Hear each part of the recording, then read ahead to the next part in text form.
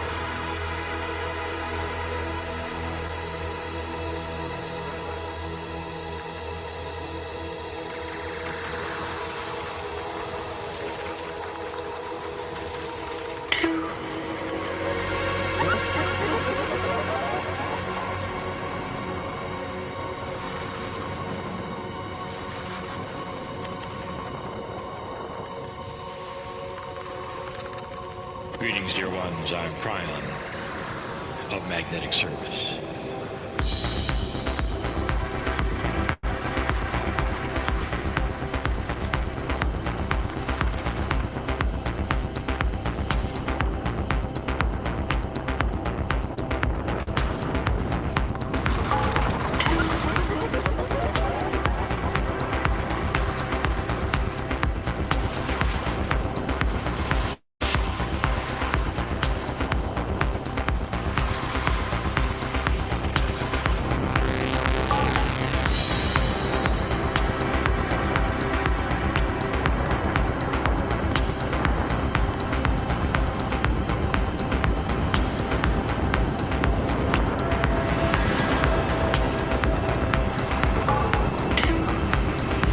Grab your popcorn.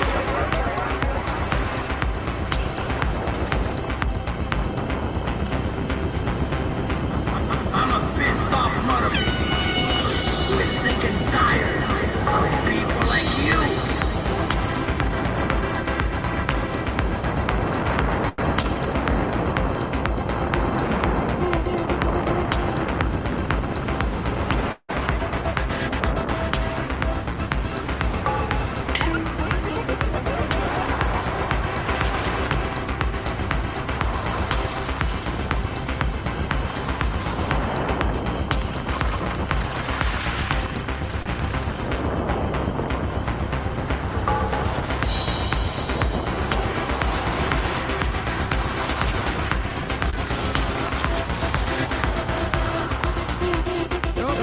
Greetings, dear ones. I'm Brewin of Magnetic Service.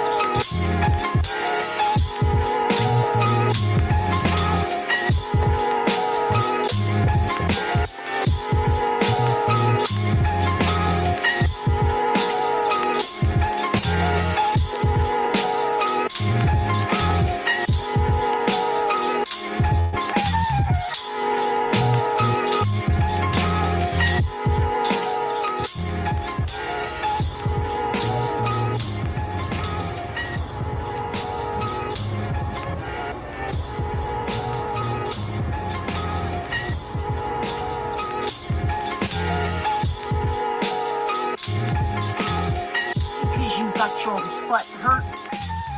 See feelings twisted in a wad over words? Not only are you cowards, but you're predatory cowards. You're vermin. That's all you are. Disease-carrying rodents.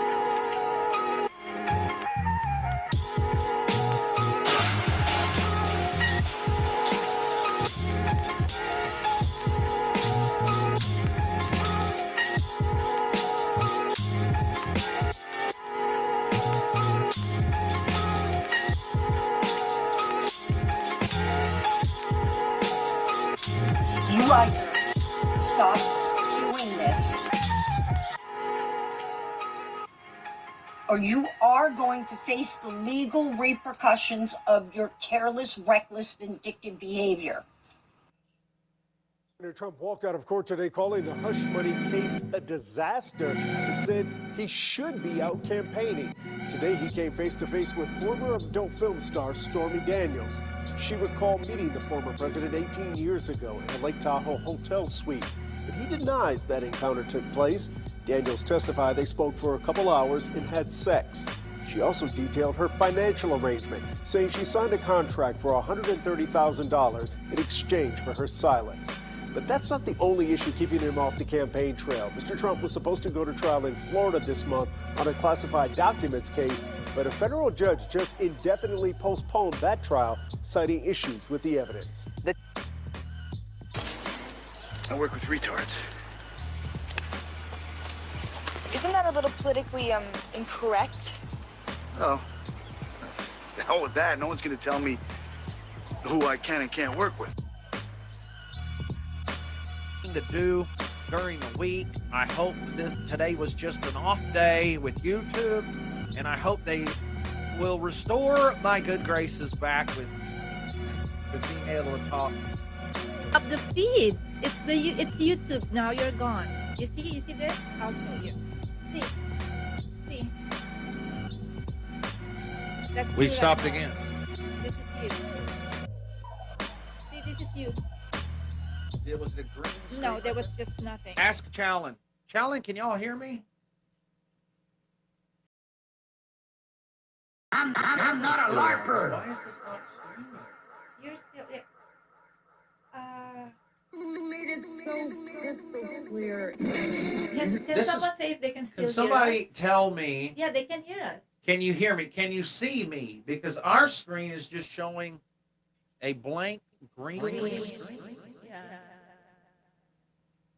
Can you see the chat? It looks like Yeah. they're chat. Everyone hears us. Everybody can hear, right? But you can only see a green screen. Okay. But you can hear. We've got connection. That probably that YouTube didn't stop my screen. Thank you, everybody. It's not us. What should we do, Ken? I don't know. Green Lantern. Would you video a portion of that so we can show YouTube? I can contact YouTube and say, look, my screen. That wouldn't be my camera, would it?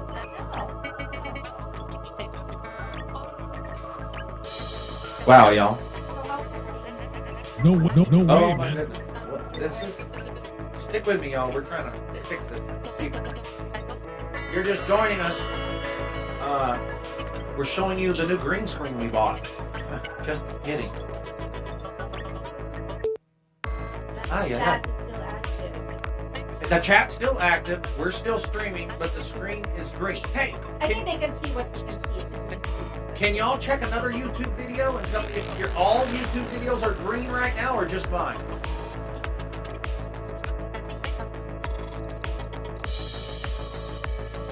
Right after Barry said PSYOP, it went mute in black screen. Yeah, we are all, Americans are under PSYOP. 100%. It's just you. Someone said it's just you. There are some of the most skilled propagandists, psychiatrists, and psychologists work for the CIA that decide how they're going to fuck with you next through propaganda.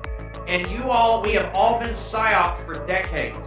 And you're psyoped right now. That's why the women hate men. And that's why black people hate white people. Because you were all psyop. If they left us slaves alone, we would all love each other. Like we used to. But communism wants to cause chaos in the unit, kind of like this feed has been chaotic this whole time. They want to cause chaos so they can come in and fix everything in the United States. Can you, deactivate now. I know what to do. Let's give this.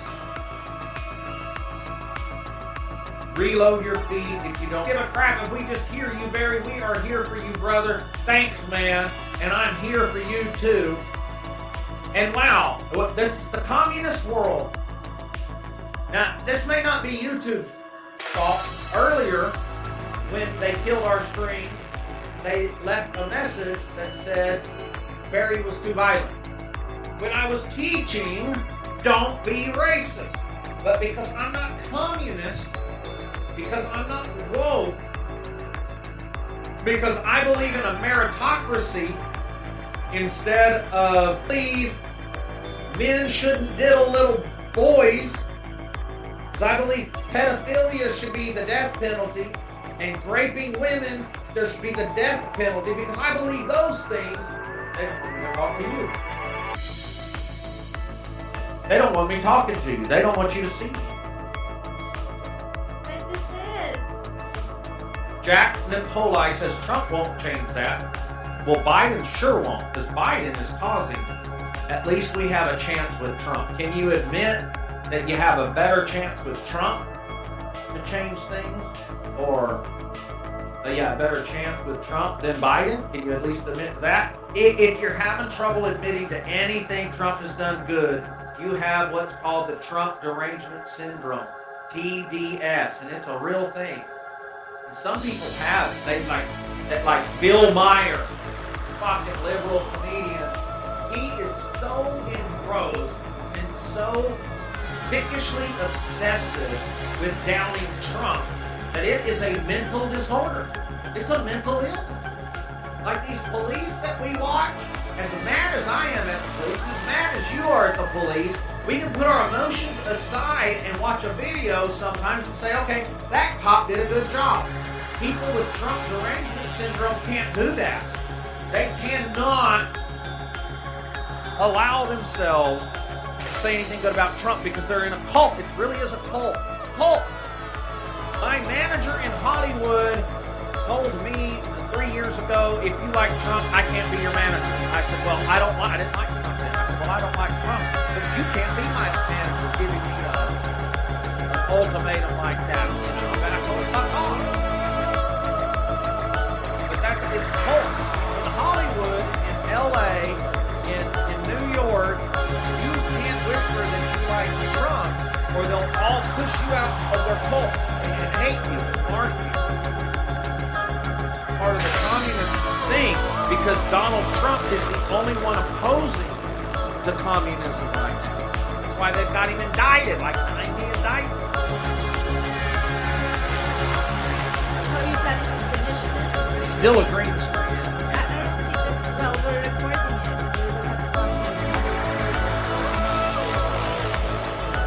Yeah, y'all. Let's give it. Try to play a video. Play the stolen Lambo. Somebody wanted to see that. No, I think I already had that. Oh. Yeah. How about play the great one?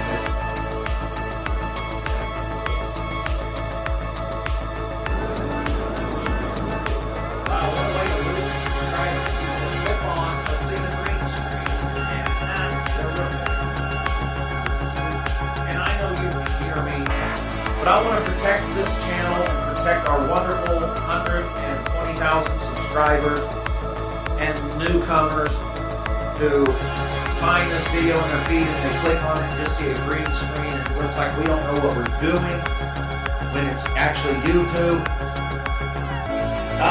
They can hear the video of, they can hear the audio of the video. So they can hear the audio of the video. But not video. Is there anything you can reset? We're going to try one more thing. Everybody sit right. By the way, I unsubscribing my subscribers. That my own subscribers are going, how come I wasn't notified for Barry's stream, and then they look in their account and they've been unsubscribed. That's something else the communists do. They cheat. They cheat. They believe in their way so much, they don't think it's wrong to cheat. They think what Biden did not win that election. Oh, come. They're cheating right now by fucking on my channel. Okay, there's no way. I love you. Listen, don't go back. No. Y'all, I don't want to start another stream. I'm gonna go or the chat box with YouTube and find out what in the world happened.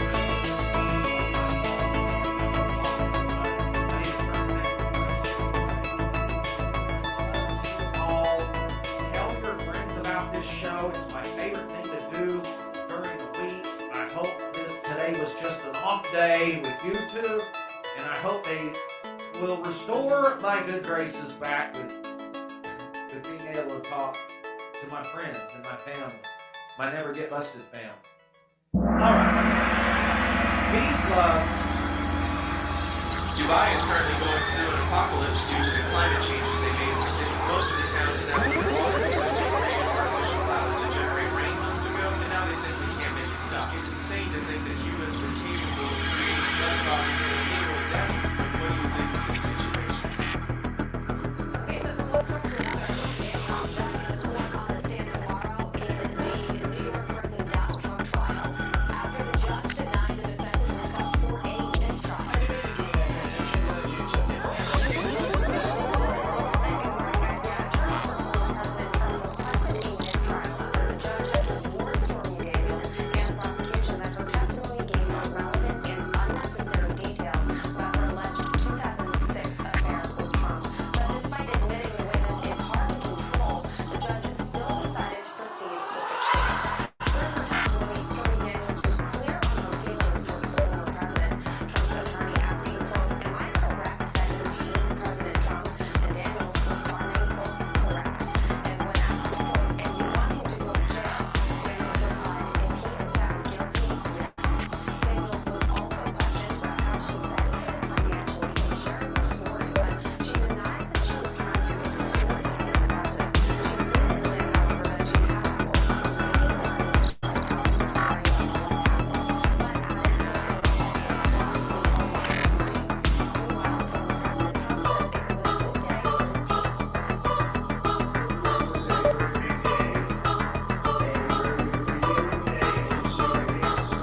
Meanwhile,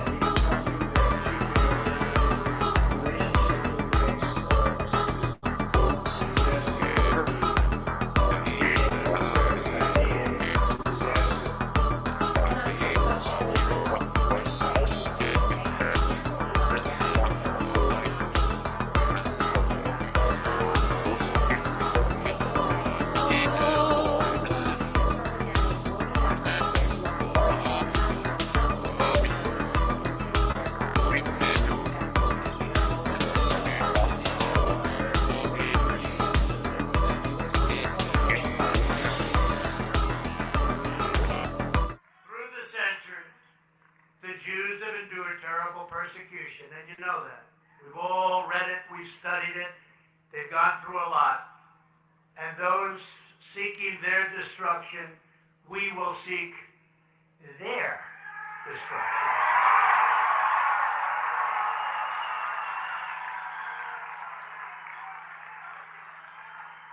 And when you have crimes like this, whether it's this one or another group, we have to bring back the death penalty.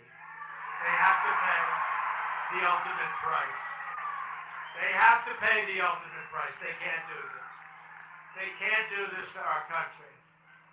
We must draw a line in the sand and say very strongly, never again. I wanted to see some cuffs slapped outside. can't see the time no more. I know it's time to go to prison. All you need to know, that's it. I don't know when, where, and I don't know how this is gonna happen, but it will. We'll see your demise. Some type of twisted intellectual can't recollect inflicted systematic slit wrist shit. And I bet you it gets ritualistic with logic turned into residue on some type of pig dog eat dog in solving conflict. Does compassion exist? Hit another lick, don't try to resist some humanist shit. Just for you they got Bloods and Crips and some love money and shit. It's left, right, support you fucking pigs. You better believe that nuclear warheads really exist. Since birth and list with compliance, defiance, infiltrated with scripted protests and riots, then it turns black and white, divide us while they unite us. All gangs looking for that white knight like Columbus, blackmail the club, distribute the white like rails and bump, aggressive slump, loyalty Trump, shizzle don't give a fuck, y'all stuck like Chuck, chin check but you wasn't looking up, mobile device what you looking up?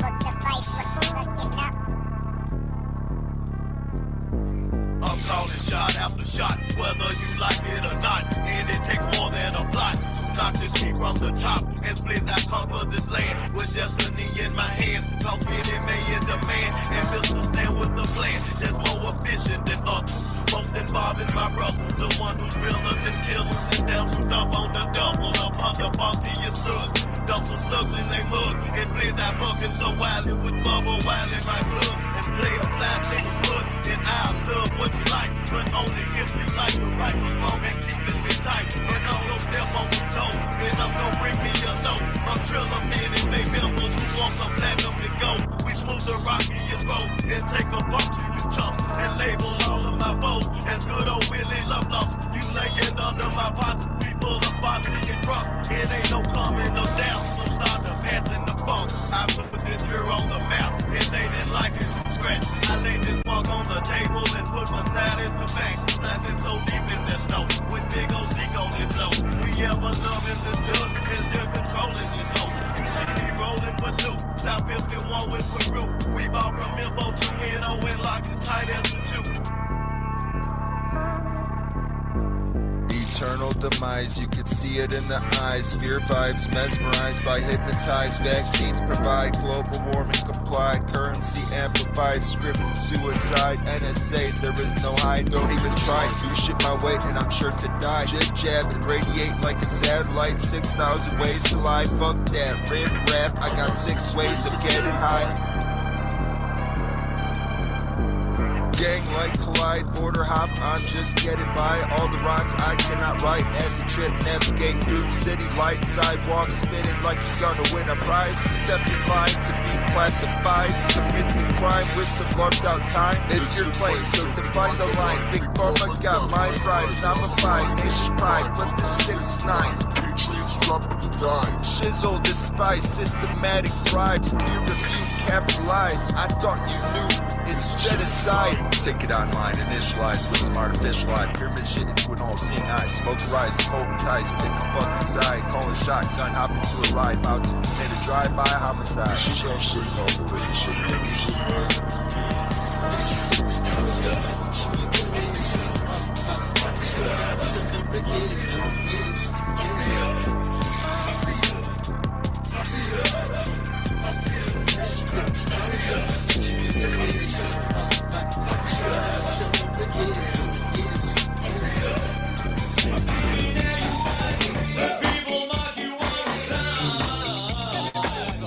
How do they pertain? How do they pertain to the private calls in the first place? Holy Christ. Okay, now here's the deal. I'll try to educate you. Gonna familiarize you with the nomenclature. You'll learn the definitions of nouns and prepositions. Literacy's your mission, and that's why I think it's a good time to learn some grammar. Now did I stammer? Work on that grammar. You should know it. It's less for its viewer. Like people who were never raised in a sewer. I hate these word crimes. Like I could care less. That means you do care. At least a little be a moron. She's practically retarded. You better slow down and use the right pronoun. Show the world you're no clown. Wow, you're just a fail. You're a fail cow. You know, you say about Lowell's cows and stuff, whatever the hell that stupid shit is. You're a fail cow. There's a new word for you, a fail cow. You just fail constantly. Word crime.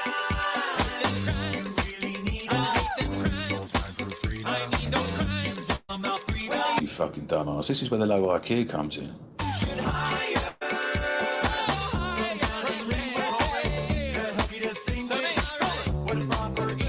Around people, I didn't know who OGB, BGO. I didn't even know who, whatever his name. I don't even know who he was. Oh, OG. I don't know. I've never met him, and I don't want to meet him. I had to apologize to him. Yeah, I had to apologize because I had no idea. You fucking dumbass motherfucker. How can you even attempt to make these fucking lies up? Go back to preschool. Get out of the gene pool. Yeah, but Clovis was obviously needed to stay in school. Wow. Wow.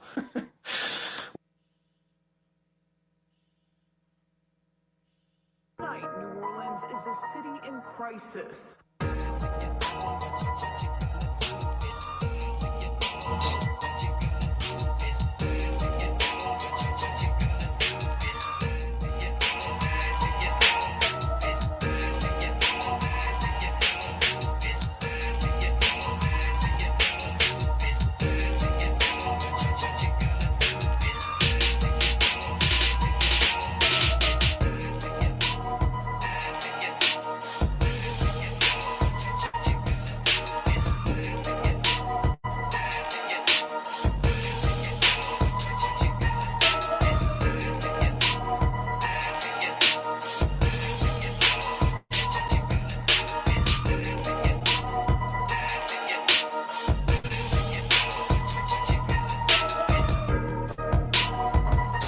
Motherfucking tales, here I go again on a roam to the spot, crack sales on the block, it's a race to the top, animosity compiling trials non-stop, reveal at the cash drop, gang versus gang, ain't those things, another cop dropped, brains on the pavement, somebody got popped, take his wallet and Glock, counting frames like clockwork, make the getaway before they investigate, you fucking jerk, twerking to this beat, corpse flopping all over the street, another day, another crime scene, hour by hour, continuous devour, welcome to my radar if you want to target me, even if you're a neighbor, calling you out for oddities, calling out to your savior, watch you duck, dodge, and flee, God's mobs, count down to sacrificial hour, SJW lies, condition, influence, devour, it's all power, ignore the money, puddle of blood runs deep.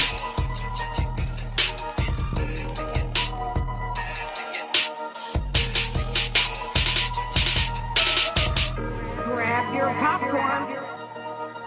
Time to set on the cruise switch, asking questions, see how fast the mood switch. Soon as the moon dips, I'm already lurking. I'm not about that cruise shit. I'll be scoping, time to write self-inflict homicidal shit. Rehearsing Masonic division shit. Too late, fell safe, initiate the missile. Shizzle crippled by non-beneficial drizzle. A doom, divide the pride into a sacrificial. High mind, no time to define ancient lines handed out worldwide. Distracted by picking a side, now it's time to die. Pointing fingers, mind infiltration, society rise. Suicide and despise, lies directed to normalize. Royalty exists, that's why we shall collide. Stormy Daniels gets pounded in court. She was up on the stand, questioned by Bragg's prosecutors, and then Susan Nicholas, for Trump's defense, came out, brought out the truth that Stormy is a money-seeking, fame-hungry degenerate that we all know. And so we're going to go through this, of course. Inner City Press, Matthew Russell Lee is reporting, doing great work. We've got his links in our description below. But before we get into the trial testimony and then hear from Trump and Mike Johnson in the aftermath, let's see what Trump said to get the day started. He showed up in Manhattan. Now, there was a truth that Trump posted that he then deleted, and some people are saying that that's very curious. Why did Mr. Trump, why did you delete your social post this morning? Where did that go? Are you a victim of extortion? The country is on fire. There are protests all over the country. I've never seen anything like this. Many graduation ceremonies are being canceled. They canceled, as you know, in It's Florida. gold. They're canceling Not yellow. a lot of them. And we have a president that just refuses to talk because he can't talk.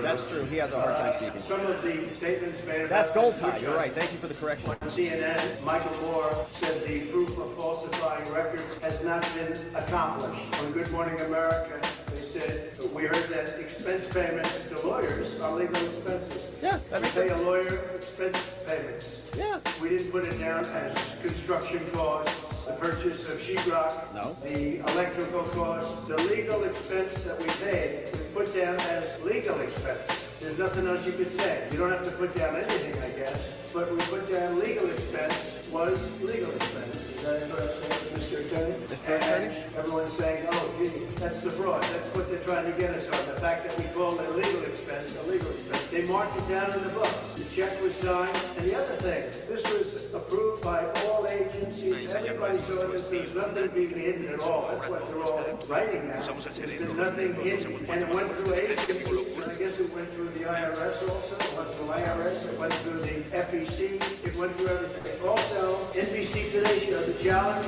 that there is no smoking gun, no email or tape to prove the president's intent. They don't have a way to prove that. That's NBC Today show. And then Fox Nice headline, yeah. in each of the Kasky said that the gag order is unconstitutional, which of course it is. The gag order is unconstitutional. So with all that's going on, they have no case. Every single legal scholar that I see, I mean, maybe there's somebody out there, some whack job, but virtually everyone that I've seen, Judge said Andrew there's Weissman. absolutely no case. It's a case that shouldn't have been brought. The previous DA wouldn't bring it. Bragg didn't want to bring it, and he brought it because I'm running the #1 list. This all comes out of the White House and crooked Joe Biden. This comes from the White House, and it's all Biden because it's an attack on his political opponent that hasn't happened in this country. It does happen in third world countries, but it hasn't happened in this country, and it's a shame.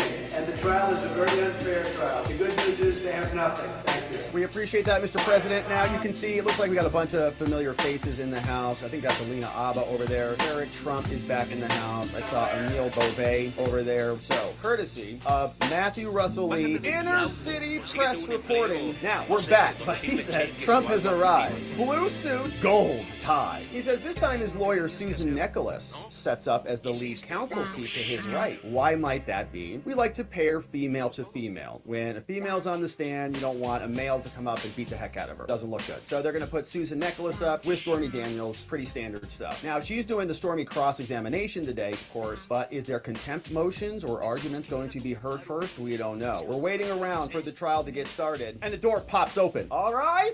Okay, here we go. Here's Judge Juan the Conmer comes back here. All right, please be seated. Clerk announces this is the time set for the people of the state of New York versus Donald Trump, indictment 2024 Judge Mercan says, before we begin, good morning. Anything that we need to discuss? Trump's lawyer, Susan Nicholas, says, Your Honor, we're informed that Stormy Daniels is going to be the second witness today. That's why I'm here. And so we oppose any details of sexual acts. So I want to be clear about that. Stormy Daniels, they are opposing this line of testimony from the beginning. Judge says, well, what do you mean? Other than what? Like just we had sex? Like, can they say that? And the government says, Your Honor, no. You only limited details as to Karen McDougal, okay? You didn't limit the details for Stormy Daniels. So we need to get into that. This disgusting prosecutor, who probably hasn't been laid in a decade, says, Your Honor, the details are important here, okay? We have to talk about the sex act. Only certain details are unnecessary, but we need to get into this, man. I'm like excited about this. This prosecutor, hasn't had this much action in a long time. Susan says, I guess this is the prosecutor, which is why she wants to talk about it, especially if it's a female, says, we'll get into the conversation they had in the hotel and how the sexual act came about, how Stormy felt about it, and we will not get into genitalia. That's nice. So they're not going to get into genitals. Trump's lawyer, Susan Nicholas, Your Honor, there is no need for this at all. This is a case about books and records. Trump's been charged with 34 counts of falsifying business records. The crimes are invoices, ledgers, and checks. Nothing about intercourse, nothing about a conspiracy, nothing about genitals. Juan Mercan says,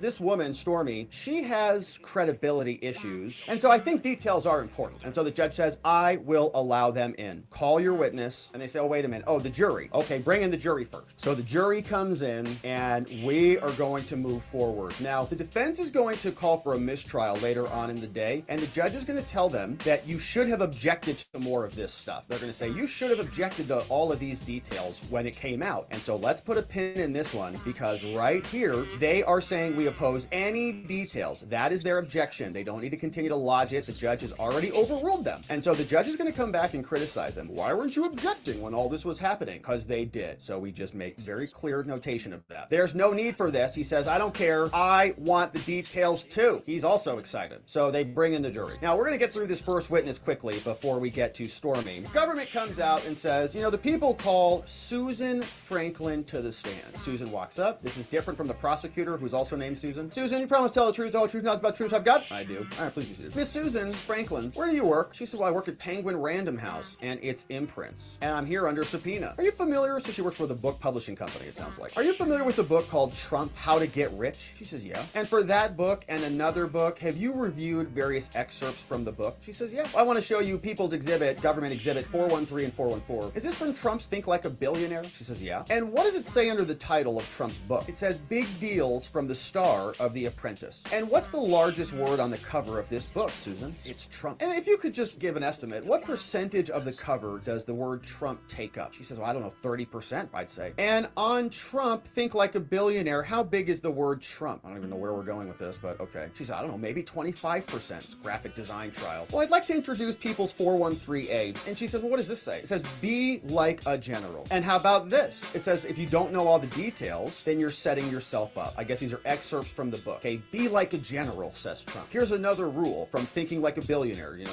12 steps to success, whatever. If you don't know all the details, you're setting yourself up. And what does this one say? It says, sometimes you still have to screw them, like it says in the Bible, an eye for an eye. Brutal, man. It's brutal out there in this world. But what does this one say, Susan? She says, all the women on The Apprentice flirt with me, and that's to be expected. So Trump's talking about being the star on The Apprentice. How about this, 414? It says, with a decorator, make sure to see all of the invoices. You should be double checking. So Trump pays close attention to his bills. And how about this? It says, I always sign my checks to make sure where my money is going. Check through your bills. My parents hammered frugality into me at an early age. And how about this? It says, watch the bottom line because Weisselberg is tough. And they say, okay, lastly, last one, always look to the numbers yourself. In the 1980s, Jeff McConney prepared my small shot and I told him, you're fired. And I meant questions every payment. Jeff got the message and now he does a terrific job. Okay, so it confirms, I guess, what Jeff said yesterday. Jeff said, yeah, he got fired for just paying bills that he should have been paying. So prosecutor says no further questions. Okay, so we got some excerpts from the book in. Neat. Trump's attorney, Todd Blanche, comes out. Quick question. Do you know how much the ghostwriter did of this book? No, I don't. Who designs the cover of your books when you write them? He said, we have a whole department that does that. So it's not entirely the author that does it? Well, no, but we want to make the author happy. Nothing more. Any redirect? Says, okay, let's turn back to this 413 F through H. Your Honor, we offer these as exhibits. Trump's attorney says, hold on, Your Honor. Maybe approach. I have to talk to you. Susan Nicholas remains back at the defense table. Todd Blanche goes up to the bench with the prosecutor. They talk. Nobody knows what they're saying. Back from the sidebar at the bench.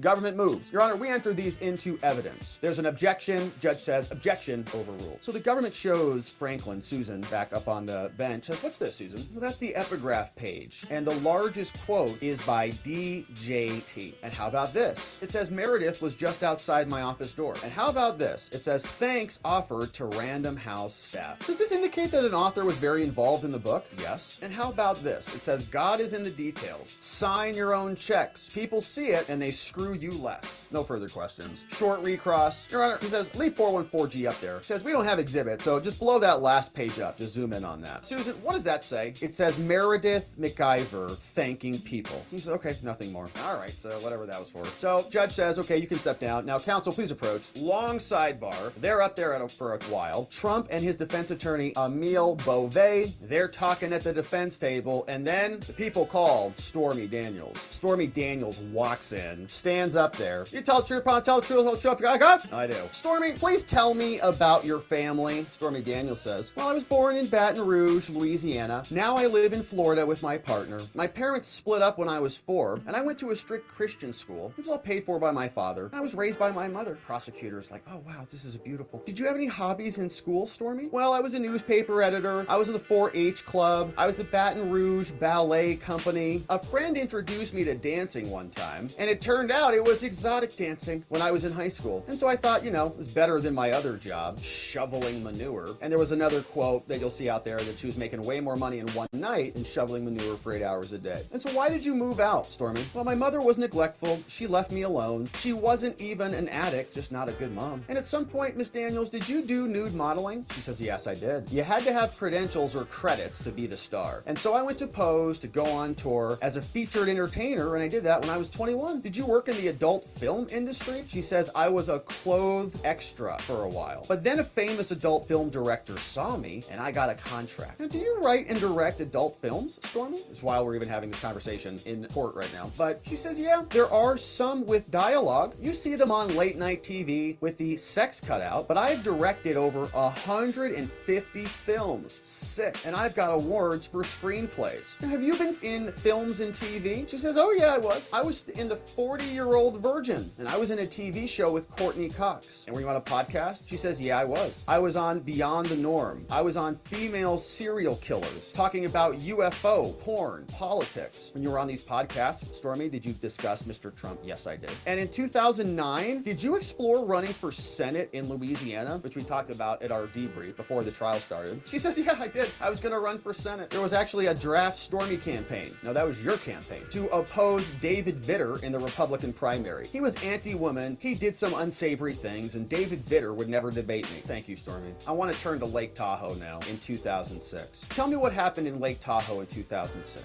Well, I was at a golf course. Wicked, which must be some adult company, sponsored a hole on the golf course. Yes, I'm aware that it's funny, she says. And I don't know if the jury got that or not, you know, like they sponsored a hole on the golf course. We're like, oh, that's disgusting. Did you meet Donald Trump? Yes, I did. On the course. Wicked's owner introduced me as director. This is our great director. And what did you know about Mr. Trump when you met him? Well, I hadn't seen Celebrity Apprentice, but I remember him in cameos in wrestling. You know, wrestling's a pretty big deal in Louisiana, and so that's where I knew him. Well, what happened next? Well, he asked me about my film, and I saw him talk with other gentlemen. And Stormy, while we're here, I just want to ask you, do you see Mr. Trump in the courtroom? Can you identify him and an article of clothing, please? Identity is something they always have to prove in a criminal trial to prove that the defendant is, you know, there, the person actually who did the thing. Yeah, there he is, seated at the defense table with a blue suit. Prosecutor says to Stormy, I want to hand you this thumb drive and show you People's Exhibit 226. This is the golf room photo. Can you describe this photo to us? It says, yeah, Trump's in a red hat, and you've seen the photo. And how about this photo? Well, that's Trump on the golf course. And Stormy, what did you tell Mr. Trump's bodyguard when he said Mr. Trump would like to take you to dinner? Oh, I said, F no. But did you give Keith Schiller your number? And of course, Keith Schiller is the Trump bodyguard. She says, yeah, I did. And did you discuss the invitation with anyone after you got invited to go to dinner with Trump? I did. My media guy, Mike, I told him. I was supposed to go to a wicked dinner, but I wanted to avoid it. There were cat fights and stuff. And so he told me, you should go. It'll make a great story. What could possibly go wrong? She laughed. What could possibly go wrong? Huh? You know, like I'm in court. Oh, here we are. Just an innocent dinner. So I texted with Keith, the bodyguard for Trump, and I arranged to go to Mr. Trump's hotel, Paris. And what happened next? Well, when I got there, Keith, the bodyguard, told me to go up to the penthouse. And so Keith was at the door, and he said, well, hey, Stormy, nice to see you. Good evening. You look very nice tonight. And when you got there at this hotel, what were your expectations? She said, oh, gosh, nothing. I mean, I thought we were going to get dinner. And so you went up to the penthouse, and what happened next? Well, as soon as I walked in there, he came down the stairs. And what was he wearing? Stormy says he was wearing silk pajamas. And so I asked him, I said, Trump, did you steal Hugh Hefner's pajamas? And so I just told him to change. I said, get up there and go change. And he did. He came back down in a dress shirt and pants. He says, you know, this hotel room that he was in was 3 times the size of my apartment. So did you go to dinner or did you stay and talk? We talked. And what did you discuss? Well, I told Trump where I grew up. You know, he asked, do I have siblings? I told him I do not. He asked me if I had a boyfriend. And I said, no, at the time I don't have a boyfriend. Did you tell him about your hard childhood, Stormy? She says, yes, I did. Something, objection, sustained from the defense, and that is stricken. So I don't know if it's that statement specifically. Did you tell him about your hard childhood? Yes, objection. If that was stricken or something, she said something right after that, but it's stricken. So he asked me about the adult film industry, whether we have unions, you know, whether we get residuals for our work. Usually people ask about the sexy stuff, but he didn't. He wanted to know the business operations. Did Trump ask you if you'd been tested? Yes. I told him, yeah, clearly I'm clean. Wicked is a condom mandatory company, but I'm allergic to latex. He's like, okay. So I asked him about wrestling because he knew Vince McMahon at the time, and he had a cameo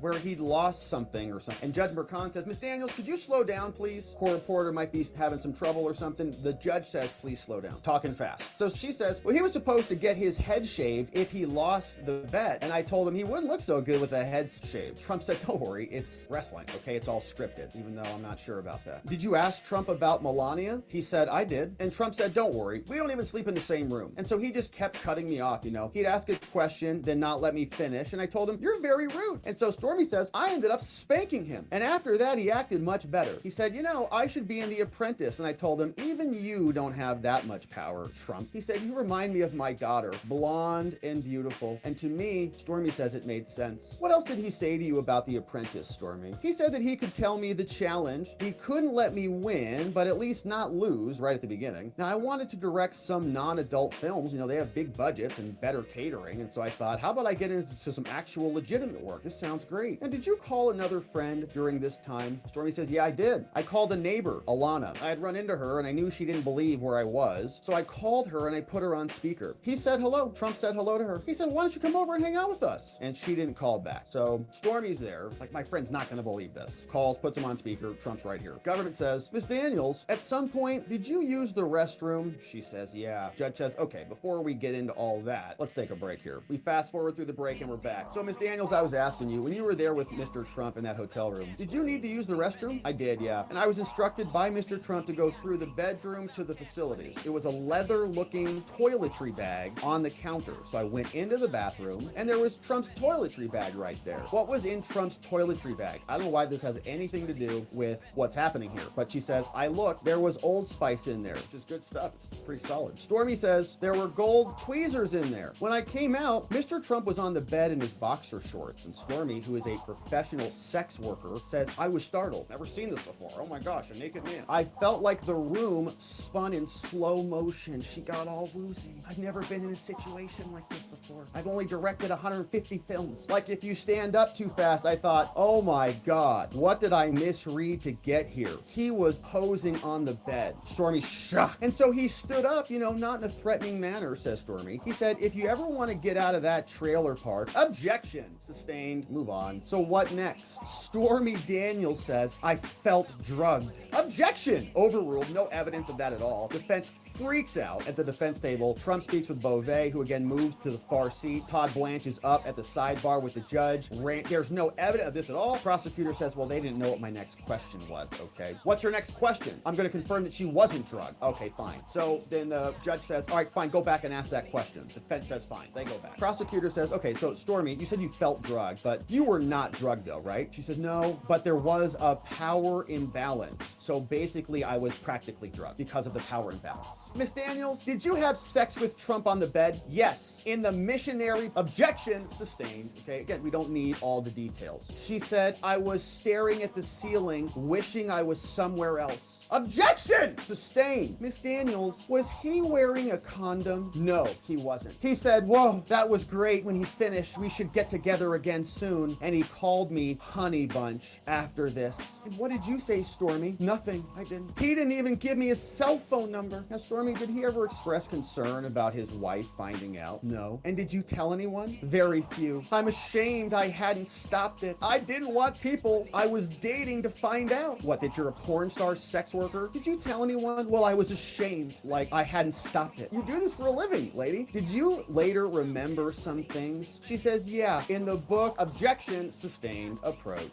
Now there's a sidebar. They're up at the judge's bench for a while. Question back to Stormy. Did you see him in Lake Tahoe again? Yeah, I did. In a nightclub there. Keith had called me and said Mr. Trump would be there. It would be in public, so I went. So again, right, it's the same story. So Stormy Daniels, who was so traumatized, okay, she was like shaking, she was ashamed, she was victimized, she was basically raped, is what she's saying here, without actually being, you know, just kind of staring at the ceiling like, like what's going on? Like this whole thing was some abusive assault on her because of a power imbalance. She went to his penthouse, and for what? Even if this is true, right? If you believe her story, which nobody does. So I went. She was so victimized, she went back again. So then Ben Roethlisberger of the Steelers was there, and Mr. Trump called me his little friend Stormy, and then said Ben would walk me to my room. And so did Ben walk you to your room? Yeah, he did. And did you tell anyone then about any of this? Yeah, there was another Keith I told, and that was my photographer. Stormy, would Mr. Trump then call you? Yeah, he would, and I would put him on speakerphone. And so a bunch of other people heard him. Did he know that he was on speakerphone? No. And so why did you continue to take his calls if you were so, you know, abused? Well, my publicist bragged about it, and my publicist was saying, see, I told you so. And judge said, Stormy, please just answer the questions, okay? This judge is getting a little bit like, oh gosh, am I allowing this trial to derail itself in my own courtroom? Is this going off keister here? The answer, Judge, is yes. So why did you continue to take his calls? Stormy admits, I wanted to be on The Apprentice. She has an ulterior motive. She's biased. This is what other people have said, that they saw her at Trump Tower and it was about booking for The Apprentice. I wanted to be on The Apprentice. Now, did Trump give you the phone number of his assistant? Asked the prosecutor. He says, yeah, Ronna, I put her in my phone. And remember, Ronna testified very early in this trial, and she said, yeah, I put Stormy in the contact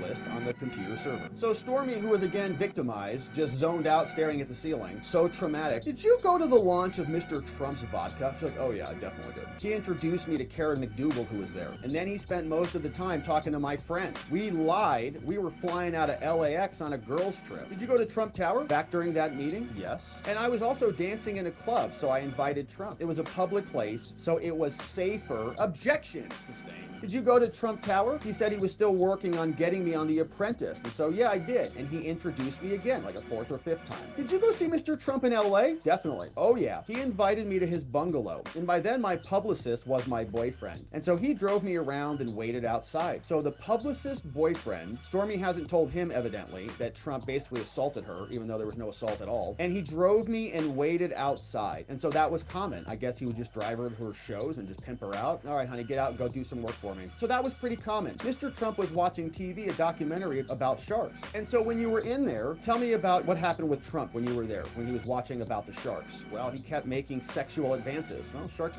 bring out some of that testosterone, that adrenaline, kind of a manly animal, So he touched my leg. Stormy says, how did you respond? Well, I told him I was on my period and there was no progress on getting on The Apprentice. I said, well, I can't right now because, and I'm not on a show. So I'm not interested in having intercourse with you until I get on the show. So then I stopped answering his calls. But then he told me that Jenna Jameson would be on, who is another porn star. So when you didn't get on The Apprentice, Stormy, did you move on? How was your life? She says, oh, it was awesome. I moved to Texas. Sorry, Texas. And I became a rank equestrian, going back to spend time with her people, the horses. So objection, judge says, I'll allow it. Did you agree to be interviewed by In Touch?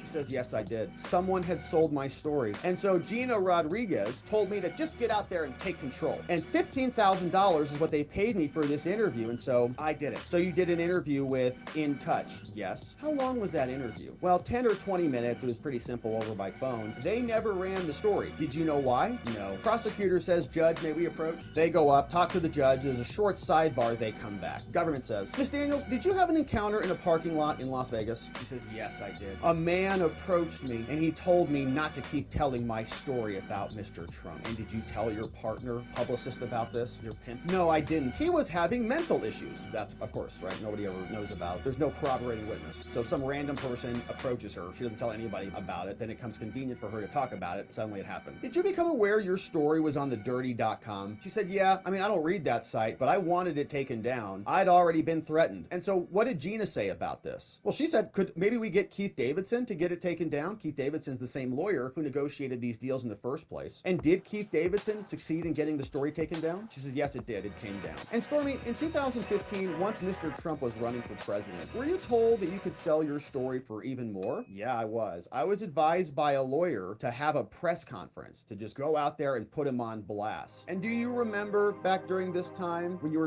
apparently trying to sell your story for maximum amount of money, do you remember that the Access Hollywood tape came out, the grab him by the purse tape? Stormy says, yeah, I did. Gina told me about it. And so I wanted to get the story out because of the threat, because somebody had, threatened me in Vegas, so I'm going to come out and say it. Did you find that Donald Trump and Michael Cohen at some point wanted to buy your story, Stormy? This is, I guess we're getting into the transaction. She said, yeah, it would be good. My husband wouldn't find out, but I'd have paperwork. So she's a terrible wife as well. Gonna keep stuff from her husband and pocket 130 grand. I didn't care about the 130 grand, she says. That amount didn't matter to me, right? She doesn't care about the money. Let's put a pin in that. We no longer lived in California, which is very expensive. And so I just wanted the paperwork so she doesn't get murdered, right? Were you ever presented with an agreement, Stormy? She says, yes, I was. And what is this? Put it on the screen. Oh, that's a Keith Davidson email. That's her lawyer. That's an email from Keith Davidson to Michael Cohen. I said I wanted this deal done before the nomination. And so Keith Davidson is sending to Cohen, get this done before the nomination. Prosecutor says, you mean the election? Not the nomination, right? Yes, the election. This was the side letter. I was Peggy and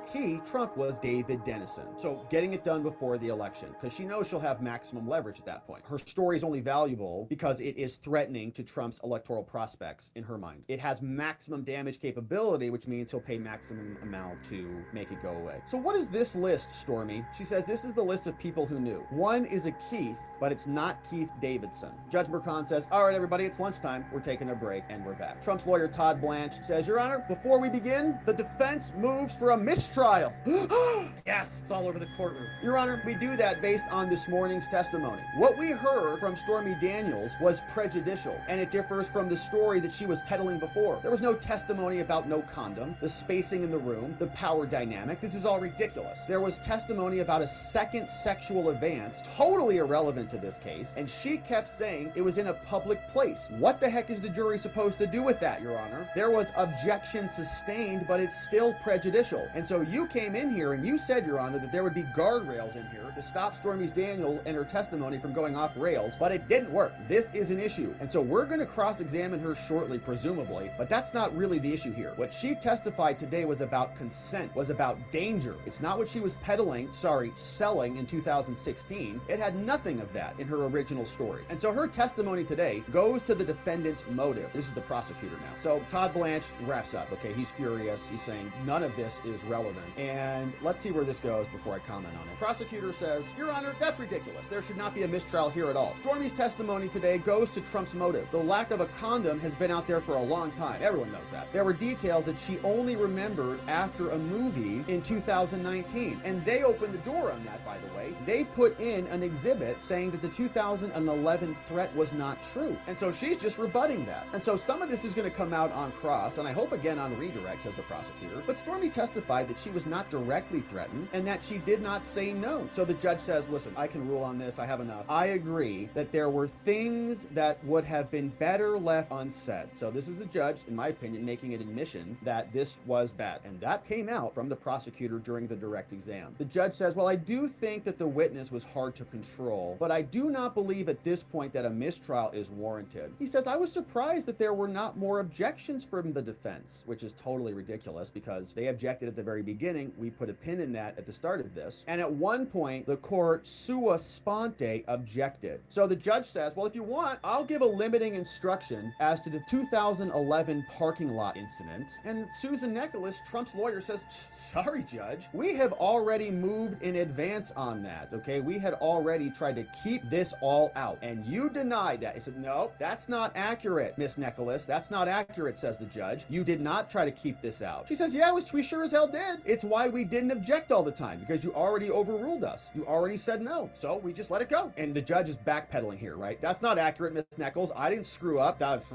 So I'm going to deny your motion for a mistrial at this time. Do you want to discuss a limiting instruction so I can try to put this back in the bag? There's a sidebar. They come back. Judge announces, now, as discussed at the bench, we're going to take some more time. And so, Miss Nicholas, you'll be back to me before Thursday morning. Is that right? She says yes. So then Merchan, the judge, says, all right, everybody, listen. With the consent of the defense, Miss Hoffinger, Susan, who is doing the direct exam of Stormy, she has stepped out to give some instructions to her witness. She's going to go tell Stormy to stay focused and only answer what is asked. So the defense is there. Prosecutor goes out, has a little powwow with Stormy, saying, Stormy, you're going to wreck our case here. Please stay on script here. And they bring her back in. Witness enters, jury comes in, and we're back on the screen. Miss Daniels, can you tell me what's up here? This is about delays in payment, that you didn't get paid for some time. Can you tell me what this email says? Put the email on the screen. Stormy Daniels is reading from the document. It says, no funds have been received from an email. My client says that the deal is off unless the funds are received by 5 p.m. signed he. She says, it says the ab intip. I have no idea what that means, says Stormy. Prosecutor says it's ab initio. It's from the beginning, from the very start. Stormy says, well, I spoke to Slate and they weren't going to pay me. And so at some point there was a new agreement, right? Yeah. And this new agreement, did you sign it? Yes, I did. And the side letter agreement, Stormy, did you sign that too? Yes, I did. I signed that one on October 28th, 2016, just,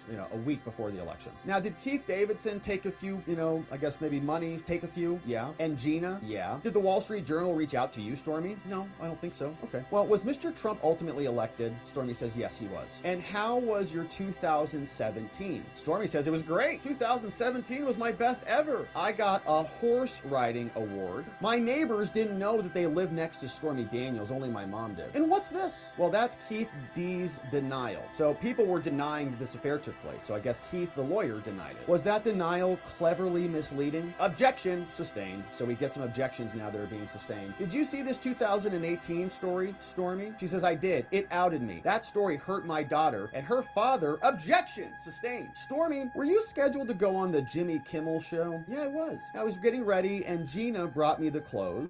And Keith Davidson, my lawyer, he had another statement that he came over and he had me sign, so I signed it as Stormy Daniels. But unlike any other time I signed, it was a tip-off to Kimmel. And Michael Cohen was also writing a book at the time, and it made me mad because Michael Cohen could talk about this story and I couldn't talk about it. Stormy, did Michael Cohen file a restraining order against you? Yeah. It means she's like a psycho, right? Did you hire Michael Avenatti? Yeah. We canceled the NDA and we got fees. And so in your book, Full Disclosure, Stormy, does it describe both the encounter with Mr. Trump and does it describe incidents in your childhood? Yes, it does. And I later found out that Michael Avenatti had done some editing, and so maybe those stories weren't true, so blaming Michael, who says that she is also fraudulently conveying documentary money from NBC. Did Avenatti file a defamation case against Donald Trump? She says, yeah, he did, but I didn't agree to it. I thought it was risky, and she owes him like 600 grand on that for attorney's fees and a false, a meritless charge, meritless claim. Government says to Stormy, did Avenatti put out a sketch regarding the 2011 threat? And did Mr. Trump tweet con job when that came out? Yes, I did. Was Mr. Trump awarded legal fees when you sued him? Yes, he was. 600 grand. Is Mr. Avenatti your lawyer now? Stormy laughs. No. He's in jail for like 19 years. And how about those legal fees that you owed to Trump? Have you paid those legal fees, Stormy? No, I don't have the money, and I didn't think it was fair anyways. Do those legal fees have any relation to this case at all? No, they don't. Stormy, did you go on any podcasts with Michael Cohen? Oh,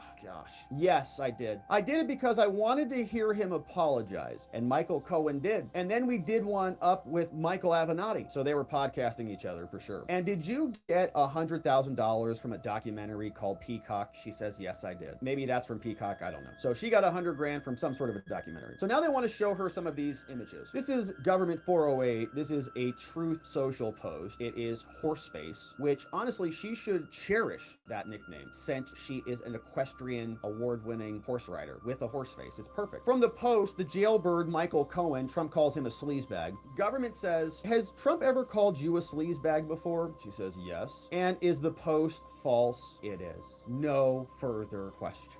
So Trump's posts are false. She's already lost a defamation claim, owes him 600 grand for that. She has some of the least credible stories we've ever heard here. She's a professional sex worker who has sex for money and then gets a little bit woozy and is suddenly a victim of attack. She's trying to Me Too this whole situation out of nowhere. There was a power imbalance. Whatever, lady. You were trying to get on The Apprentice. You went there 5 times, 6 times to go try to do that. And suddenly you're under attack now. So it is now your witness. Trump's lawyer, Susan Nicholas, stands up. He says, good morning, Stormy. Good afternoon. I represent President Trump. Now, isn't it true, Stormy, that you've met with prosecutors and you rehearsed your testimony with them? She says, no, I didn't rehearse anything. But you pretended to be cross-examined, didn't you? No. Well, you said mock, right? You said you had to mock something. She says, well, that's no longer right. That's not what I really meant, is we didn't do a mock anything, and so I don't think that's right. So no. She says, okay, I'm sure. Now, Stormy, you also said that you did porn for more money, didn't you? You did porn for money, right? She says, don't we all? It's kind of what we do here. Like, we all work for money, I guess. So I guess she's equating what's happening in our courts to pornographers, which I guess is not that far off. I mean, the Democrats on MSNBC are acting accordingly with what Mercan's doing. So don't we all? That's what we do here, she says. Susan says, all right, listen, Stormy, let's just be clear about this. Isn't it true? You hate President Trump, don't you? Yes, I do. And you wrote that you'll dance when he's jailed, right? Can you show me that? Sure. Well, you wrote when he's selected to go to jail. Did you say you just laugh about it? Well, someone else wrote the word select, so I didn't say that, but I did think it's funny. And it's not because you think this is all funny, right? You don't think this is funny, do you? You thought that was funny, Trump going to jail, that's funny, but you don't think this is funny, like this is not a joke to you, is it? No, I don't think so. And so isn't it true you owe him about $500,000 in legal fees? Well, I'm not sure of the money or the dates, I don't know. Well, I do, I'll know the dates. How about March 2022, Stormy? Isn't it true you were ordered to pay attorney's fees for the appeal too, right? So So the judgment and the appeal. Yes, yeah. And you got even more money owed to pay in 2023 because of your frivolous suit against objection sustained. So they can't get into that. Susan says, Stormy, you do have money, right? You said you had no money, but you do have some money, right? Well, we all have money, but you have said that you are never going to pay that money. Didn't you say that? Correct. Your Honor, I move to offer her tweet into evidence. There's an objection and that's sustained for whatever reason. There's a sidebar and now it's accepted. The tweet says from Stormy, I will go to jail before I pay a penny in absolute violation of a court order.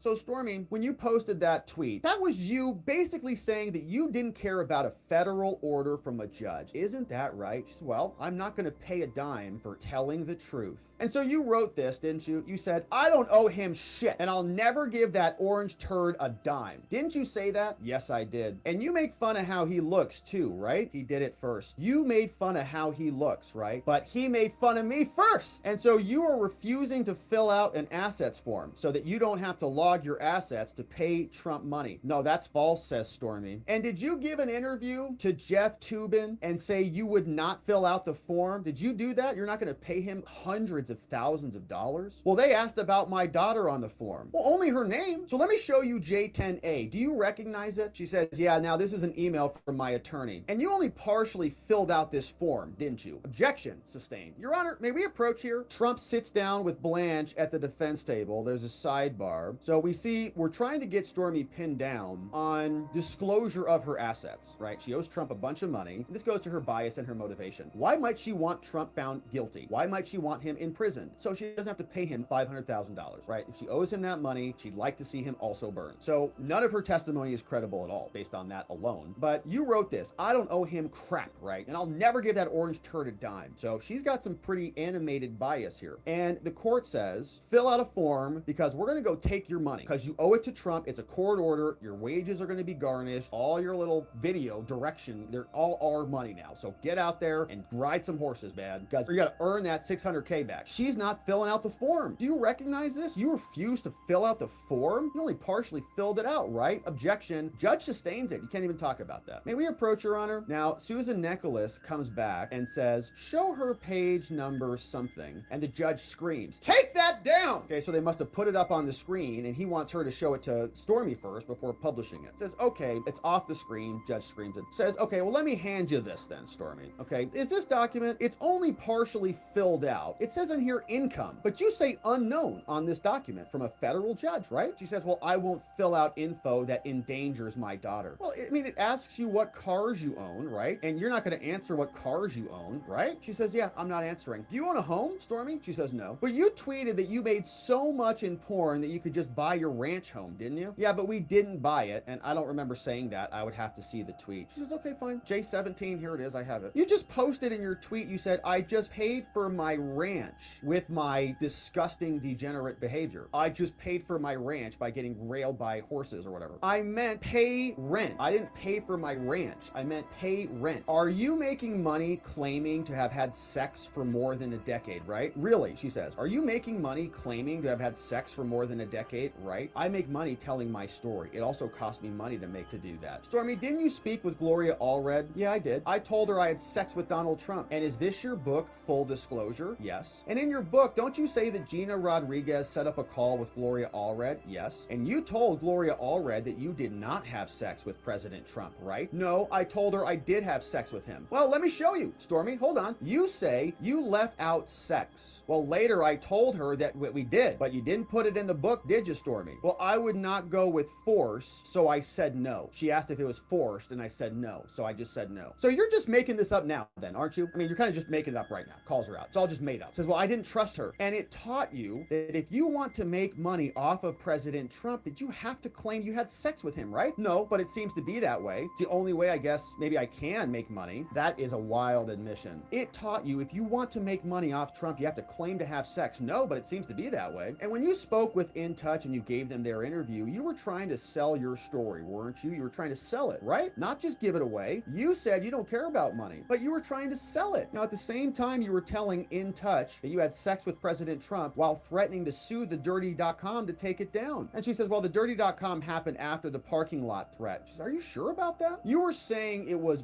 bullshit. And I'm sorry for the profanity. We're just going to say it. While getting paid $15,000 to say it was true. Because this is what Stormy was saying. You You were saying it was BS while getting paid 15 grand to say it was true. So you were having both sides of this, right? She says, I did Anderson Cooper and they didn't pay me anything. Well, we'll get to that. I'm not there yet. The In Touch was a 22-page transcript and you had that conversation in 15 minutes. And Stormy, after the threat that you got in the Vegas parking lot, after you got threatened, did you go to exercise class? I went to the restroom there, okay? So I got attacked in Vegas and then I went to the restroom and I waited for the next class. And I was crying in the bathroom, but I said my daughter had a diaper blow up. She said, oh, you were crying. That's interesting. This is the first time we heard that you were crying in the bathroom after your Vegas attack. Well, I did just say she had a blowout. She gestures at the jury, whatever that means. I don't know. Susan Nicholas continues. Okay, so you didn't even tell the father of your baby that you got assaulted in Vegas, did you? No, I didn't. And you said nothing about this until 7 years later with your daughter in danger is when this first came out? That's right. So, Stormy, let's be clear. Isn't it true that you actually made up this threat to explain why you never said you had sex with Trump, right? No, that's not true. I did say it on a radio station in Tampa as well. But you told Anderson Cooper that you never said it before, so I was scared. That's why I said that. And both you and Michael Cohen, you hope to make money if President Trump is, right? Objection sustained. Susan says, Stormy, isn't it true that you commissioned a sketch of the person who threatened you in Vegas? She says, I didn't, but Michael Avenatti did. Shall we take a break? Judge says, yeah. Of course. We're back. Stormy is going to be back on the stand on Thursday. We're not going to finish with Cross today. Trump's lawyer, Susan Nicholas, continues. Says, Ms. Daniels, in E, you were quoted. You said in that magazine, you said the story is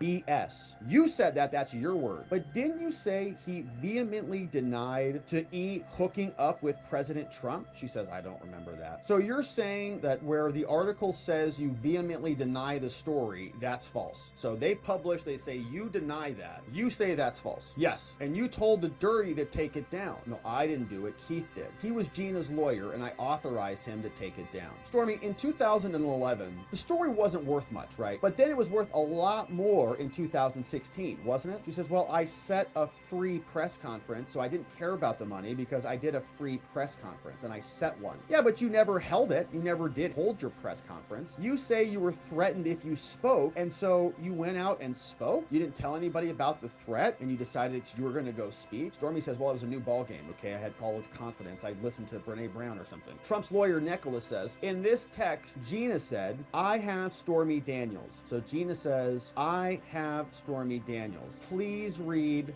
Dylan Howard. Stormy says, we already denounced it previously. Now, I don't want to comment that if I don't understand what they are talking about. Nicholas says, well, didn't you say this in a quote? She had sex with him. She wants $100K. Sounds like you're interested in the money there, Stormy, doesn't it? She says, well, I authorized Gina Rodriguez to shop the story. I wanted to get the story out and make some money too. Oh, man, she just admitted it. At the end of the day, I wanted to make some money too. Yeah, you wanted to be on The Apprentice. You wanted to shop your story around. All of these little stories are just made up so that you can justify bringing your claim. This happened decades ago, and it only became valuable. Trump was only willing to put this story to bed, whether it happened or not, because he was on the verge of winning the election, right? And so she says now some leverage is now worth a lot more. Even though she had repeatedly denied it, she's trying to get her bag. So this was a very spicy day. Now we're going to come back on Thursday, no trial on Wednesdays, and we're going to come back with Stormy Daniels back on the bench, continuing with cross-examination here. And so, of course, we want to shout out Matthew Russell Lee, send him some PayPal, send him some Venmo, subscribe to his Substack, follow him on X for delivering this amazing reporting. We also have President Trump, who came out and spoke after that testimony, and let's see what he had to say about this. So this was a very big day. That's true. A very revealing day. As you see, the case is totally falling apart. They have nothing on books and records, and even something that should bear very little relationship to the case. Just a disaster for the DA, for the Soros-backed DA. It's a disaster. This whole case is just a disaster. If you read the legal scholars, you'll see, because they're writing about it, they've never seen anything quite like it, and neither have I. I should be out campaigning right now. We're leading in all the polls. I'd like to be campaigning. We'll be leading by a lot more, but I just want to appreciate the job you're doing. It's not easy standing there all day they're waiting. We're hearing the same things that we're hearing. On another matter, as you know, it's Biden's backers that seem to be funding what's going on with the Palestinians, probably not Yeah, a bunch of Biden Palestinians, donors. We talked about that on Locals. agitators, bad agitators, really bad. And I think our government ought to find out who they are, where they're from, and treat them the same way as they do the J6 hostages. You got to treat them the same way. These are agitators. They're really hurting our country. It's happening all over the country in cities. So what happened last night at the Metropolitan Museum, these are agitators. And in some of the colleges, I think it's about 20% student and 80% others. So this is a big problem, and they better nip it on the bud. And it's a problem from the left, not from the right. This is a problem from the left. And I hope you're going to stress that. The economy is not doing well. You see inflation is through the roof. They're not going to be able to lower interest rates. If they do, it's purely political. But it'll be very bad if they do. From the standpoint of getting rid of inflation, you have to get rid of the inflation. Inflation, as you probably have heard me say, it's terrible. It's a country buster. It busts countries. It's terrible. And it has for 1,000 years. You go back and you look at old-time Germany, you look at a lot of countries that went through the kind of inflation we're going through, and they're busted. They are just broken up in many cases into little pieces, and that's what could actually happen to us. So we have to get inflation under control. We have to get prices down so that people can breathe, people can live, so they can live. But again, this was a very revealing day in court. Any honest reporter would say that. I would recommend you read Jonathan Turley and Andrew McCarthy and Alan Dershowitz, Greg Jarrett, Watching the Watchers, Mark Levin, Watching the Watchers, very talented people, and others. There's some incredible people out there that are writing about this trial. They're calling it a disgrace. It is a disgrace, Mr. President. In the meantime, I'm stuck. I'm here. Instead of being in Georgia, instead of being in New Hampshire, instead of being in Wisconsin, and all the different states that we wanted to be in, we're not able to be there because we're stuck in this trial, which everyone knows is a hoax. Thank you very much. And so that, my friends, is it for us on the day. We covered two good Whopper segments. Stormy Daniels pounded in trial during cross-examination, and we'll be back here on Thursday to watch the pounding continue. We also had Avenatti expose this fraud, which I think is very, very curious. That's a recorded phone call. They'll probably be able to investigate, see if those LLCs exist or what that trust looks like, and how Stormy was maneuvering and falsifying her own business records all in New York and elsewhere. So, my friends, thank you for liking this video. Thanks for coming on back. We'll be back here tomorrow to talk about the Florida case, and there's a lot going on there. So, Jack Smith and forged cover sheets and all sorts of stuff we'll get into. So, we also have a members-only community. We do live streams in the mornings before we go live here at watchingthewatchers.locals.com. We have a ton of fun. We talk about a bunch of other stuff that we can't get into here on this live stream. We have a great community. We'd love to have you join us. It's a great way to support the show, meet some awesome people, and have some fun.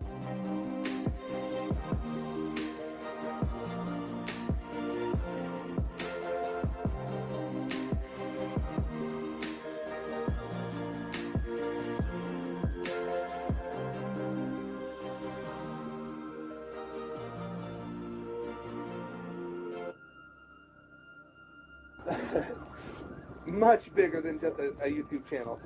So, hey, you know what? The Broncos won last night. Great things happening. I get this news today. Great things happening, and we're going to move forward, you know? I'm not going to talk a lot about the drama. I will say that there has been an order to leave CPP alone, and that's as far as I'm going to go. It's no victory, you guys. Mental health is serious, and people really need to get right, you know, and so I'm not going to gloat on shit. I'm not that type of person. I don't want to do it. But CPP, meaning CPP, can't stop, won't stop. We're gonna continue on. Thank everybody for finally pushing me to do what I needed to do a long time ago. That's what I will say is thank you guys. But it's not a success, you guys. We have a problem in this world where there are people out there that do need help. They need real help. And well, Cap, there's other people that are going to do it. You know what I mean? There's other people. So I don't have to do it, but I wouldn't feel good doing it. So anyway, moving forward, we got an amazing, I'm telling you guys. So okay, greetings, brothers and sisters. So I hope people will share this video, and those people who watch my channel know I don't usually say things like that. I just let the chips fall where they may. I don't ask people to subscribe. I don't get into any of that kind of stuff. But just because I'm saying something that needs to be said, some of this will be personal. And I'm coming from a place where, other than lying about me, other than, just bold-faced lying about me, or lying about what I'm about to say, no one can dispute what I'm saying here. Remember when Google used to say, don't be evil? Remember that was their saying, don't be evil, which I've talked about in the past. You should never make a goal or a statement that has negatives in it, right? Their saying should be, strive to be good, or work to be good, or just be good. But don't be evil. The don't is negative. The word evil is in there. The letter D in don't and evil makes the devil, right? The first letter in the statement and the last word combined to make the word devil. It's just a very bad statement on a subconscious level. It's not a surprise that that's failed, and they've become evil. They've become arrogant. They've become abusive. And when I say abusive, I come from a place where I worked with teenage sex offenders. I have a master's degree in counseling, and I feel like I am an expert in the field of abuse and understanding it in all forms and applications. I wrote a workbook about how to transform abuse. It's something that I'm aware of. Like, I'm, not a person who doesn't know what that means. I'm not saying it just to be dramatic or, clickbaity or something like this. Like, I don't get into that. And when I say something like this, it comes from a place of, being practical and reserved, and, people who watch my regular videos understand this. And also it comes from a place, I'll show you the proof in what I'm saying in just a moment. And it's, to me, undeniable. And it's something that they're proud of. Like, they're like bragging about how evil and abusive and arrogant they've become. But to start off with, just because, people will try to pigeonhole me. People like to put people in a box so that they can excuse somebody else's story. People seek to delegitimize you when you say something they don't want to hear. They'll find a way to turn it back on you. They'll find a way to, say that even if it happens to you, you deserve it, right? We deserve to treat you like this because you are like this kind of person that we all know is evil, right? You belong to this group. And so first of all, let me talk about my relationship with YouTube and Google. Now, people who watch my videos, I just talked about this in my last video, that I don't believe in victim consciousness. I don't believe that anybody's a victim. I don't believe that in victimhood. I'm not going to go back over that, but for two simple reasons. That if you believe in God, you believe that there's a plan. You believe that there is order in the universe. And if there's a plan and there's a God, then everything that happens for a reason. It's not random, it's not chaotic. And that everything comes to this divine process. The divinity within everything. Everything is connected through this one divine creator.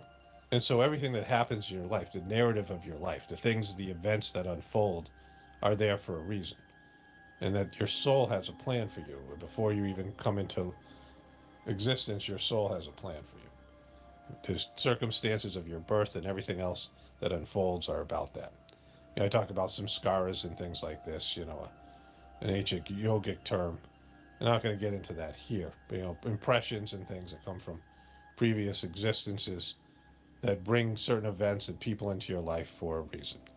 And so there are no victims because there's a plan and there's a God.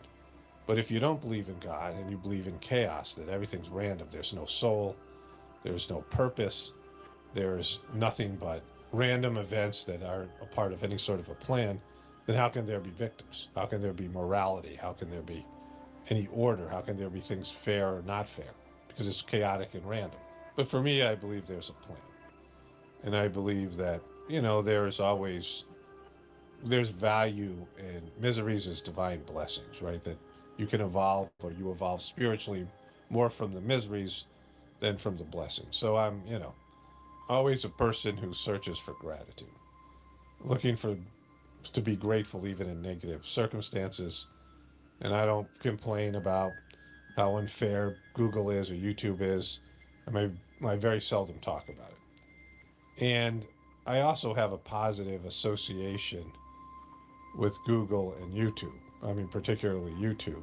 You know, a lot of people in my group, in the truther community, in the group of people that, you know, think like me, that, you know, people sort of identify with whatever we identify with as being people who don't believe in the official story, really dislike Google and YouTube. There's a lot of hate for Google and YouTube.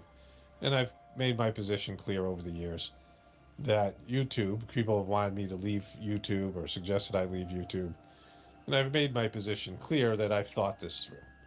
And when I look at my other options, YouTube is what's best for me and my channel. It's helped provide for me. You know, I went through a very difficult divorce.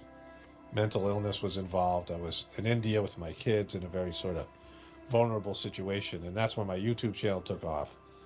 And it was able to provide for me while I stayed at home and got reorganized when we returned to the United States, enough money to support my family.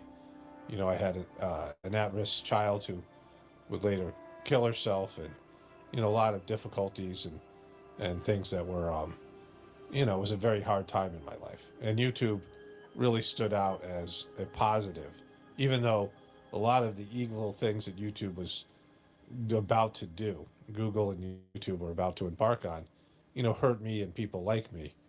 You know, it was something that was positive in my life. It helped me, helped my family. Eventually, I would meet my now wife, who I just have, you know, is a blessing in all ways. You know, there's certainly negatives with any sort of corporate giant in the world we live in, especially with social media being such a hot button issue, that I've accepted some of the things that Google and YouTube has had to do just because of what they provide for all of us. A vehicle to express information and share information. Again, people watch my channels regularly know this. I've said this before. You know, although there's things that where YouTube and Google is targeting me and you and people like us, it has still been a positive place for us to be able to express ourselves. There's still some good things in there, right? Even though the community guidelines are, you know, the strikes and policies are, you know, effectively unfair to all of us. I mean, they are targeting us and are, you know, arrogant, evil, and abusive. And you could think of other negative words to go along with it. And I'll get into all that in a moment. The other thing that they'll try to do, people will try to do, is to claim I'm some right-wing, Trump-loving conspiracy theorist. And I'm none of those things. I grew up in a Democratic family. My parents were very, you know, vocal Democrats, very, you know, committed Democrats. My grandparents, you know, liberal. I had, my siblings were, for the most part, liberal. My older sister was a very, I want to say militant hippie, but, you know, they grew up in you know, my siblings, I was the youngest of 5 kids, and my older brother served in Vietnam. My sister was a hippie, you know, during that era of the, you know, boomers and all those things. I've never voted for a Republican. I didn't like the Republican Party when I grew up. I was, you know, mostly a left-leaning person, you know, with some varying beliefs. I mean, I've always been a person who believed in God, and, you know, the liberal democratic movement is, you know, anti-God in many ways. But I went to a liberal college and got my bachelor's degree in human services. It was a college that came out of the hippie movement, and then went to a liberal counseling program in Santa Fe, New Mexico, a small counseling program that was incredibly liberal. Santa Fe is a very liberal and new age place, and I got my master's degree in counseling there. And so my leanings were mostly to the left and the liberal point of view. It's only because the obvious fall of liberalism and the Democratic Party into what we see now, and my being a truth seeker, that I've been able to reconcile my upbringing and my, you know, the groups that I identified with, the groups that I was a part of, and see that they've, you know, gone south, that they've gone to the dark side. And our country and the media and social media has gone along with them. Okay, so with that all out of the way, the fundamental business that Google and YouTube and these various other social media platforms and search engines provide for all of us is that they connect you with information. Google's central job is that you're looking for information and they're supposed to provide it for you. I mean, the purity of a search engine, if you're going to be a purely devoted search engine to connecting the customer with the information that they're seeking, I could see the value of them setting up a profile for you, gathering through algorithms all the information they know about you and finding out things that you like and you need. And we know that they're good at this because how many of us have had a conversation about something, like my wife and I walking around, I live on a farm, and walking around a pasture with only my cell phone as a possible listening device, and we'll bring things up, we'll talk about something, and I'll go on Facebook or some other social media site or even Google, and I'll get an ad recommending that very thing that we're talking about. We've all experienced that. Everybody's experienced that. And so that's how good they are about knowing what kind of things that you want. As well, in terms of my purchase history on Amazon and things like this, I'm constantly getting ads for things that, attract my attention, right? Things that are, they have a good profile of me and know the kind of stuff that I would be interested. They know what kind of ads to place for you, the things that you would like to buy. How many times I've been on Facebook and I see something and I'm like, hey, we need that. And, I'll go to Amazon and search for it, maybe a different version of it or something like that. But they know the kind of things that I am likely to purchase or be interested in. We all experience that. So the algorithms and their ability to profile you and understand what kind of person you are and target you with various types of ads and various types of, websites or whatever it might be, they're good at that. So being able to know what you're looking for, that's what their business is. What are you looking for? Like, what videos do you want to see? What, websites do you want to see? What news, where do you want to get your news from? What kind of person are you? What are you looking for? They know what we're looking for. They're good at that. They've developed that into a strategy to where they can find things that maybe you're not even aware you're interested in, or subject matters that are adjacent to the things you're interested in, and be able to present them to you. And then you'll use their products more because there'll be a whole new venue, a whole new genre of information sources that you'll start looking at because they figured out, hey, this person will probably like this, or this person will probably like that, right? And so that's their job. That's their job as a business, to keep you engaged, keep you interfacing with whatever they're presenting. Netflix did a documentary about this. It was an anti-conspiracy theorist documentary. And they talked about how these websites, these social media platforms, knew everything about you and would feed you all this information of things that you liked. And some of it was information that they deemed wasn't accurate, what they deemed wasn't truthful, what they deemed was something that you shouldn't have. And the people who want that information should be steered away from it. And this was this, this idea of fake news and these things and all the stuff that happened after Hillary Clinton lost the election. And they were saying that the internet caused something to happen that wasn't supposed to happen with Donald Trump being elected. And so they started to say, hey, let's no longer give people what they want. Let's no longer give them the information, access to the information, or recommend the information that you're looking for. Think about how fucking arrogant that is. Think about how evil that is. Think about how abusive that is, right? Where you're in a situation where you're searching for something and they have for so many years provided the results that you're looking for, the exact results that you're looking for. And they've been good at it. They've been figuring out what kind of person you are and recommending to you the things that you're looking for. They're there to connect you what you're looking for. But now they're saying, no, you don't want this, you want this, because we know better. And first of all, I want to say, fuck you. Fuck you. You're not better than me. You're not smarter than me. You're not more mature than me. You're not wiser than me. You're a corporation, right? You're, an evil corporation, like all corporations are. You're not my guru. You're not my parents. You're not my grandparents. You're not my, whoever people have who guide them. You're not my mentor. I'm not looking for you to, as an entity, right, as a liberal leaning corporate entity, to steer me away from what I'm looking for. I mean, everyone knows this is true because they've admitted it. I'll show you the evidence, like, just because I'll do that. Like, you know, I don't need to, but I will, you know, but because they've already said this is what we're doing. They came out and said we're going to recommend authoritative sources. And so there was an evolution of consciousness where people no longer bought into the official story.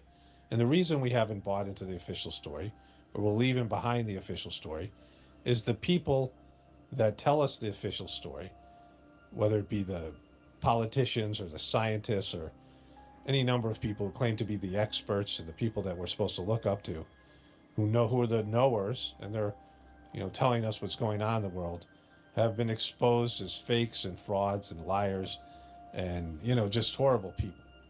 And the people who are reporting about this, the news agencies, are the same.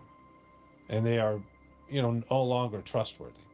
They were never really trustworthy, but when I grew up, there wasn't the option of the internet.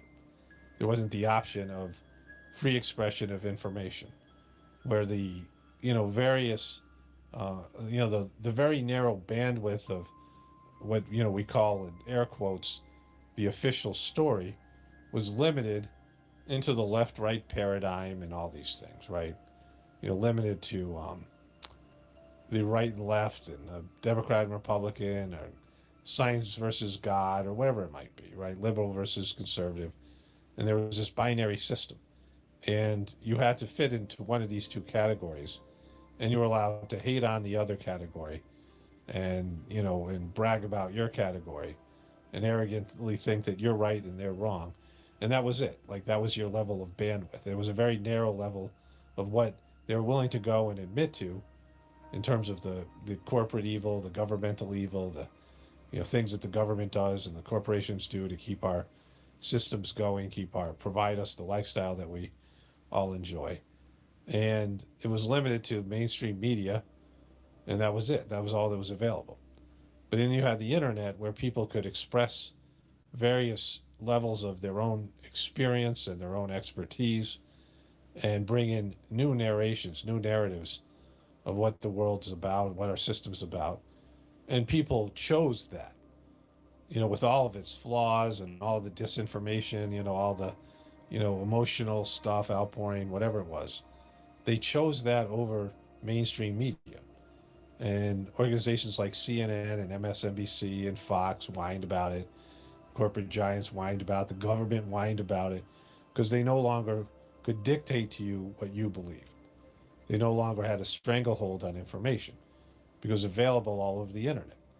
And Google and Yahoo and, you know, all these other various search engines, their job was to provide for you what you were looking for.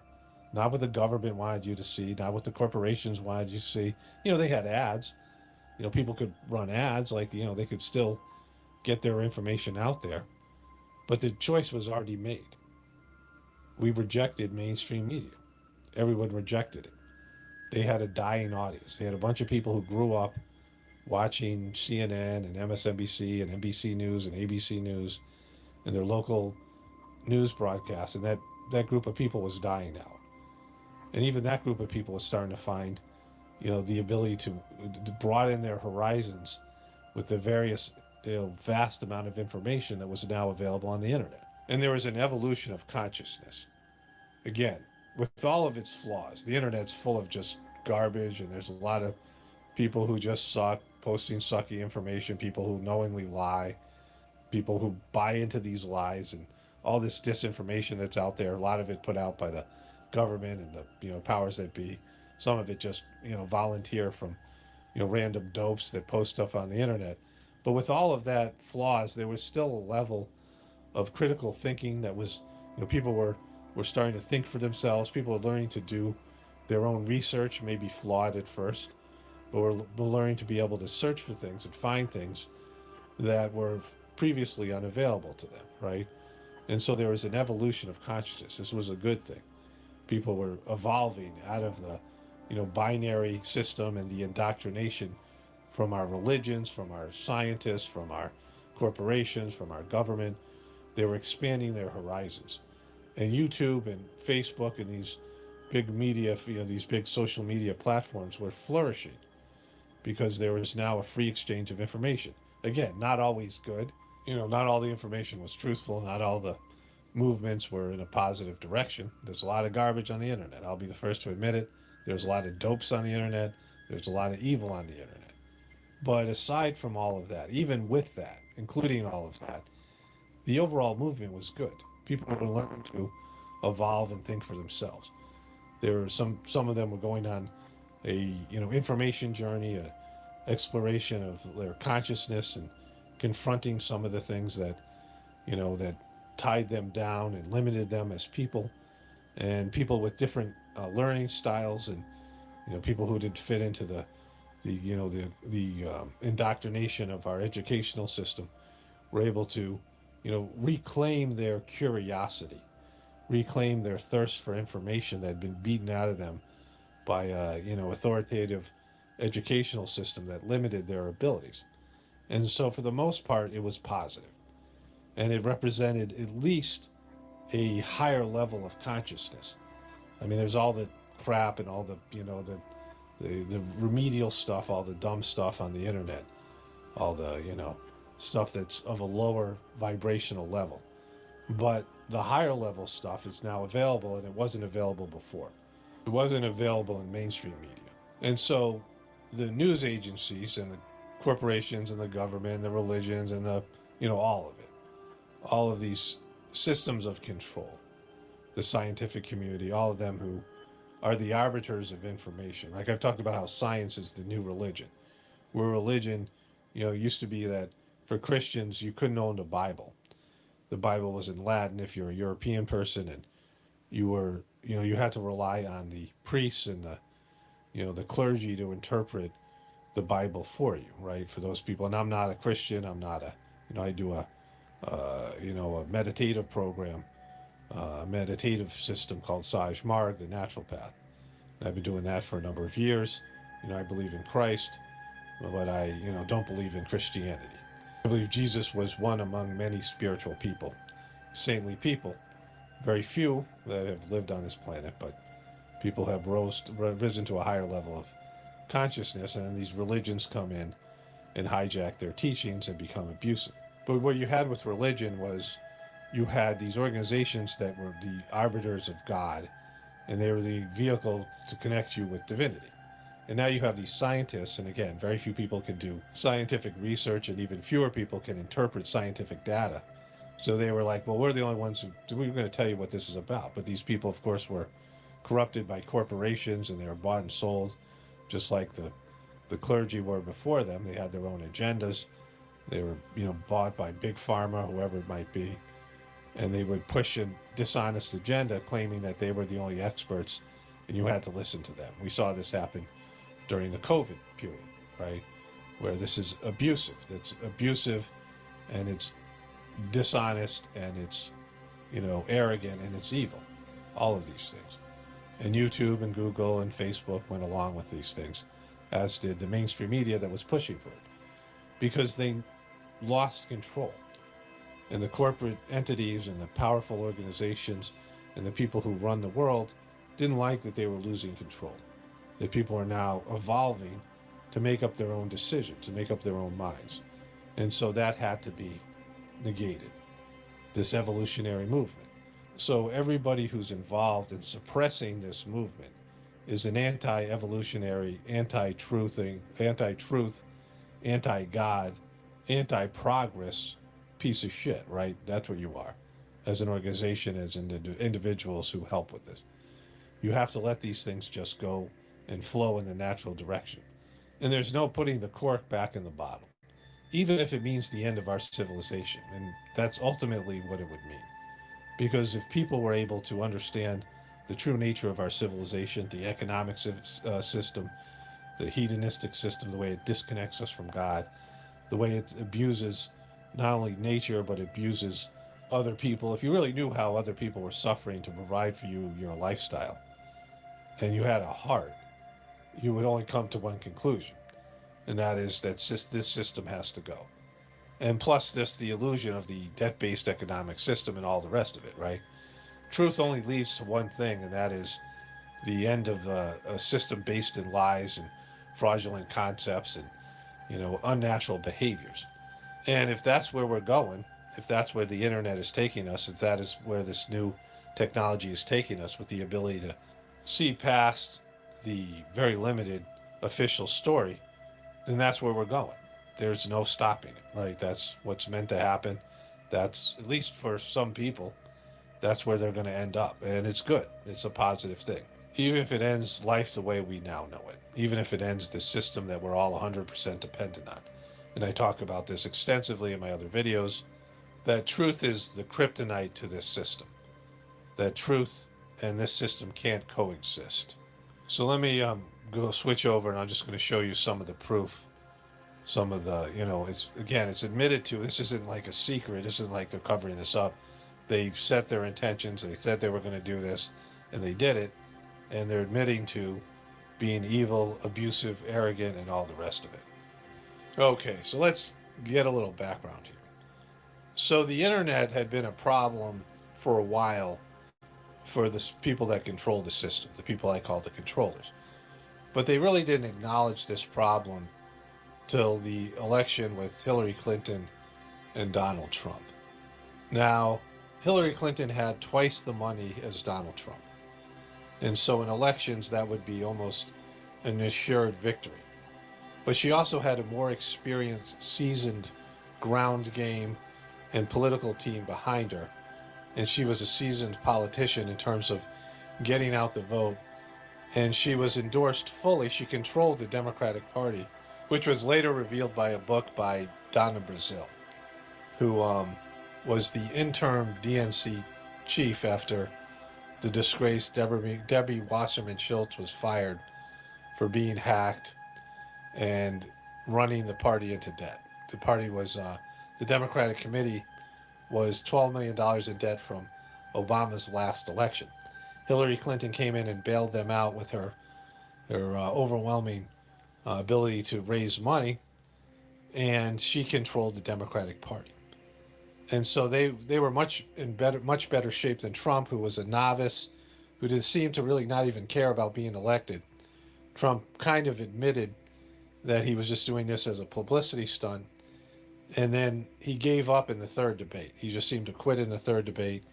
All the polls said that he was going to lose, and he seemed to just, accept the fact, even he never expected to win. Either way, going into election night, it looked like Hillary Clinton was a sure winner. The Republican Party never really liked Trump. They didn't want him. They had to accept him because of his very rabid fan base. Fox News didn't like him either. They turned on him in 2020, and they never really liked him either. Hillary Clinton had all the major media behind her. She had all the advantages. The system was actually rigged in her favor, and it seemed like she would be a shoo-in. And so when Donald Trump won, and again, I don't really believe in free and fair elections. I don't believe our elections are either free or fair. There's only a handful of people who can actually run for president, have a chance at being president, right? I mean, it's like almost like winning the lotto in terms of the people who have an actual chance of growing up and becoming president. You can run for president if you're an American citizen, you're not a felon, and you're over the age of 35, I believe, which is probably around 2/3 of the population in America, close to 2/3. But there's only a handful of people who can run and win. The majority of people will never be president and don't have a chance to be president, right? And anything that involves power is manipulated and rigged and gamed. And so I don't believe, in any of these things being real. But let's just go with what officially happened. And the official story was Donald Trump won, even against all odds. And Hillary Clinton, instead of stating the obvious, which is that she's unlikable, people don't like her, people don't love her. Donald Trump was hated as much as she was. Like the Republicans hate Hillary and the Democrats hated Donald Trump. But Donald Trump had people that loved him. Donald Trump had people that he inspired. Hillary didn't have any of that enthusiasm behind her because people don't like her. And aside from that, Hillary Clinton was breaking down physically. She had passed out 7 times that we know about. Just passed out. some of it was on the campaign trail and cameras caught it, but some of it happened years before. And she had passed out and she had got a concussion or fractured or she did something where there was, a medical complication because of her just falling down. There are times that she just collapsed and needed to be supported by the people around her. And every once in a while she would glitch out, like when she looked at the balloons with Bill Clinton when she won the nomination. They were celebrating at the Democratic convention. She just glitched out and freaked out. She had these coughing fits. I mean, I could show you all this, but it's been well documented. And there was some evidence. People thought she had MS. Other people are talking about her having some kind of neurological disorder. Right-wing people thought she had Kuru. Some of these other theories that were out there. But she clearly wasn't physically up to the task. There's also a lot of evidence of her being an alcoholic. She was on the campaign trail and she was always getting drinks at places. She played a bartender on a Saturday Night Live sketch, right? And so whatever it was, she really was not physically and mentally up to the job. She seemed to have aged quicker than Donald Trump and was having trouble campaigning. And she wasn't liked. And she didn't have the enthusiasm that Bernie Sanders had or the enthusiasm that Donald Trump had. In fact, there was almost no enthusiasm about her at all. She wasn't somebody that people gravitated to. But all that was ignored by the experts. And we were told that Hillary Clinton was a shoo-in, Donald Trump had no choice, and that the election was just basically an afterthought. That the election had already been decided. But even with all the advantages and the way the system was rigged for her to win, she instead blamed Russia and fake news and conspiracy theorists. And so now there was acknowledgement of a problem where it was believed that so-called conspiracy theorists and alternative news and people expressing their opinions and sharing their research and information and sometimes deceptive lies, just like the mainstream media, was now a player and could be a kingmaker, and that was unacceptable. And so social media was put on notice. YouTube had already suffered something called the ad apocalypse, where there was a video that was supposed to be some conspiracy theorist video, and it was offensive. It was offensive to all these heartful and caring corporations, and so they all decided to pull their ads. Companies like McDonald's and Exxon, evil companies. McDonald's that serves heart disease and cancer to its, billions of customers, right? All of a sudden they had a heart and integrity, and they were pulling their ads from YouTube. And so a message was sent that only official authoritarian type news and information was acceptable to run ads on. So YouTube and YouTubers had their revenue cut substantially. You guys remember that.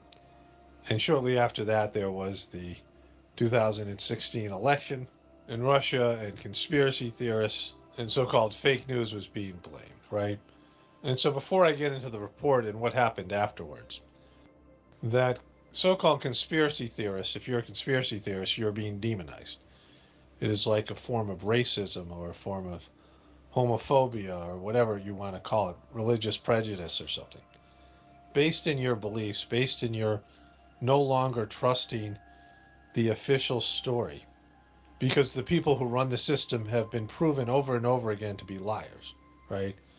The people who run the system have been caught lying over and over again. The government, the corporations, the media, they're liars, and they conspire. They conspire to defraud people. Conspiracies are very financially beneficial. If you conspire and you have knowledge that is, there's a whole, there's a psychological game that was created. There's a game called Werewolf.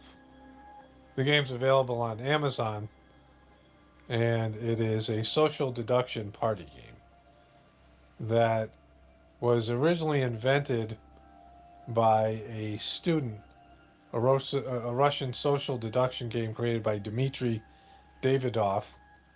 And the game models a conflict between two groups, an informed minority, though the villagers, and informed minority, the werewolves, and an uninformed majority, the villagers. And this game, which later became the TV show called The Traders, is the same basic game. The traders and the villagers are the same. There's 3 traders on the show and 2 werewolves in the game, and they have to kill somebody every day. And then the group of villagers and werewolves, or traders and faithfuls, then try to figure out who the werewolves are, and they vote out people, and they choose to kill somebody that they think is a werewolf or a traitor. And the werewolves and the traders almost always win the game, because the uninformed are always weaker and less effective and efficient than the informed, right? Which is why conspiracies work.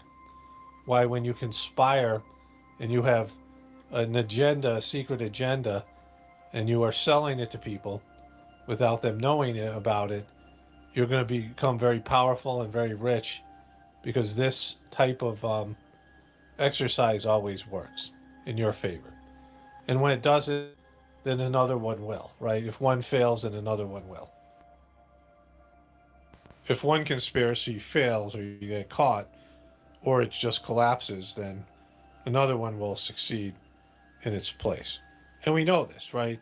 We know conspiracies work. We know that backstabbing works because of Survivor, the TV show Survivor, and Big Brother, and all these types of shows. You can also see it in The Traders even more so. When there's a group of people, like the first edition of Survivor, the first season of Survivor, there's a group that conspired and planned and strategized, and there's another group that was just hanging out and, living on the island. And that group became annihilated because the other group formed these alliances, and it pretty much every season after that, that's how it went. There were alliances, and then there were people who weren't in the alliances, or one alliance was stronger than the others, and we see how it works.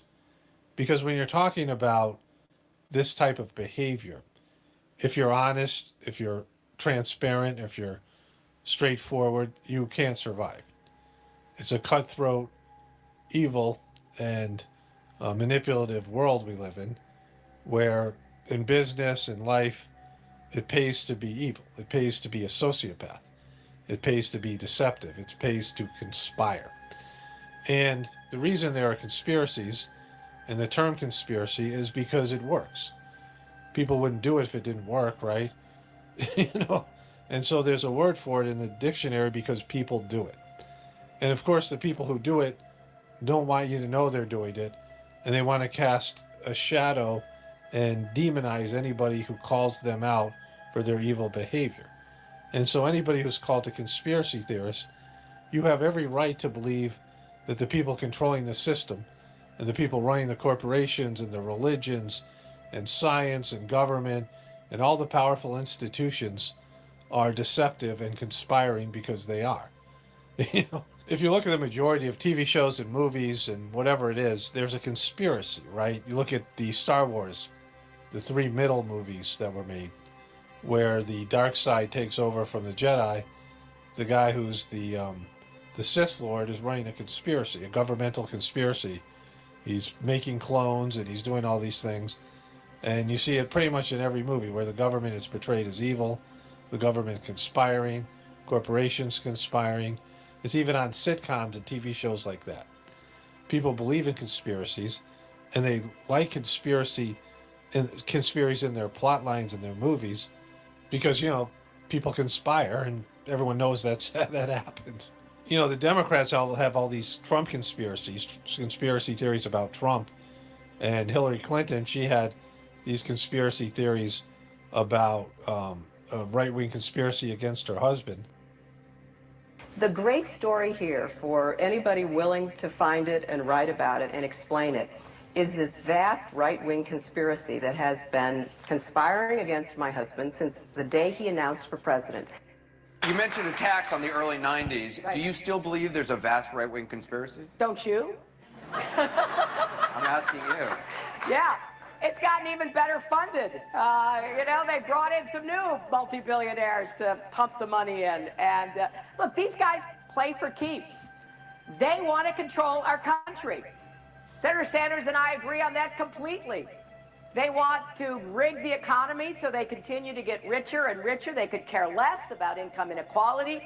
They solve their consciences by giving big money to philanthropy and, getting great pictures of them standing in front of whatever charity they donated to. But make no mistake, they want to destroy unions. They want to go after any economic interests that they don't believe they can control. So two things here. Why wasn't Hillary Clinton called a conspiracy theorist? She had conspiracy theory. Again, it was a theory. I mean, she had whatever evidence that she could provide, right? But we already know, the second thing is, we already know if one side is conspiring, if the Republicans are conspiring and the Democrats aren't, then the Republicans are going to win. When one side goes dirty and the other side stays clean and honest, the honest side always loses, right? And so just to be competitive, if one side's cheating, we realize this with the whole steroids debacle in Major League Baseball and cheating and the Tour de France, where, Lance Armstrong, these other people were doping and taking testosterone. You can't compete against somebody who's cheating. Cheaters have an advantage. That's why you cheat. That's why you conspire. And so the people who are winning, the people who are doing well in society, in politics, in media, in all of it, on every level, religion, the ones that are doing well are the ones that are willing to cheat and go to the lowest level of behaviors and will do anything to win. We know this, and we know that we're very competitive, and we're competitive people here in America and globally, and that, winning at all costs is a part of our DNA. So Hillary Clinton was a conspiracy theorist, but she also was a conspirer. And she conspired to take over the Democratic Party, the DNC.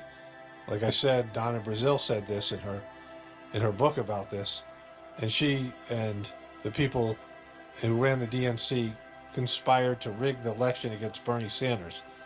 Donna Brazile talked about this. She was the head of the DNC.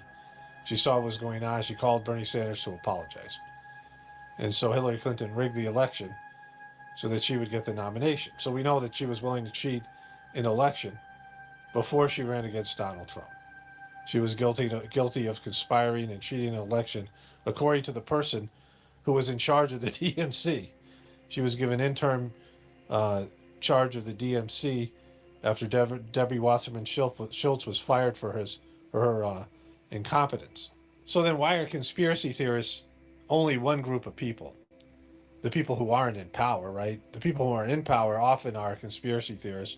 Like I said, it's in all of our entertainment. It's in our history. There's one conspiracy after another. So if you believe in conspiracy theories, why are you a mentally ill person? They want to make a DSM-5 diagnosis about being a conspiracy theorist. And anybody who questions the official story is now labeled a conspiracy theorist. Anytime you question the liars and the people in power, and you question the legitimacy of the official story, you're called a danger to society, right? And when a civilization's built on lies and a debt-based usury economy, well, there's a reason for it, because the truth is kryptonite to the system. So if you go after the lies and the conspiracies and try to expose the darkness of our evil empire, well, you are a threat to our civilization, so that's true. But you're not an evil person, right? You think about how many lives have conspiracy theorists taken. Now, there's, a few of these mainstream stories where somebody who has conspiracy theorist type beliefs, truther type beliefs, inflicts some sort of, goes vigilante and kills people. And let's say that's truthful, that really happened. It's just a handful of events, and the people who engage in this event, even according to the official story, are mentally ill. They're not mentally ill because they're conspiracy theorists. They're mentally ill, and they also believe in conspiracy theories. And I'm considered a truther, a part of the so-called truth movement.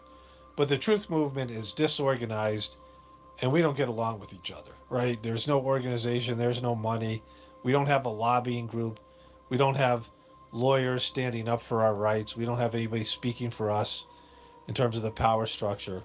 We're all just labeled, people who are evil. I mean, many of us are contributing to society. Many of us are people who have never committed a crime. We're law-abiding citizens that don't agree with the official story, but we disagree with each other. We don't have a, unified movement. We just don't believe in the liars anymore. That's the one thing that we agree on, and it's about 60% of the population, because almost everybody, even Democrats and Republicans, they question the government, they question the official story. At least they're willing to question the other side. If you're a Republican, you question the Democrats, you believe in the deep state or whatever it is. Liberals question Trump and the right wing and these things, and delegitimize his government, and they're and mentally they do this, right, and they both believe in conspiracy theories about the other side. But those people are okay, because for the most part, because those people are still adhering to the left-right paradigm and the belief that there's one evil side and one good side, and they represent the division that perpetrates the continuation of this dysfunctional system. But you know who does kill people? Well, corporations. We know that, right? Corporations have been responsible for all kinds of deaths, the polluting of the environment, and all kinds of horrible things. You know who else kills lots of people? Governments. The American government killed over a million people. The American military killed over 1 million people in Iraq, most of them civilians. That's just one war. Never mind what they've done to people in their own country. Never mind what our government did to the Native Americans or the slaves or any of these people, right? Governments kill people at a far higher rate than criminals or any other group. And Joe Biden, being a part of the Obama administration and those horrible wars and voting for those wars and being part of all those wars, he droned, I believe it was 10 people, 7 of them children, in Afghanistan. He ordered a drone strike against something he called ISIS-K without providing any information, and he killed 7 kids and a number of adults. Obama was droning people as well. Of course, George W. Bush was in charge of the war. So both parties, the political hierarchy, murdered so many people in the Middle East based in evidence we know that is false now, that Saddam Hussein had nothing to do with 9/11 or these other events, and that these wars were illegal wars that were immoral and violated the rights of the people that lived in these countries, right? And governments kill people in their own countries as well. So who's more dangerous, a government or a bunch of people who say the government's lying, right? And so the so-called conspiracy theory, truther movement isn't a real threat, even though the powers that be that say that we all are, right? And it's an organic, evolutionary movement where people who are in an abusive relationship say, hey, we're not going to tolerate this anymore. Or not even that, saying, you guys are abusing us. You guys are lying to us. That's all we're doing. We're saying we're being lied to by the powers that be. That's what I do on my YouTube channel. And I also debunk things that are false within the truth community. There's disinformation shared amongst people in the truth community. I often point that out as well. I talk about there needing to be a spiritual solution, and I talk about how that works based on my experience with the Sajmark meditation, and how being grateful and throwing out hatred and anger and other things from your system will benefit everybody. And evolving spiritually, if everyone would do that, we could rise to another level. Imagine a world filled with saints, right? And that's a possibility because we know that there are human beings that have reached high levels of spiritual attainment. And so I have, not only a solution, but, the worst thing that I'm doing is bringing about, insight or information about the lies that we're told. And many of us are doing that. But because of the powers that be being threatened by that, we are demonized and called all these horrible names, even though they are far more dangerous than we are. And they're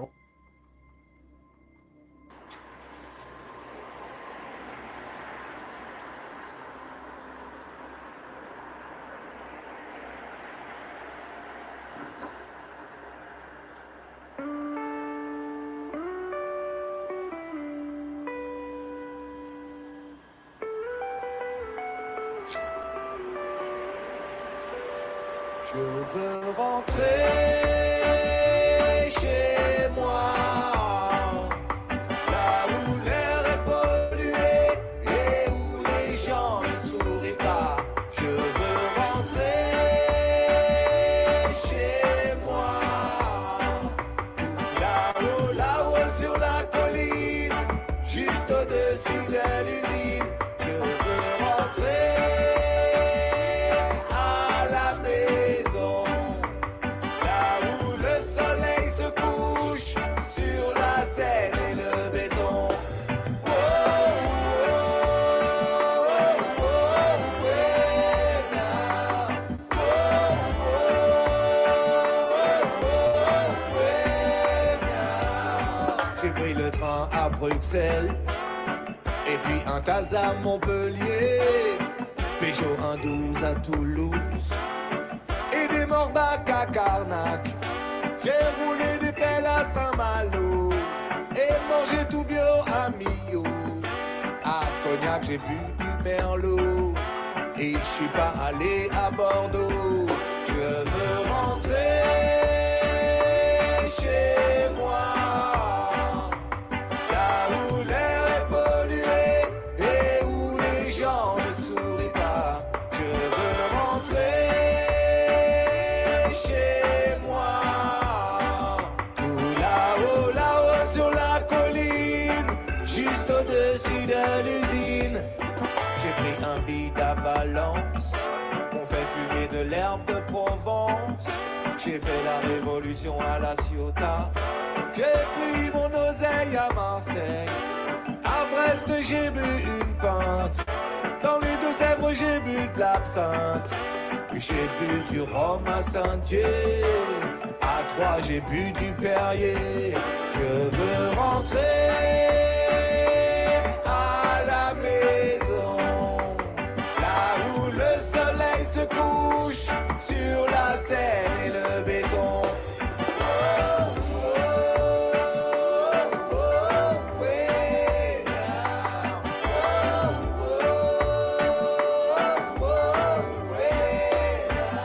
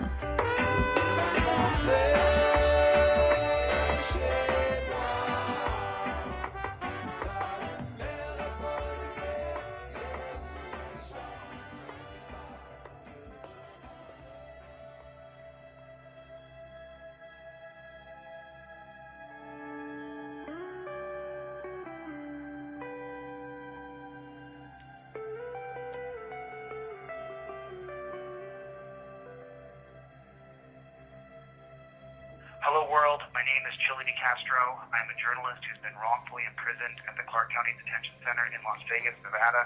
I'm an innocent man who has been jailed unjustly and unrighteously. I'm a journalist. I have a voice. I have a voice that should be heard. My videos on YouTube alone are heard or watched 1 million times a day. This report is my verbal op-ed. Judge Ann Zimmerman, this message is to you. Release me from this jail, please. I've taken responsibility publicly and agreed with my family, friends, and colleagues that my behavior in court was inappropriate. I fully believe, teach, lecture about the rule of law being fundamental to our society. It is for this reason I say to Judge Ann Zimmerman now, release me from this jail, please. The nature of government and the principle of government are different. The nature of law is how it is consisted, the structure of it, of objective law. The principle of law is how government acts, how it behaves. It is the human passion that sets government into motion. This understanding of nature versus principle comes directly from Montesquieu's book, The Spirit of Laws. Well then, Judge Ann Zimmerman's principles are inconsistent and out of bounds. Why and how can I state this so emphatically clear? We have scraped the data and analyzed the last 2,000 cases of Judge Ann Zimmerman. We have identified a dozen cases that went back to a bench trial. A bench trial means that Judge Zimmerman is the judge, jury, and executioner. And so far, we have 3 exact cases that are the same as my charges, the same NRS codes. In the past year, this judge has given these 3 defendants impulse training classes, and then the misdemeanor would fall off their record. The data will show her consistency and that she broke her principles, putting me in jail. Judge Ann Zimmerman, release me from this jail at once, please. Why would the judge show obvious bias and give me such an unfair and harsh sentence? What can you do about it? First, because Zimmerman is not her maiden name.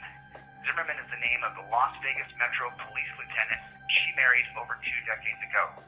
Even after he divorced her, she kept the last name, meaning Judge Zimmerman loves cops, and I do not. She formed her bias and hatred for me before the sham trial even began. Second, what can you do about it?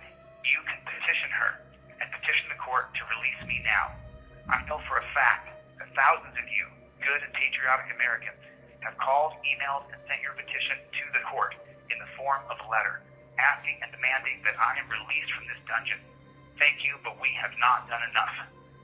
We, you and me, have a First Amendment right to petition our government and its officials when they have lost their virtue and broken their principles. We have not petitioned them enough. It is our only recourse to redress the clear and biased judge who's gone out of her reason and purpose to jail a nonviolent journalist. Zimmerman has behaved like a monarch or a queen in a despotic government, like a rogue judge in an aristocratic government. We have a republic government that is supposed to be navigated by objective law, not by personal bias, by a judge who was the wife of a cop. Instead of acting as the custodian of justice, she has behaved like an obvious tyrant. Petition her and demand that she release me from this dungeon, immediately, swiftly, and please. Petition the court in the tens of thousands because it is the only recourse that we, the people, have. Judge Zimmerman, the only way you will be able to restore the word honor to your name is by releasing me now. I have owned my errors, Judge, but have you owned yours? I don't think that you followed the rule of law on that day in court. You've lost integrity. I do not believe that you have the right to search me illegally. I believe that you violated my constitutional rights, as did the bailiff under your directives when he snatched the phones out of my hand. The bar complaint I'll be filing, well, it may eventually determine that. It depends. However, my 2 petitions will most certainly be filed. I had 6 full-time employees and now only 3. Because the biased Judge Zimmerman did not give me 3 days to get my business orders and affairs in order, she simply threw me in jail, directly from court. Perhaps it is because you, Judge Zimmerman, need impulse training classes. This is not an apology. I said I'm sorry for hurling slurs in court and calling the bailiff a pig, even if he was behaving like one. The courtroom is supposed to be a place where the insults cease, and using objective, defined law, an impartial judge and jury, using rationale, integrity, reason, attempt to find and administer justice. I have received none of that. Instead, my rights were violated from the start. Petition her and petition this court. Send in your petition via U.S. Postal Service. Do not be rude, crass, or threatening. Hold on to your virtue and your self-respect that Judge Zimmerman lost when she put a nonviolent journalist, a champion of our civil liberties, in jail. Do not call names, no. Go above and beyond. Be immaculate with your verbiage. Be the change you want to see on the paper you write upon. I do not wish Judge Zimmerman fear or harm. No, I do not. I want her to live every breath of her life where she sees the public has turned against her. I want her to witness the side-eye sneer in every grocery store clerk, in every market, in every chance encounter, whether it be the dog groomer or the car wash. She will be the face of injustice, the living embodiment of tyranny. Judge Zimmerman at the sentencing said to me that I hate cops. I thought it was my right to hate cops if I want to. If this is true or not, she said it and then jailed me. Why would I despise the cop? Because thinking is man's only basic virtue. To live, a man must hold 3 things supreme: reason, purpose, and self-esteem. We We no longer need to chain people's wrists behind their backs with the use of cameras and tracking devices available today. Technology can now end the chaining of people, incapacitating human beings with chains around their wrists behind their backs. Now, today, this could happen immediately. These men and women have been bought to turn off their brain, to repeat inhumane rhetoric like they're not supposed to be comfortable as they put torture cuffs on people, as they are paid too much money. The money they earn should only be based on their knowledge and their ability. If these people can't see that they are greedy little pigs, then test the job market. Put your resume out. You are not a $100,000 a year man. Put your resume out on the job market and find out what you get. The job market will show you your true value. Knowledge plus ability equals product or value of your labor. Your so-called knowledge is the policy given to you, and you have the ability to turn off your brain and morality to chain and cage humans. And that's why you're giving health, vision, and dental plans, not because you have virtuously created your value. You, the cop, who I have called a pig, are willing to chain and cage humans. It's so sick and twisted, it's so immoral and wrong, but you do it for you and yourself alone. All of man's endeavors are primarily for self, and we know this is true. Judge Zimmerman jailed me for herself, to justify hating me for what I do, point out the injustice and despotic government, for her to justify her love of the cop. How many cops does Judge Zimmerman work with week in and week out? How many cops from her wedding over 2 decades ago is she still in a chummy relationship with decades later? Judge Zimmerman, how many hours of my videos did you watch before you met me in court? How many hours of my videos have you watched since court ended? At my appeal bond hearing, Judge Zimmerman said that my attitude has not changed. What does my attitude have to do with objective law? You think that jailing me will force me to endorse a system of torture cuffs and despotism? I am chained on my wrists and ankles when I'm taken to court. You think my attitude is the problem? Open your eyes. Change it from the slave era. We are now in a digital era. Why don't we move the bailiff station between the judge and the defendant? Oh wow, yeah, change the layout. Think about how easy it would be. Instead of torture cuffing people, put a V-neck frame over their shoulders, much like football pads, with a camera on the front of the chest and a camera on the back of the chest. Can you imagine that, actually not putting people in torture cuffs and adding a tracking device? Chaining anybody except the criminally insane is inhumane and barbaric. Technology will eventually change everything, but not with these despotic people in our government. I say now, petition her. Petition the court. Release me now. 100,000 petitions.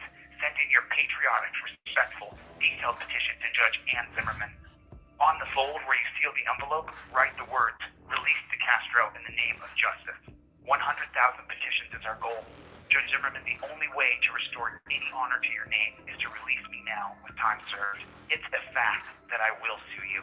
If you do not have me killed in here, then when I leave this jail, I will in fact sue you. I do not deserve to be here. Judge Zimmerman was wrong. She showed her bias and violated my civil rights. I will take every legal step possible to rectify this injustice. However, I will not do anything illegal, and I'm not asking you in any way, shape, or form to step out of bounds. What we will not do is give them what they want. They want to brand us bad. They want to brand us outcasts, fringe, and lawless. Be beyond reproach in your petition. Write nicely and print it out. Explain clear this cop-loving judge bias and her indefensible sentencing. Her own cases show the data that she does not put people in jail for this, and she did it to me because of her bias. We'll post both in the Las Vegas Review and the Sun when all the data scraping is completed and her cases are compiled. She broke her principles and she lost her virtue. Write it out, write it nicely, write it clear, write it clean. Just write it, put it in the mail, and send it. I have been warned by the Las Vegas police that this jail can take away my phone privileges and make my time here very hard. To my jailers, I say to you this: I've been quiet, respectful, and shown deference. To all jail staff, my calling for this tyrannical judge to be petitioned is my right, and it is our right. It is your rights I am standing on now. I do not agree with locking me in a cell for 23 hours a day. I do not consider what you did to me fair or justice. Upon leaving this jail, should I live through this, I will file a petition against the Clark County Detention Center for clearly cheating me and violating my civil rights. Nowhere in the Clark County Detention Center handbook does it read the words, no live streaming. Once again, technology has passed up the data government policy. However, I asked this question to my jailers. Do you want to live in a country with no free speech, no right to petition, assemble, religion, or to be the press? It is for the rule of law that I stand here today before you. It is my right to call for petition, to non-violently protest, to non-violently assemble. To my loyal people and supporters, you should hear from me always within 48 hours. Always. Please, unless you do not hear from me, let the jailers be. Outside of the unlawful imprisonment, when they locked me down for 5 days, strip-searched me, and demoralized me by looking at my backside, outside of that, each individual guard has treated me fairly and within their policies. I would like to thank them for doing that. I'd like my people to focus on petitioning the court for my release. We have another judge, Judge Michelle Levitt, who will be hearing my case on July 10th. The judges must be treated with respect and deference. The judges must be petitioned and told that this is wrong. I should be released immediately when time served. We will fight the appeal process all the way to the U.S. Supreme Court if we must. We don't stop. Judge Zimmerman, I'm keeping my word and speaking and behaving with deference to the court. Own your error. This is injustice. Release me now, please. And thank you. Thank you all. This is Chili DeCastro, and this is my daily report. Catch you guys on the next one. Later, Gators.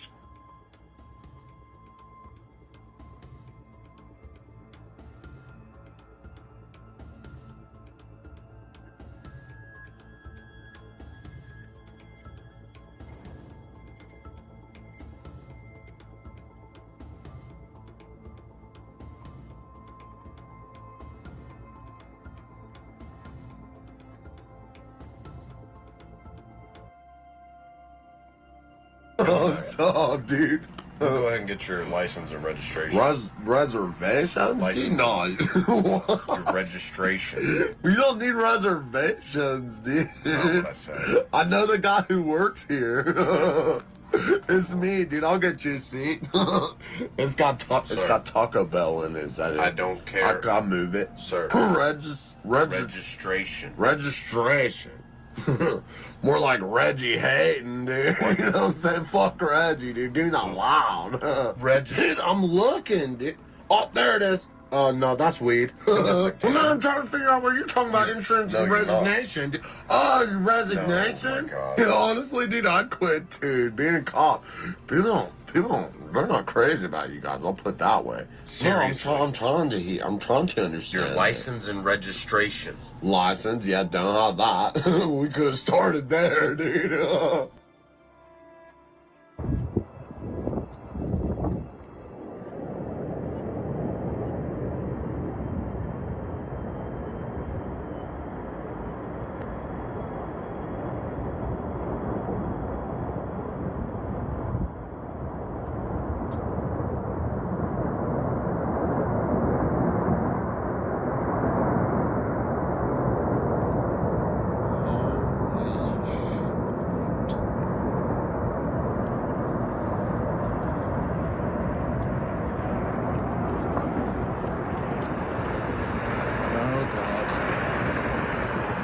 Oh dear God.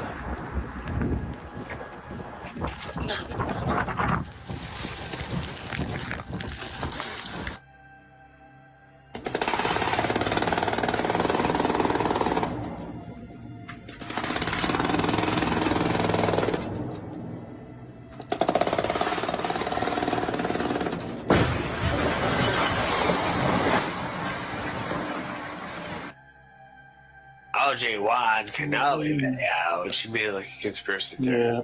I find it funny that some of the people that don't like me use my video links for my videos. Well, I think he likes you. That guy likes you. He gave you a shout out, you know. Oh, OG like. Oh yeah, he gave me a shout out. Hey, shout out OG.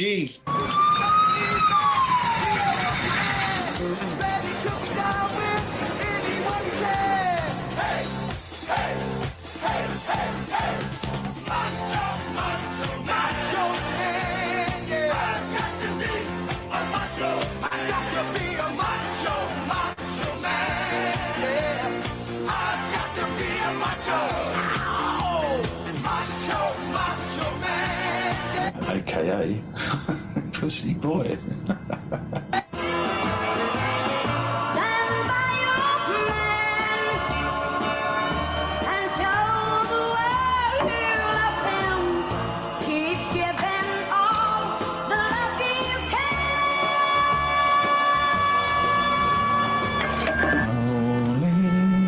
So lonely, I'll go and gravitate towards all the creeps.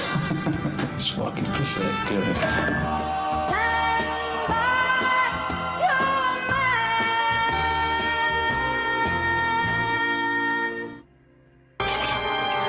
Told you so. React to Tommy, yes. Do you think I'm pulling shit out of thin air, Ryan? Continuous react.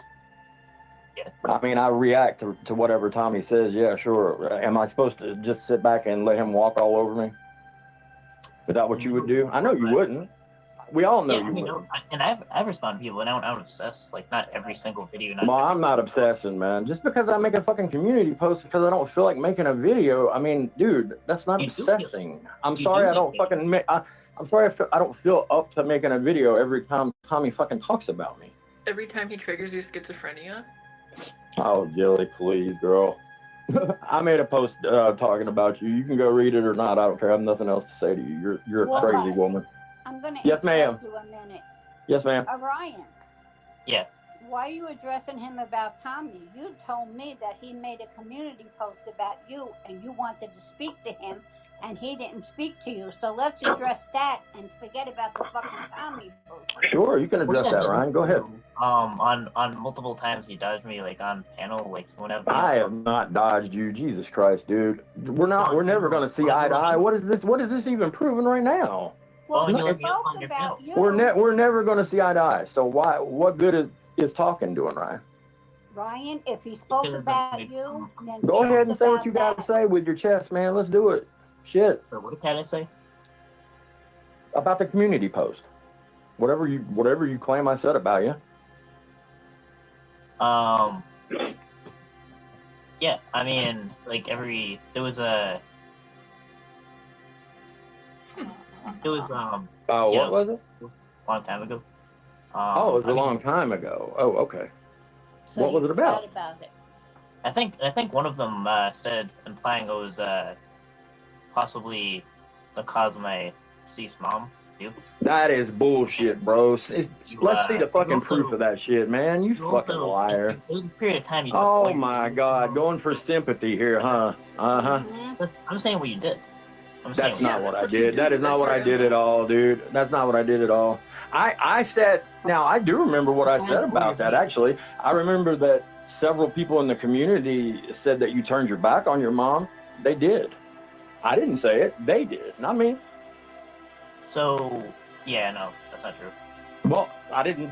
Well, if it's not true, it's not true. That ain't got nothing to do with me. These things are here and there. You fucking kidding? Yeah, I'm not fucking kidding at all, Jilly. You mean so that is Jilly, true. dear. What's up, Brian? I'm sorry. I didn't mean to cut you off, buddy. So I mean, that's true. Like, everything said is true so far. Did I listen to some people in the community about you? Yeah. Yeah. That know you pretty well? Yeah. You made a claim. Well, okay, and I believed it because you seem like a piece of garbage to me. That's just my opinion. You don't like me. You got your opinion. There you go. Never the twain shall meet, right? Yeah, and you pride yourself off of inheriting all of your money. I don't. Nope. Wrong again, little rye guy. Wrong again, buddy. It's true. No, You said your that little on- you pals said and that's none. true. Nope. You said You're that not getting thing. away with that, man. You're not getting away with that bullshit. It's not getting Your away. little You pals and Nunya's crew fucking started hammering at me saying, "You're on SSI. You're on welfare. You're on welfare. You're on SSI. You're on SSI. You're on welfare. You're on welfare." And then I finally admitted that no, I have a fucking inheritance. Is that wrong? Yeah, you admitted you're a trust fund baby. That's my point. I'm not So a trust fund baby. I don't have a trust fund, you fucking idiot. You don't even know what a trust fund is, likely. I do. Actually, yeah, you inherited. You don't. All your money, you You inherited. don't. You don't, man. You're like making fun of me and saying I'm a trust fund baby. It's nothing like that, These are dude. your You're, claims, oh not my mine. God. These are your words, not mine. No, not at all. I never said anything about a trust fund. If you can prove I said something about a trust fund, I'll give you Okay. $1,000 right here now. Ryan's mom, get that out of here. I don't want that comment about Ryan's mom in here. Get it out, please, because that's disrespectful. I don't want anyone talking about people's dead relatives. $1,000 fucking dollars, Ryan, if you can prove that I ever said I had a trust fund.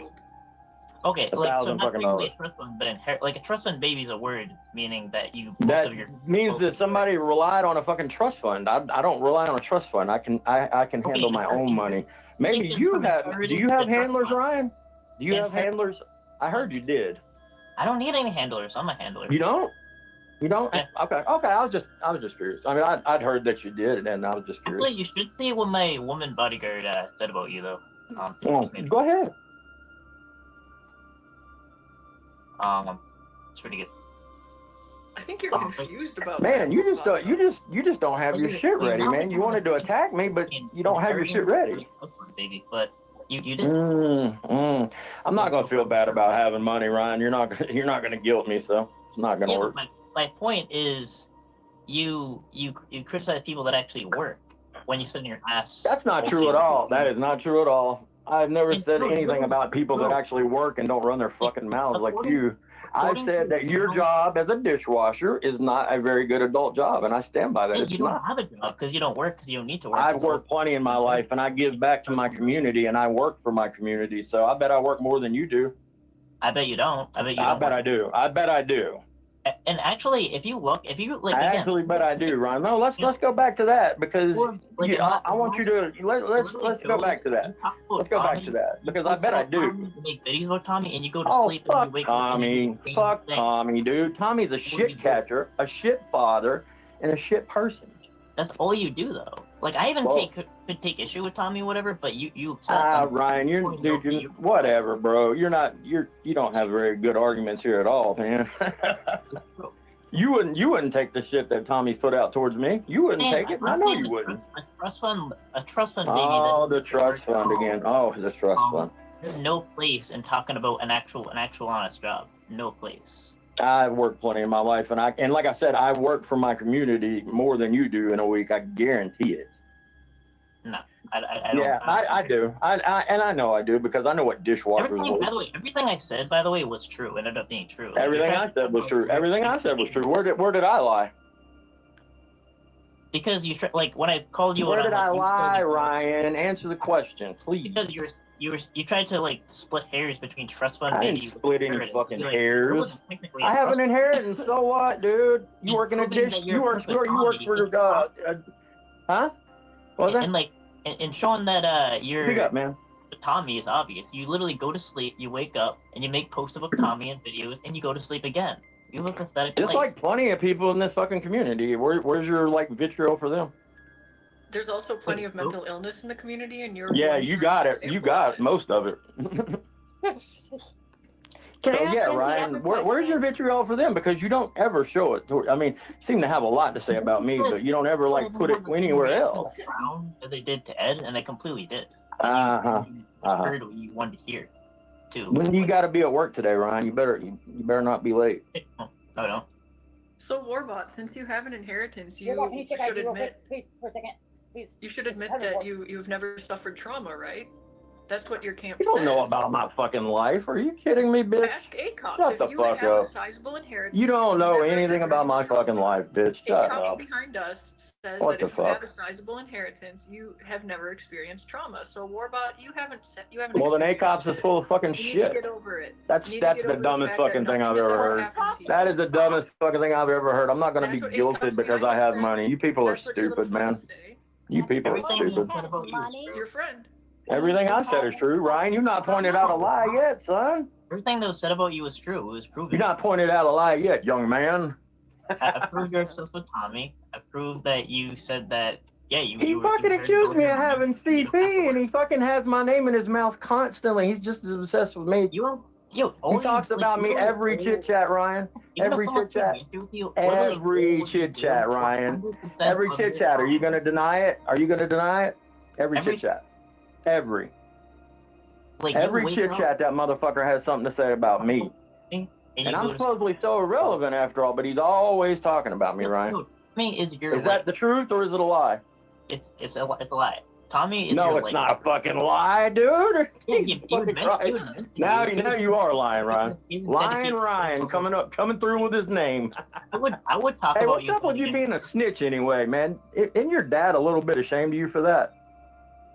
No. And I bet he would be. I bet he would be. For you being such a little snitch bitch. For reporting CP? Well, I mean, we can talk about that because you were wrong about that. And I'm more talking about calling a cop on a catcher during a catch. Oh, because Can you imagine if Ed would have done that? For that area, and he was Can you only imagine if Ed would have done that? catches in that area. So then, Yeah. and I called the guy murder. Uh-huh. And their plan was to not call the cops, by the way, too. But you did call the cops, and I know you did. We all know you did. Not get the guy turned in and just use it for clout, and that was. And the thing about Locke, you were fucking 100% wrong. You didn't fucking take time to fucking know anything about what was going on. You just saw CP and you saw red. You hit that red button. Yeah. Well, you were wrong. Dead fucking wrong. Yeah. If And I you saw- sounded like a fool to the cops. I'm sure they were probably like, the fuck do you want us to do about it? Some dude you think has CP on some server? What? Well, the exact same police station there's a lot of arrests on my catches. Well, that has nothing to do with turning Locke in. Okay, so yeah, for that, two things were true. One, I was in the server at one time, and two, that screenshot's real, and it was suspicious, so I reported it. Completely within my right. Completely justified. Oh, sure, it was in your right, Ryan. I never said it wasn't in your right. I just said you look like a total fool because you didn't wait to try to like find out what the fuck was going on. You could have asked Locke. You could have asked any number of people that were in that server, but you didn't.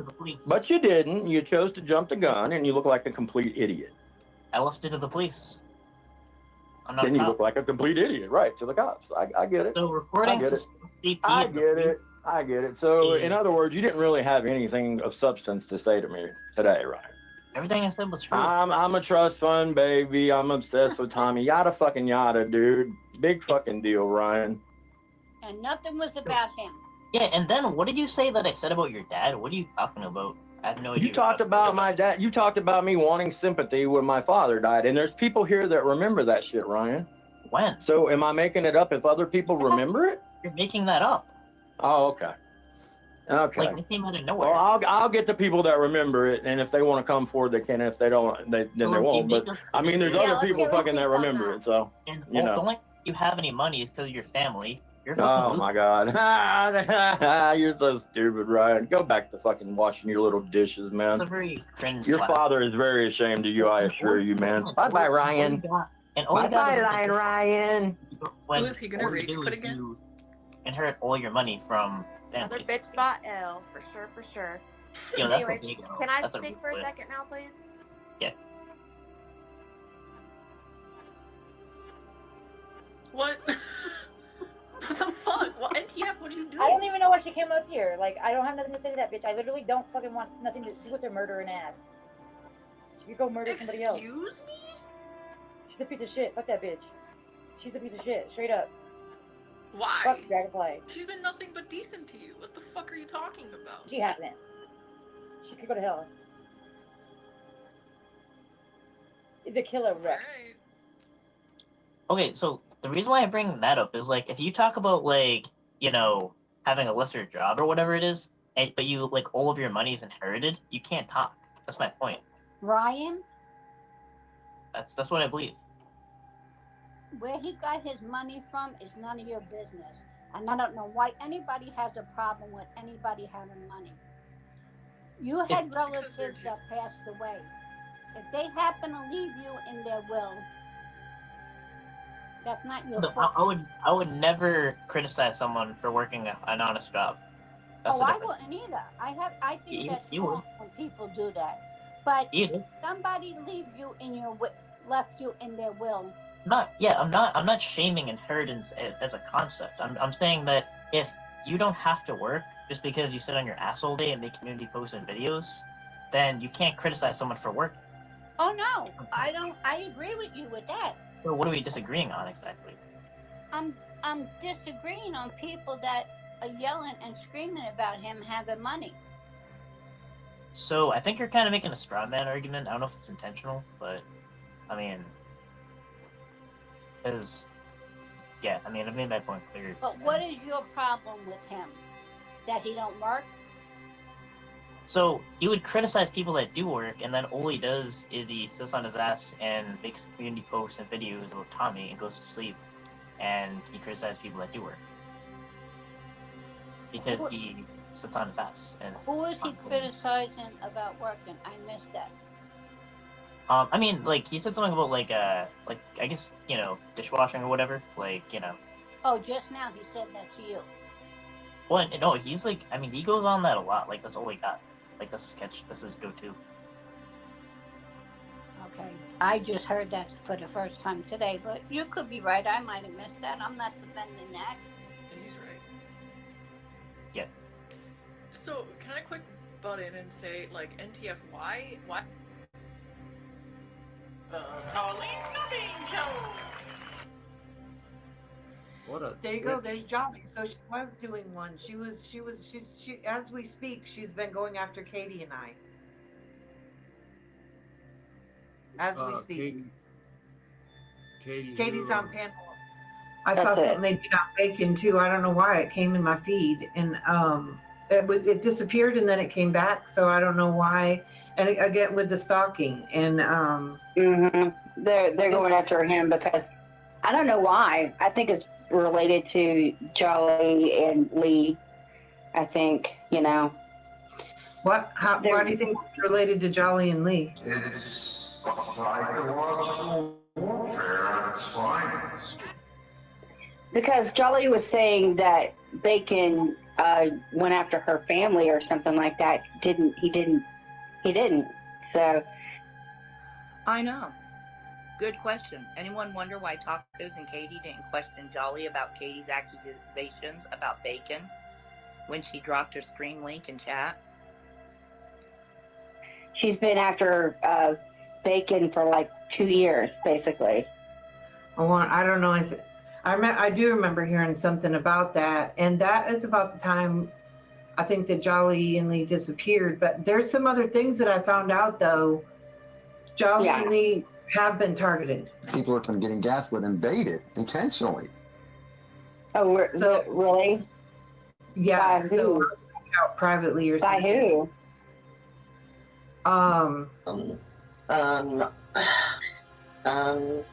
Well, that's a long story. And see, if I tell you, then you'll become private. Tell me private later.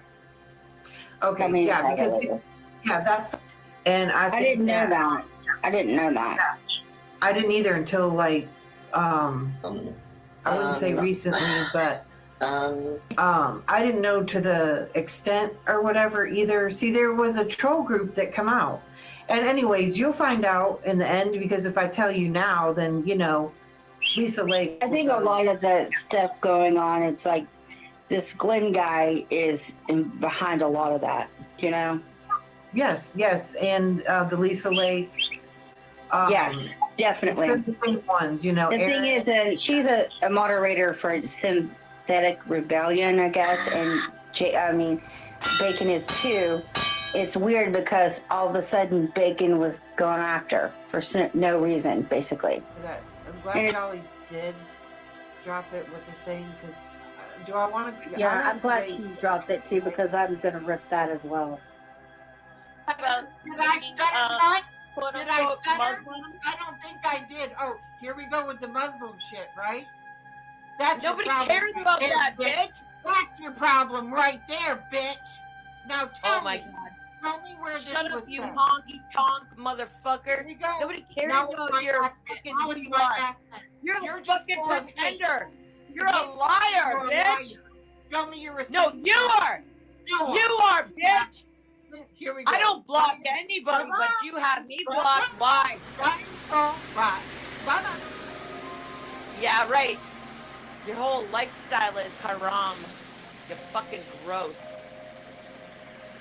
Yeah, I have to wait before I actually look at that stuff till I'm in a good, I'm Well, I'm not going to watch it per se. I'm just going to give it to. I'm just going to have law enforcement look at it. That's the thing. That's why I try not to. I just try to change the subject. I haven't even been talking about this stuff. They don't want me to for a reason. Well, go. I'll buy a round for the whole club. YOLO! Yeah. Okay. Oh, he's like, I mean, he goes on that a lot. Like this only guy. Like this sketch, this is go-to. Okay. I just heard that for the first time today, but you could be right. I might have missed that. I'm not defending that. Yeah. So, can I quick butt in and say, like, NTF, why after yesterday, acting like, you were trying to be just and fair, are you... Because I know the whole story now, so I don't fuck with that lady. So You don't know the whole story. You know the story of what other people literally a murderer, and I don't give a fuck. Like, and I heard she laughed about it too. What is so bad? You love murder, so what's the problem? I didn't murder nobody. So I didn't murder nobody either. You're obsessed with true crime. You did. So this is if you're high, that's technically murder. And a lot of people die. I was it's that second.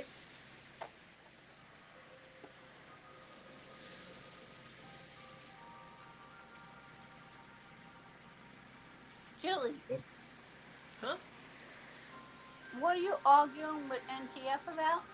She yesterday was acting like she was this paragon of Yeah, I called her a murderer, and I'll call her a murderer again. She's a murderer. People come the fuck out. She's a fucking murderer. Look at she's a fucking murderer, bro. Y'all don't fucking come for me about that shit. Fuck that do bitch. a stream on her. Fuck then. her. Like, geez, Fuck this her. is your whole forte. Like, you love murder and you love death. So what's the big deal?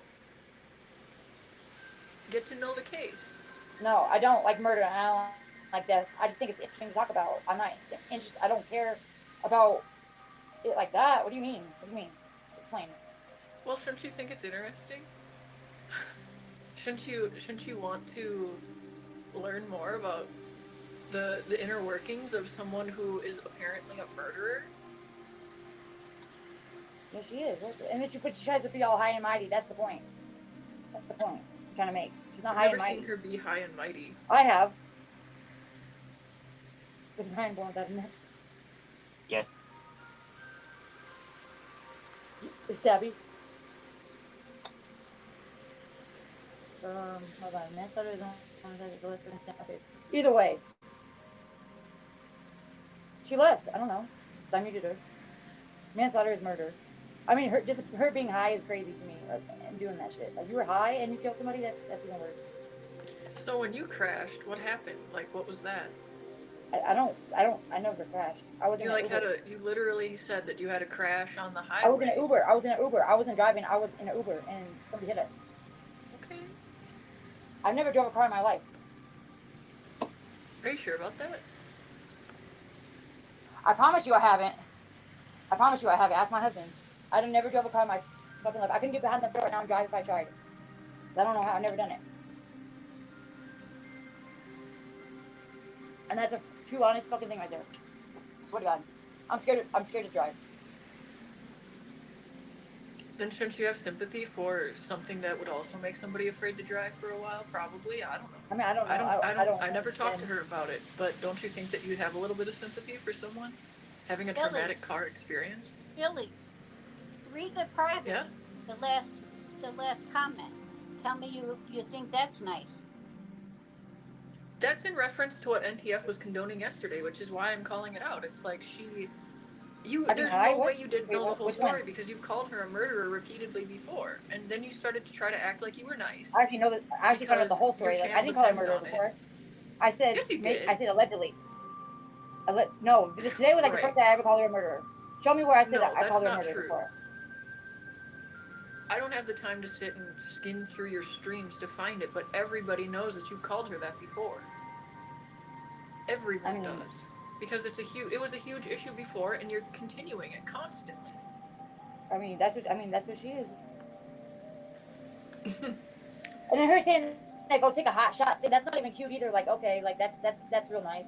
She said that to well, maybe yesterday, and now she's saying it to me. Should go take one. Like, go murder somebody else. Go drive high some more, bitch.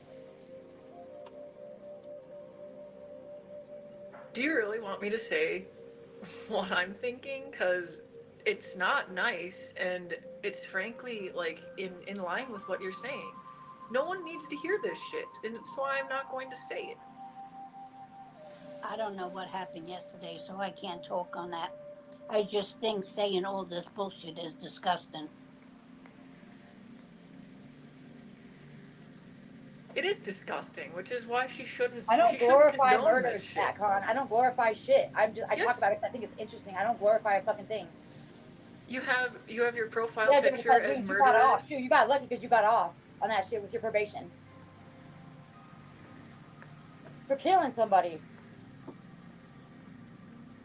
You know that men people make forgot up less for half having of the weed in their genetic pocket. the People genetic forgot makeup more of a for child, having weed in their right? pocket than that. Fuck out of here.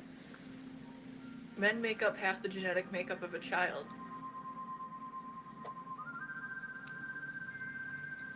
That's all I'm gonna say.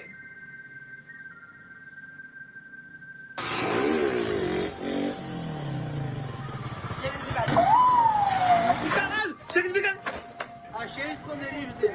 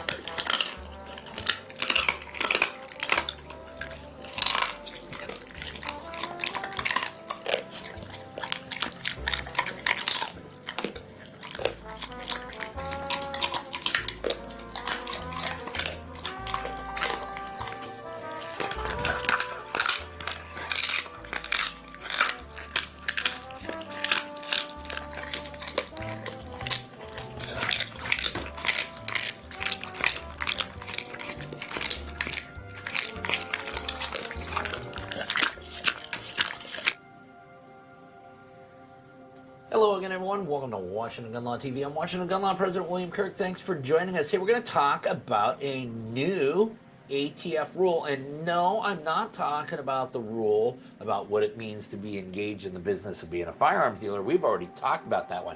No, I'm talking a whole brand new rule from the ATF. They are like the gift that keeps on giving. Now, here's the thing I want you to be aware of. This one is called the Bipartisan Safer Communities Act Conforming Regulations, once again made all possible by a piece of so-called bipartisan legislation.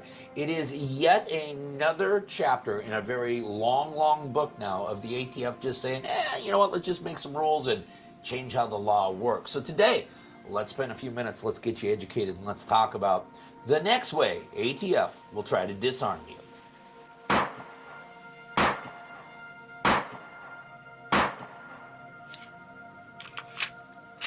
Okay, before we get going too far down the road we're going down, proud to announce that this video is being brought to you by Right to Bear. That's right, legal protection for self-protection. Listen, good lawyers aren't cheap, cheap lawyers aren't good. You're not truly prepared unless you have Right to Bear back you. You will always get an attorney-answered hotline, so you will always have a confidential phone call. There are no cap limits for either civil or criminal defense. This covers all forms of self-defense. So from a fist to a firearm, from a fat lip to a dead body, you are covered, and you will have some of the nation's most passionate 2A attorneys in your corner fighting for you. And right now, if you visit my friends at protectwithbear.com and you use the promo code WGL, you will receive 10% off. Listen, you need to protect yourself so that you can protect them. Visit my good friends at protectwithbear.com. Okay, here's what we're talking about today. We are talking about ATF Rule 2022 R-09. This is a rule which is called the Bipartisan Safer Communities Act conforming regulations. And what this rule does, or at least what it purports to do, is change language in the CFRs to be consistent with the changes in federal regulations and statutes created by the Bipartisan Safer Communities Act. Now, this rule, much like the one about what it means to be an FFL and engaged in the business of being a firearms dealer, unlike the other rules that we talked about before, pistol braces, unfinished frames and receivers, bump stocks, etc., that had absolutely no statutory footing for which they could stand on. Yeah, this one's different, because this one does have statutory footing to stand on because of the passage of the Bipartisan Safer Communities Act. Now, really important, when would this rule go into effect? According to the Department of Justice, the following. This final rule is effective on July 18, 2024, unless ATF receives any significant adverse comment by May 20th, 2024. Okay, and I think this is important to point out that ATF is calling this a direct final rule, and because of that, they get to avoid a lot of the procedural mechanisms that are placed there by the Administrative Procedure Act. So your comment period is going to be significantly shorter, and the ability to actually stop this through comments becomes slightly more challenging. Now, according to the rulemaking order, if you want to make the appropriate type of comments that could theoretically alter the outcome of this rulemaking order, the following applies. ATF accepts comments from all interested persons. Pertinent to this direct final rule, a significant adverse comment is a comment in which the commenter explains why the rule, rather than the statutory language that the department is incorporating into ATF's regulation, is controversial or would be inappropriate, including challenges to the rule's underlying premise or approach, or would be ineffective or unacceptable without a change. And really, that's a polite way of saying ATF doesn't want you complaining about the statutory language, because if you want to complain about the statutory language, you need to call your representative to do that. You need to focus on how does ATF intend on implementing all of the things that come from the Bipartisan Safer Communities Act. Now, what exactly does this rule do? Well, it does a lot of things. According to the ATF, the Department of Justice is amending Bureau of Alcohol, Tobacco, Firearms, and Explosives regulations to implement firearm-related definitions and requirements established by the Bipartisan Safer Communities Act and the NICS Denial Notification Act. Among other provisions, the Bipartisan Safer Community Act requires enhanced background checks for firearm purchasers under 21 years old, addresses federal firearms license requirements, authorizes funding for state red flag laws and other crisis intervention programs, creates new federal offenses for firearms trafficking and straw purchases, and partially closes the boyfriend loophole, which previously excluded domestic violence offenses involving dating relationships from firearm restrictions that apply to spouses convicted of similar offenses. Okay, let's go through them in kind of rapid style fashion. Yes, if you are 18, 19, or 20 years old, this rule is going to significantly change the way you can purchase a firearm. Right now, if any of us 21 and older go to purchase a firearm and our background check is delayed, the FFL has the option, if they want to release the firearm to you after 3 days of it being delayed. However, if you are under the age of 21, there will be no ability for them to do that. They will have to hang on to the firearm for a minimum of 10 days. However, the Bipartisan Safety Community Act now provides that in the case of a person under 21 years old, if NICS notifies the FFL that the cause exists to further investigate possibly disqualifying juvenile records, an FFL may not transfer the firearm until 10 business days have elapsed since the FFL contacted NICS. Okay, the other thing that this is going to do is right now, if you go to a gun store and for whatever reason you are denied, there are some states where there are laws in place that require the FFL to immediately contact law enforcement. There are other states that have none of those measures in place whatsoever. Now, people get denied for one of two reasons. Number one, they deserve to be, they should be denied, okay? Number two, I have seen people denied for simple clerical or paperwork errors. But here's the rub now. Under this new rule, if you are denied, every single law enforcement agency is going to be notified. And if you notice, they've changed the 4473 to require more additional physical location information. Wonder why that is. This is how the rule reads. The NICS Denial Notification Act requires the Attorney General to report to applicable state, local, or tribal law enforcement, and where practicable, the relevant state, local, or tribal prosecutors, if a person has attempted to acquire a firearm and has been denied pursuant to a NICS background check. NICS must provide such report within 24 hours after NICS denies a firearm transfer and includes the federal, state, local, or tribal prohibition, the date and time of the notice, the location of the licensee where the attempted firearm transfer was sought, and the person's identity. Okay, some of you may have not known this, but did you know that the Bipartisan Safety Communities Act actually amended part of 18 U.S.C. Section 922, which now brings a whole slew of juvenile offenses into the realm by which you can be disqualified from possessing a firearm, as the ATF writes in their own rule. As amended by the Bipartisan Safer Community Act, 18 U.S.C. 922D now specifies that events occurring when the person was a juvenile are disqualifying, except that the prohibition against the sale or disposition of firearms and ammunition to persons who have been adjudicated as mental defective or committed to any mental institution applies only to a person who were adjudicated or committed at 16 years of age or older. But a lot of you didn't know that, and a lot of you may have some old juvenile stuff that's kind of been free and clear, never ever bothered you in the past.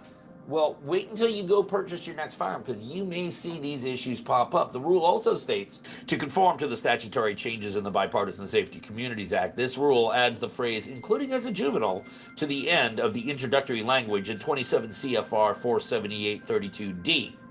This rule is also adding phrases at 16 years of age or older to the end of the paragraph. The Bipartisan Safer Communities Act also added new federal offenses for straw purchasing and trafficking in firearms, which I thought was illegal already, but apparently we needed more laws. According to the rulemaking order, the Bipartisan Safety Community Act added new offenses for straw purchasing of firearms and trafficking in firearms in 18 U.S.C. 932 and 933 respectively. And then finally, and this could turn out to be a really big deal, this closes what is known as the boyfriend loophole. Now, without getting too far into the woods, there are many domestic violence offenses that if a person is convicted, it will disqualify them from possessing a firearm. However, under federal law, what it took to be engaged in a domestic relationship such that the offense would be deemed domestic violence in nature was a little too constrained for the ATF's liking. So now, thanks to the Bipartisan Safety Communities Act, the ATF gets to broaden that definition. As they put it, the Bipartisan Safety Community Act revises pre-existing prohibitions against selling or disposing of a firearm or ammunition to a person who has been convicted of a misdemeanor crime of domestic violence and against such a person receiving or possessing a firearm or ammunition. Previously, the domestic violence prohibitions applied only to persons convicted of crimes committed by a current or former spouse, parent, or guardian of the victim, by a person sharing a child in common with the victim, by a person who is cohabitating with or has cohabitated with the victim as a spouse, parent, or guardian, or by a person similarly situated to a spouse, parent, or guardian of the victim. This left open the so-called boyfriend loophole because convictions for misdemeanor crimes of domestic violence against non-married dating partners who did not cohabitate or otherwise share a spouse-like relationship with the victim did not preclude the convicted person from receiving or possessing firearms or ammunition. So yes, this rule, which may seem rather innocuous at first glance, actually has the potential to create many more avenues by which otherwise lawful Americans can be disarmed. The rule, once again, the ATF rule is 2021R-09. We will link it up down below so that you can geek out on it for yourself. We will also link up all the information that you need to make a public comment. Remember, we have a short deadline. You only have until May 20th to make a public comment. Again, if you need more information, that's down there in the description box. And one last thing. You guys ever have any ideas for a video? You're like, wow, I think Washington Gun Law should do that. Well, go ahead and click on that link right there and let us know, because some of the best videos we did more ideas to begin with. Listen, if you got any other questions about this rule or anything else related to what's left of our Second Amendment rights, y'all should know how to get a hold of Washington gun law by now. If you don't, that's okay. That information is down there in the description box. And then finally, let's everyone remember that part of being the lawful and responsible gun owner, like we talk about all the time here, is to know what the law is in every situation, how it applies to you in any instance that you may find yourself. Till next time, thanks for watching. Stay safe.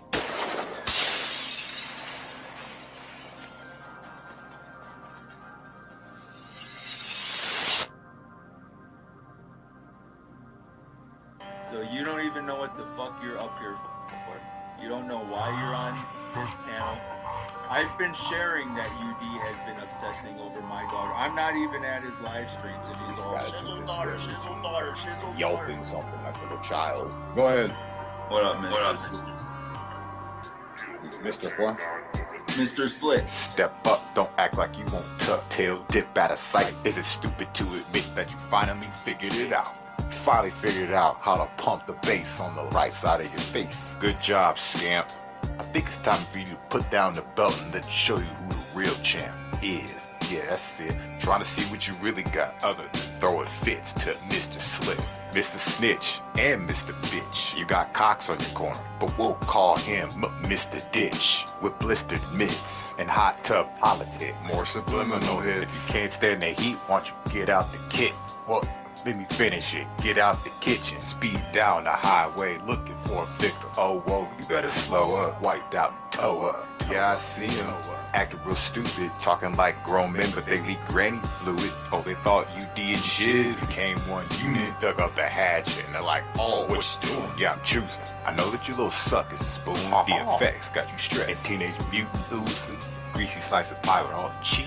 When pussification is taking place, so oh, who you fooling? Asking questions as a weapon, who would have ever thought of that? Got him stunned and dazed like Steve Austin on the mat. What? Chicken wings and things like Bob Backer from the back. Turning pink and black, an execution heart attack. If you're shooting the sharp, you're delayed, Owen Hart. And if you're pooping the fart, then you know you're about to shark. And if you're pushing the mark, then you know the game will start. Kick to the gut, arms up, a pedigree like cuffs.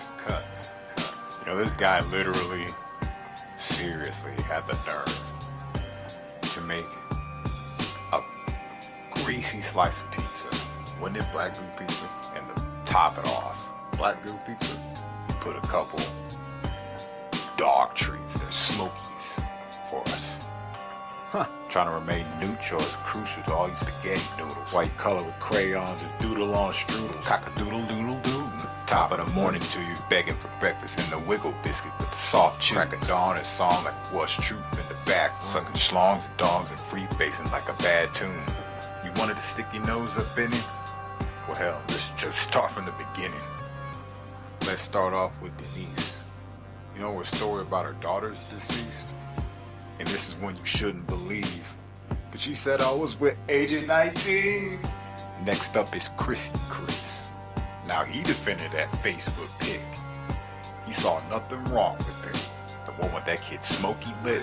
As soon as the moon dips, you know I'm already lurking. He slithering like a serpent. Oh, Kevin is worthless.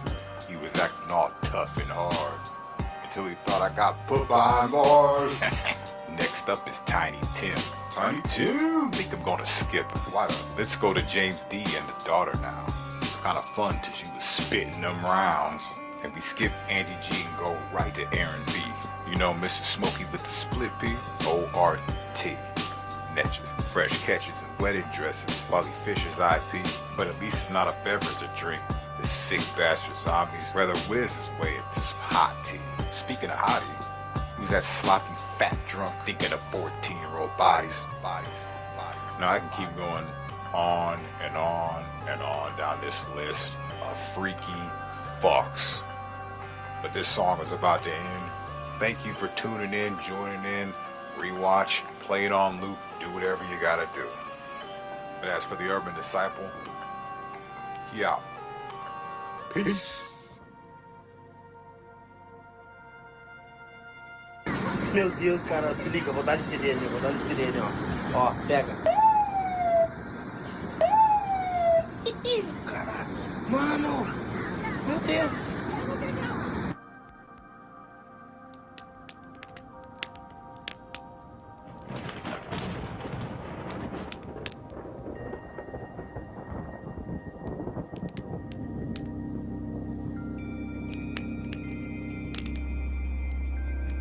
There are many people in the world who really don't understand.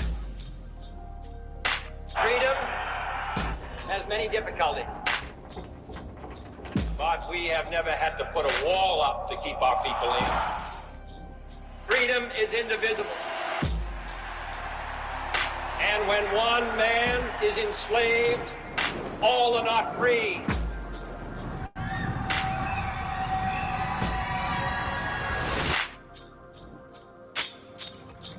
Modern war has become a struggle for men's minds as well as for their bodies.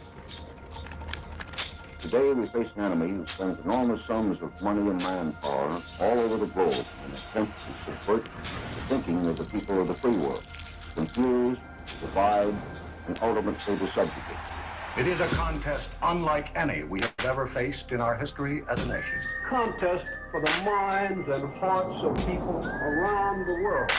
All people. When power corrupts, poetry cleanses. We must never forget that art is not a form of propaganda. It is a form of truth.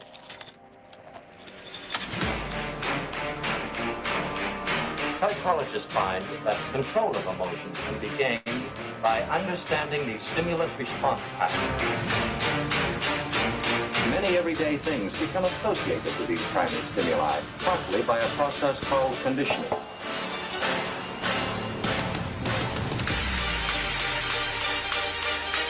It's a strange, shadowy world. The doctored photograph, the misquotation, the insinuation, and the lie.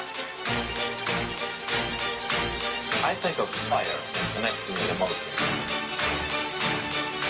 Cause, effect.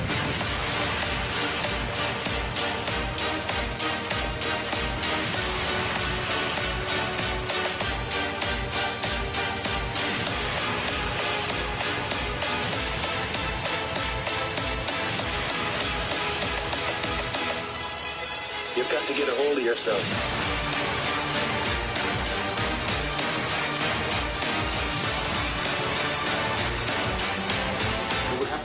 You have to help. We'll light our country and all who serve it. And the glow from that fire can truly light the world.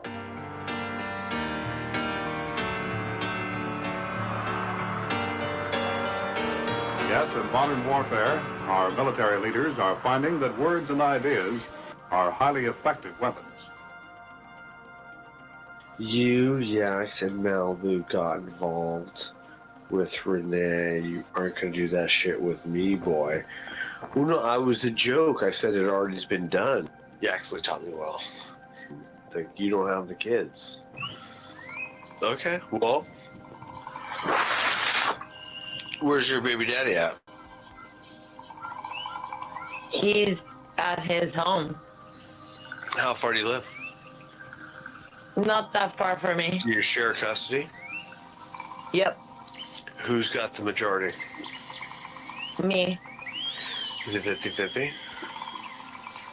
Yep. Well, then that's not a majority now, is it? It's 50 shared. So, but we'll move across. So Okay. you got 50, Yeah. fine. Okay. It's not majority custody. It's equal. It's fair. So I'm not trying to get into your family, but I'm known for digging into people's families. So I know what you're trying to do, why did but you guys get divorced? So I tell you why me and my girlfriend are still together. Why did you get divorced? there are reasons. I mean, I don't know. Was it his fault or your fault? Or mutual? There's no fault. No fault. It was a no fault divorce. Okay. So you kind of got bored?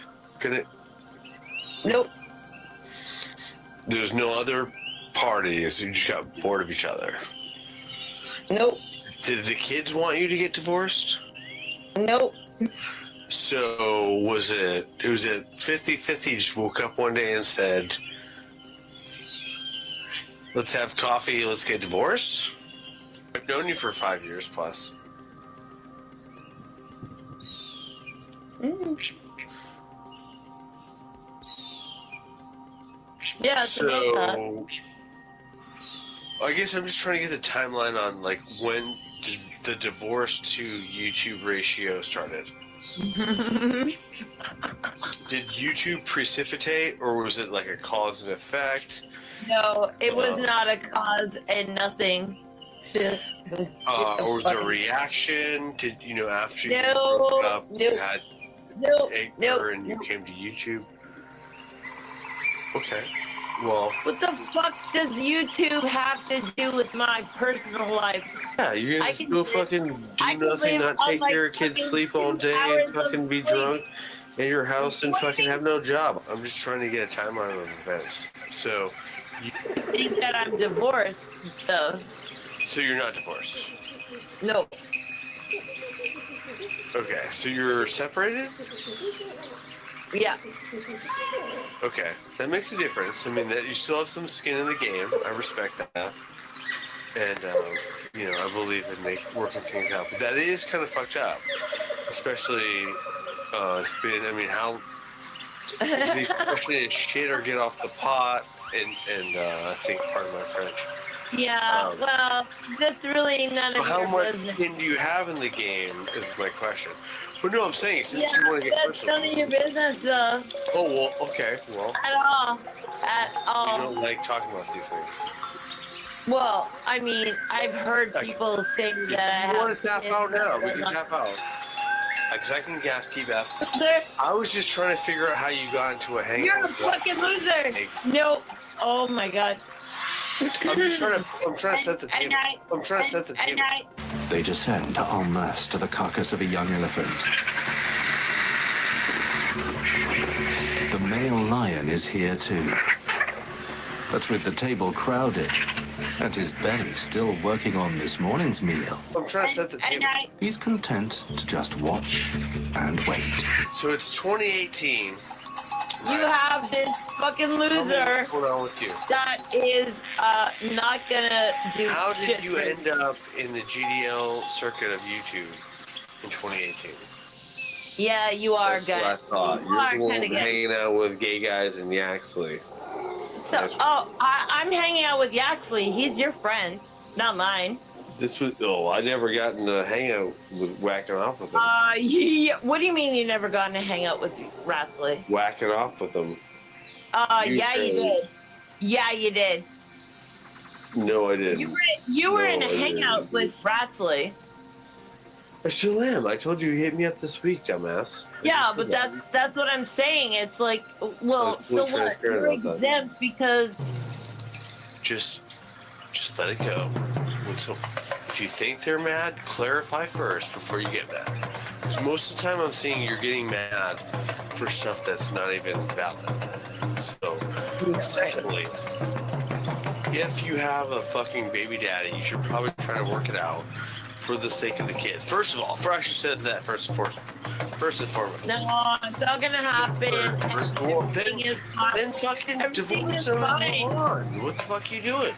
This is kind of Well, fucked up. what do you for all mean? What am I parties. doing?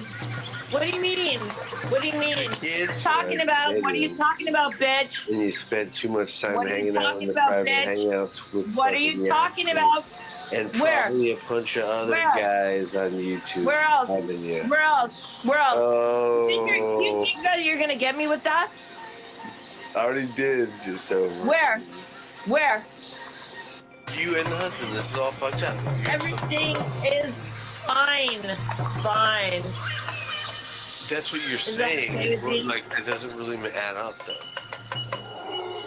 How is that? Because like the kids need like some sort of, they look up to the parents, and if the parents are fucking in turmoil, then the kids will be in turmoil. 15 ravenous birds jostle for a position where they've ripped the carcass open. The boldest birds get first feed. And it's not me saying that. That's like proven. You need to have structure. So I'm saying if you can provide that. So you need to have structure. So I'm saying if you can provide that, then do it. Because that's otherwise I actually do that, and replicate that process better. You know. Fine. There's Or no if you can't, problem. that's fine. But I don't know if YouTube is the answer. for any of that. I can't imagine being on YouTube if I had these type of problems. So I was explaining how, you know, I was saying this to my girlfriend earlier that, you know, this whole internet experience has taught me about online bully tactics, or like, you know, as heaven forbid I ever have kids, I could have a better understanding now about how to deal, but about how to deal. It's a joke. And about how to deal. Well, it depends on how the war goes. We'll get back to that. Dottie? Yeah, I call you Dottie because you're Scotty's Dottie. Yeah. What was the question? My age. She would answer that. Okay. What was Yes. the question? My age. She would answer that. Okay. What does YouTube have to do with it, though? The point is, I'm saying is, it seems like there's some sort of commonality to this. What's commonality? You, Yax, and Malibu got involved with Renee. You aren't gonna do that shit with me, boy. Well, no, I was a joke. I said it already's been done. Like, you don't have the kids. It already's been done. That you didn't have the YouTube presence, and then after you got in a fight with your man, you did? What, after a fight with my man, what? You became a presence on YouTube? No. No. Vultures may have a bad reputation, but removing festering carcasses keeps the environment disease-free. Some have overdone it. And as the sun falls, the circle of satisfied birds grows.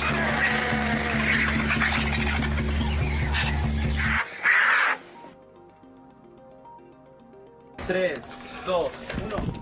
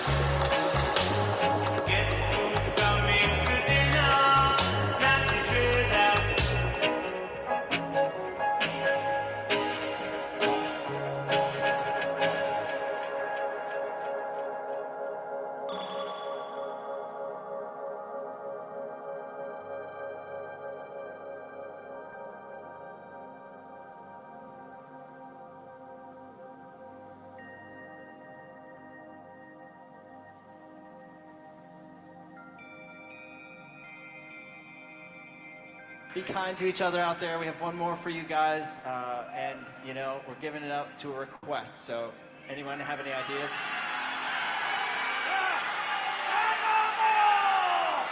What was Jeff? Is that you? What?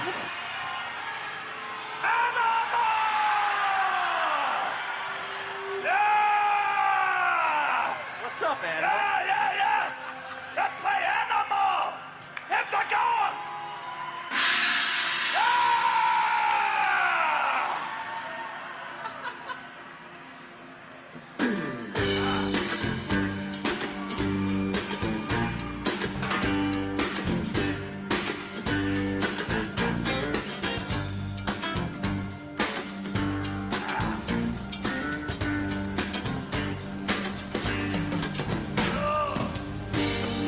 Brother, can you hear it?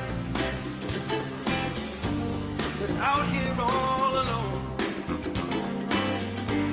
The shadows in the moonlight, kings and queens of the afterglow. Sister, can you hear it?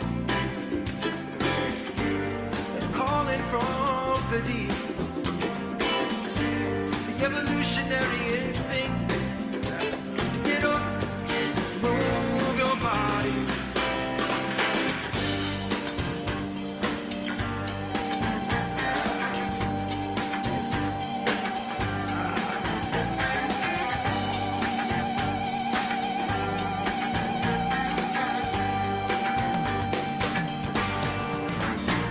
When you're an animal, it's phenomenal. The monkeys, they work their abdominals. Limb to limb, tree by tree. Get up, move your body. You're an animal, it's phenomenal. The monkeys, they work their abdominals. Limb to limb, tree by tree. Get up, move your body.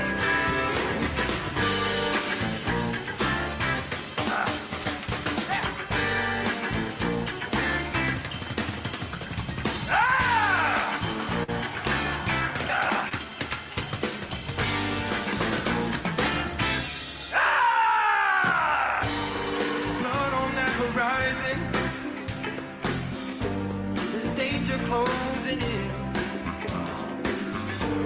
A violent disposition. Always reaching for the oxygen. We got our eyes up on the high ground. They're circling above. They're peering out through the tall grass. Feel the breathing creeping next to us. You're an animal, it's phenomenal. The monkeys, they work their abdominals. Limb to limb, tree by tree. Get up and move your body. When you're an animal, it's a carnival. Watch your step, it's a barrel. Limb to limb.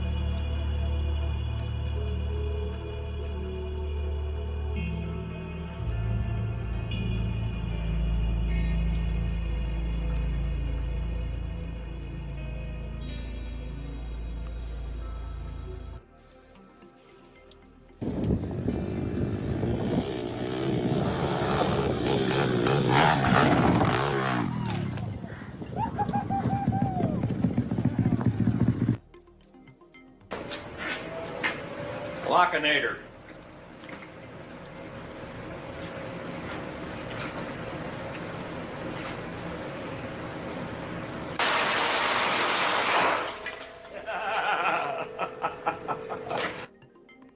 Have you been smoking marijuana? Marijuana's illegal, I know that. That's right. For now. In a couple of years, things may change when all the kids grow up and start wearing ties and going to the polls. Marijuana's going to be like liquor, packaged and taxed and sold right off the shelf. I doubt it, Mr. Shipley.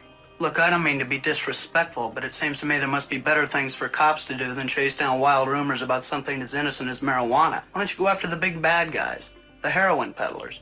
I won't argue with you about them. They should be stopped. That's right. We'd like to put them out of business. That's why we're here. What do you mean? We're trying to keep them from getting a new customer. There's a big difference between marijuana and hard narcotics. Yeah, but it's only a small step. And everybody who takes a drink is going to be an alcoholic. We know that's not true, don't we? Let's face it, we're on opposite sides of the fence and there's nothing we can do about it. For you, if there's a law against it, it's wrong, black and white. I just don't see things that way, that's all. Well, you ought to give it a try, fella. It might keep you out of jail. Maybe, but we'll change the law someday, even though your friend here thinks we won't. Believe me, it's a new world. Juicy Lucy pepperoni extra cheesy garlic butter burger, baby.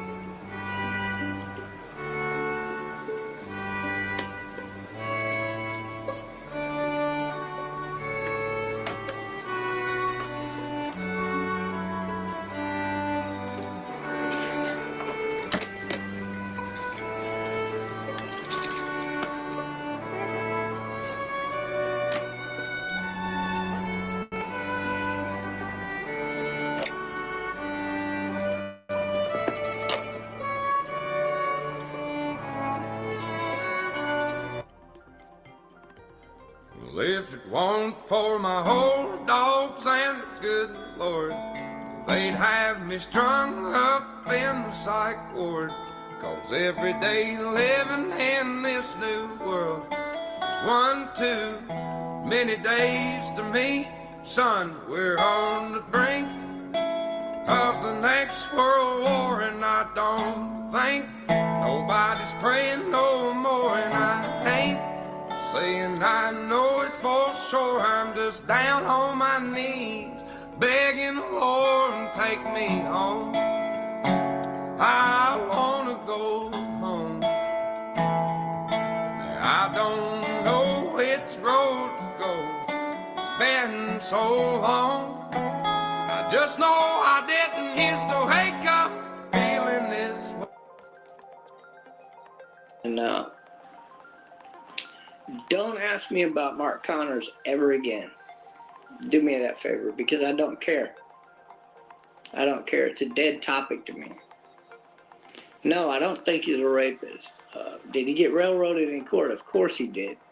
If you don't know the story, I guess you could just assume maybe he was kind of guilty. But once you read into it and learn everything, there's no fucking way he's guilty. So you can look at it however you want. You could be a fucking dumbass, and then you could be bringing up the topic all the time. Or you can be intelligent about it and go find out for your goddamn self. Leave me the fuck alone about it. I don't give a flying fuck. That's what I'm trying to tell you.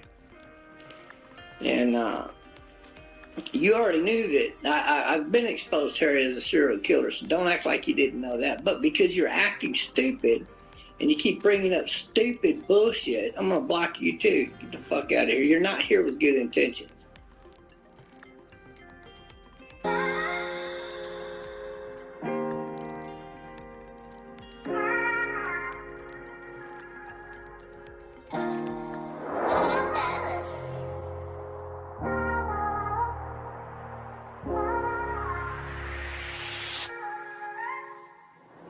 What's love? What's truth?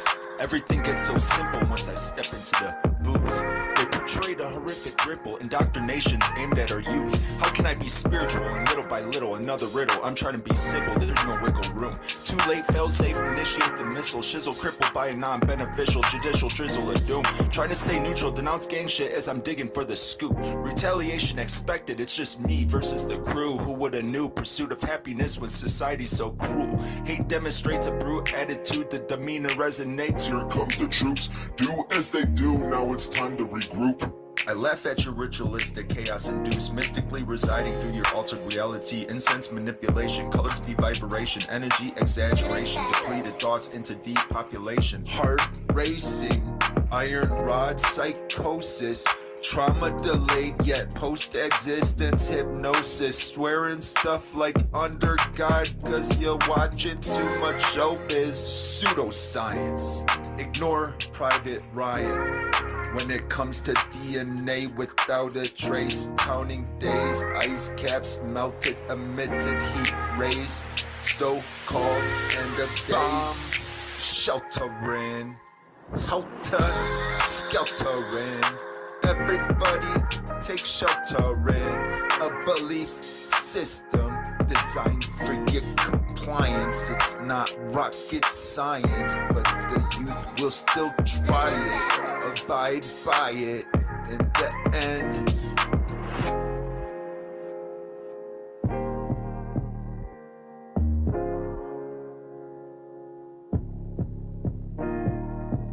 My intentions are not crucially conflicted, yet birthrights are restricted. Masonic construct and cryptic lyrics, it's generic and I don't fear it. Disorderly conduct and I'm feeling stuck. Why must I abide by lines played out by a high mind? I be me, I don't give a fuck. Go ahead and rewind, I'm not blinded by peer belief. Steer clear, another dope being groomed to the streets. Compassion is old yet never sold. Resources depleted, all that's left is grief. See me never bow down to royalty. Some say off with their heads, I say send them to the sea. But that's just me, altered lifestyle, forged reality. Sifted through bullshit, always achieve, unleash your positivity. That's why I'm down with respect and peace. Filling out blank capacity before it's decayed like cavity. I understand that tragically they will get a good stab at me. It's full capacity, I understand, I deplete, I reach, I flick off your mobility. It's easy to knock out your stability. Lucky for you I don't possess that hostility. Pseudoscience, ignore Private Ryan. When it comes to DNA without a trace, counting days, ice caps melted, emitted heat rays, so-called end of days, sheltering, helter, skeltering, everybody take shelter in a belief system designed for your compliance. It's not rocket science, but the youth will still try it, abide by it in the end. Bomb sheltering, helter skeltering, everybody take shelter in a belief system designed for your compliance. It's not rocket science, but the youth will still try it, abide by it in the end.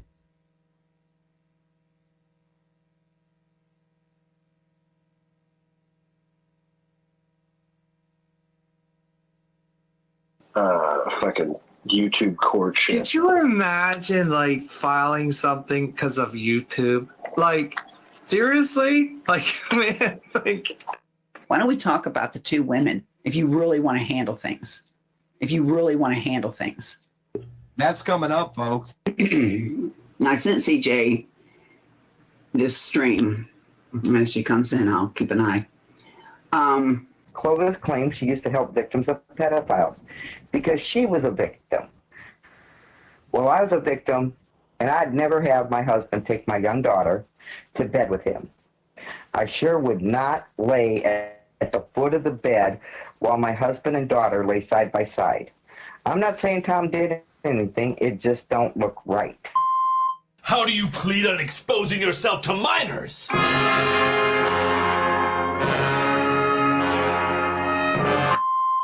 Well, I've been coming around, but Yeah. I've been busy. My girl made it to state again, archery. Oh, nice, nice. She's Awesome. going to be in Branson this month. Shooting. Her highest so far is 270. 300 is high as you can get. And Nice. she's awesome. She's kicking butt. I hope she takes state this time. Does she shoot a compound or recurve bow? Well, a compound. Let me ask all of you out there, the lurkers and the ones in the chat room. Let me ask you a question, okay? I'm sorry, guys. I'm reading this text. Urban did a video? Really? Whatever you're trying to accomplish with this Wendy stuff is quite pathetic. You're going to take this chick to court. Now, Clovis Harmon knows. Becky Harmon knows that no cyber molestation took place. Yeah, I made jokes. I poked fun. That was to get on Tamara's nerves. I'm not subscribed to him, so I wouldn't know. Oh, well, I don't care. I'm not subscribed to him. And as far as I'm concerned, he don't even need to chime in. You don't have a right to chime in. Fuck you, Becky, you fucking bitch. And then his kid's like right there. Yeah. Talking all kinds of shit in front of her kids. But anyway, this is private kid as well. It's in the court of law. How do you plead to verbally assaulting an officer of the law? Innocent. You rootin', tootin', motherfucking, dick-sucking, son of a cock-sucking, motherfucking, ear-fingering bang. Okay. I just got a message. Did you hear what? Really? He did a show on me? Huh, okay. I'll finish reading that later. Okay, thank you. Thank you. Anyway, Eric talked about it. Eric decides to team with this person just because it's against another YouTuber. Did you forget the jammy talk that you did and how you were so upset that she sent you and you questioned her about the pictures of her quote kids that she Constantly talking about kids and their kids is just Clovis tried to say, look, she even called you a pedophile. it's making morals, standards, and how to keep house. So she's pretty well getting her covered from both ends. But have you introduced your daughter to Todd, who hangs around in this community? my daughter is not introduced to nobody in this fucking community or any community. Sorry to put it that way. And that's a good thing. You know? It's a very good thing. You heard her, Edward, give her little speech one day. She's got more common sense than 90% of the motherfuckers on the internet. Yeah. And I want to keep her that way. So that's why I'm in court, JT, is because a woman wanted to sit live on a show and tell the most ungodly, sick story about my two daughters with their father. And it was a lie, and it was disgusting. It had me throwing up at the toilet. So it seemed like he took issue with the fact they were going after Tams. I didn't hear how they went after Tams, and yet they've been going after Tams for like ever. So, or I should say, as long as I've known him. Are you seeing this? Are you people seeing this? Can you believe it? Eric, it's been Eric is live. And there's Clovis, there's Nicola, there's Erica, all obsessing over me again. All while trying to get Google to give me up the head case Clovis. How stupid can you be? My conversation before you could erase anything is fully recorded. Fully recorded. See, don't have Messenger with me if you're the wrong thing to do. I record the whole Messenger because I've learned to keep track of my footprint. That way no one can say I lied. But I am glad that I got to go through this material with, I keep wanting to say his name because I call him by his first name. Keep going with my attorney because of the simple fact we needed to know. We're staying up on everything that's happening on the internet. Now, I will say this. If people are laughing and making fun of this woman I'm taking to court, I can no longer be on that panel or in that chat room. That was advised today. My Whatever God, it Eric, is, how'd you find Eric, it on this? Eric, stop. Take it down. Quickly. Take what down? I just want to know how you found it. Just take the video down quickly, please. Why? Because you boo-booed. Because what? Oh my God. I want to Can go we to just this channel. take it down? I want to go to this channel. You want me to take it? You want me to? Why? Post it here. Here, you know what? You know what? If you can, hold Look on, in the close private this. chat. Look in the private Yeah, chat. I was gonna say if you can't say it on here, just put it in the private chat. I can no longer be on that panel or in that chat room. That was advised today. Just, you guys have your fun. Do what you got to do. I'm not putting you down. I'm not judging you. I just can't be a part of it. So I went to bed last night. Apparently, I went through Eric's really quick. I saw Nicola was up there, TCR, Greg. Again, I didn't really listen to it. I think did Clovis make it up there to Eric's last night? I think. Sorry if I didn't really watch it. I just cruised through it really quick. See, it's okay for people to chime in because this is public. I'm just saying your chiming in don't matter to me. You're irrelevant to me personally. Anybody can chime in and talk about this situation if they want. No big deal. That's their given right. But do I have to listen to your rhetoric? No, because it doesn't matter to me what you think. I don't come as a group. I come by myself. It's high time we start calling out some of these fucking females that are supporting the pedos. Eric's threatening he's going to prove that there's women that are pedophiles. Eric, you don't want to do that. I'll sue your fucking ass. I swear to God, you and your wife. So I want to talk to the mother now. It's done. I'm done. I got the daughter fighting me. I got the mother getting all on edge. And I told her who it was, and she didn't want to accept it. So I told her, you have 72 hours in which to call Children and Family Services and a cyber task force, or I'm going to do it. She didn't do it. Lace kept it. She kept her word. I called. Told him who I was and what my group did.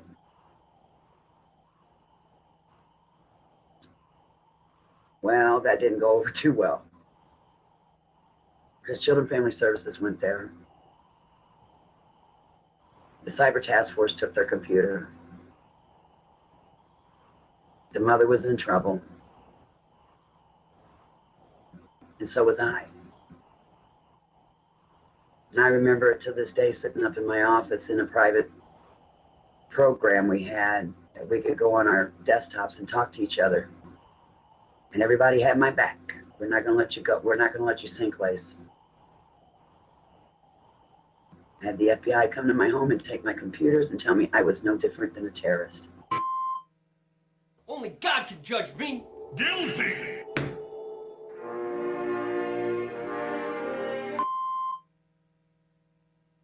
TOV. You try to be a mechanic and a driver at the same time after gearbox failure mid-race.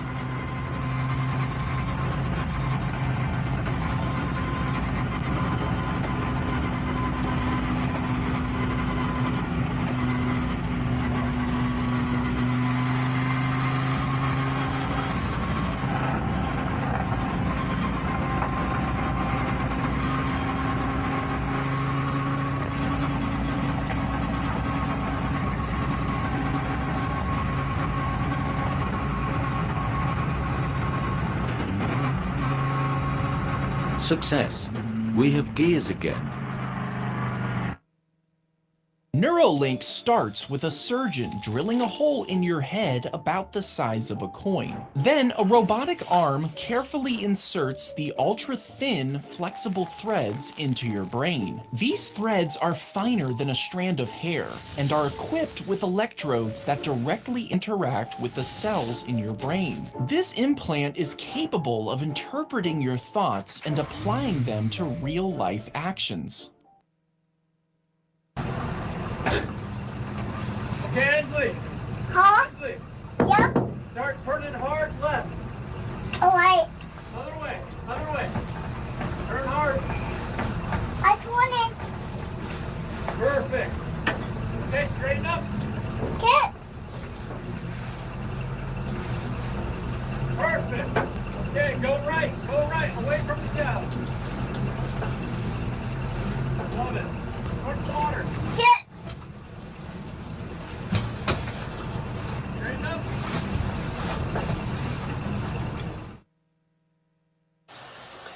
Ed was talking about, unfortunately, my chat and horrible things that were happening. And he was like, believe it or not, guys, there's communities out there worse than fucking ours to the Pred Catcher community. So basically, he deemed our community worse than his, being the Pred Catchers. Because he kind of sold us out for Pred Catchers, but it's fine. I was almost like, I was too, like, over it to, like, comment. But if it was, like, if I had more to say, which I probably do, I was, at the time, it was just bad timing. Like, I'm not getting involved in this shit. And, but maybe he's right. Maybe the community is fucking worse, but... Same old tired one of you is exactly. This is why I come on here. I got to work on my freestyle jokes and my puns. Lisa is really triggered by my chat. It wasn't that great, but at least I'm trying, right? It's been a while since I really wanted to tell some great jokes. See, Lisa's you know what, Mike? Control up. We could put what's running my chat. Sausage pepperoni. So Lisa literally watches my chat. I'm doing whatever. Sometimes I'm listening to streams. And so I addressed her about the blocking, and she feels that if my comments are unwanted, she feels free to block them. And then I get plenty of free speech or some shit like that. So it's like, then you're a fucking cunt, Lisa, and now it's on. You're on like the blocking fucking loser you are. Believe. It takes it better I'm just never going to stop on here than I do. videos. And I was like, we'll put you in there. Are you going to be the fucking doing stuff? Well, I don't know. But Are you one of those grannies too? Because he blamed me of having bots. Like, well, the fucking only bots is you and Lisa Lake that sit around and fucking monitor what's happening here. Like fucking weird hall monitor weirdos. Like, damn, Lisa, you are brutal. Something happened in Scotty's chat. Synthetic Rebellion was in Scotty's chat. Greetings. Oh shit. We don't need no echo. That's better.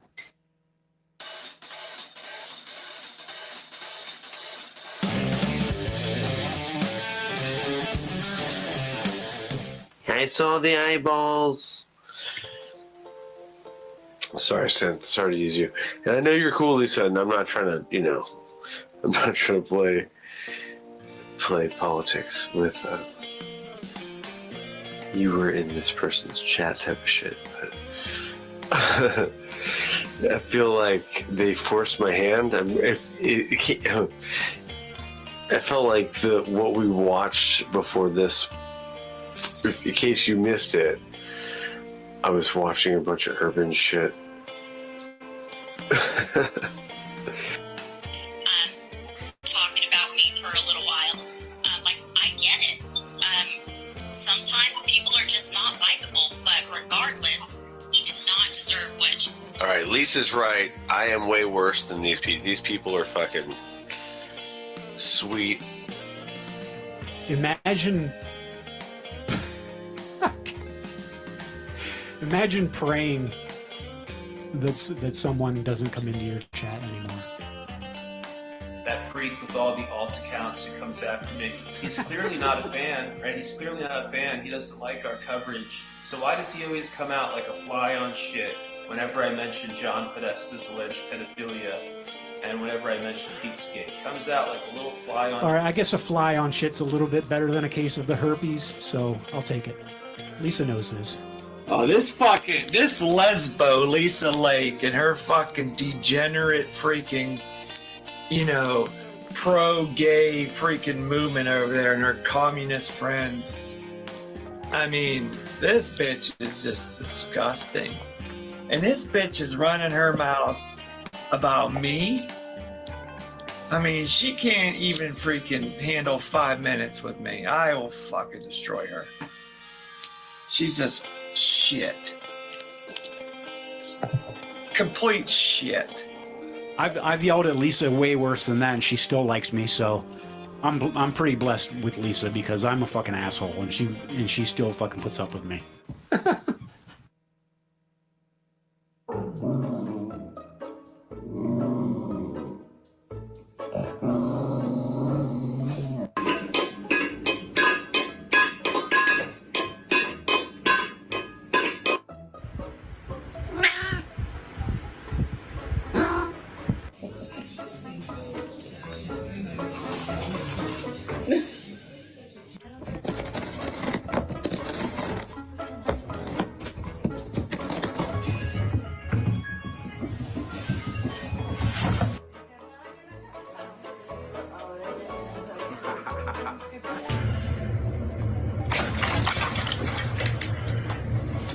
Are you gonna pray or someone else is gonna pray? Hey,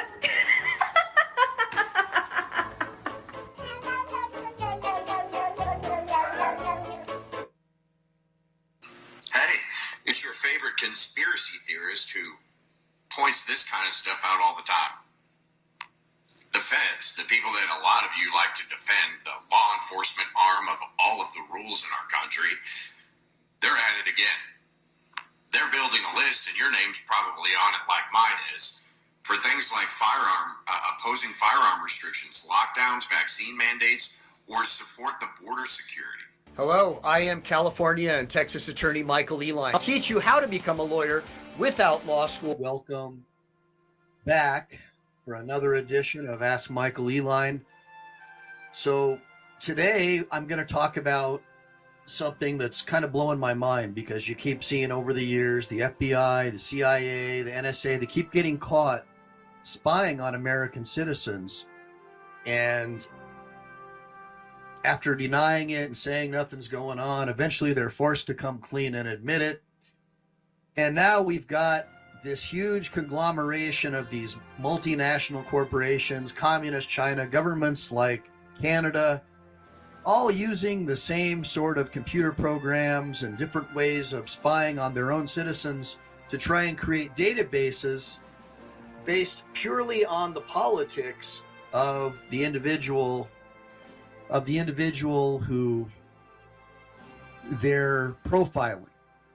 So I got a couple of calls from some buddies of mine.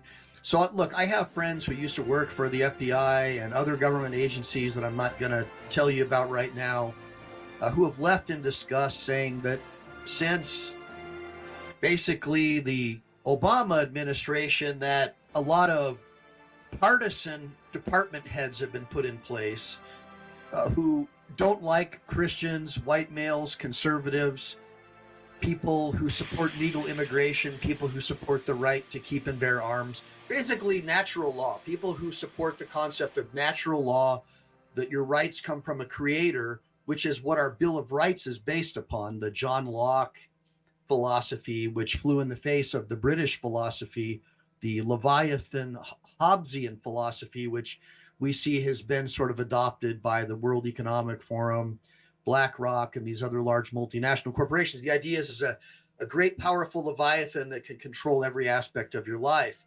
And now we see that the fears of many civil libertarians may be becoming true. So the Domestic Security Alliance Council, which is basically a private company that's also the government, I mean, I don't know any other way to describe it, tries to apparently help the federal government find loopholes around the Fourth Amendment so they can gather data about you without getting a warrant. Apparently, these people that work for the FBI, a lot of them, department heads and other government enforcement agencies like DHS, likes the idea of keeping their jobs. So you have to create a crisis, you have to create a problem in order to justify your inflated salary and to get a promotion, maybe become a politician or get a revolving door job at Google or Facebook or Instagram, which seems to be the order of the day. Then they'll scoot you over into a job with big tech afterwards, or you get a job at CNN. At least that's what a lot of people are telling me. And so now what we're seeing is if you shopped at Cabela's, if you shopped at Bass Pro Shop, if you support legal immigration, if you believe in the concept of the Bill of Rights of the Second Amendment, that all men were created equal and have certain unalienable rights. And one of them is the right of self-defense, based upon the definitions of what a bearable arm would be at the time of the founding of the Constitution. That makes you a domestic extremist, possibly a terrorist. It almost sounds exactly like the ADL or the Southern Poverty Law Center, other organizations that rely sometimes on tax grants and things like that to survive. It's sort of like starting a nonprofit to end cancer, but the only way you can make money is to not end cancer. And that's what a lot of people are complaining about as well, is that can you take these organizations seriously when their whole existence is based upon creating something to treat the symptom instead of the cure? So now what we have is civil libertarians for years have been arguing that for-profit media and the feds have been working with China, Canada, and far-left groups like the ADL to usher in a digital currency and a DEI scoring system. In other words, diversity, equity, and inclusion. You have to hire people not based on their qualifications, not based upon their merit, because that's racist, but based upon their skin color to undo, to prove that you're an anti-racist. It's not enough to not be a racist. Now you have to be an anti-racist. And well, that means whatever BlackRock says it is. And they have so much control over political campaigns, these large corporations, over political campaigns and funding, that I'm shocked that this report even came out, to be honest. But basically, you have the great Leviathan. Again, this is a battle between natural law and the Leviathan, as usual, saying that if you're a free thinker, we don't want you around. It's sort of like these basketball players, they make big money, but now China's gotten involved in our basketball leagues. So if you say anything bad about China or the way they treat people, there's a high probability that you could be arrested when you land there. You definitely can't play basketball there. They don't like it. So there is no free speech. You have the same thing going on in Germany and other European countries. Britain, if you say anything bad about the unfettered illegal immigration from Islamic countries where they don't support the British system and way of life, if you say anything bad about those people, then you're considered to be a domestic terrorist yourself and put on a watch list and maybe even put in prison. That's how bad it is. There is no free speech. And so we see these large corporations trying to normalize that in the United States. If you say something they don't like, they'll try to call it hate speech. They'll try to force you to say other people's pronouns to control what you can and can't say.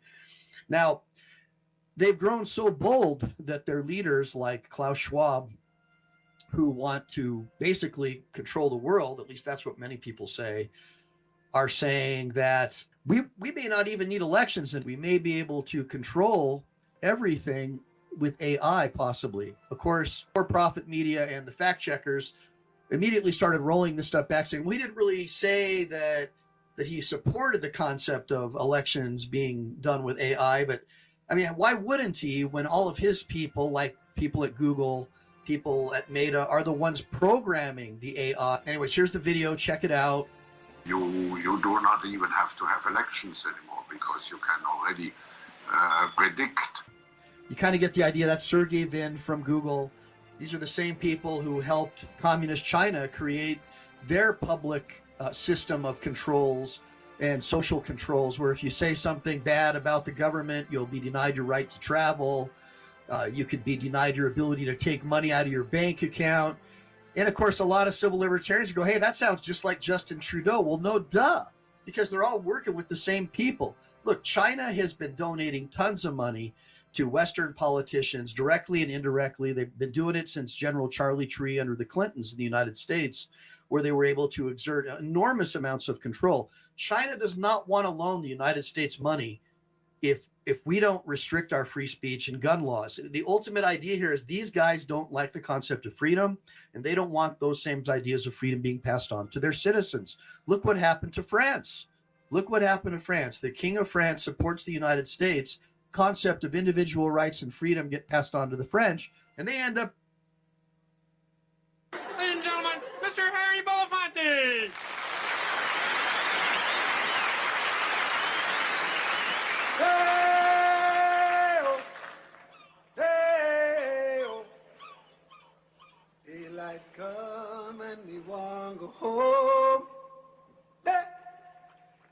He said them, he said them, he said them, he said them, he said them.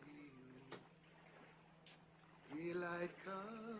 Oh my God, it's fellow Jew.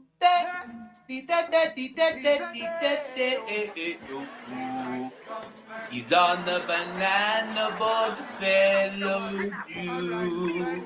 Hey, Mr. Valley Jew, why you play with bananas? Daylight come and he wants to go home. Hey, Mr. Valley Jew, don't play with those bananas. Come on, little fellow Jew. You are a little bitch, fellow Jew. Don't play with those bananas, fellow Jew. Run on panel in chat with your boyfriend Brian. Don't play with those bananas, fellow Jew. That's you. You talking That's about me. It's always me. Yeah, it's you. It's Talking always about me. So then shut up, and just get out of my way. Yeah, here. Well, here, take over. You want it, managing moderator? You could. This is all yours. Fellow Jew cries and he wants to go home. His boyfriend crying freedom and where RuPaul mama sucking on crybaby fellow Jews' nose. 6 foot, 7 foot, 8 foot cocks. Here I come down, they wanna go home. Where you at, bitch? FM, fucking loser.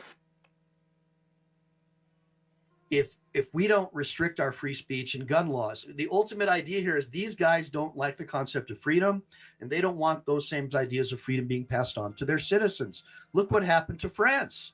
Look what happened to France. The King of France supports the United States. Concept of individual rights and freedom get passed on to the French, and they end up beheading their king. Well, China doesn't want that. The original idea was with Richard Nixon was that he was hoping by normalizing relations, they would become more like us.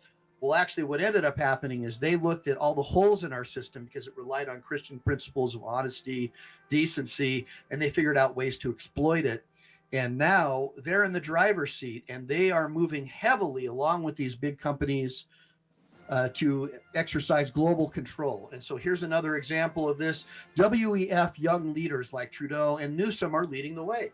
And we saw that with the Canadian truckers. They protested.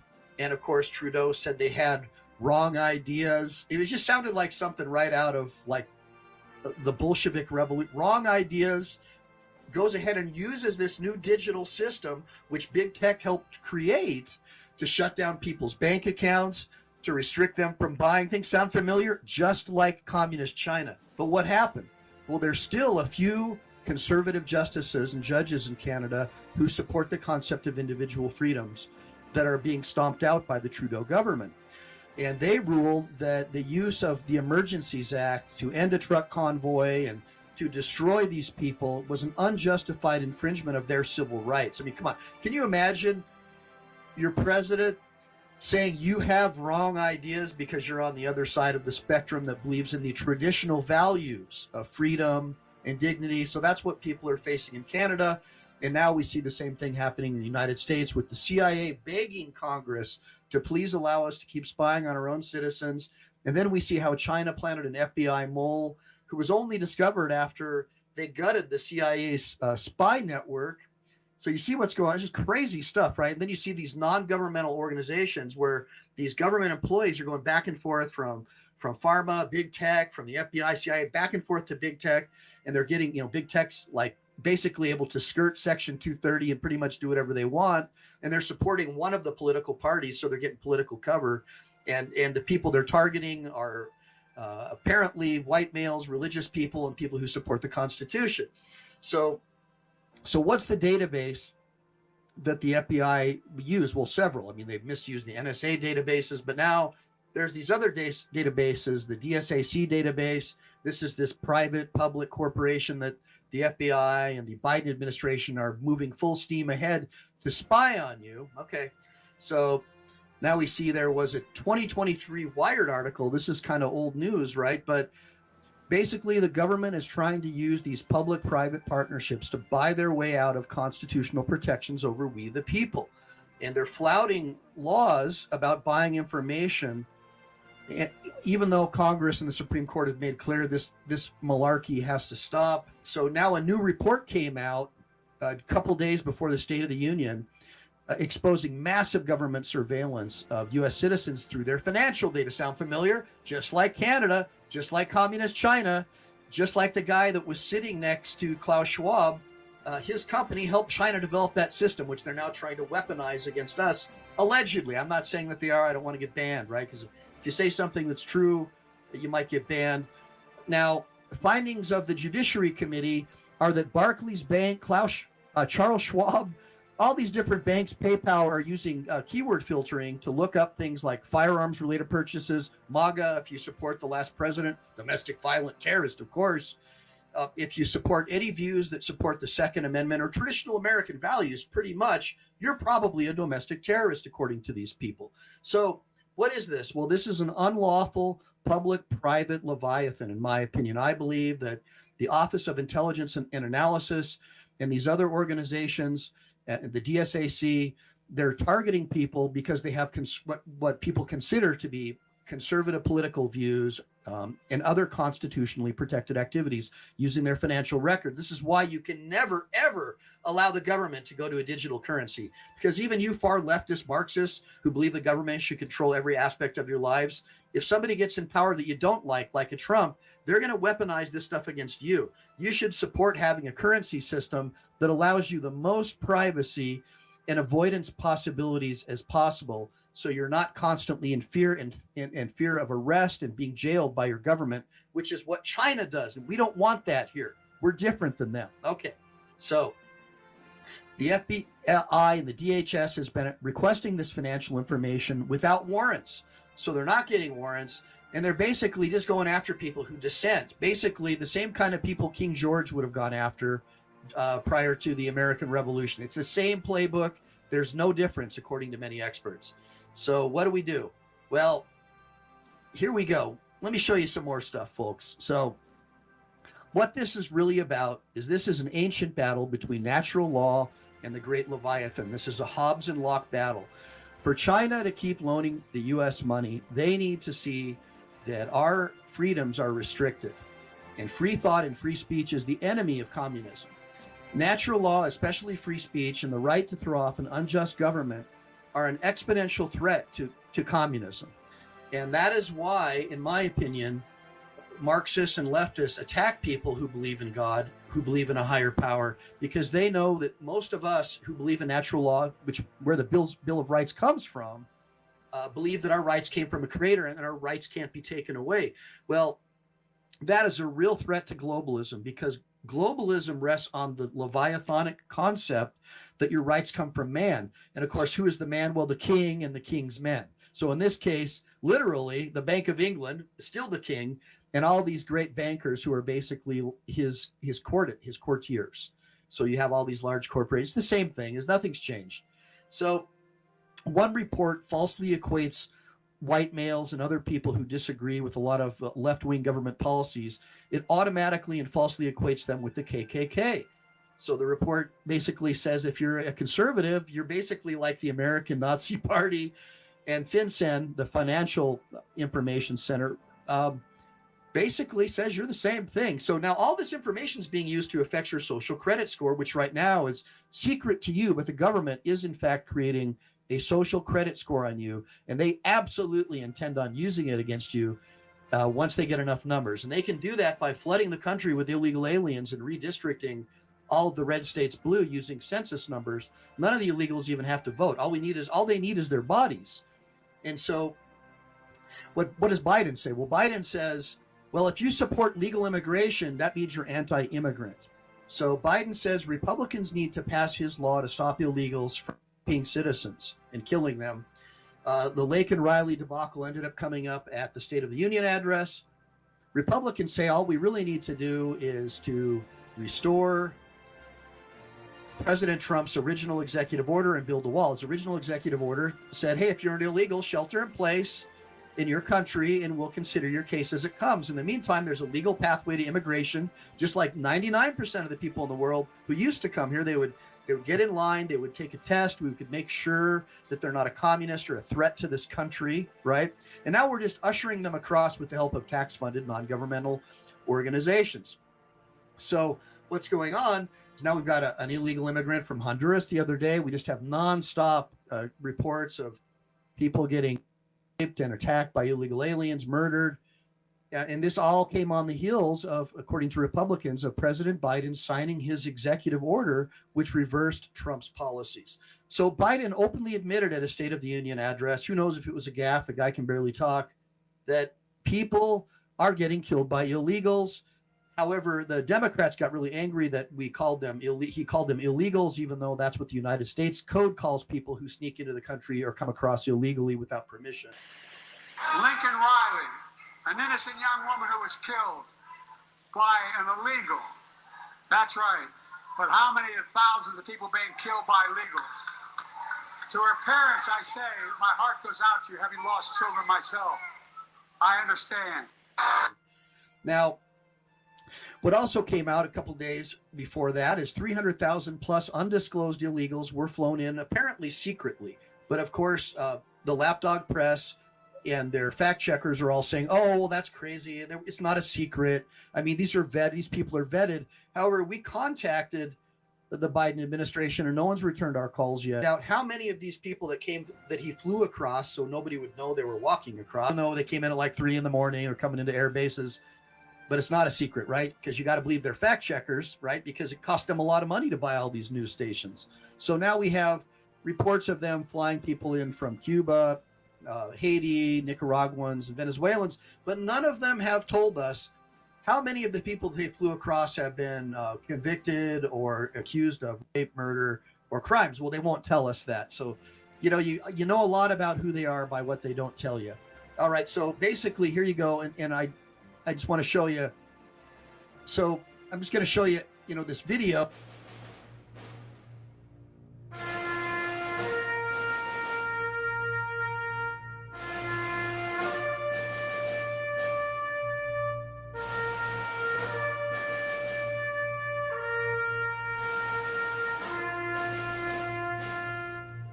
Illegals who came across, it's just crazy. And they just keep on coming.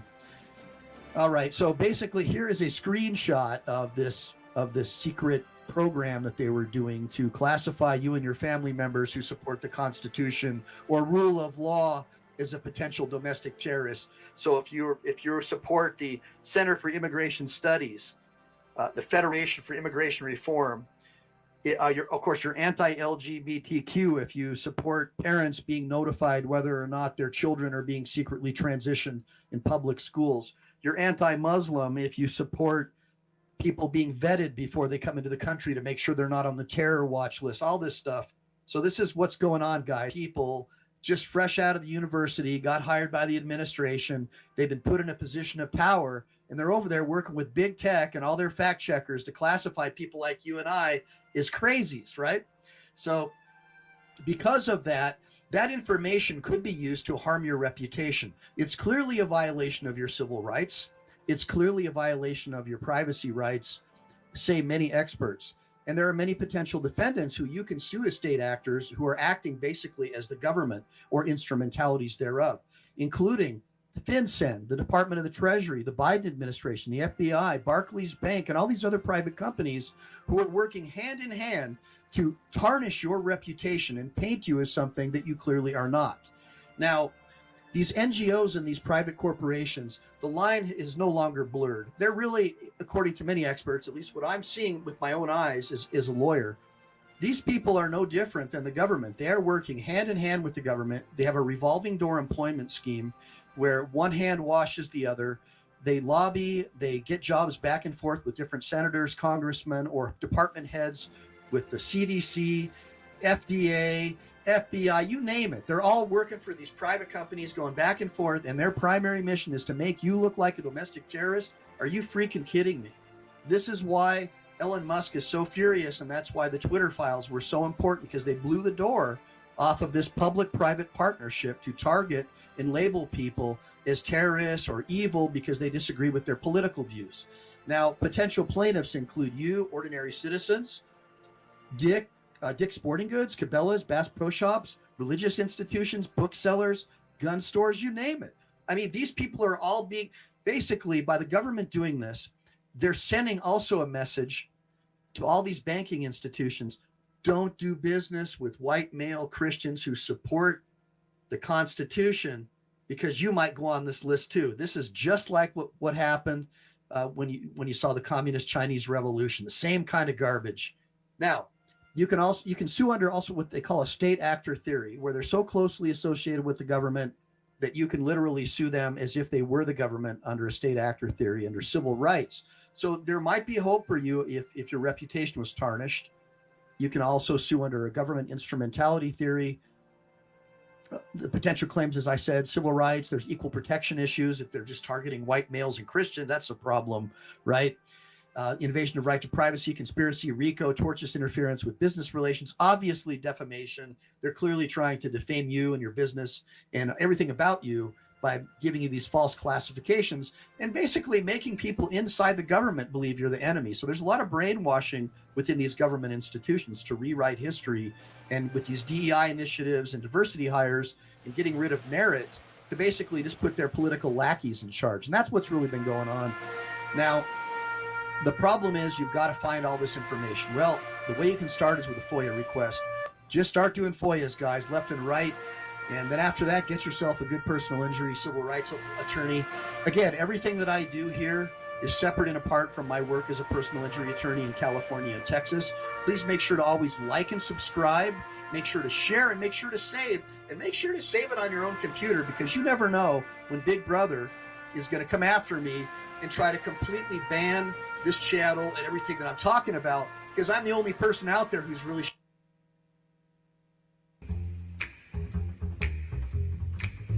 Trailers for sale or rent, rooms to let 50 cents. No phone, no pool, no pets. I ain't got no cigarettes. But 2 hours of pushing broom buys an 8, 12, 4-bedroom. I'm a man of means, by no means king of the road. 3rd boxcar, midnight train, destination Bangor, Maine.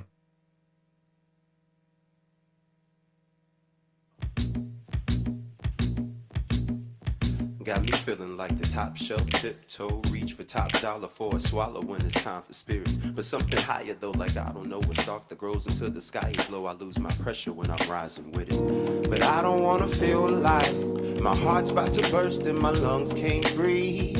It's so hard for me to see if this is thrilling me or killing me. And I don't wanna feel like I lost all control and I'm on my knees. Never thought what they said of the heart was so brutally come true for me. You on my mind, baby, like all the time. And I don't know all the reasons why I'm scared that I should let you know, but then it might show me, slowly expose me. It's a brand new situation. With you, I don't know what I'm facing, so I need you to show me, slowly expose me. It's a brand new situation. With you, I don't know what I'm facing. Got me feeling like the tip of an iceberg, so cold. And there's so much of me that you still can't see. Don't be fooled by the parts that are exposed. Which one of us is in too deep? Which one of us is hard to keep? It's hard to tell. Tried so hard to know you, then I realized I don't even know me well. But I don't wanna feel like a match made in heaven struck to burn in hell. Why can't I tell if you're igniting me or smiting me, baby? Cause you on my mind, baby, like all the time. And I don't know all the reasons why I'm scared that I should let you know, but then it might show me, slowly expose me. It's a new situation. With you, I don't know what I'm facing, so I need you to show me, slowly expose me. I don't know all the reasons why I'm scared that I should let you know, but then it might show me, slowly expose me. It's a brand new situation. With you, I don't know what I'm facing, so I need you to show me, slowly expose me. I don't know all the reasons why I'm scared that I should let you know, but then it might show me, slowly expose me. It's a brand new situation. With you, I don't know what I'm facing, so I need you to show me, slowly expose me. I don't know all the reasons why I'm scared that I should let you know, but then it might show me, slowly expose me.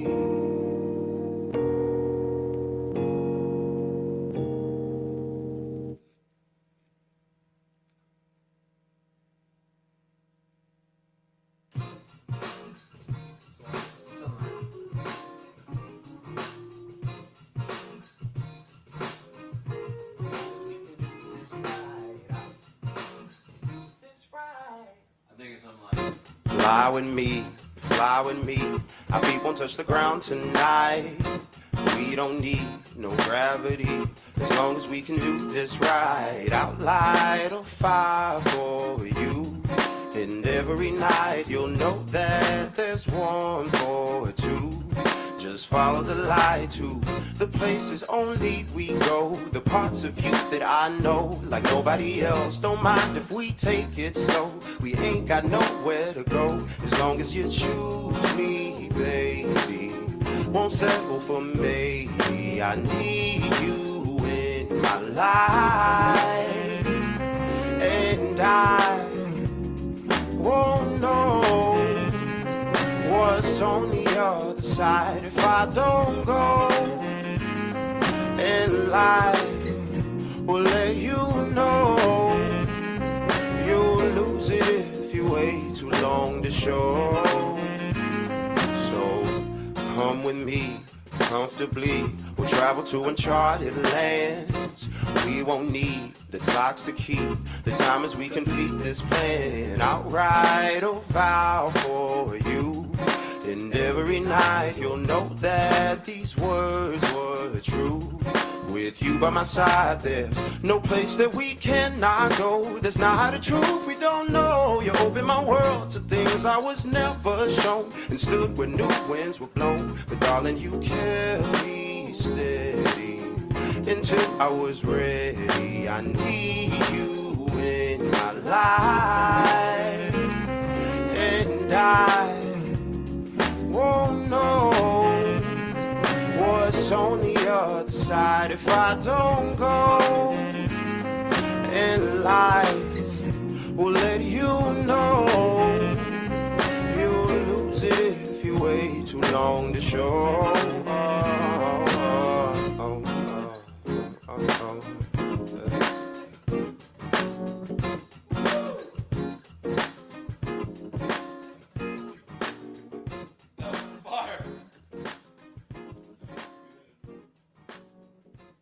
If you want to coordinate an intro, that's fun. Sorry.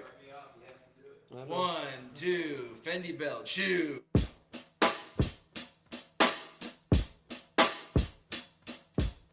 Started so small, I hardly noticed it. These little things I don't like. Just turned my head and kept ignoring them. All these red flags and red lights. You in my face with all your foolishness, and I'm still so nonchalant. Surprise myself with all I'm fooling with, just to get one thing I want. Cause when it's sweet, it's so sweet. You wrap your love in arms around me, and I know I'm bound to lose either my mind or you, 'cause when it's sweet, it's so sweet to me. Don't wanna spend my time just wondering when you won't just say what you want but won't let me go. My friends are all already done with it, but they don't get to see what I see when the doors are closed. You in my head, why are you doing this? Why won't you let me be free?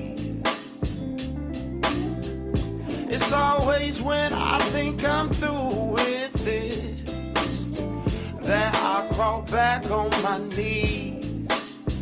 'Cause when it's sweet, it's so sweet. You wrap your loving arms around me, and I know I'm bound to lose either my mind or you. But when it's sweet, it's so sweet to me. When it's sweet, it's so sweet. You wrap your loving arms around me, and I know I'm bound to lose my mind or lose you. But when it's sweet, it's so sweet to me. 1, 2, oh my, ooh.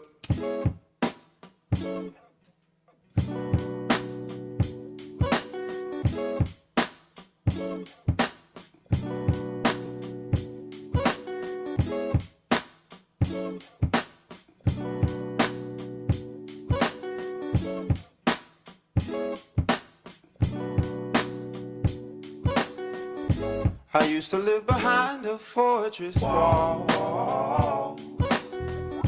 collected all the stones, built it on my own.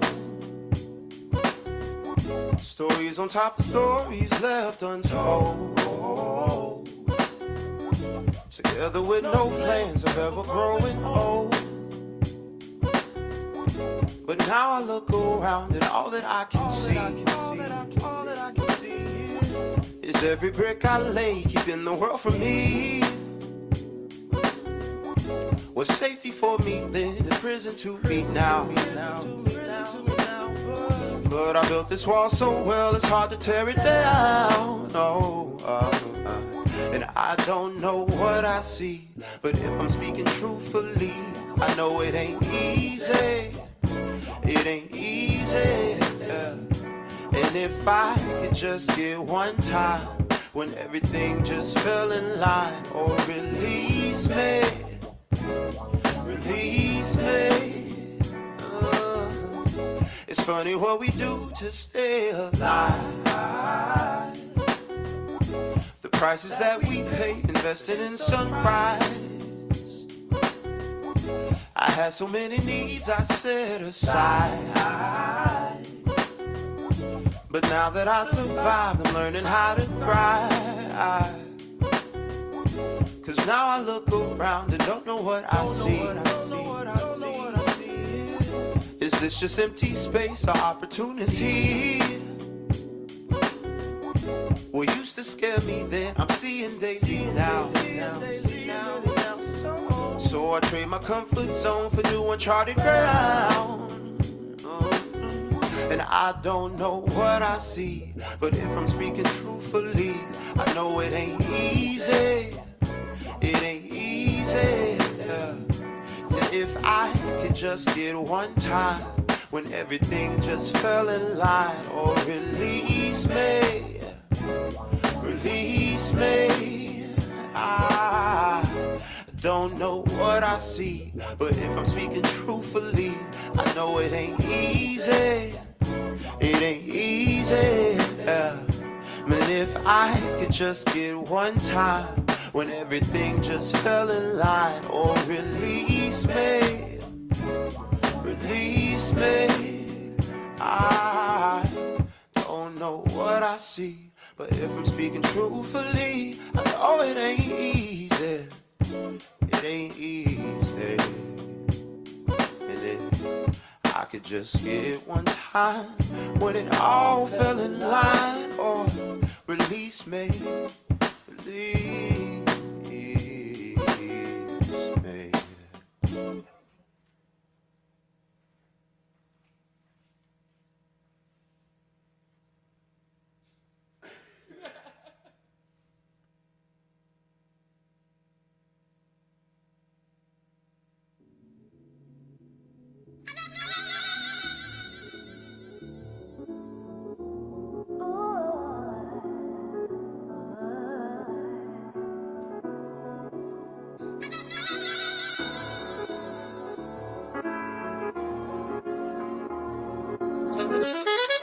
If I gave you every minute of my day, would you stay? Would you stay? And if I gave you all my heart, gambled away my sanity, would you stay? If I gave you every dollar in my pocket, held a picture of you in my mind's socket, you would still do me dirty. I would never be worthy. If I mend your broken heart and make you better, push you towards your goals, help you get that cheddar, you would still find something I did wrong. Don't lie. Don't run. I can never be what you want. I can never be what you want. Don't lie. Don't run. I can never be what you want. Never ever be what you want. Just because somebody loves you doesn't mean that they're going to continue to wait. Doesn't mean they're obligated to wait for you to make a change that you're not even trying to make. I know I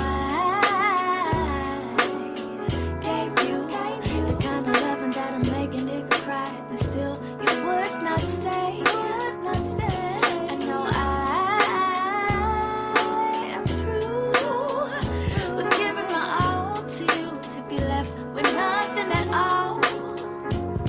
See, I ain't gon' press you, I ain't gon' stress you, 'cause if I'm being honest, I can't even digest you.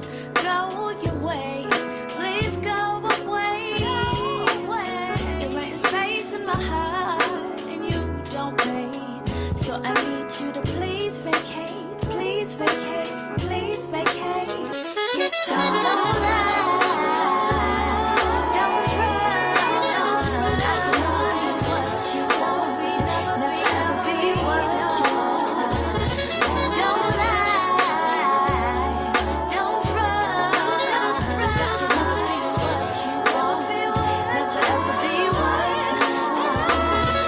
Don't lie, don't run. I can never be what you want, never ever be what you want. Don't lie, don't run. I can never be what you want, never ever be what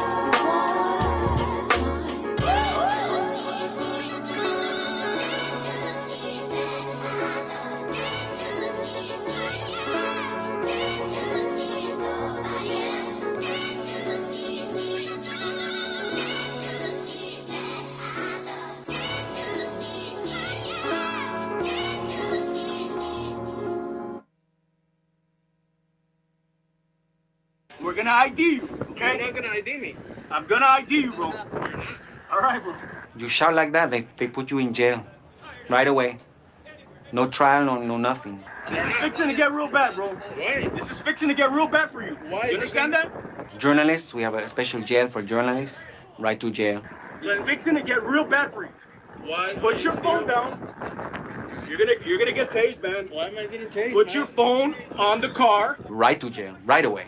Relax and listen to instructions. Do you feel safer if you take my gun away? I do actually. I do. Okay. Put your hands on the vehicle. Get my gun. Put your hands on the vehicle. No, my hands are Put your hands on the. You're gonna get tased, bro. You're gonna get tased. Push it to the limit. Walk along the razor's edge. Don't look down, just keep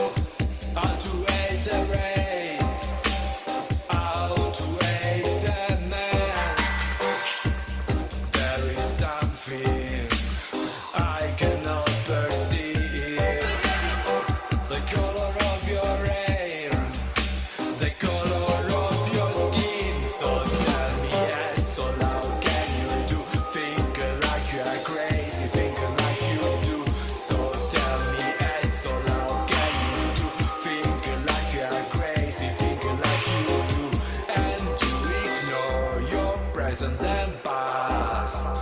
Killing in the name of a flag, impossible to trust, to trust, to trust, to trust.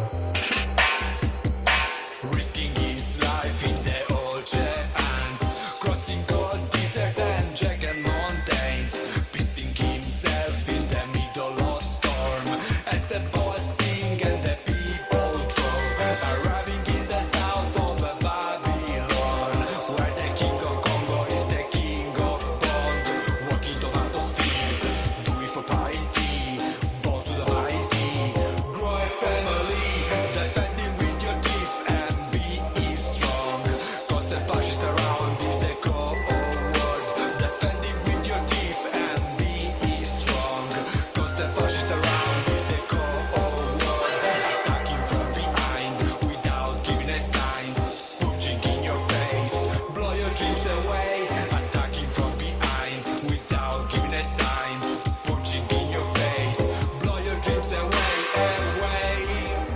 away, away, away. There is something I can't understand, how to hate a race, how to hate a man. There is something I cannot perceive, the color of your hair, the color of your skin. So tell me, so how can you do? Figure like you are crazy, figure like you do.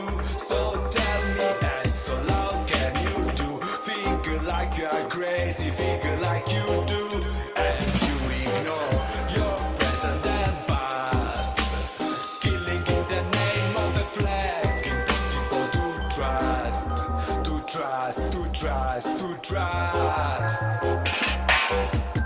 Reacting to the provocation of two young men, calling his wife big man gay, fighting them back with pen up anger of someone who thought that there was reborn in the south of Italy, living equality, following all my dreams, die unfairly at the hands of two men who attack a team, bastardly and from behind, living another place instead of paradise, that welcome his soul with a big, big smile. The king of Congo is now a reborn soul, watching over his son from another world.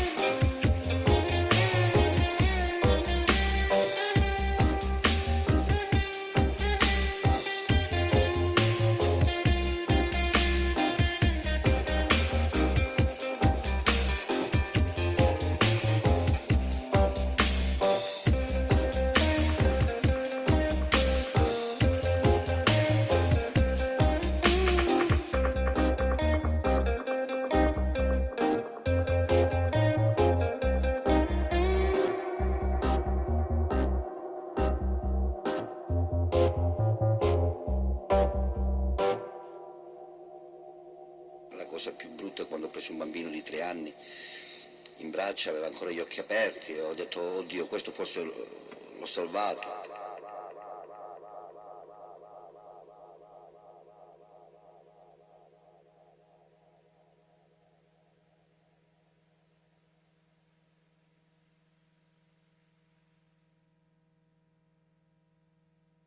Why did we move from California to Alaska? For starters, they shut down my dad's miniature tractor business because it wasn't EPA compliant or electric. Secondly, you have to smog every vehicle built after 1975. In California, this truck was $1,200 a year to register. Here it's $100 for lifetime tags. You couldn't take an ATV anywhere because every trail was closed off due to public safety. This sawmill, they wanted 1 million board feet worth of taxes for operating. And you can't use any of the lumber for anything structural. And finally, to build our cabin, it would have required 50 times more than we have in the materials of the cabin to get the permits to build it. The drug that turned Nazi soldiers into monsters.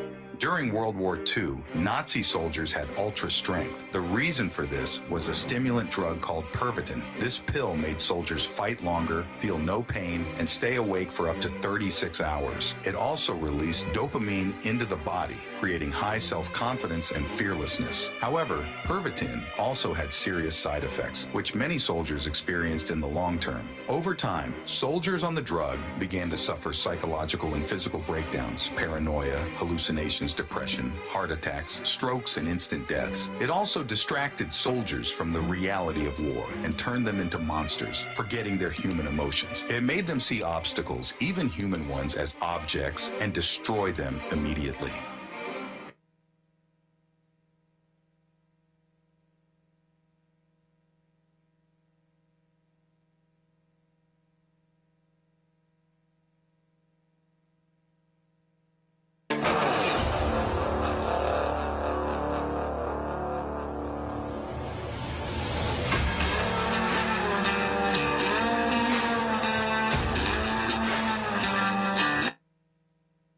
Can't do that. Yes, I can.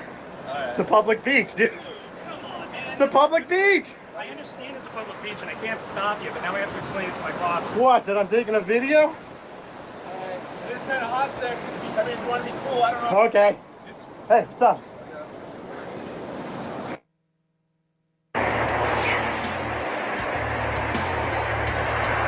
Yes. Oh my god. Oh shit. Oh shit.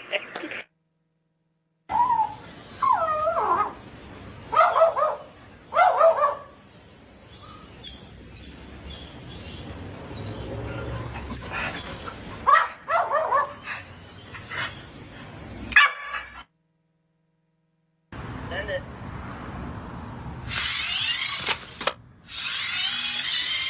Yeah. Relay races. Wow.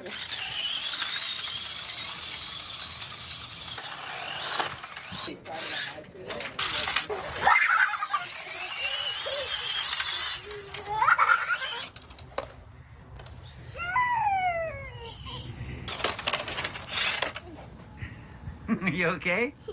Tag. Oh yeah.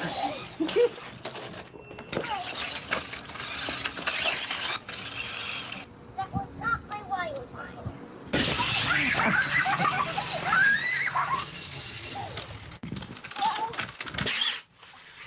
I'll send it up this.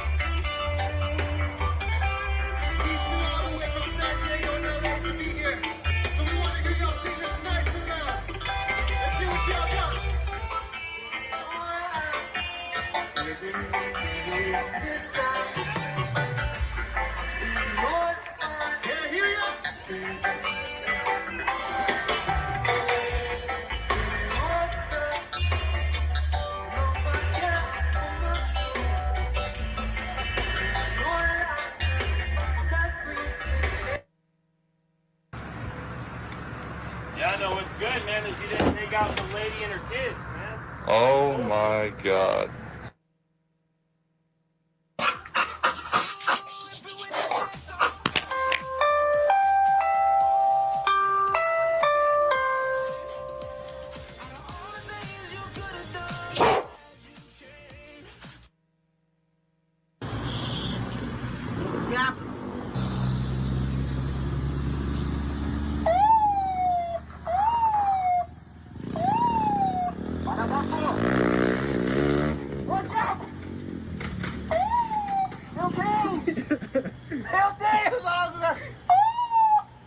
chama ele, chama ele.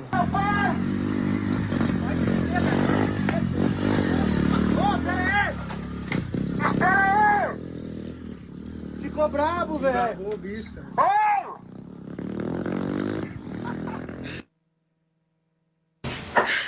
Me deixe, ó. Hã?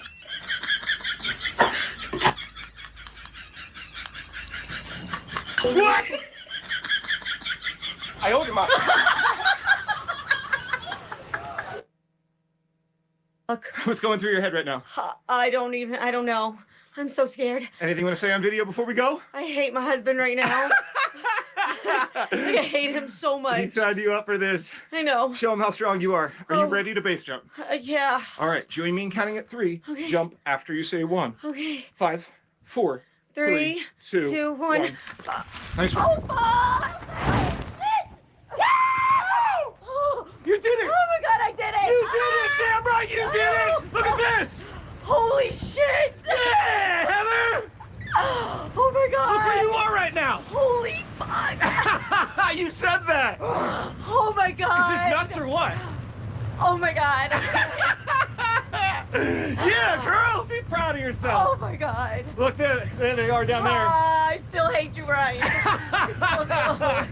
Oh. Nice work, girl! Oh my god!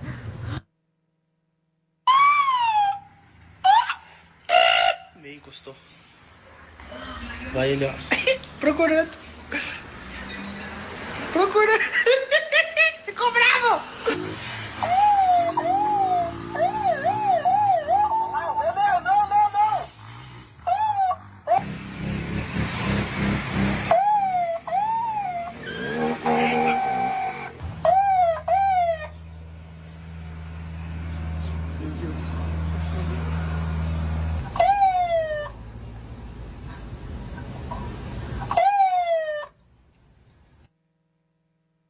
Ladies and gentlemen, Mr. Harry Belafonte!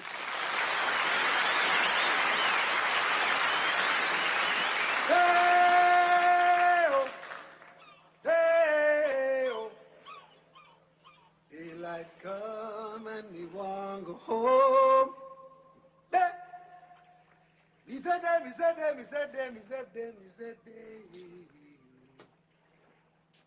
Daylight come.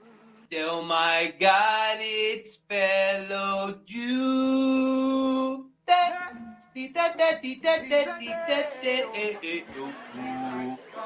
He's on the banana boat, fellow Jew. Hey, Mr. Valley Jew, why you play with bananas? Daylight come and he wants to go home. Hey, Mr. Valley Jew, don't play with those bananas. Come on, little fellow Jew. You are a little bitch, fellow Jew. Don't play with those bananas, fellow Jew. Run on panel in chat with your boyfriend Brian. Don't play with those bananas, fellow Jew. That's you! You talking That's about me! It's always me! Yeah, it's you. It's Talking always me! Then shut up, and just get out of my way. Yeah, here, take over. You went managing moderator. You could. This is all yours. Fellow Jew cries and he wants to go home. His boyfriend crying freedom and where RuPaul mama sucking on cry baby fellow Jews' nose. 6 foot, 7 foot, 8 foot cocks. Here I come now, they wanna go home. Where you at, bitch? FM, fucking loser.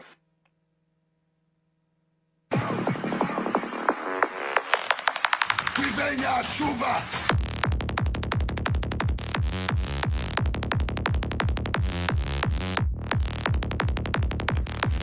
Isto é uma ferramenta. Holy shit. A boat owner fell into the sea. Runaway The boat skidded while moving and Oh hit the my God. rocks. What the fuck? Holy shit.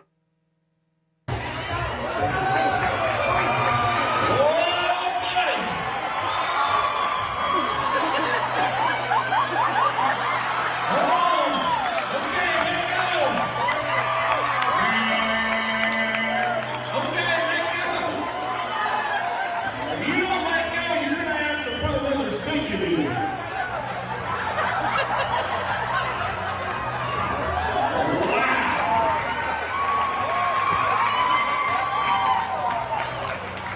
That kid just stepped in that seat like a fly in the middle of July. How about this? 93 points! 93! And smiling.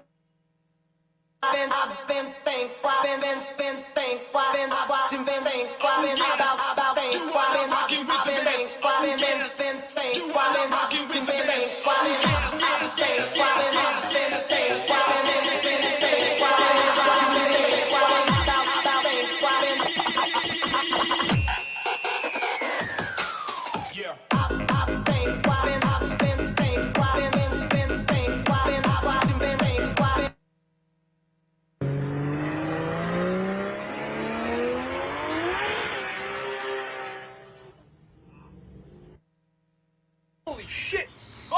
Kevin! Holy shit! Are you kidding me?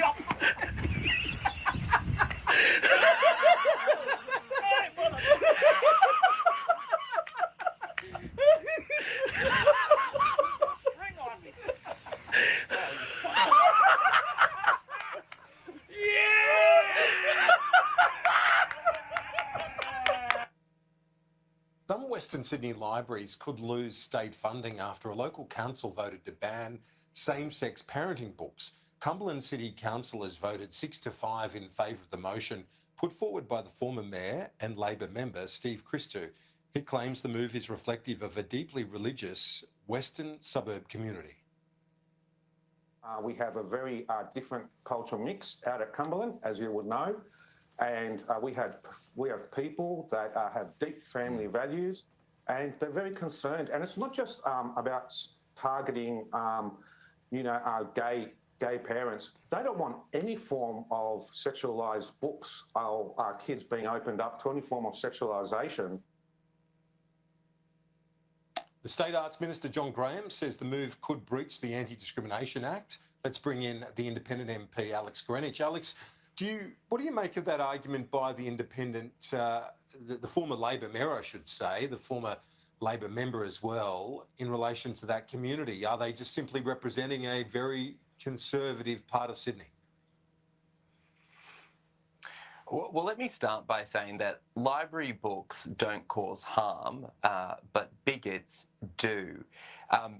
Same-sex parenting, same-sex marriage, same-sex adoption are all the law of the land in Australia. And there are many same-sex parented families that are families of faith as well. And it's really important that our communities, our families are reflected in books and libraries. They're such an important resource. This is not about family values. This is about a councillor on a council playing politics with the lives and families of LGBTQ people.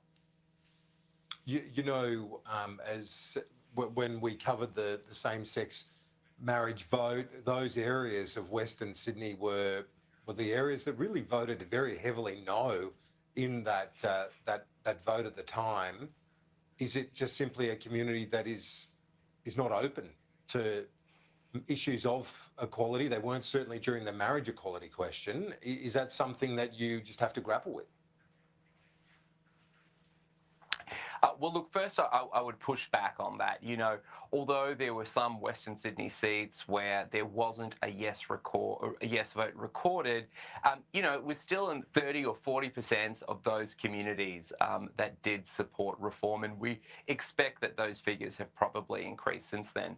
We also know that these libraries are safe places for LGBTQ people, for LGBTQ kids and parents, for rainbow families to come get resources and information to shelter themselves from the discrimination that they may be feeling. we're talking about a community library here. And what we are seeing is the politicisation of libraries and books from some fringes of politics. I'm concerned about this for many reasons. One main reason is this is some of that MAGA Republican stuff that we're seeing in the US. And it's very concerning to see it being imported here. You know, as an elected representative, we get to choose how we use our time.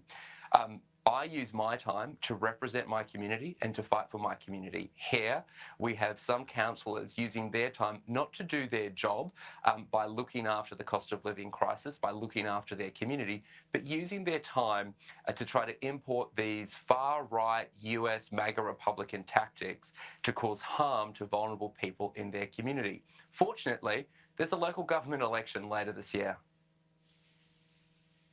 Yeah, indeed, and people can vote these individuals out.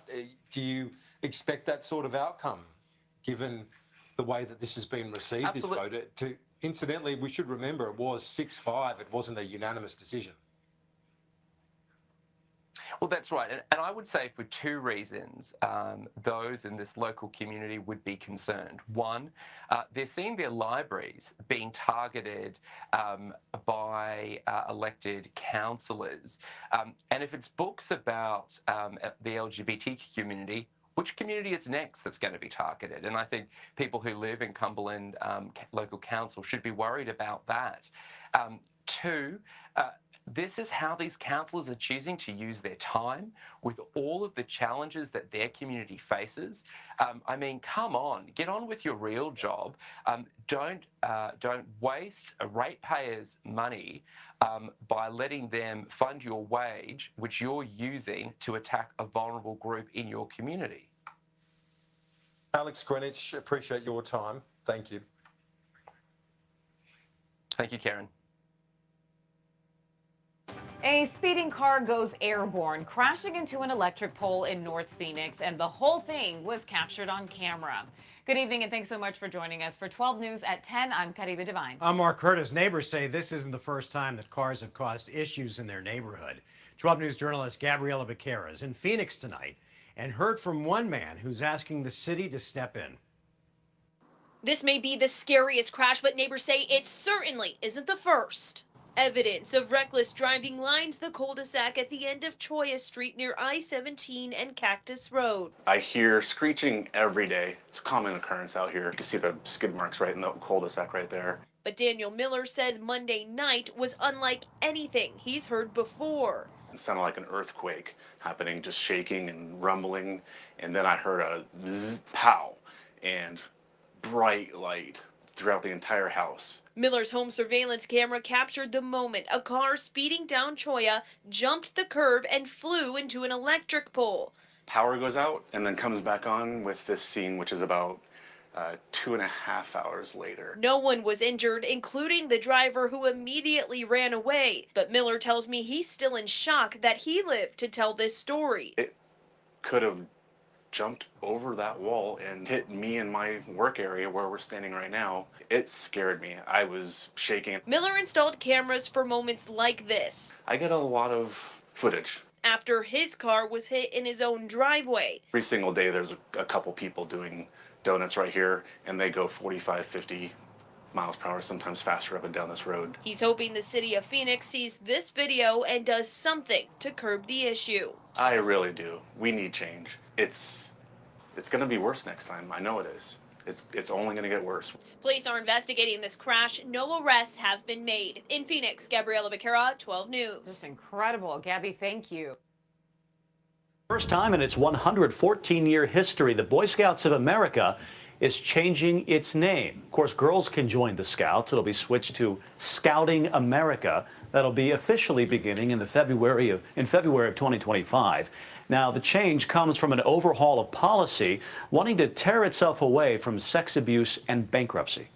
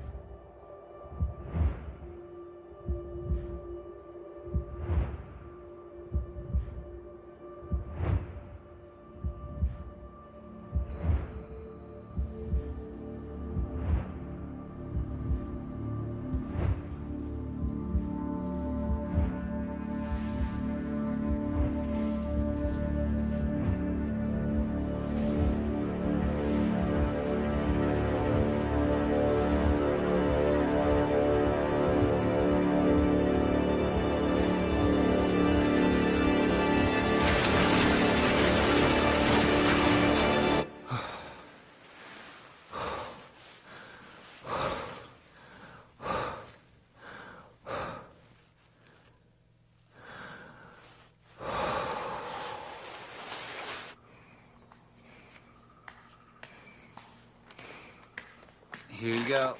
There it should be. Awesome.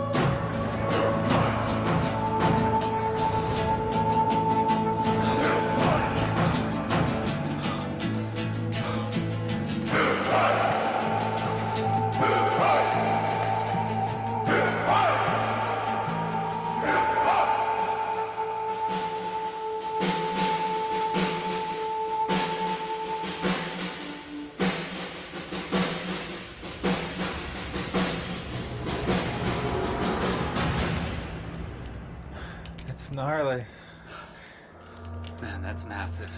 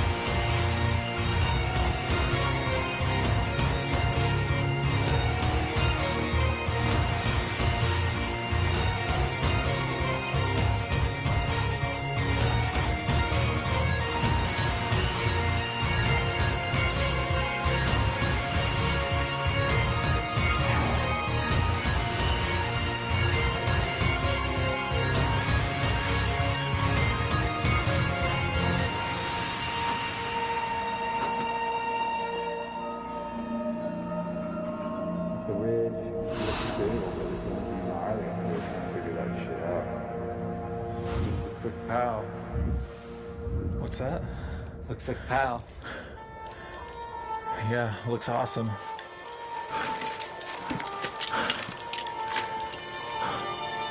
Let's keep going.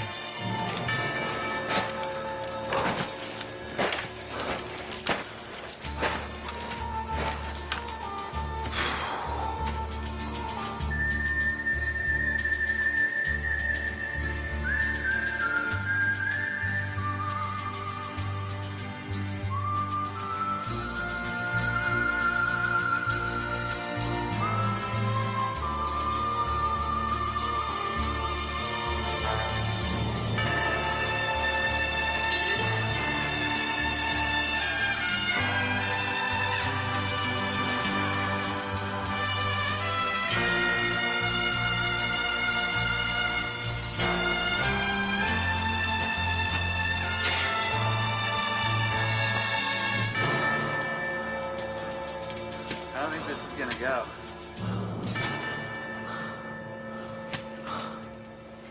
No good? I think the spines might have to wait another day.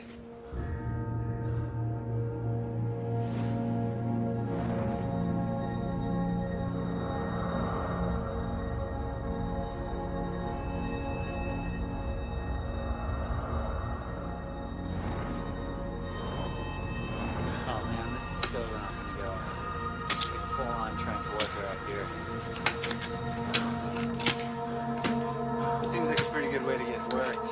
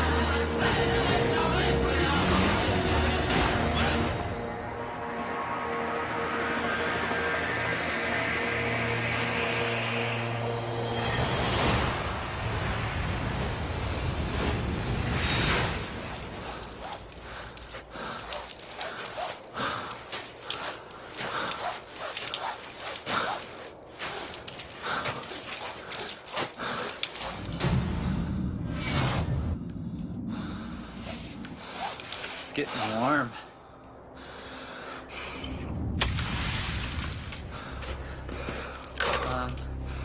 I think we have to make a decision.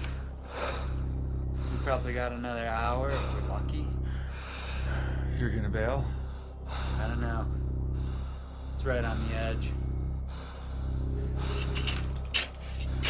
I think we should go down. I'm gonna go for it.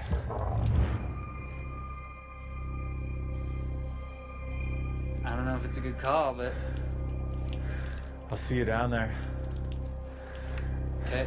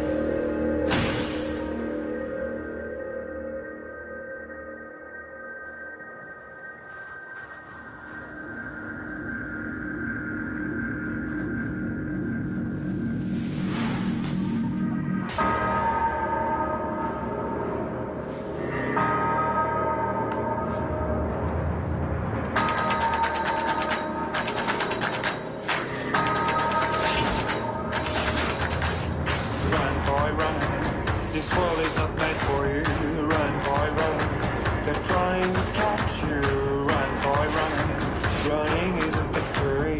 Run, boy, run. Beauty lies behind the heels.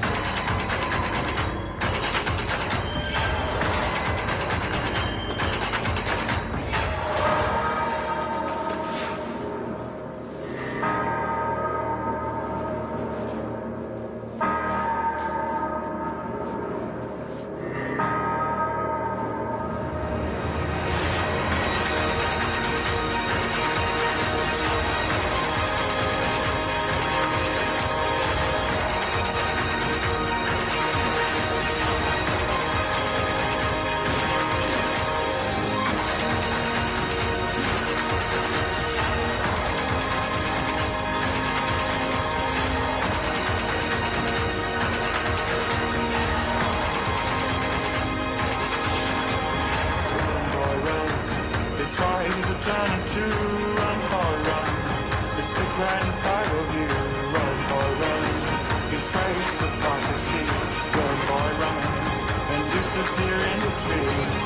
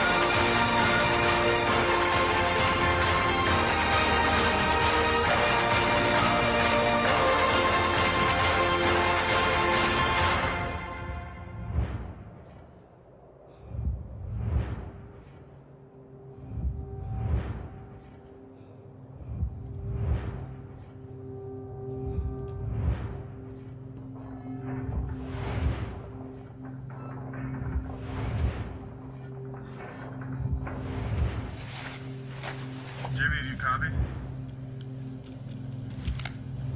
Jimmy, I'm not reading you. Do you copy?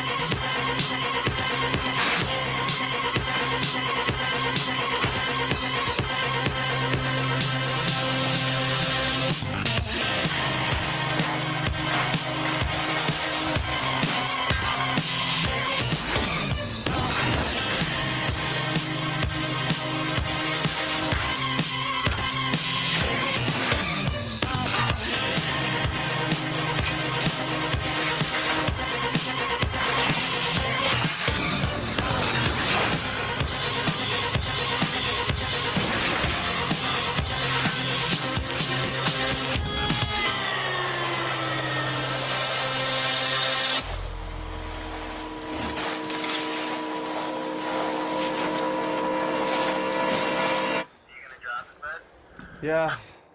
I'm gonna take my skins off, put my skis on, have a look. All right, man. Keep me posted. Copy.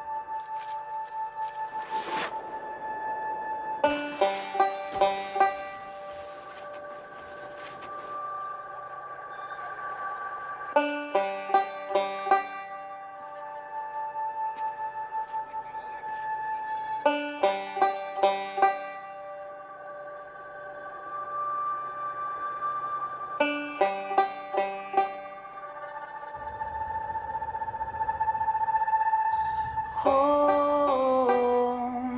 You're so far away, come on home.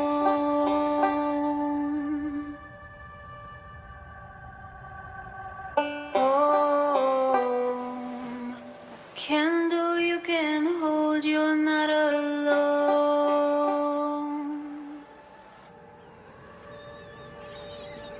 Home, you're so far away, come on home.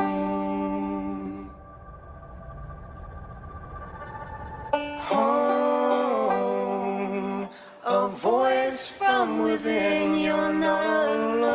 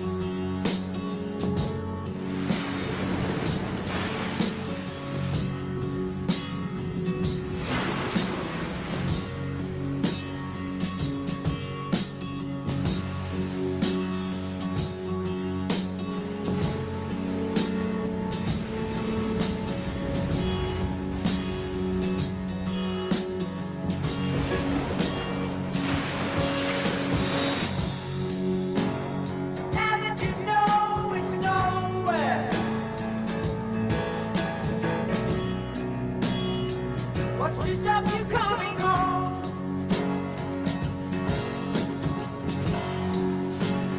All you gotta do is go there. Then you really realize what's going down.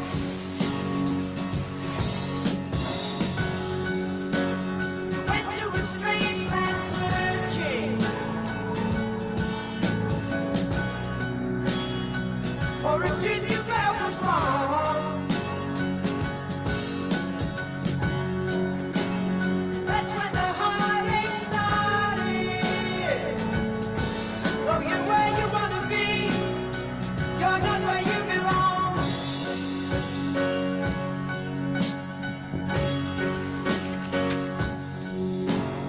Now that you know it's nowhere, what's to stop you coming home?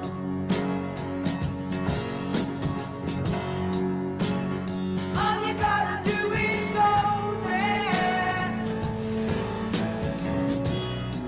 Then you really realize what's going down.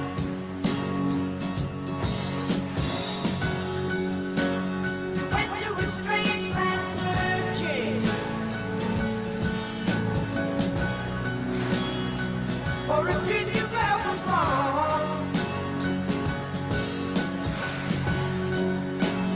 That's when the heartache started. Though you're where you wanna be, you're not where you belong.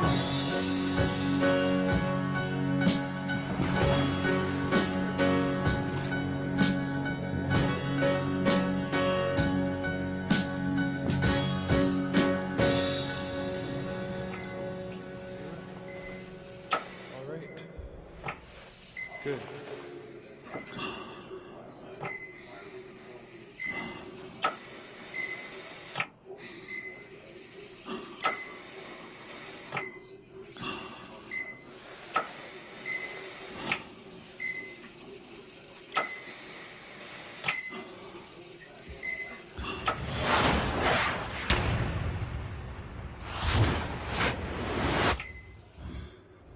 Oh, shit.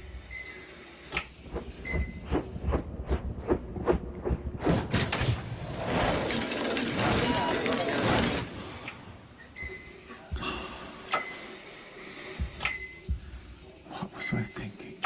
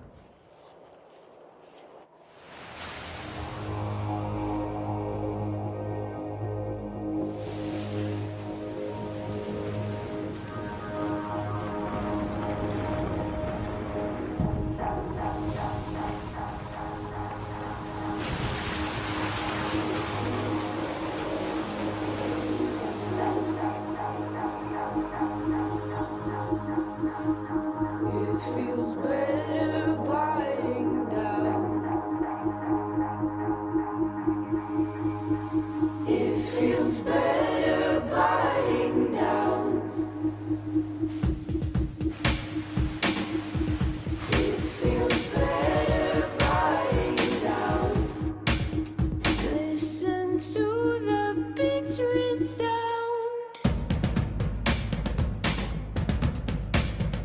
It feels better biting down.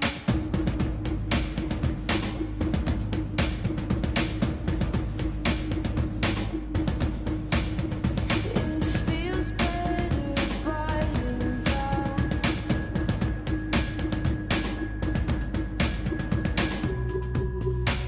The electronics of your heart, see how fast they fall apart. It feels better.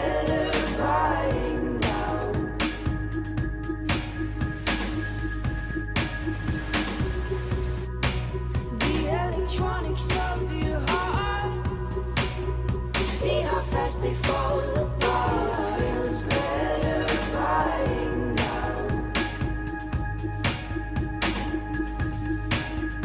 It feels better biting down.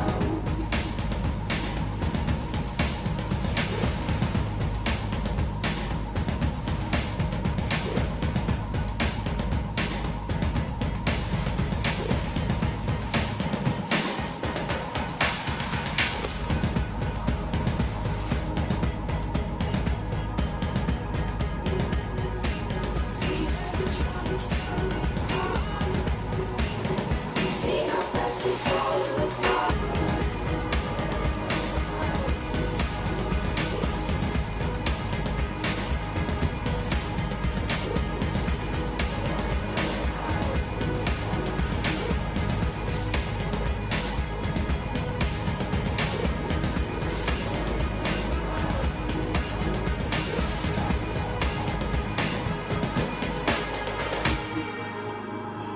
It feels better biting down. It's so deep, I thought I'd drown. Listen to the bitter sound. It feels better biting down.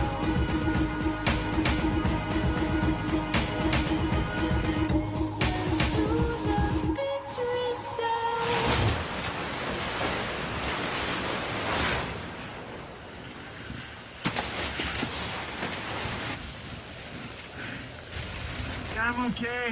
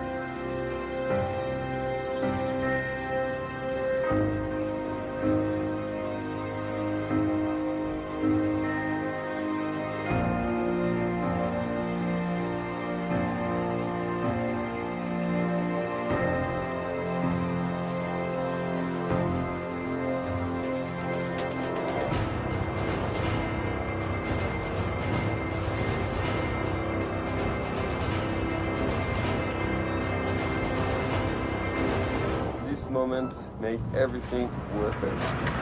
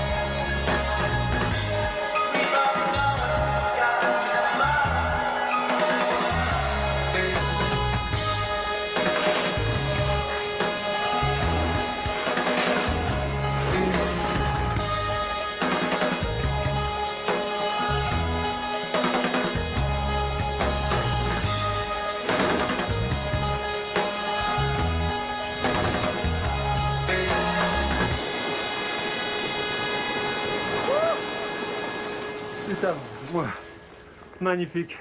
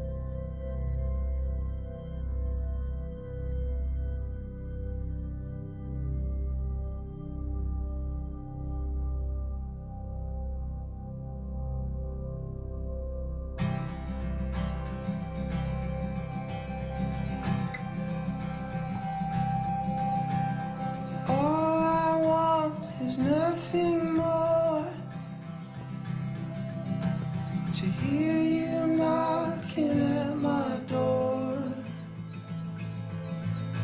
'Cause if I could see your face once more, I could die a happy man, I'm sure. When you said your last goodbye, I died a little bit inside. I lay in tears in bed all night, alone without you by my side. But if you loved me, why'd you leave me? Take my body, take my body. All I want is, and all I need is to find somebody. I'll find somebody like you.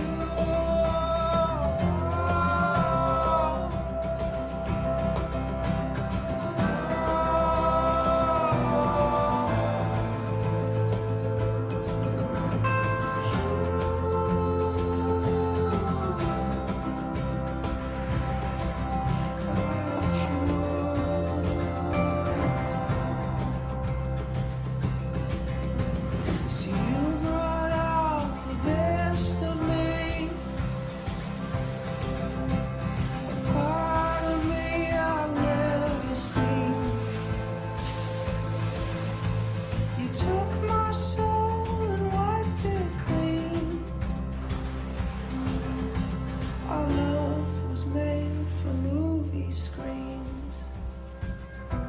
But if you loved me, why'd you leave me? Take my body, take my body. All I want is, and all I need is to find somebody. I'll find somebody.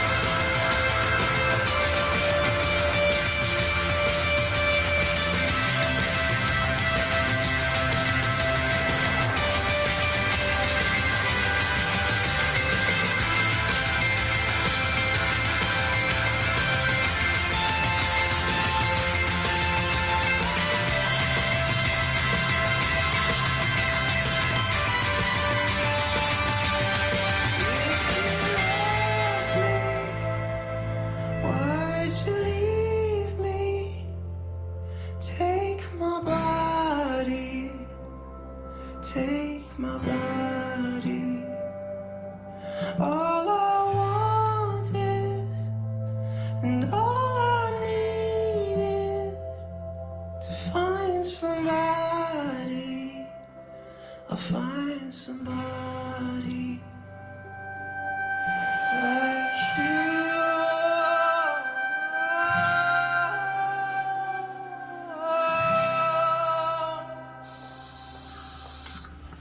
Jimmy, do you copy?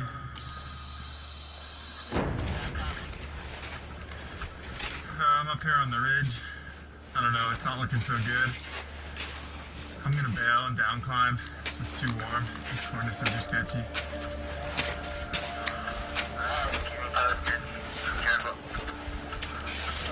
for. See if I can.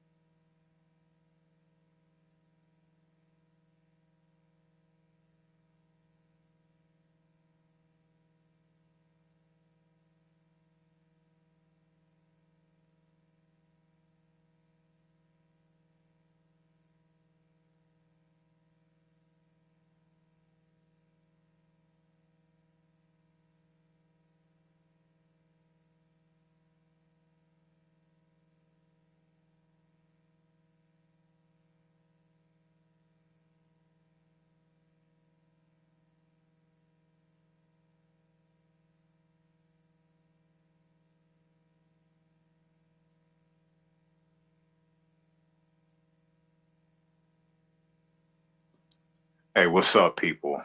You know who it is. It's your boy. That guy you love to hate so much. He's also a great guy with a big heart. You know him. Urban Disciple, thank you all. 8 of you for joining in. Leaving some pre-spoke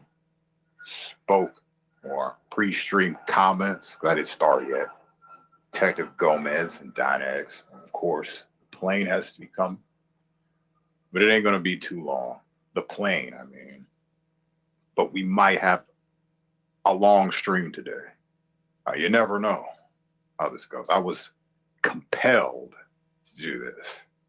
Don't blame me and don't go crying to all your little friends. Oh, Urban did this and he said that. You know what's going to happen, but you don't have to listen, all right? I chose to listen in the midst of making this puppy mill video, which you just going to have to wait for it. You know what I'm saying? I even get the pre-jitters, like, maybe I should put it out now. And no. And this is not to be rushed. This is to be taken seriously, for lack of a lesser term. Seriously, this should be taken. And when you look in yourselves and you ask yourselves, have we been BSing this whole time? This puppy mill thing will definitely provide the answers for that. You see, I was listening to stuff and things that possibly could go in there. And I ran across something. You ever get those moments, even if it happened years ago, those little trigger points? You hear something, especially when it's BS, and you hear it, and you go, wait a minute. Are these the people that I've been cutting them some slack lately? Damn. I don't know why I'm doing this. No, what I need to be doing is laying into these people. And we're going to take the opportunity to do that today. Not a death, not 10 deaths can stop this. Okay? I'm not trying to speak ill. I mean, if this is real, I'm not trying to speak ill of the deceased. But you act like when people die, their legacy goes with them. No. You see, what happens when people are alive, they affect people. And even when they're long gone, that effect that they did, all those terrible things that they did while they were alive, they are not to be eradicated. They are not to be erased. They're not to be forgotten because that trash bag has died. You understand that? And it goes both ways. But I find it more if they're bad and evil, it's hush hush. But if they did all these great things, we can talk all about them, even when they're dead. You see the hypocrisy? You see the double standard there? I mean, I do. I already put it back up, Detective Gomez. Go down my list and you'll find it. The original version. Well, it's not an original version, the original post. You'll find it and it's there. Okay. I premiered it again so we could all watch it together. And now people can get a little taste of what this puppy mill stuff is going to be about. It's just the title name. It's just kind of like calling it the Trailer Park Trash Trolls. Same thing. But with this one, there's a lot of unreleased material from back in 2021 when this stuff was going down, a little bit of 2022 that I never put out. So there's that.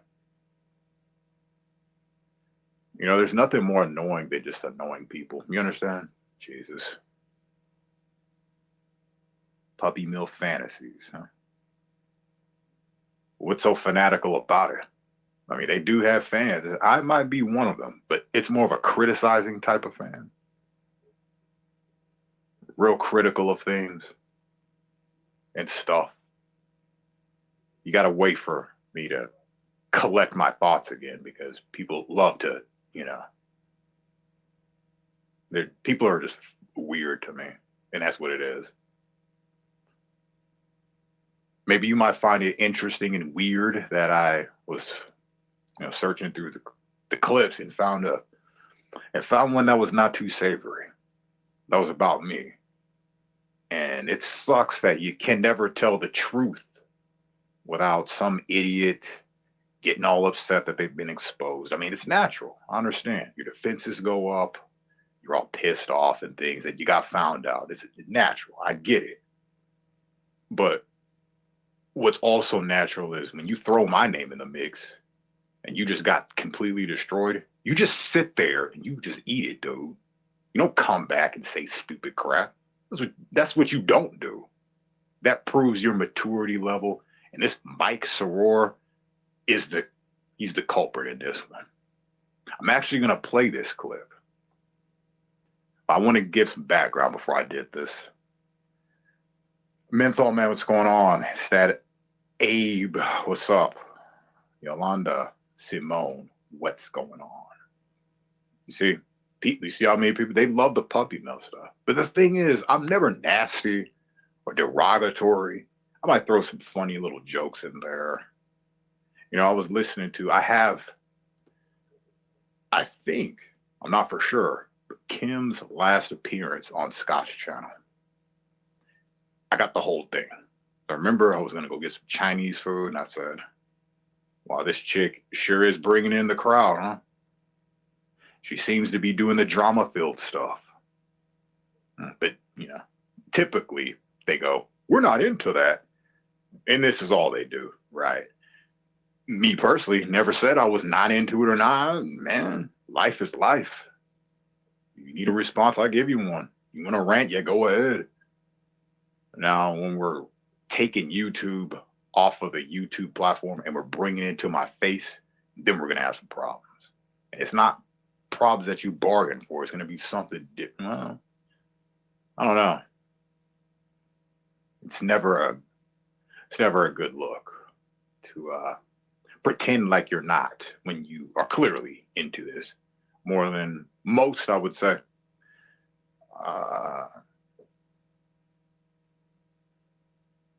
Let's see if I can set this clip up, see if it's already set.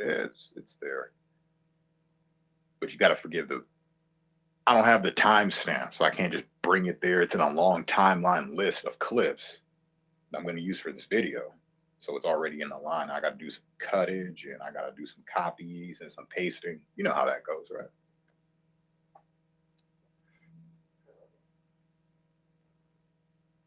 But I'm just listening. It's just amazing how people allow this kind of behavior on their channel, claiming to be above the drama, not about the drama, right?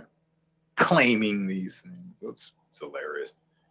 And of course, no one's going to find offense to this crap but me. And I don't know if you remember this, but it all has to do with December 23rd, 2020. And we're going back 3.5 years ago. And for me, they'll say stuff like, well, look how long it's been.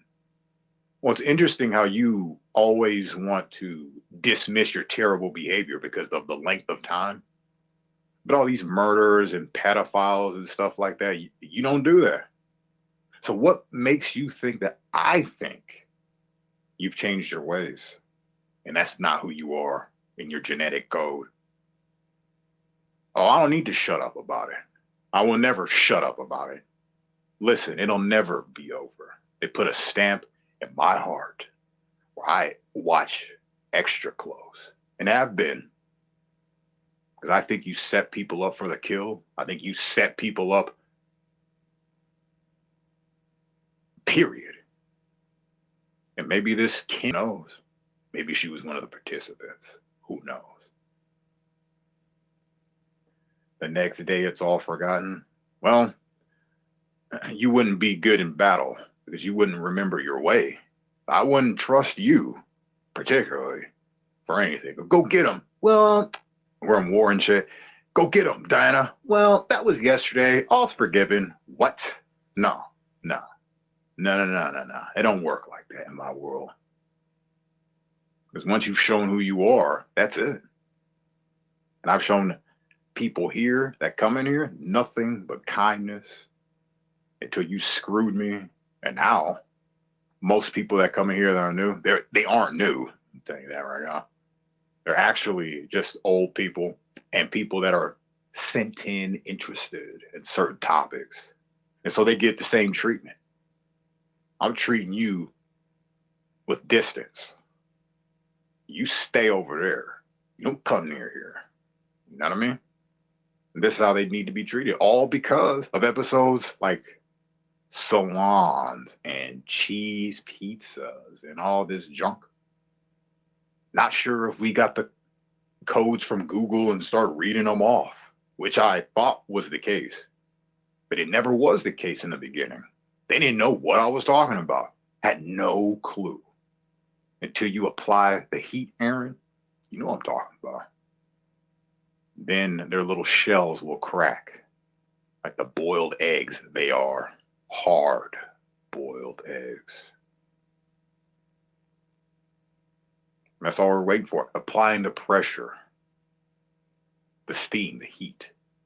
Gets too hot in there. Start cracking.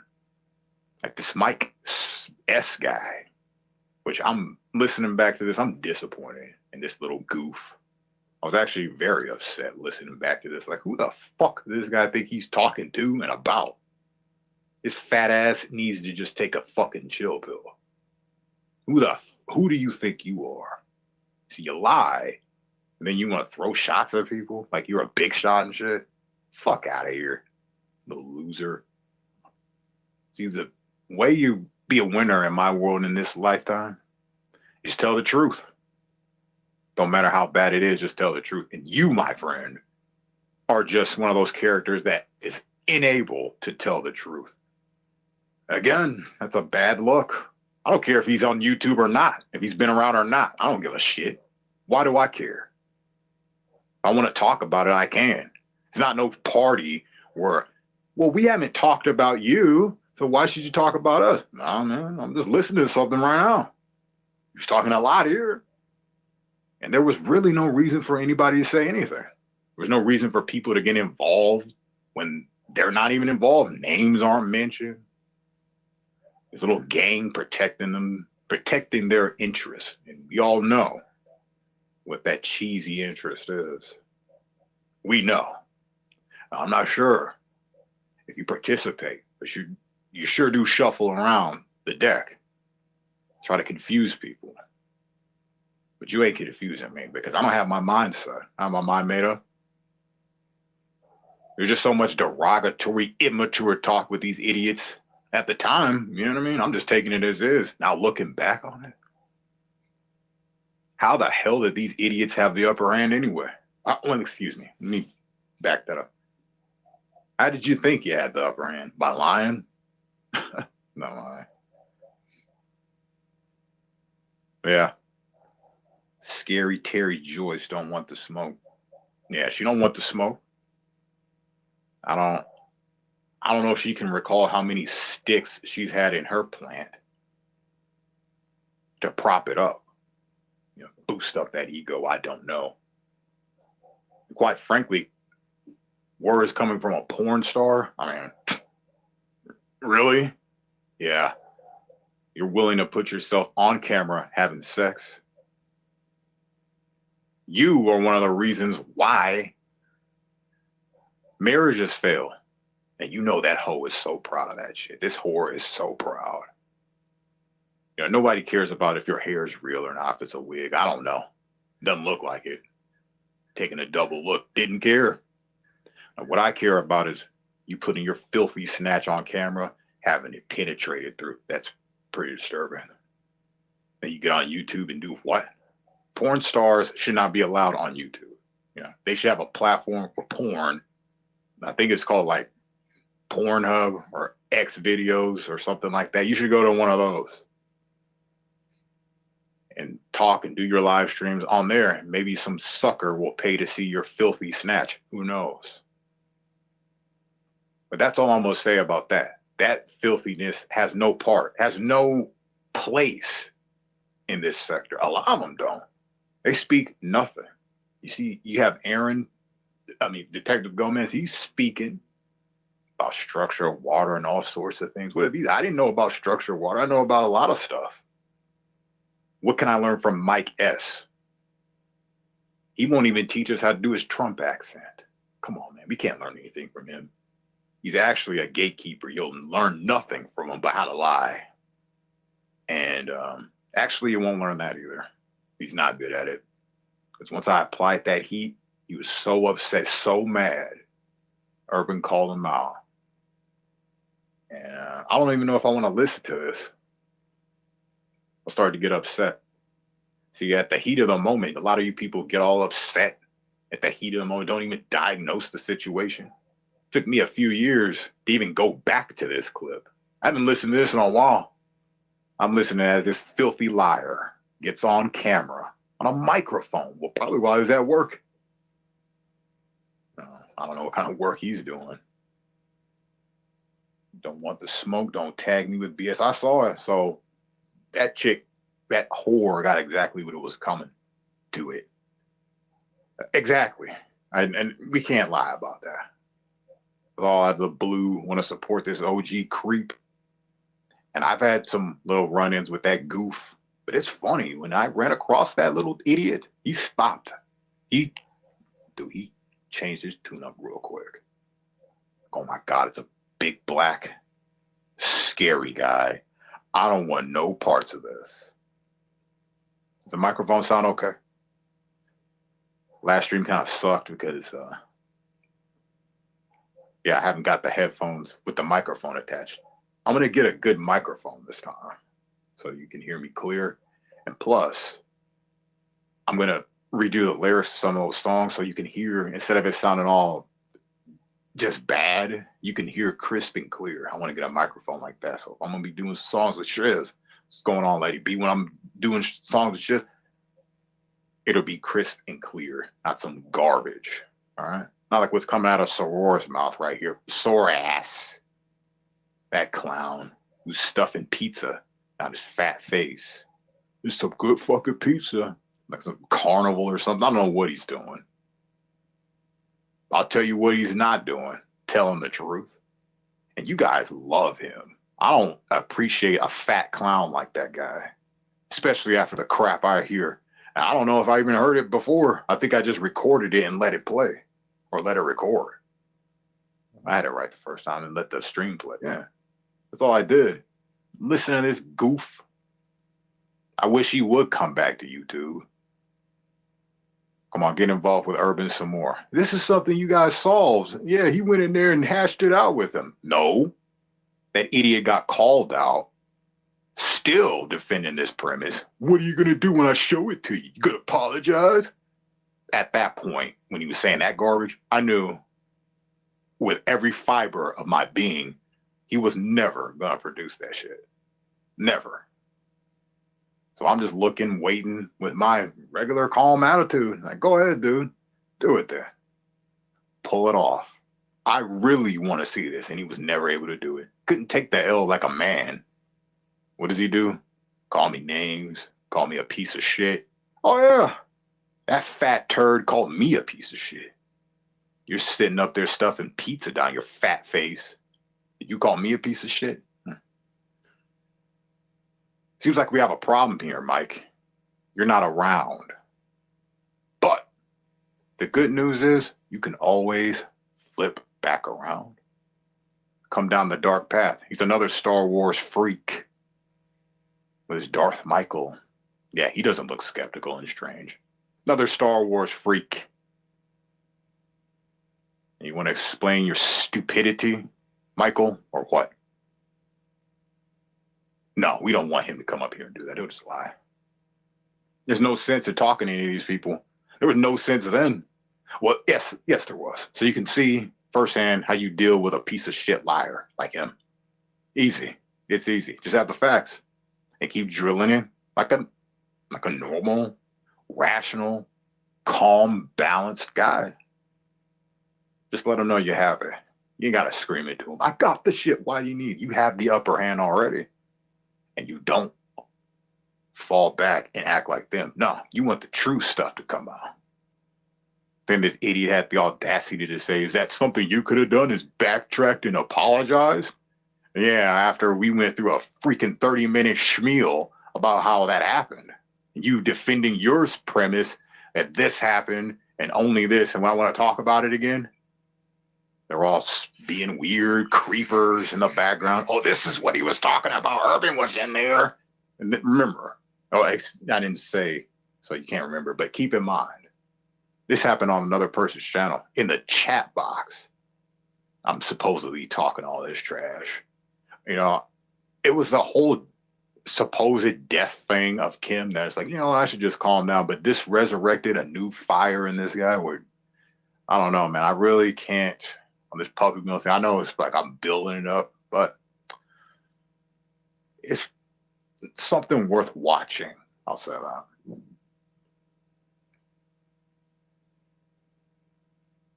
Well, Yolanda, can you just stop focusing on Aaron and focus on the topic at hand here? You ever notice any of those puppy mill weirdos lying? And I mean, once you go into that territory of lying and trying to make me look bad on top of it, you are definitely not only off the list, but you are on my hit list. And it's not a death list because I'm not a death type of dude. But if it does happen to you, I don't know, man. Not innocent people, of course.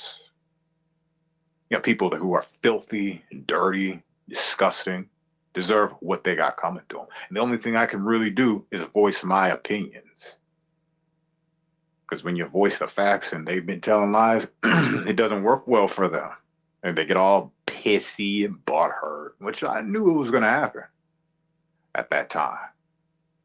From something so simple as these code words of pizza and cheese. I wouldn't have cared about it, but they attached my channel name and everything with some weird rant they went on about Sasquatches and cutting them up and cooking them in pans, sauteing them and shit. Mailing pieces of meat to put in the freezer, 24 pieces to be exact. It's just weird stuff like that. You know, people are getting back in line because they're going to go find a Yeti. Many men was what Kim said. Many men? What? It's not these ones in these tuxes, are there? These little 8 dudes. Okay.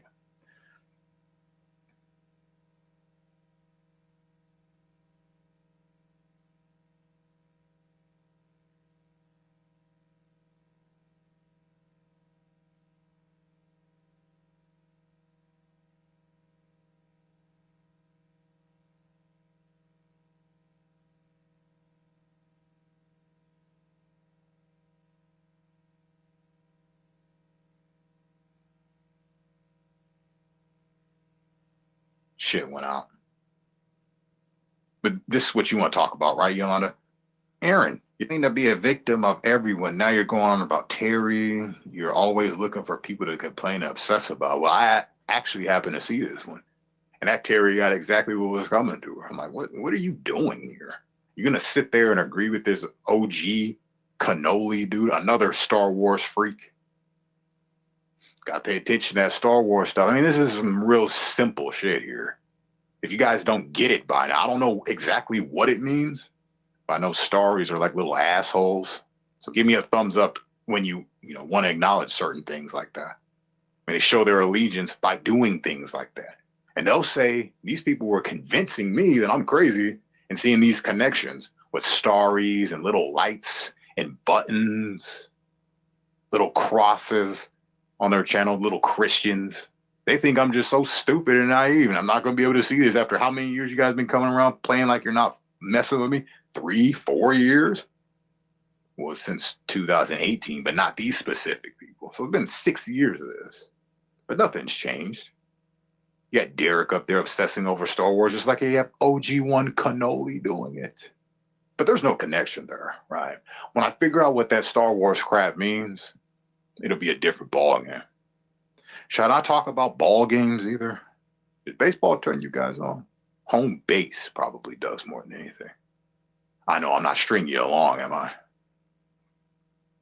With a guitar riff of a lifetime. Riffing, rafting. Where's Scott, as a matter of fact? That guy's, he's been MIA. His channel's been suffering lately. You know what I mean? And I expected to suffer. He's got no content. He's got nothing to talk about. Well, I'll give him content for a week, maybe for a day. Maybe tomorrow I'll come back and we'll talk some more puppy mill stuff, but maybe I'll work on the video instead.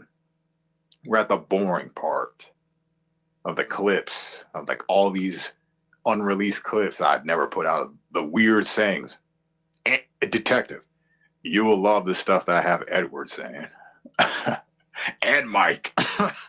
You'll love it because Mikey's he's a dirty piece of shit, is what he is.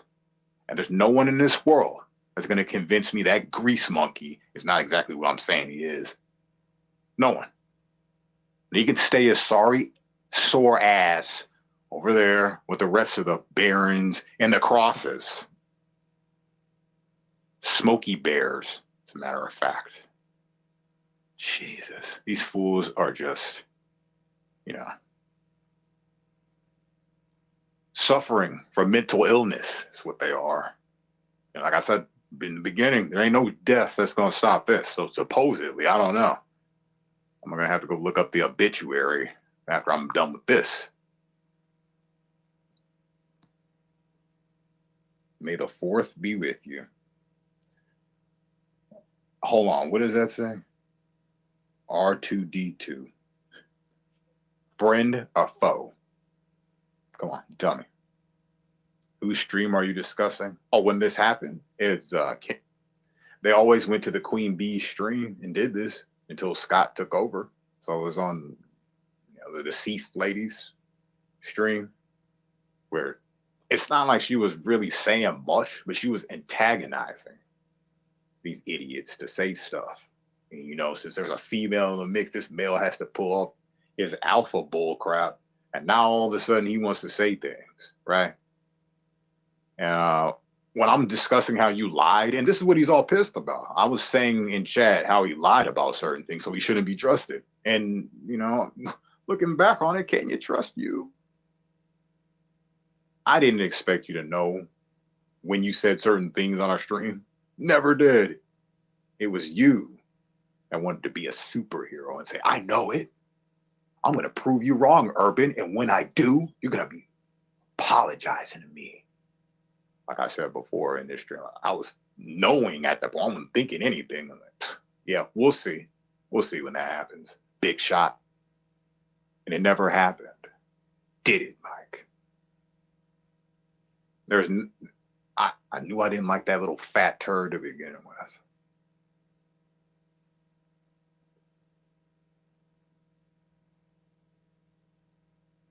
Trevor been given a pass because they think they can suppress the evidence. Yeah, it's very obvious. I mean, here we have the masterpiece of evidence in Edward's mouth.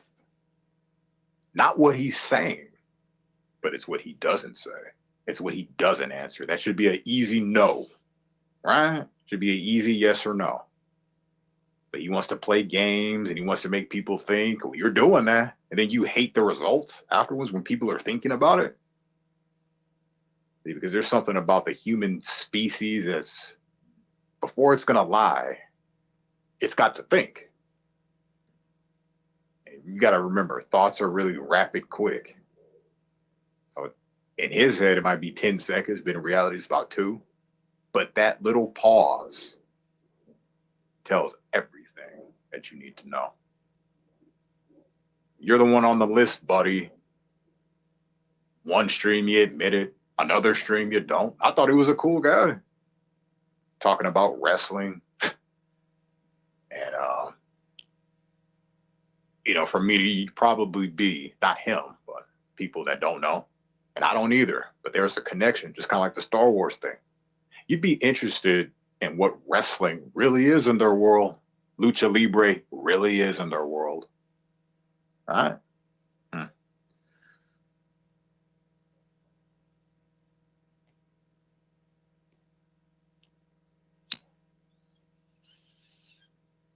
Don't mind me. I'm just letting off some steam. Little puppy mill preview before I get into the good stuff. And all this stuff is going to be there. I don't want to say too much what's going on in the video, but just know that I never lied about anything. Never had to. Now, when you hear people saying that, don't trust them. You trust me about that. There's nothing for me to lie about. I have nothing to hide. Absolutely nothing. They know everything anyway. Right? Well, when it comes to on paper stuff, because they spent the time to look me up, fantasize about what Urban Disciple does in his spare time, like that's any of your business. And then when I tell them that, I have problems with that too. I have very eerie suspicion that you tried to set this Kim chick up. Yeah, because I'm trying to look for that anger and hate for her every time, and I just can't get it. It just looks like a poor sap that's being used by people she was around. So this is not a new topic. Yeah, neither is people saying what you just said here. Next. You know what I mean? It's an easy solution. If I have to tell you what it is, then you're not smart enough to be around here. You understand? But you'll stay because, well, you're probably a weird Star Wars lightsaber type of freak too. Right? Lightsabers and things like that. You guys are so slow. But it's not that they're slow. They know this shit. It's just they won't tell you. This is how much of losers they are. See, while Aaron or Detective Gomez is on different levels, I'm on this very simple level of, why do they all have Darth Vader stuff? Why do they always have lightsabers and talk about stars and buttons? You see what I mean? And with those two forces coming together, not like we're working with one another, but just in thought, marrying in thought, you can really do some damage. I think like a little kid with mine. There's a lot of truth that comes out, and it's just the way it is. I speak from my soul, and that's it. You can like it or you can hate it. But I'll tell you what you won't do. You won't debunk any of it. I'll tell you that. I'm ready to go into war. I'm ready to go. Mike, he didn't want none. That Mike S., he didn't want some. He never does. He acts like he does because he thinks yelling and screaming is going to get his point across, but it's not. It actually makes you look more desperate. Okay?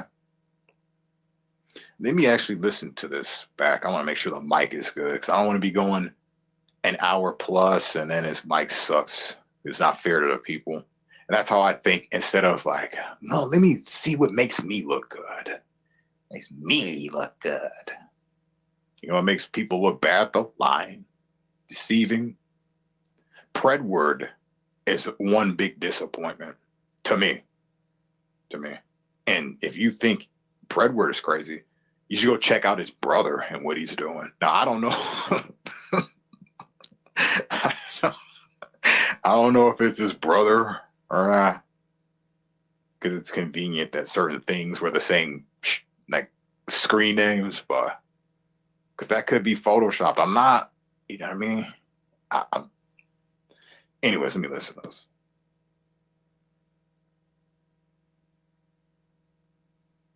I gotta wait for a little bit for the Wi-Fi, so you've been blessed with a little bit more time.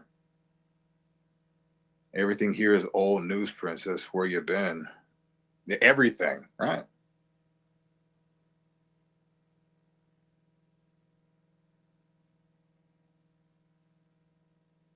All right, sounds good to me. I really gotta make sure to get. Oh, when did this happen? I think this was 2021.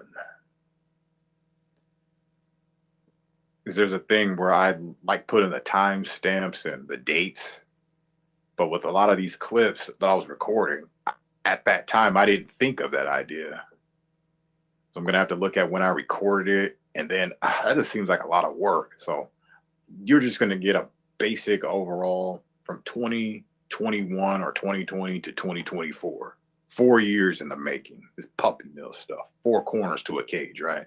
Well, unless you're in the octagon. 4 corners to a ring, we'll say that. And it's like they're silly little jokes. I'm like, dog. I wonder why I didn't slap that Sawara guy a long time ago. If anybody wanted to, we'll meet up for hot dogs for sure.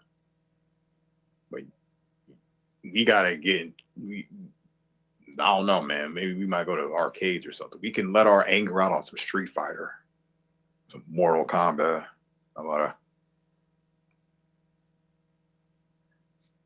Yolanda, why does your brain always go to Aaron? This shit is, see, we're not annoyed because we're such fans of Aaron. We're annoyed because you're not staying on topic, and you seem to have a plan when it comes down to this talking about Aaron stuff, and you just focus there. It's annoying. It's frustrating to look at that. While we're all on different topics and stuff, you're focused on Aaron like a obsessed weirdo. You see what I'm saying? The stream is not about that. But then this interesting person goes, well, he did coin the term, so this stream is about that. Like, oh, God. Help these idiots, man. Yeah, I'm saying that. Help you. Get off the topic, okay? Ask a question. When did this all happen? Mythball Man's asking some normal questions. When did this all happen? What are we talking about? This person. Well, you know, Aaron, we were talking Terry and what? Come on now. No one cares about Terry. Terry cares about this community. And I'll steal from Tamara. Terry's been dying to come at UD. Sure has. Been dying to come at UD. Just try to find a perfect avenue to attack. Now, since I said that, this person won't do it.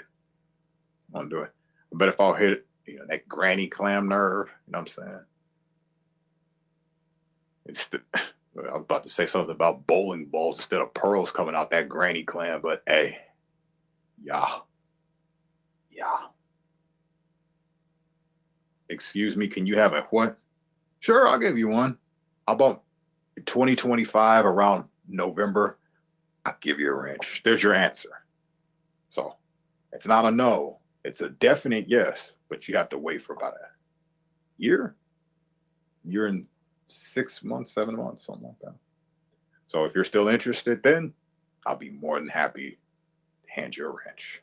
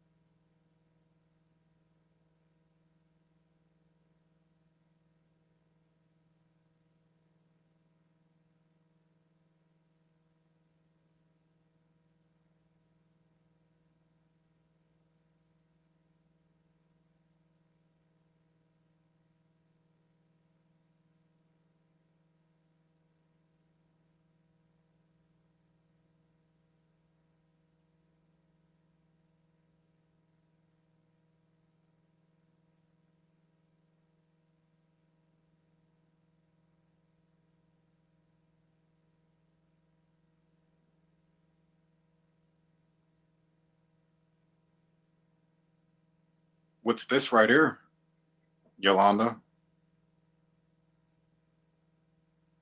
Yeah, no, I actually got knocked off of my SIM card. I changed my SIM into a different phone. You gotta be careful about who you text message on this stuff, man, because they're like not only stalkers, they're like hackers, you know what I mean? So you gotta be careful what kind of bugs, what kind of links you get from them. Because I noticed that my phone works a lot slower these days.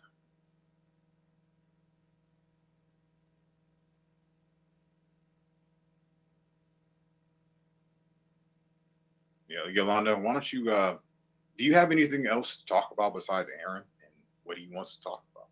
Doesn't that get boring after a while? Once you see this puppy mill, man, you ain't gonna be bored with that. You're gonna be liking every second. I thought these April 29th specials or something. I'll say this, they're almost gonna be as good as those trailer park trash specials. And speaking of that, before the puppy mill comes out, you have to see the trifecta of that. And then the Tales from the LARP side too. You gotta see that one too. That's a good hour and a half of entertainment, right?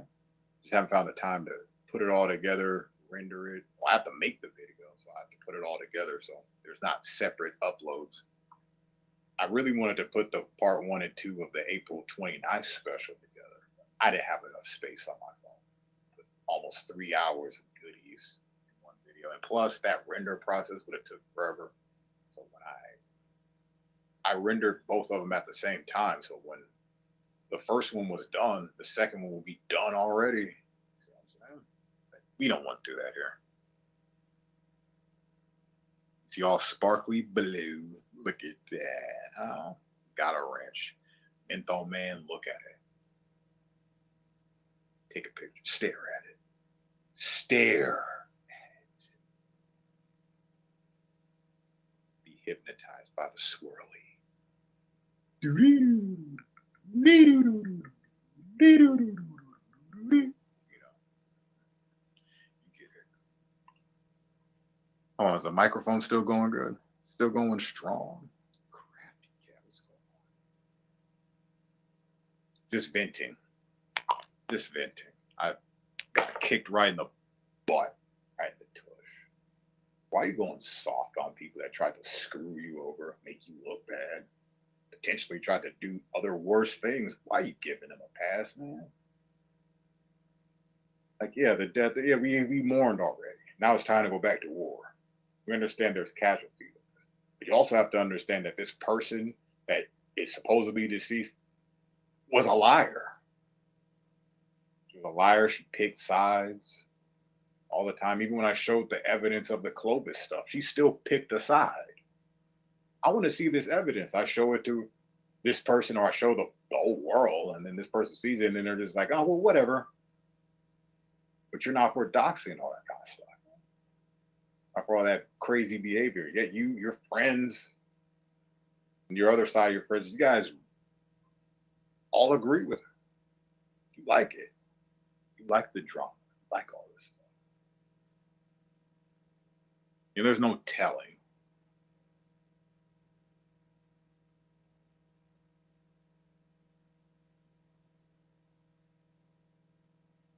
Here, Yolanda, if you're gonna be this naive in the world and not think that there's a code that people won't know, you think people are just saying the outright dirty things that they do right public eye like that? No, they'll code it up. You idiots act like it don't exist. Especially this idiot right here. You act like it doesn't exist. You want to say, oh, well, I'm all about the code. I ain't about no fucking codes. I'm about cracking the code. Shit's annoying. You act like that. Oh, people don't do codes and stuff. Oh, sure. Yeah, see, people like you are just involved. That's it. Prove me wrong. I don't know. You don't even show your face. Never even heard you speak. I don't know who you are. So there's that. It's about as easy as that. You get treated like all the rest of them that don't speak, that never shown themselves. If you haven't shown yourself, at least speak in the damn microphone. Be taken seriously. You know what I'm saying? Easy to just peace. I don't care. Forgot you existed anyway. So you came in here. And you come in here with your Aaron worship. That shit's pissing me off. Worship some Urban. Fuck Aaron. Don't worship him. What are you doing? Worship UD. Let's go. Sitting over there creaming about when the Aaron's next appearance is going to be on UD's channel. Or not even that. It's just wherever he's at, you'll be, right?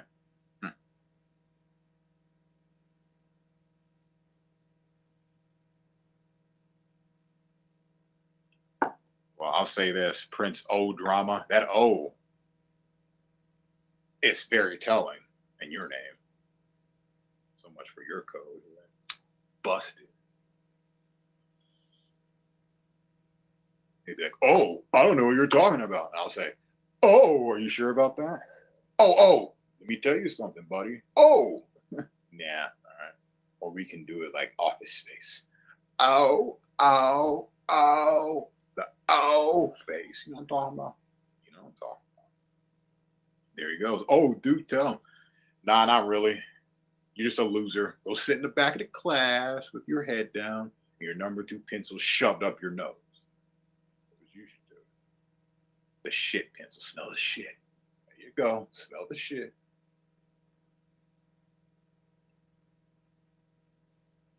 Another poor victim of cops. You got that right. Hey, give me another excuse. Prince of drama. Huh.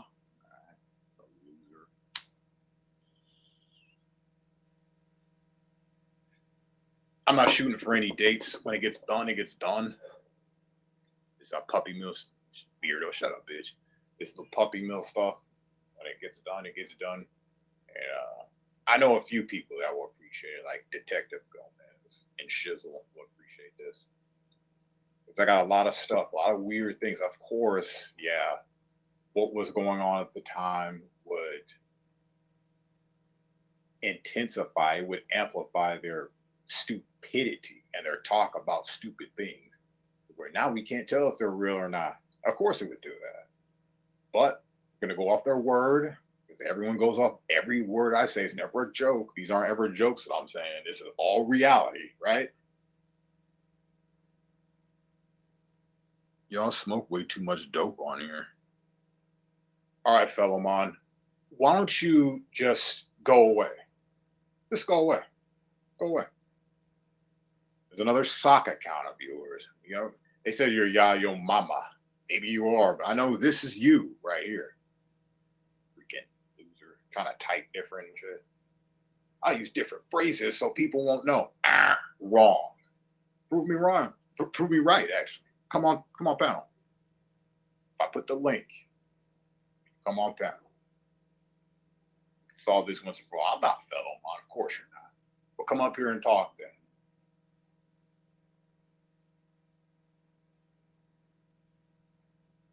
Too much dope. Yeah, dope is a word that this idiot would use.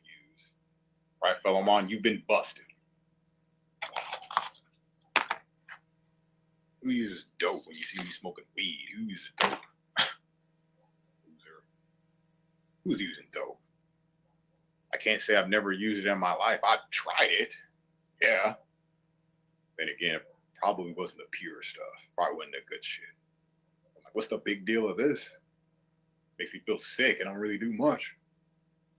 And yeah, that would deter me from ever doing it again. I don't know how people get hooked on that madness. Doesn't make you feel good. Excuse me for wanting to do things that probably make me feel healthier, like smoking marijuana. Yeah, not cigarettes. I'm trying to work on my diet too. I'm getting older. It's not working.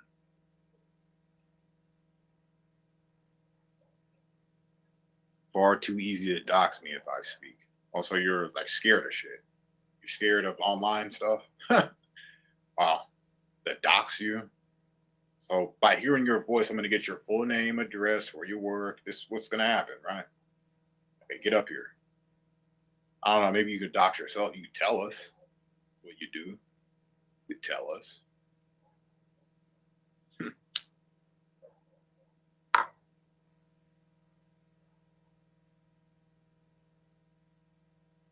Well, he's not all of a sudden he got the limber tail. Look at him. His tail is stuck between his legs. Like he can't get it out.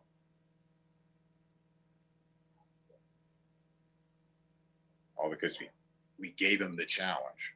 I'm serious, man. Why don't you step up? Princess is reporting back to Scott. With that one reviewer watching, who gives a shit? They're probably talking and they're like, "Oh, Urban's doing this." Yeah, I might as well play that mic clip that just got me so upset. Not so upset. It was more like I was upset at myself for feeling these like empathetic feelings of people. Why am I doing this to these garbage people? Why? If I mentioned you, Mike, I say you're garbage, just plain garbage. Stuff some more pizza down that fat ass face. Grease monkey. Talking about, oh yeah, well, the Urban thought I made my hair look like a afro to mock him. Sure do. Look like you put curlers in your hair. It's all curled up. You ain't got hair like that. I seen you when your hair was long and stringy. Shit droops down, son. Talking about I had a fro in high school. Who you, George Costanza? You didn't have no fro. You full of crap. If you did, prove it. But you've been full of crap. And you want to blame me for that? And here's Kim just making it worse. Calling me a piece of shit, Mike. And it was the way he said it. He sounded so agitated and upset. Well, fuck you too, Mike. Darth Michael. Obsessed with Star Wars and weird things like that. Why are you obsessed with Star Wars, you little boy? Hey, you would love to hear that. I was collecting Star Wars Episode 1 collectibles, toys, action figures. I had like almost all of them. Mint condition. I think my dad sold them. That sucks. Maybe he gave them away. But I moved and I didn't forget about them. I just couldn't take them while I was gone.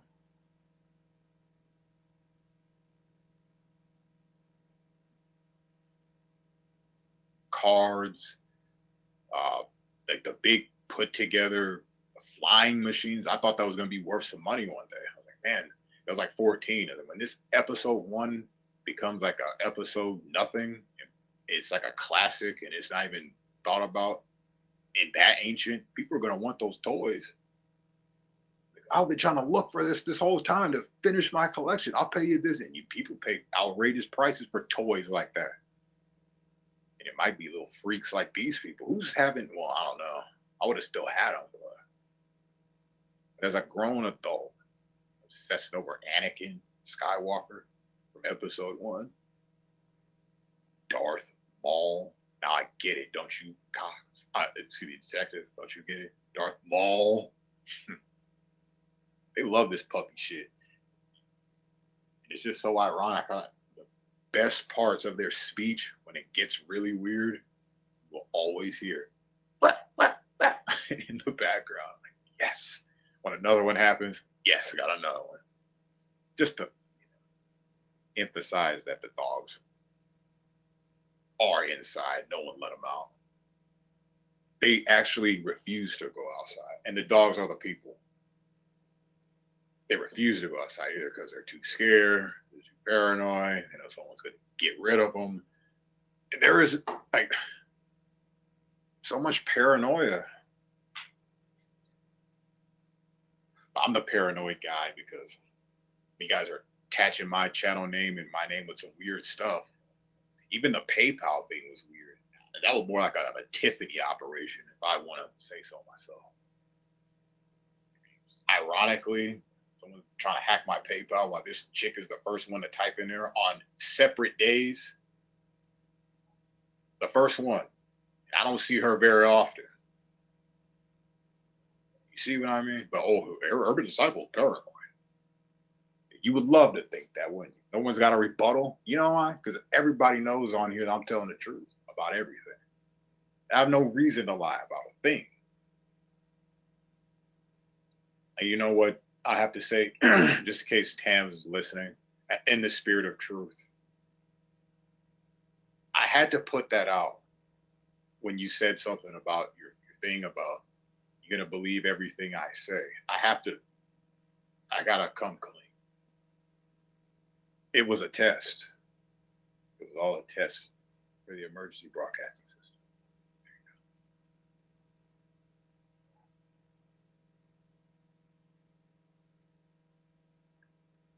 I know why you did what you did. We won't get into detail. It's actually a smart thing until you got a little triggered. Hey, happens to the best of us. All right. You lie about a lot, Urban. You want to start explaining those? You want to list them? Go ahead. List what I lie about. What do I lie about?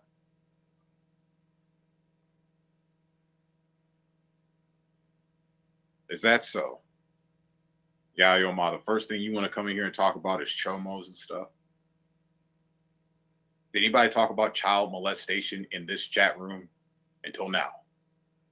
That's a negative. I mentioned child molestation or throw accusations. I think not. Maybe.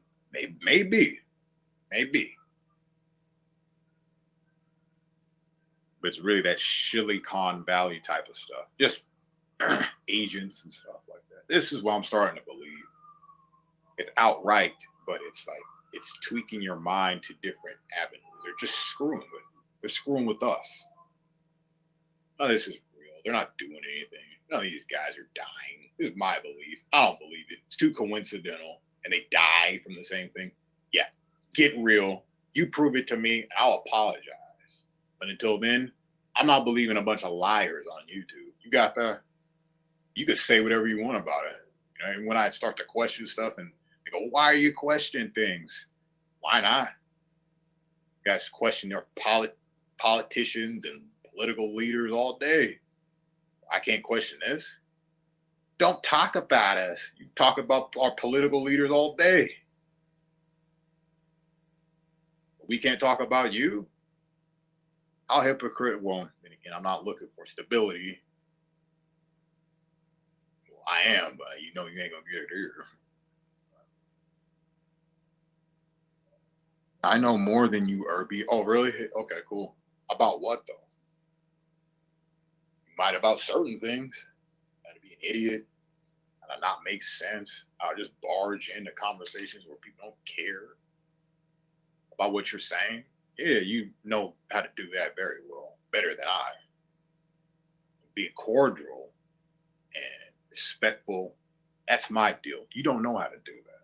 You don't get it. And most of these people have been very disrespectful. When I had an opinion about them, these, you know, what happened? And most people could look back and say, I agree with Urban Disciple on this one. When that whole trailer park thing came out, none of what I said warranted any of their attacks and their response to what I said. None of it. I was talking about one person. They all separately made it about them. That's what happened because they wanted to be a part of the drama.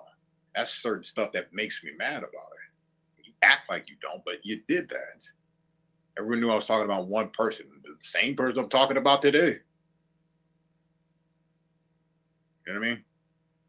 And the fear in his voice when he was finally confronted, his first conversation, well, his second conversation with the Urban Disciple. The first one we were talking about Satanism because he's a Satanist. But it's interesting how he's on a stream talking about, yeah, they think we're all some evil Satanists. Mike, you are a Satanist. And you say you were one? You know, deflection is a bitch, isn't it? Oops. They're like a puppy thing, a bitch. Yeah, it is. Yeah, yo, mama. Let's try not to obsess over Aaron today. How about that? Can you do it for one day? We're talking about Mike S. and his lies. You agree with that? Probably. It's still Irby's fault because he lied. Yeah, I don't know. Doesn't matter if you take responsibility in this life. You will take responsibility, period. We're at the intelligence level in the game of existence, not of life, because we have many of those, but existence. And right now, to be a human being, you have to be a special type of spirit and soul. And you throw it all away, back in like a cheese pizza goof, stuffing it down your mouth. Talking with your mouth all full like a little child. You good pizza. Man, chew that stuff up first. But is it more cool to act like that, Mike? Always searching for brownie points. To be cool. Yeah. That's Mike for you. One of those guys, man, if I saw you in real life, I wouldn't say a word to you. I'd just be like, there's that goof ass to please everybody. Weirdo. Trying to make people laugh. He's the tears of a clown right there. That's the prime example of one. You got to gloat about how his life is so great and all that. People, that's a red flag. He's on his way to road suicide. He's going to hang that right pretty soon. Watch him. Hang that neck right to that noose. Done. Mike. Suicidal maniac.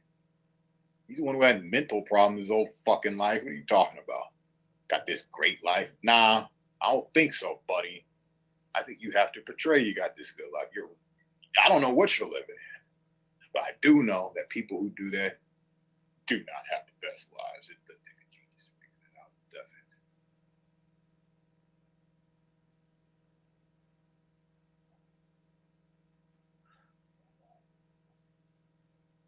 Yeah, I have clips. All he's got to do is sign the contract. You know, Eric in his raspy voice. All he's got to do is sign the contract.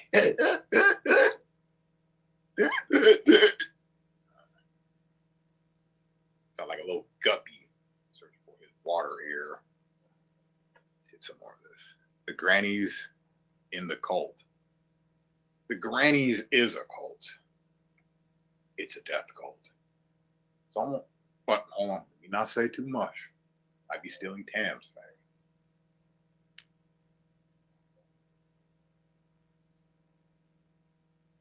See, now this is a person that's on topic. I really want to take the time out and thank you for staying on topic. You and Detective Gomez seem to be the only ones that have interest in this. All the other ones are just gatekeeping. It's obvious. Soror's the one that started the public malicious doxing and targeted in 2016 and repeatedly said he thought it oh really, and lied about, oh okay, in case you're not reading and just listening, I'll read the whole thing. Soror's the one that started the public malicious doxing targeting in 2016 and repeatedly said he thought it's funny. Wow. And lied about who else was involved. Why? Yeah, a known liar. And I listen to this guy talking all this crap about me. I'm like, who does this goof think he is? I don't care if it's in 2021 or if it's now. He hasn't changed since then. He lied about his little Christian BS lark. I was never saying I was a Christian. Oh, really? Oh my gosh. How you sit there and lie the way you do proves to me you are that cheesy scumbag. You know what I'm saying? Putting up weird murder videos and shit. Screaming kids. Red rum in the beginning of it. What, did you murder a little girl? Is that what you wanted people to believe?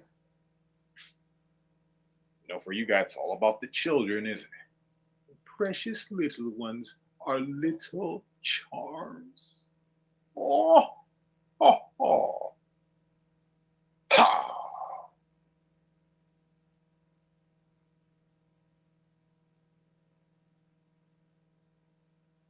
Granny shams. Yeah. That's what they are. Really bitter old ladies. I guess they're done playing bridge and making peace. Now it's time to start killing people. But and you're thinking killing as in murdering with a knife or some kind of weapon. No, we're talking as simple as a rat poison tablet. Bam. Algae tablet right in your drink. Boom. Here, let me send you some meat. All tainted and shit. You know what I'm saying? Don't accept things from people like this, especially things you consume. Are you serious? Lisa, they're very serious about their work. Yeah. Yeah. Prove me wrong. Prove me wrong. Thought she'd been messing with some idiot up here. Oh no. You know what's going on. You know what's up.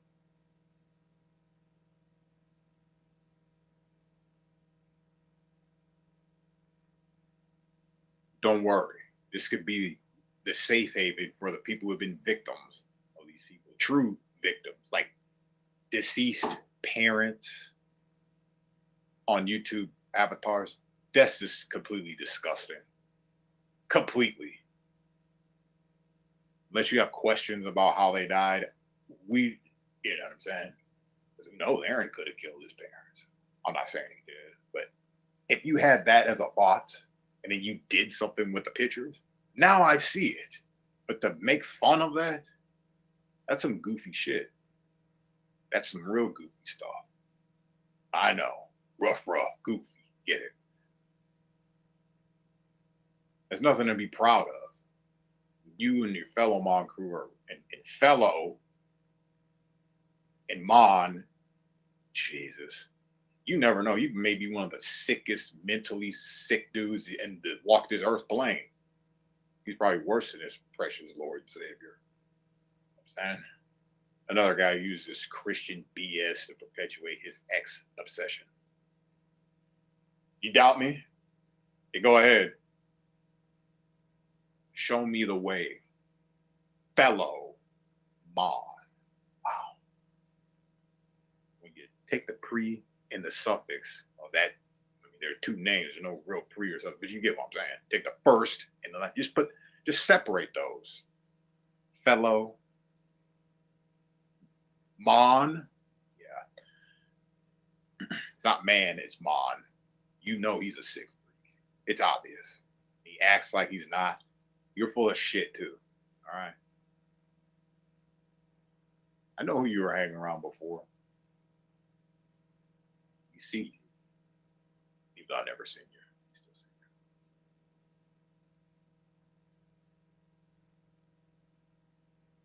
Who even thinks about that mouse dude anymore? That guy was never on my radar for anything. I don't care.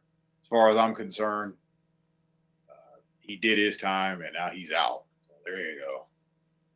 He didn't kill anybody.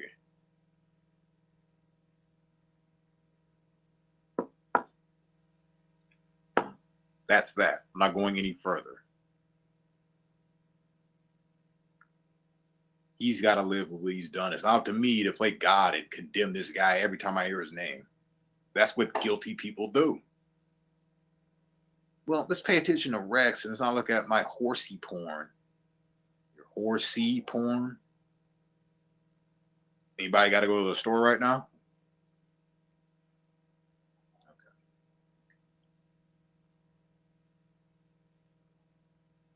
This is the puppy mill setup stream. Anything you hear here can and will be used in that puppy mill. Only so you get the gist of what I'm saying. In joke form here, and then you bet, oh, now I see where he came up with that joke. Now I get it. Comes from their mouths.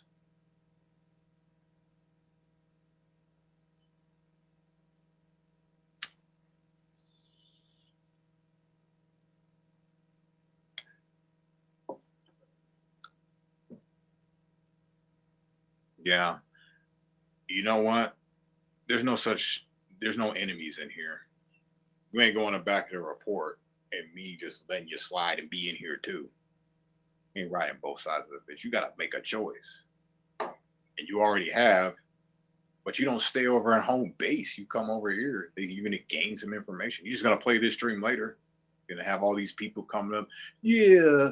Good 30 minutes of a chat. And then, that's it. No one cares about what they have to say. Especially me. I don't care.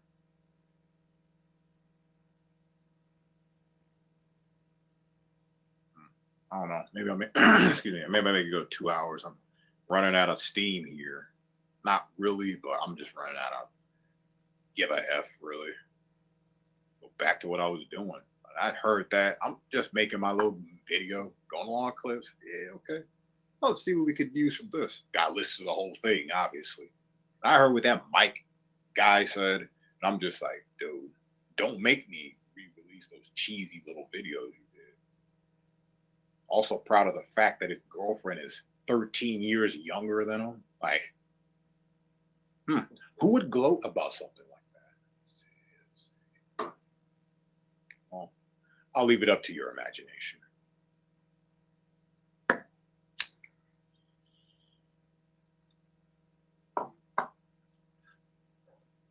I know. That's why Mama had to go. Mama doesn't seem like a real person with a real brain. Mama seems like a person who flip-flops on narratives. So if you're not down with this narrative, you're going to get slapped with the bin. And the bin is the end. Bam.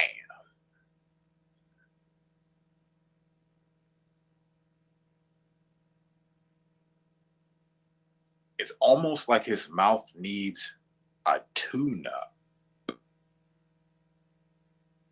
He's a real fishy person.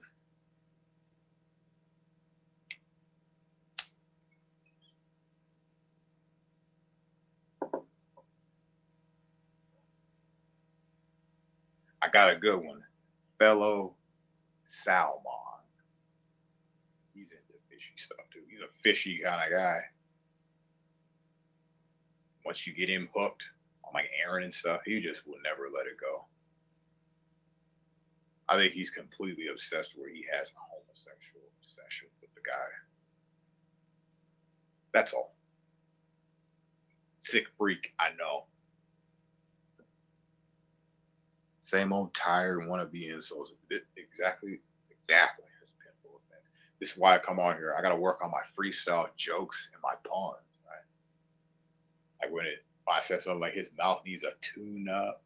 It wasn't that great, but at least I'm trying, right? It's been a while since I really wanted to tell some great jokes on here. You know what, Mike S? On your chest.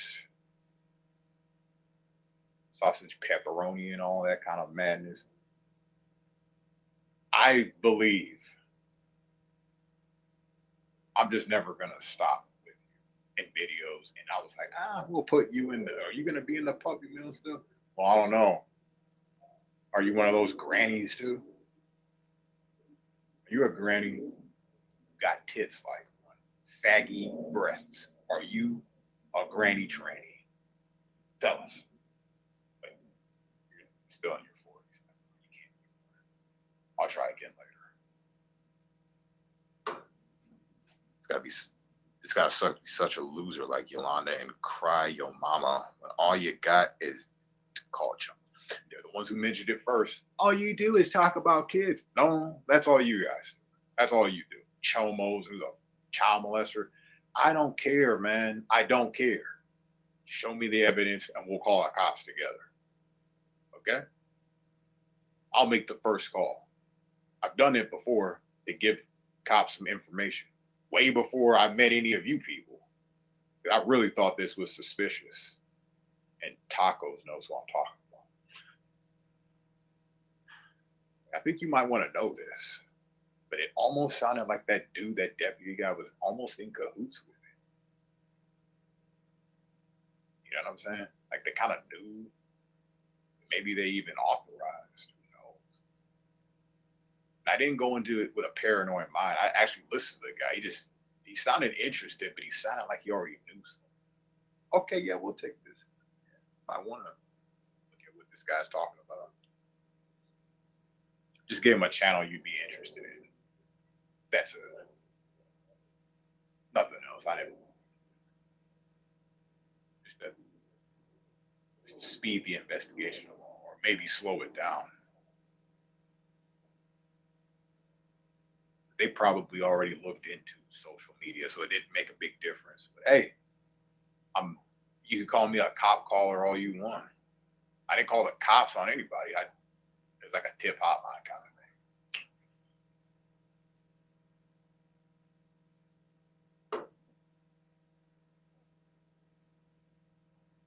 Oh yeah, I said that like 20 minutes ago. But you stopped being a loser, so there you go. Don't harp on that. Just stop acting like what I'm saying, and then I won't say anything. If you don't care what I have to say, then there's no reason for your self-esteem to feel low.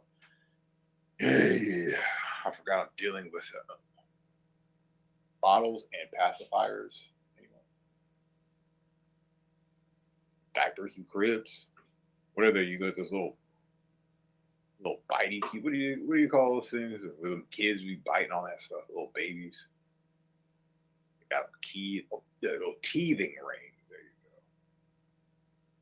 Maybe that's why people are obsessed with teeth on here. Because what they are into, well, I can't say that. I'm not thinking it's all sexual and stuff. Sometimes I really think it might be something else. I'm not specifying. I'm not even saying people in this little side, but I'm saying when it comes down to the like little food code talk, who's saying that's pedophilia stuff? I happen to believe for the majority of it, it might be like when they have a taste for something. Some freaks really enjoy the flavor. Ground human. They'll pay top dollar for it. wondering if any of these people are those types. You talk about meat in the fridge. Who wants to talk and express so much excitement about meat in the fridge like this? And it makes me wonder what kind of meat they're talking about. It kind of goes back to the Bartley Gerber days where you call this guy the meathead. He's the meat man. He called him. He's like, yeah, he's like pretty much like Freddy Krueger. When you think about it, because I was using Freddy in all my videos, and it always made me think, why does he keep calling him the meathead? I think is he Polish, being all in the family, or nobody knows. Nobody knows.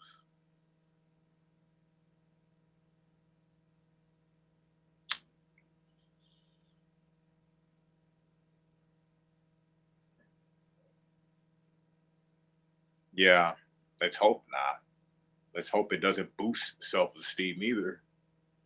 Well, I don't know. If it's in a positive way, okay, I guess that'd be fine. But most of these people, they'll take that self-esteem stuff and they'll just dog other people, bring them down. You don't understand how much BS, and a lot of people have. I've just held my own. I'm not a violent person. I'm not a very aggressive speaker like that when it comes to dissing people. You know me, that you know that I'm like more gentle with approaches because there's no need to be like, unless it's time for war. That's a different story. I'm talking about my everyday life. It's not. It's a lot of these people with their N-word talk. This Mike dude, he's saying that N-word too. You know what I mean? He gets all upset when I call him a saying N-word. He was the one saying that word. And then he takes what happened there and he goes, well, Urban was saying I was a saying N-word. Yeah, after you said all that, but they just like forget what they say. Put it on blast, what I did. That's a lot of their video content. Let's trigger this guy and make content out of him. That's all it was. My content is about not you guys triggered. It's more about how you speak to one another in this weird little way. And if you can't see it by now, and I'm not talking about in some urban disciple kind of way. I'm talking about in everyday conversations. Do people speak like them that aren't hiding things behind words? Come on, man. If you don't see it, then you just don't have the intelligence to even be on this planet. People see it. They're probably too scared to say something. My thing is a lot of people are involved in it. So of course they wouldn't say anything. They would just say how stupid the idea is. Just like underground tunnels. And I forgot who was saying this, but I had brought it up. And they're like, you're stupid for believing underground tunnels. There are underground tunnels. Yeah. There's lots of them. All across the continental United States. All across. So. It's Mr. Jones' turn. I don't know, Mr. Jones. Either I blocked him or he blocked me. I don't see Mr. Jones. I haven't in a while, so I just hear people saying Mr. Jones. It's not important for me to know. You could tell me if he wants to get. There's not much to talk about. He don't speak. I never heard Mr. Jones talk. And all he does is just he rides coattails too. He's an ass kisser. Whatever fits his narrative, which I guess that could be everybody. I mean, looking to fit a narrative, but not everyone's kissing butt. Sorry.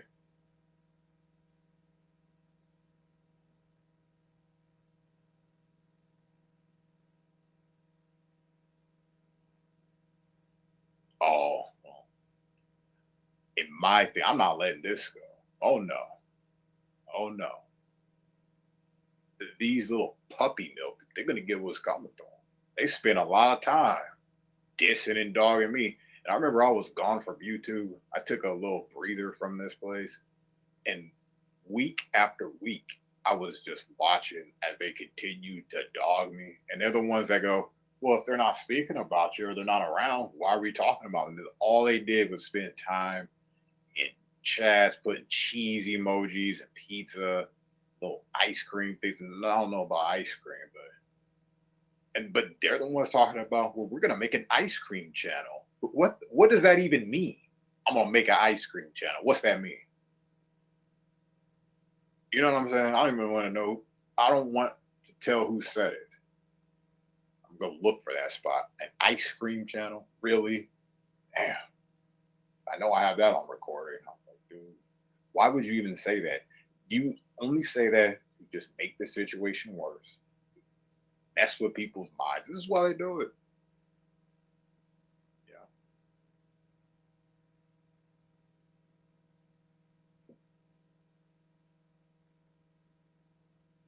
He's kissing Derek and Scott. Well, let me see what's going on over there. I don't talk about this Scott's channel.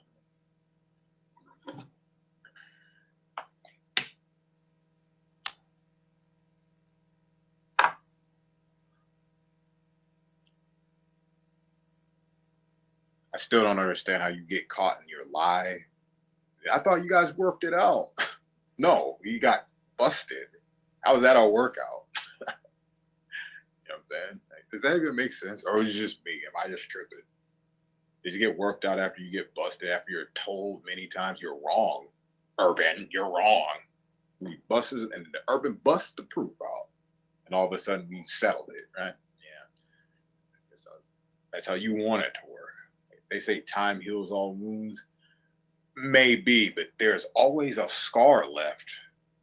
When I look at that scar, I'm reminded of what put it there. And what's wrong with me getting a little upset about it? Yeah, it's in the past, it's all healed up, but there's still a freaking scar there, you idiot. That ain't going away. I guess the kissing and making up part might cover things up. You dropping the link? You talking to me? Nah, I ain't dropping the link. I don't drop links. I don't talk to people. I just talk about it. Positive or negative way. Don't take talk about it as a bad thing. It's not even negative. This is all truthful, so it's all positive. I don't see what I'm doing as negative anyway. What am I saying? Oh, Mike and just going on this rant and talking about it. No, he is fat and he did stuff his face with pizza and talking about this. Go fucking pizza. He had a full mouth talking about that. Kid, chew it first. It was like a 5-second video. That's weird to me. What is that, a code for something? And you wouldn't see that as just weird little 6-second video about this some good pizza and then that's it. You ain't gonna say what kind it is?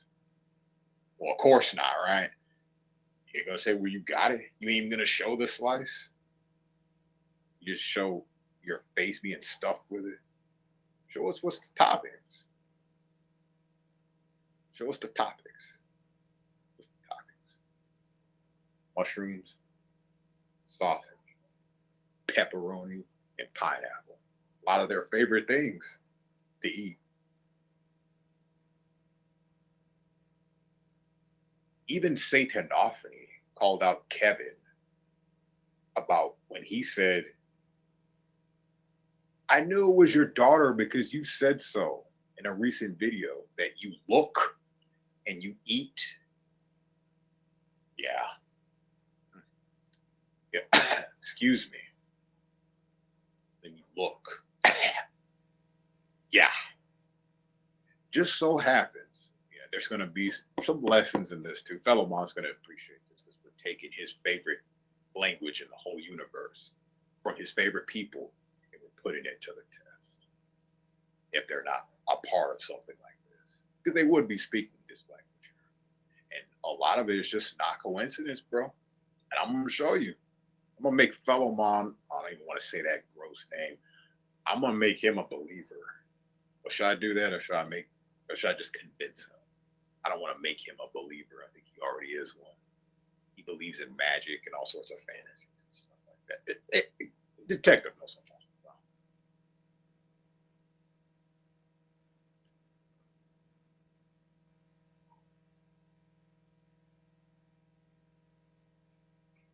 Well, do you know what puppies and kitties are? You know what that means, though? Like barking dogs. The little pedal to the metal stuff. You just don't even get it. You're just lost. Okay. You have not been paying attention. There's a reason why Scott runs 24/7 streams. He needs an alibi. Plain and simple. You want to dog me about that, you go right ahead. But he needs an alibi. For what? I don't know. Why don't you ask his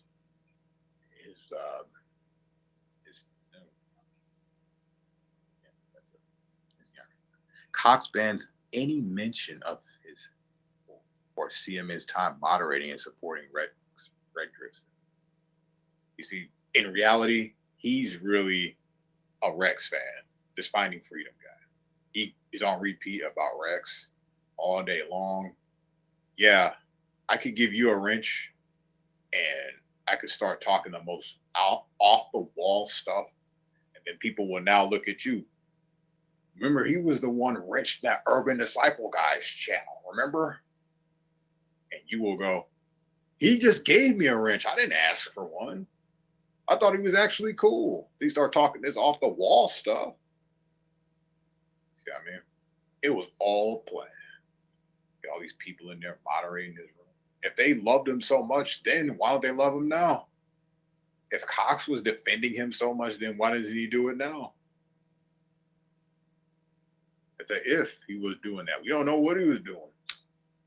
I played many people on this platform using that same tactic. Oh, I'll be cool with him. I see he's a piece of trash, but I'll be cool with him until he slips up. I'll gather all these things. He thinks he's playing me, but he's really just playing himself. I'm not, and I'm just watching it. Yeah, Just believe everything he's saying. Sure. And just wholeheartedly believing him. It's not an act. It's just you play yourself. I'm not in the game. I'm just doing me. When I catch you, it's over. So we have it all figured out. Finding Freedom is definitely a Rex supporter. He loves Rex, T-Rex. Okay. So when I ask you, do you think dinosaurs are real? And they say that they're real. Think about what they're talking about. Yeah. Same with their precious Lord and Savior, Jesus Christ. They ain't talking about Christianity. They're talking about a cross. But flip it to where a cross can stand on its own instead of being planted in the ground. And yet got what they love. Eggs all over the place. Eggs on their face, eggs in their tummy. That's right. All in the guts. This is another Aaron, obsessive weirdo kind of guy. Just weird, man. You're just weird. He comes in, the first thing he wants to talk about is, well, Cox and CMN were Rex supporters. You're a Rex supporter. You talk about this guy more than anybody else. You support him. You advertise for him. And people are going to go, well, who's Rex Frederickson? I shouldn't even be saying this name. We have reduced this guy. Well, I don't know. He probably reduced himself when he got that record, right? But we reduced this guy down to his name doesn't even mean anything. He's just a character. Like I said, I think he did that himself.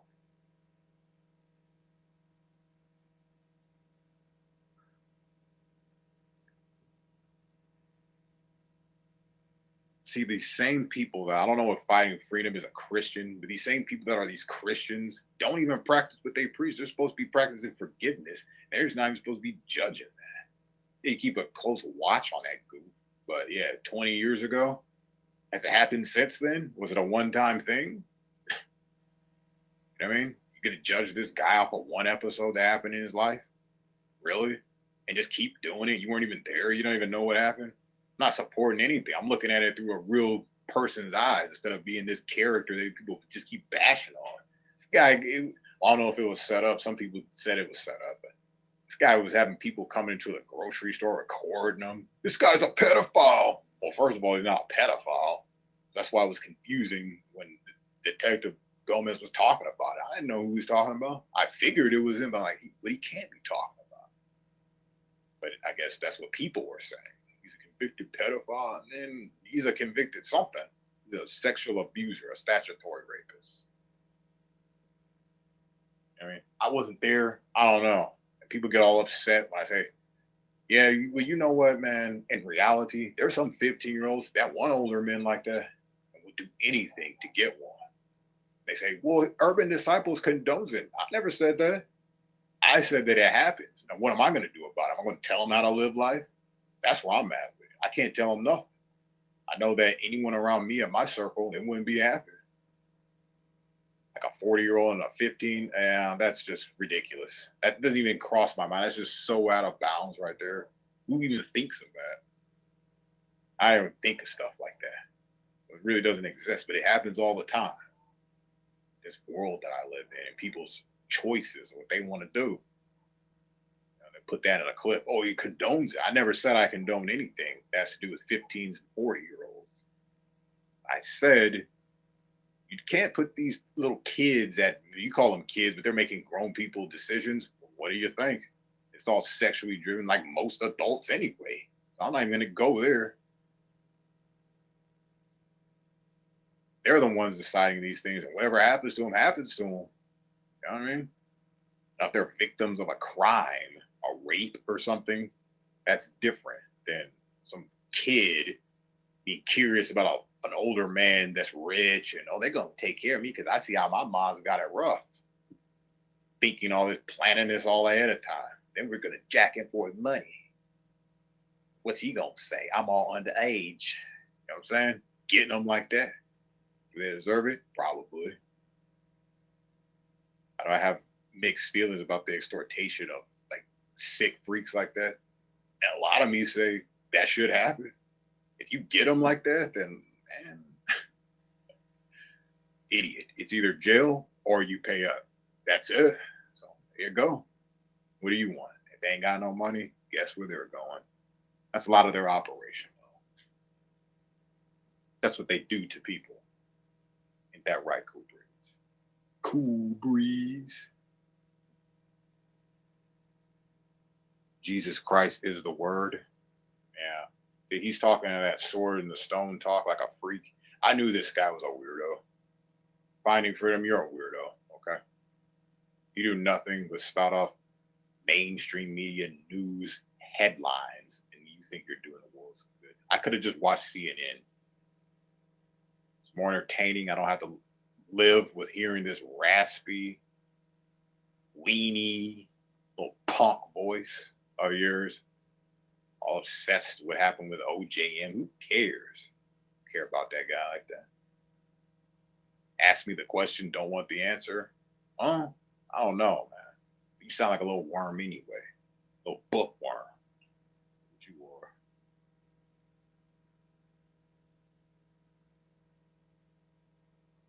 And he's just, he's obsessed with planes and being an A1 person. He's really got some issues, man. Who sent you over here? Scott, you're rarely here. I don't know why you came. You came to antagonize this Aaron dude. Why? Nothing better to do?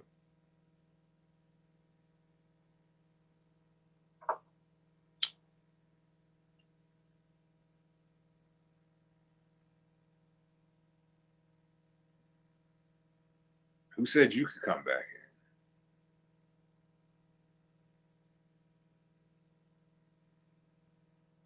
And don't worry, you'll never be using your rich privileges, abusing them on me. I ain't going in that Scotch channel and typing nothing. I don't even watch that garbage.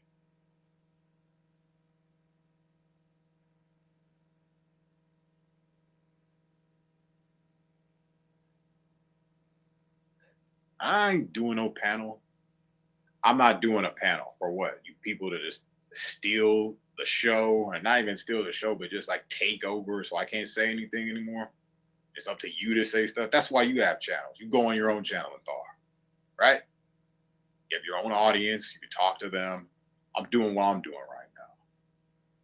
You can respect that. And that's it. I rarely drop that link. I don't talk to these people.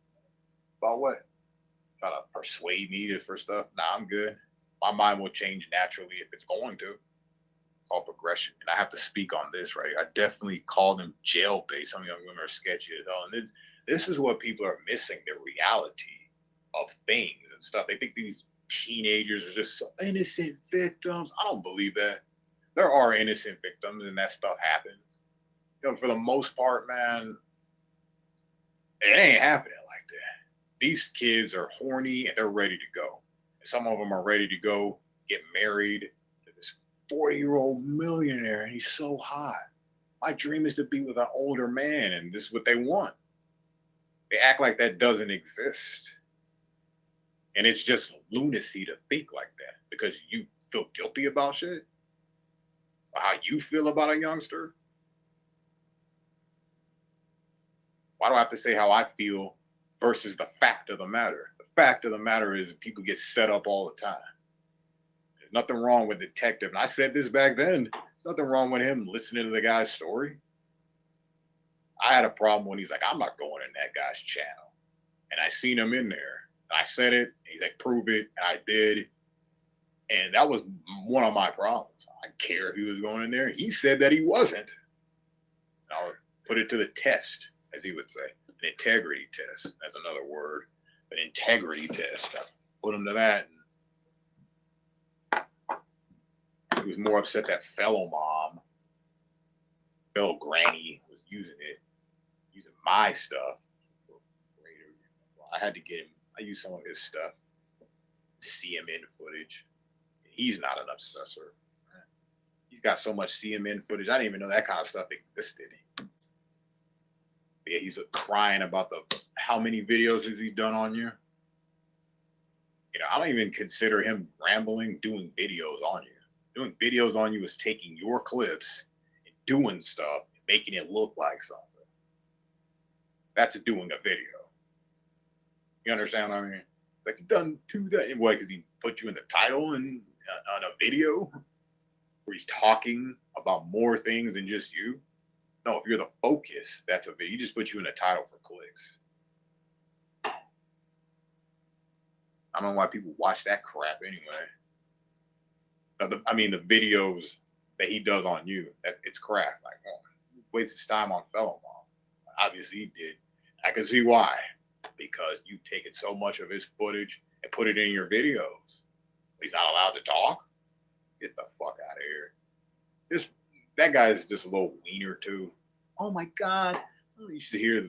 I was thinking I should just post Kim's last appearance, the whole thing, on my channel. You make up your mind. If this chick sounds like she's on her deathbed, I know it's like you never know kind of thing, but who's spending time feeling this ill, doing what she was doing, trying to hog all the spotlight about some accusations that Tams had said, which it's, you know, from me to people here, it's not very far-fetched because, well, you little cookie crisps are kind of weird. I wouldn't doubt that little Rice Krispies like you guys would be involved in some shady activity. Weird Fruit Loops and shit. There's very strange people, man. Talk really weird. Always got these little foot and toe injuries. Like, what is wrong with these people? You don't think people are gonna notice shit like that? Little rings to it, little toe rings to it. Get the fuck out. You guys are insane. Is what you are.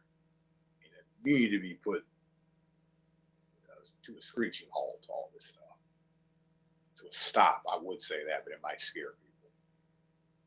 Especially when this Lori lady was talking about the white vans coming around her house. She's all paranoid and shit. Why are you telling me this? Why are you telling me this? Y'all know that you're all paranoid because of the things that swim in the ponds. That's why. You're all paranoid. All right? And to kind of bring me into it, record it, and get it off of the stream, the live stream that we were on, was very strange. And then these people proceeded to get me off the stream to talk about some of the weirdest stuff about racism and how their experience with black people and all this shit. Like I cared about any of that. We grew up in racist families, so maybe that might give us a scapegoat. No. I don't want to hear about that. Why they got me on a stream to tell me about all that stuff is beyond me. They did. One thing that deceased lady said, she had told me, why are you doing this?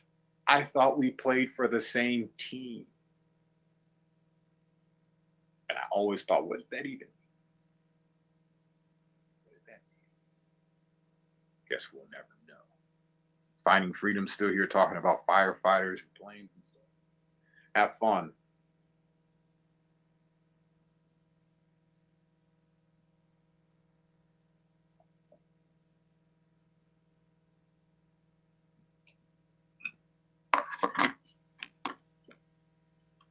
Where's Shizzle at? I don't know. Probably working on some songs or something.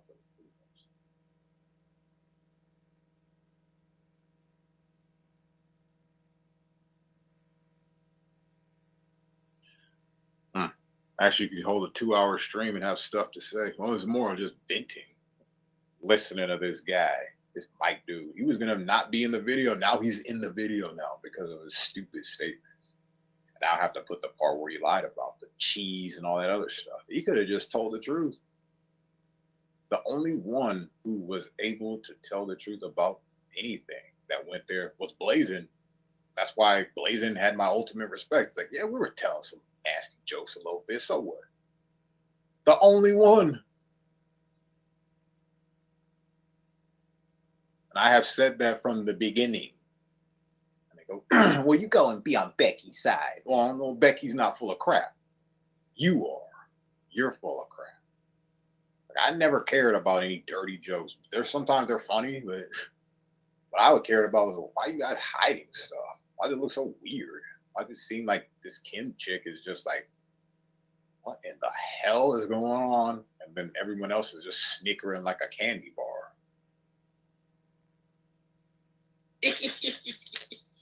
What's so funny?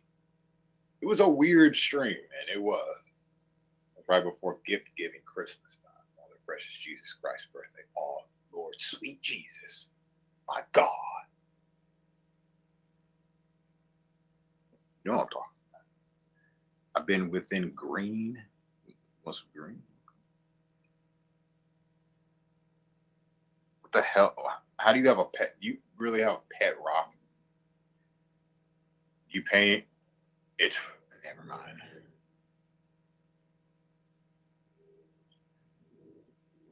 Cox and CMN both moderated for a detective. Doesn't Finding Freedom start to remind you of APM a little bit? How this person keeps repeating the same line over and over. Dude, this gets boring. Even the text is starting to look like that. You know, I'm just going to go ahead and speak this with the spirit of truth intact. I always thought that APM and maybe Clovis kind of were involved in some kind of it's just the coincidences and stuff that you wouldn't know. I can't really put it out, but just know that they were speaking a similar language when it has to do with road signs. We'll go that way. Cox admitted I doxed OGM. Who cares? Who cares? I'm about to get rid of Finding Freedom too. This ain't no place where you just repeat the same crap. Talk about things that have nothing to do with you. You guys are those people. Well, if they're not around, don't talk about them. Don't talk about OGM. Don't talk about that. He ain't around. If he is, come front and center. I'll let you do it. You're on the verge, bro. Like I said, you ain't got to worry about me going into Scott's channel. I don't care about that. I don't want to jump into a silly little channel anywhere. It's for goofs, period. For me to waste time in there, I got better things to do. I helped him out. He needed a crowd. Aaron helped him out. He got him started. He got him started. That's why people started going there. Once it all ceased, now no one goes there. You know why? I could talk about anything. I probably would have close to the same crowd, I guess, but people were more interested, like this Abe dude. I think he was here before I mentioned the Rex thing. I don't think it was me that mentioned it. It was just Finding Free, dumb ass. It was all him.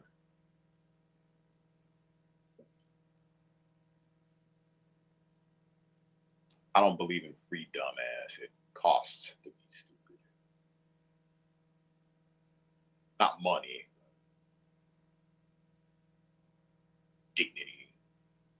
all the other things that make you a human being species. You go in this, I don't care. You go in there all day, man. If you want, it don't matter to me. Someone's got to do it, but it won't be me. I have nothing to say to them. Nothing to say about them, all those weirdos that go to that channel. And speaking of weirdos and channels, this James D guy has been hitting an all-time low with his streams and who he's allowing to be on there. And don't worry, he's made the video in a positive way, but man, we can't take away that stuff. We just have to put more of it. What's he doing over there, man? What is this guy doing? You know he's got a channel full of freaks, and that's it. Nothing else, just freaks there. Cox told OGM in 2020 to cease and desist when it was he who doxed OGM. Name, address, person. Okay, 2020. I doxed that dude in 2019, so he wasn't. He didn't say the first one. He said doxed him. So what? He was doxing me in 2019. So what? On my own channel too, just listing off facts about me. What is this guy doing? Why are you doing all that? And then I came back with a classic video. You should have seen it. You probably did it. It was like, it was going to something. He had said all this stuff. He did the docs, right? I think, knowing me and my style of video, I'll put what happened before I get into what I'm going to do. But it was an AOL kind of, the old school AOL sound, and it was connecting. And then when it connected, it was a page, and it just had his docs on there. And I was using that text to speech voice. Oh, looky what we have here. You know what I mean? It was classic. You can't forget the OGM and my Freddy Krueger. You know, I don't know if you know Freddy Krueger, but there's a scene in the third one, the Dream Warriors, where there's this nurse and then there's this little kid named Joey, right? And he's fantasizing about this nurse, right? But I guess that's okay. He's like 15 and she's what, I don't know, a nurse, so she gotta be above 18. He's getting tongue-tied. I used it because his name is Joey and Renee was a nurse. I thought it was great. Just worked out really well. Don't you remember that stuff? Yeah, dial-up modem day. That's what it was. It was classic. Should have seen it. No one was doing that old school AOL stuff, and I was like, that would be good. And it just connects, and he's gonna be like, what the fuck? Look, he's got my docs and everything. I didn't want. And Nicole was all upset about this one, about his sister being all dazed and confused. Who knows? It probably had a train run on that chick. You don't know what happened.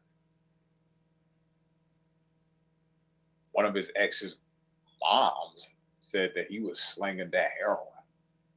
He was slinging the heroin. Did he find his sister all dazed and confused like that? Oh, well, I wonder if, in the video I said, I wonder if he gave her a bad batch. Tripped out. Oh, I guess that's so evil to do when he was listing off my docs, saying my name, supposedly saying these cars that I own. Man, he was getting some of the stuff right, but other things. And I just want to talk about this. What about that? Thought he was all tough in front of his ex-girlfriend. Always having these little lovers things on my channel. I have some of those bits. I gotta go find them. Luckily, they're saved in some of my Google videos that I uploaded a long time ago. I didn't upload them. They just magically got there. Like, oh shit, cool. Most of them don't. But there's some old ones that did until you turn on the backup. That was around 2020. And I got a lot of those videos, those old clips. Edward and freaking Mike saying some of the weirdest shit, dude.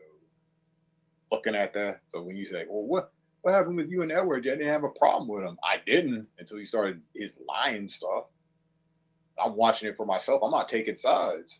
And then I remember I have some clips of this guy. And I have clips of this guy. I don't know what he's doing, but he sure is setting up his buddy Painful 13 for stuff. tokens and all sorts of things, and he kept doing it. So he's not a great person like that. And he was still making fun of him. So in my opinion, if you're gonna set your buddy up like that, you know, what I mean, he's gonna snitch on him and stuff. I don't know why you'd be looking that up, and that would come up anyway. It didn't even look authentic. It looked fake. That was always my problem with it. Even Malibu. Like, I don't know if this is good evidence. Yeah, we know it's not. It's not evidence against the painful guy. It's just something I happen to have. And now, these recent developments. Check it out. What's going on, Chad? Oh, that's a filthy McNugget. Not you, Chad.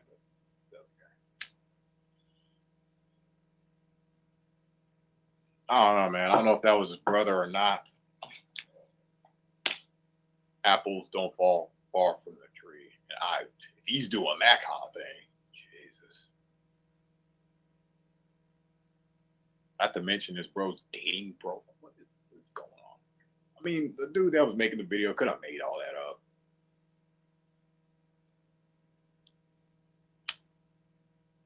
It's not really about that. It's about his own words. How he flip-flopped. How he flip-flopped. He didn't tell the truth. He doesn't say certain things. He doesn't say a solid no. He just be like, and like, dude, that's not how you win this here. Glad you're telling the truth without telling it. We don't know the facts, but I'm glad you're letting us know you're lying. So you're telling us the truth. Great job.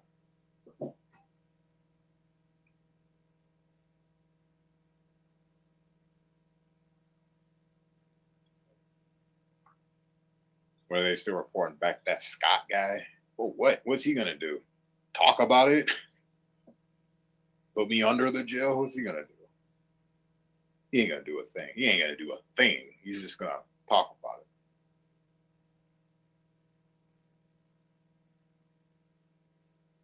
He gets out of his fake cool job, right? Oh, Urban kept pics of another YouTuber's child in a tub. Okay. That Urban is too weird for me. Prince of Drama. You're, yeah, because I'm the king of drama. You're just a little prince. That's right. No wonder I'm too much for you. You're just my little son. My little kid. All you bitches is my sons. Like Phoenix.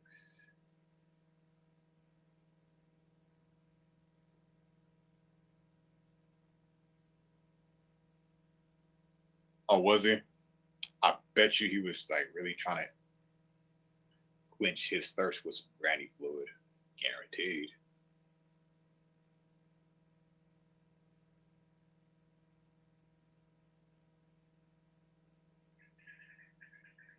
Hopefully he wasn't crying giving that away. He didn't have the sniffles. Excuse me.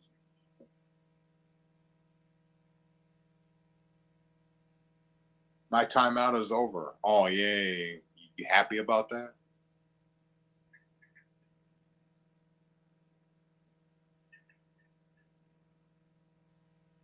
Well, painful. Well, that deceased lady and this Edward dude were just antagonizing us. You want to play games? Painful? We got something for you. You guys act like she's all innocent and stuff, like she was some angel. Yeah, newsflash, no. I can't say it wasn't entertaining and enjoyable in some points, but I'm saying she wasn't no freaking angel, man. Just on defense mode all the time. Nope. She had a chat full of people always talking trash. I wasn't talking about these people for a very long time, and they still continue to do this crap. They're the ones, if they're not here, not posting, don't talk about them. You could do that, though. And then they talk about this type of thing with others. Well, it's okay for you to talk to anybody. They're talking about who they can talk to on streams. I could talk to whoever I want. Like, what? What? You see the insanity? Yeah, that's a given. You can talk to her.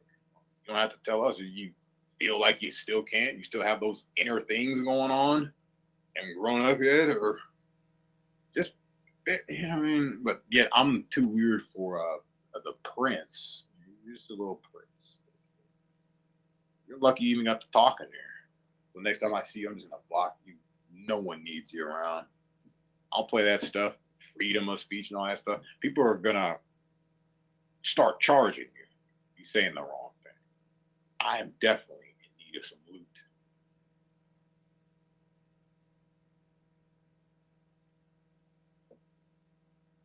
Sending some loot to the ladies. Better be careful, Painful. You heard Tam's version of thoughts of events. And I'll say this from my own personal experience. 10K means something in that world of disgustingness, filth. It's not surprising it was 10K. You know what I mean? It's kind of like how I Spy said. He was just really mad about things. I don't know what he's pissed about. Maybe he's getting exposed or something. He's like, yeah, I got 10,000 of them golden gods or whatever, Greek gods for you. Come on down to Rhode Island and I'll give you your 10K. It's a literal like code for extermination. 10K. I know you're like, it is. It is. I don't know if it's as common, but I know that it is. For a fact. Like getting rid of the roach problem, same shit. Maybe you guys think you're fooling. But, you know, these are little pansies, so they'll send you stuff. Or like pouches at first and shit. And then send you something to eat. Probably won't feel like taking boo-boo after that. You probably won't feel like moving too much after that. I think they were gummies, though. Strong gummies. And it's just so funny. I see this. Well, I had some cranberry juice, so I'm looking at the bottle, the empty bottle, and it says cranberry. But the first of it, the beginning goes, the prefix goes cran. And it just made me think of Kyran having a ball. If anything, this Tamara is hilarious. I be crying laughing at this chick. She's hilarious. I didn't even know who Kyran was, but like it's Kyran Crano. Is that the same person? Probably. It's funny. Kyran. Kyran. All right. Jesus. Oh, let's run to the store for a minute.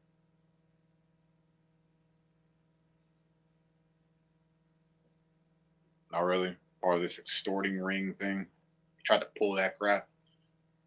You know what I mean? That'll make me look like I'm some kind of obsessed freak with children. This is one of them people, man. This Clovis chick. One of them. Just recently. Talking about greens and how to take care of the girl's health. Man, I think for starters, they shouldn't be helping daddy. You understand what I mean? And you putting that out there and going, oh my, was I wasn't even muted. Yeah, we know what's up. We know what's going on. You can't BS me. Been researching this for quite some time, reading between the lines and between those. And some goof saying you're wrong is not going to convince me. You understand? You should. Anyways, where are we at on time? We're at 2 hours. We're doing good. Maybe another hour or so. Told you it was going to be a long stream. This is the Puppy Mill preview. So you hear stuff that I'm saying here, and then you hear it in the video. Like, man, this guy was not underplaying it. He was really underplaying it. He's an underplayer. He doesn't exaggerate. But I say for sure, I underplay the situation. I'm not very sure, but my gut tells me these are some sick bastards, man. Always wanting to help people. Yeah. Right. Gotcha. Gotcha.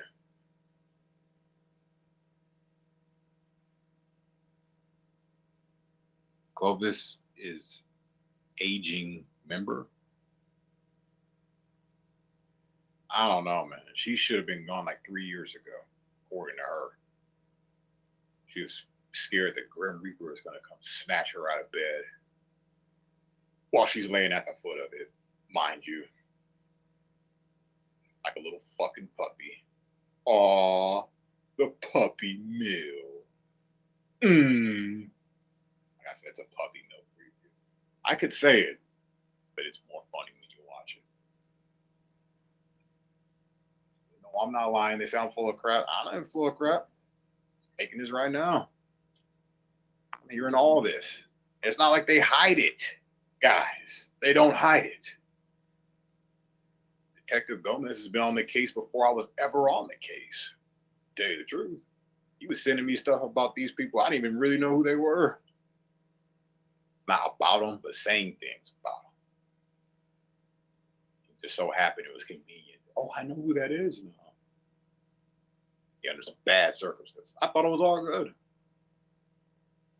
I mean, you have to be kind of moronic to not know there's something weird going on with hairy Sasquatches. It's soap. It's soap. Is it a monster? What is it? They don't even know, but they do know. And Yetis. I remember that vigilant Christian had a cat named Yeti. That a thing? He was also up there, giving a big thumbs up a little kid. The hell is this guy doing behind closed doors? We'll never know. I wonder if he's obsessed with Star Wars too. No, he loved wrestling. Yeah. Anyways, are we having such a great time today? Thank you all, 28 of you joining in.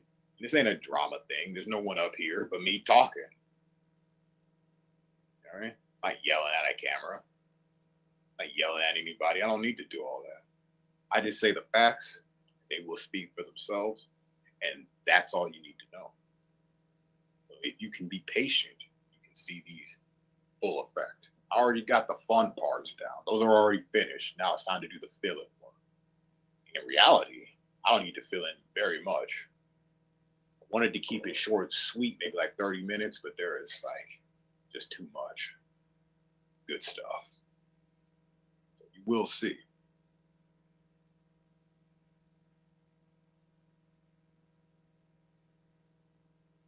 Yeah, it's out there. It's out there. Even the FBI's like, what are you doing, you old kook? You ain't no different. Any of these people you're claiming are blah, blah, blah. And she's not.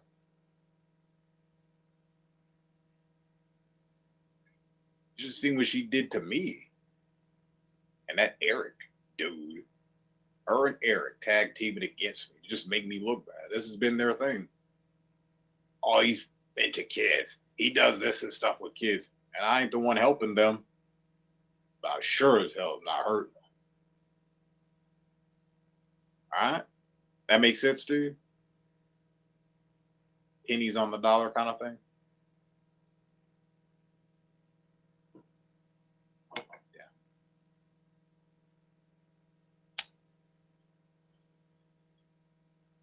Man, shut the fuck up. You're just useless. Just goof out of here.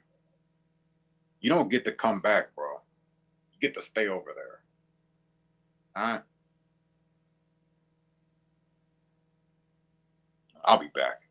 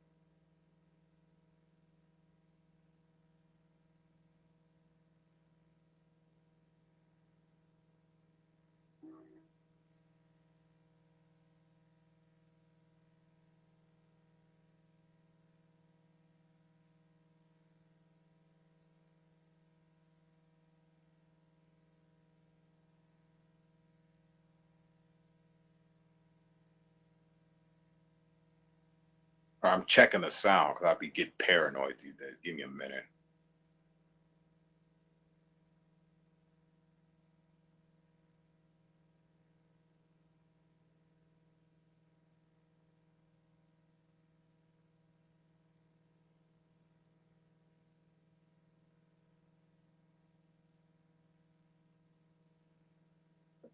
All right, it's as good as it's gonna get. Finding Freedom is still talking. He's the meat shield for Eric Shilkerson. They did a suicide alarm for a sex offender. Yeah.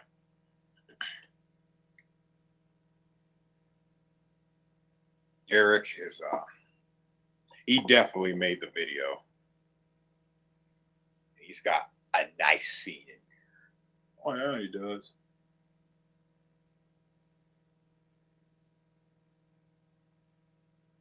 I should have got the part where I asked him if he's got a body count and all the raves and how he sets his little thing up, all the lights and stuff. I'm sure he's got a body count. He's the one showing his ass advertising that on his thumbnail for his streams. You tell me if he's got a body count. People bodied him. I think they did. And we're finding freedom. Anyone who supports that Eric dude, I was playing Eric like a fiddle. I think that racist idiot is just, he's going to get what's coming to him. Everything's got to do with race when it comes to this guy. No one could remember when he felt like this. Even that deceased lady was like, I don't remember you being so obsessed about race like this. Well, let's keep it real. The Sentinels were a racist, or are they even around still? Racist group.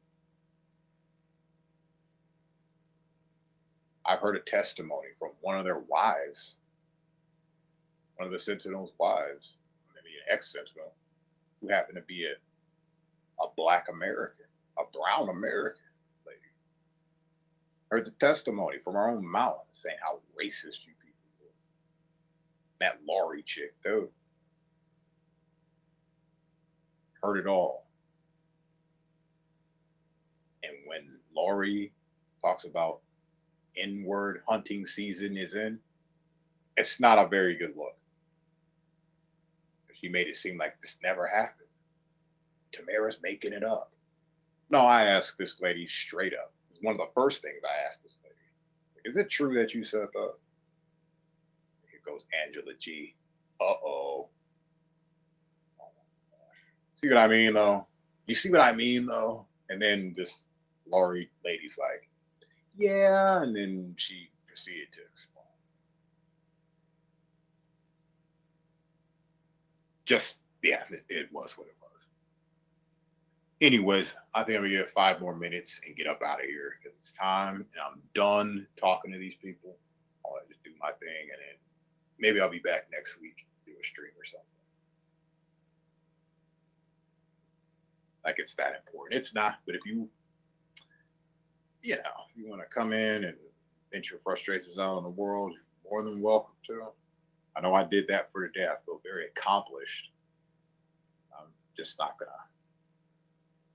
first of all, prep people for what's about to happen on this channel. This is going to be we're going to be doing some thread hunting ourselves. I'm going to switch the swag up because I believe asking for donations like a weirdo, and I find my 503c reports or something, not even a nonprofit, I will be doing it for free. I don't have to lie about it. I'm all that, and I can get receipts and things.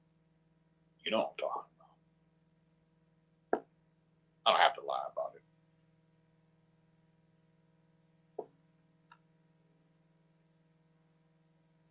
Making meatloaf. Look at that. Productive, crafty, always productive. The most productive person on this panel, right? I mean, this stream right now. Making meatloaf. Take care of the cats. All those plants on your balcony. The greenery area. Doing nature walks and stuff. People dish you. Some of these fat morons can't even leave the house, can't even leave the couch. They diss you. Yeah, Lucy Lori thinks lynch mob references and saying they're hunting people is funny. Well, I'm pretty sure those two in Florida didn't think it was too funny. What do you think? It wasn't funny when the white vans were outside of her house. She's flipping out, blaming me and shit. Like, the fuck do I even have to do with this? I didn't even know what she was talking about. But inside, I knew what she was talking about. I'm not saying she has anything to do with it. But she knows something.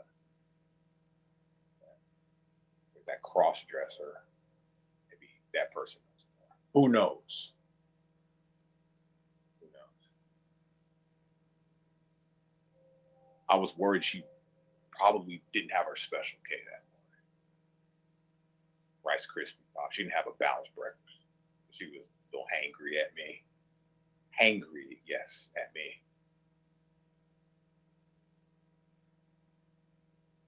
Flipped out on me. I told her, like, she said something to me. What do you think your videos do? They don't do nothing. Getting on me about that. Like, yeah, they don't do nothing to you because you're a small-minded type of person. That's why. She got all upset and left. I thought that was all being streamed on a live. And it wasn't. That chick, that deceased chick, cut it off. So they could proceed to tell me about black people and how their families were racist. And I'm like, why are you doing this to me? Why do I care? I'm on edge because of the white bands. And, and now I'm lying because this person conveniently can't remember. I do. Because I thought it was the weirdest thing to tell me. But she did give me a compliment. She said, I go to sleep listening to your stream. But now I got to wonder what sleep really means. Extra long sleep where they're not waking back up? Or is it a nap? I don't know.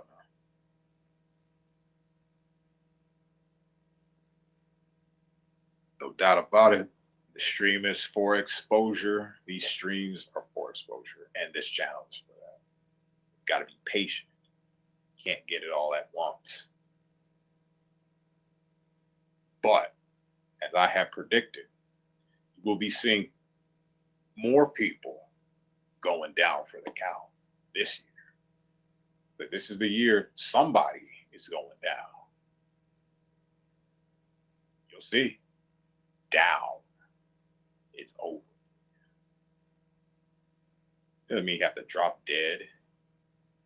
Ain't mean you'll just get off of YouTube. You'll find something better to do. We're hoping that these types of spiritual deaths lead to a great resurrection. That's what I want to see.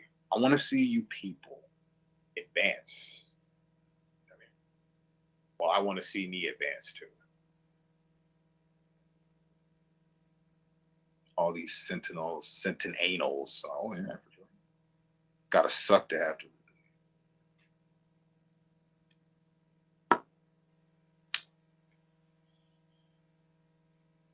It's like whatever it takes. Whatever it takes. Yolanda said, why don't you just go tie the knot with Aaron already? Jeez, you show your love and appreciation and obsession every sentence you're posting. I thought we could get over that. Let's try to stay on topic, but we're going to talk about Aaron. I'm not trying to stop you. You didn't get the big block or the anything, so you're not doing anything illegal. You're not going back to people's reporting. Oh, Urban Disciples doing this. That poor guy's just doing his pool stuff. Leave him alone. I have nothing to say to Scott or about him. Did I even mention the dude in this? I don't really have anything to say except for his gross, horsey porn talk. This guy talking about that. It's a funny joke, maybe in the beginning. It gets lame after a while. But anyways, it's nice being up here, sharing thoughts and ideas, and just giving a preview of what the puppy mill is going to be about.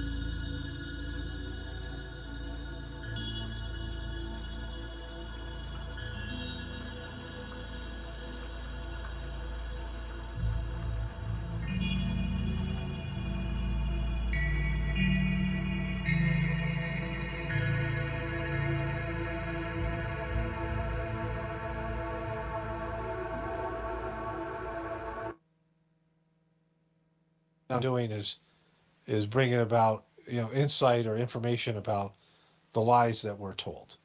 And many of us are doing that. But because of the powers that be being threatened by that, we are demonized and called all these horrible names, even though they're far more dangerous than we are.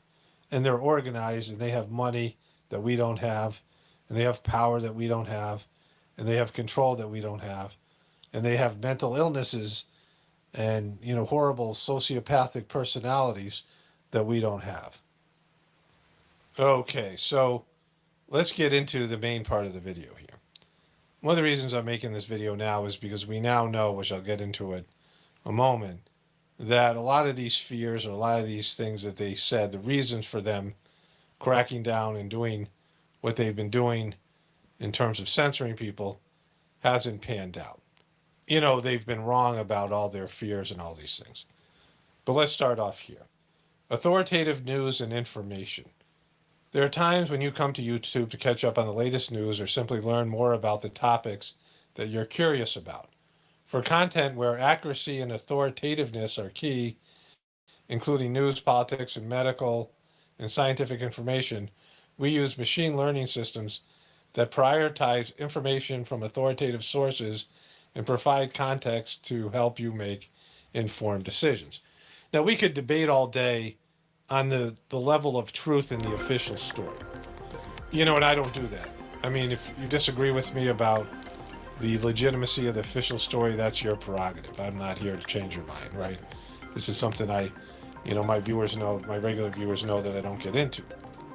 But what I'm talking about here is that nobody asked for this. I mean, the reason people go to YouTube to look for news and, any information about any of these subjects is because we don't want to go to CNN. I can find CNN, right? CNN's everywhere. I can find MSNBC. I can find Fox. I can find Fauci. I can find, any Pfizer representative or any kind of official story. I already know what the official story is, and most people do. And so the people who know the official story and are looking for something else, we should be able to opt out of this thing right here. We don't need you to educate us. You're not our parents. You're not our teachers. You're not any of these things. You're not doing this because, as customers, we asked for it. In fact, we haven't asked for it. You've lost viewers. You've lost people using your platform because of this. Nobody asked for this. We don't want the authoritativeness and what you guys consider the authority, right? The authority is what we're debating. That's what this is all about. I don't believe that CNN is an authority. I don't believe they're an honest authority. I think they probably know the truth, but they're not telling it to us. But even if they don't know the truth, it doesn't matter. They're not somebody that is a trusted authority. MSNBC, Fox, all these people, medical institutions, they've been shown to be liars and deceivers. I don't believe them to be the authority. We disagree on that. And there's millions upon millions of people like me all across the globe. We no longer trust you as the authority. And so we look at the authority as something else. Many of us just want somebody to give us, at least a sincere view of what they believe, and then we can decide for ourselves. We might look at many different sources, but you guys have excluded all that, right? Elevating authoritative sources. We raise authoritative voices for newsworthy events in search results and up next panels. In addition to current events, authoritativeness is also important when it comes to topics prone to misinformation, such as vaccines. In these cases, we aim to surface videos from experts like public health institutions in search results. So YouTube has a customer base. YouTube has two kinds of customers: people who are watching their videos and people who are providing content for YouTube so people will come and use their platform. So they have users and people like me who are content creators, but also people like me who watch videos on YouTube, right? We search for things and we go to YouTube to watch videos.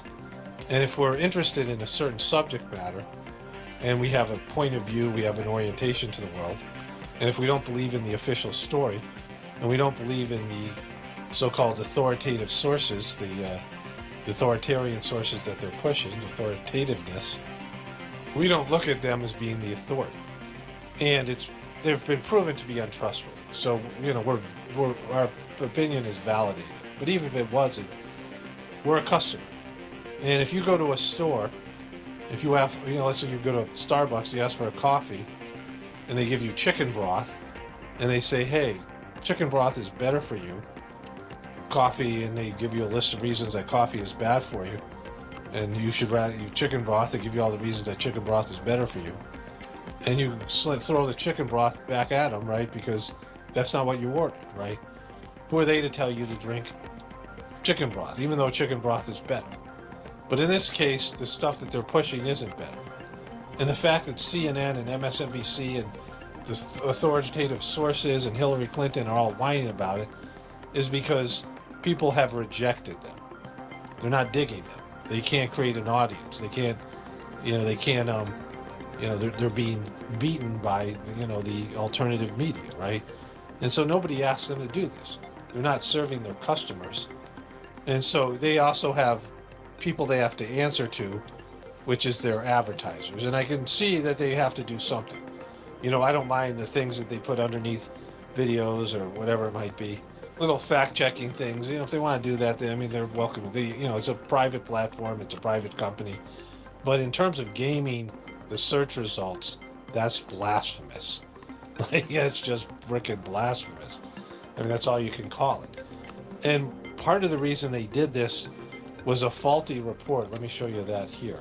So one of the major reasons for the censorship that was being done, and I don't want to call it censorship because these are private companies, but it's more than just that, right?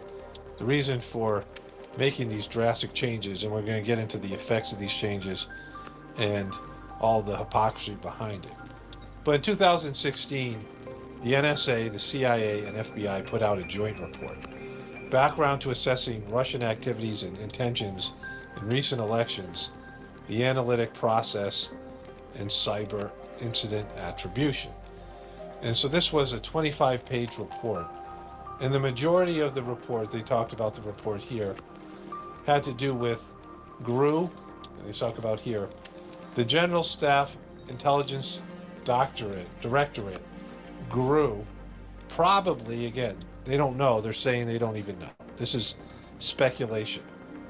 Probably, this is a conspiracy theory. Probably began cyber operations aimed at the U.S. election by March 2016. We assessed that GRU operations resulted in the compromise of personal email accounts of the Democratic Party officials and political figures. By May, GRU had exfiltrated large documents of data from the DNC. The DNC should never have gotten hacked. Podesta, here is, so this is a interview with John Podesta in 2014. And he talks about NSA and espionage, and this is his interview. Podesta, 65, is a special advisor to the U.S. President Barack Obama.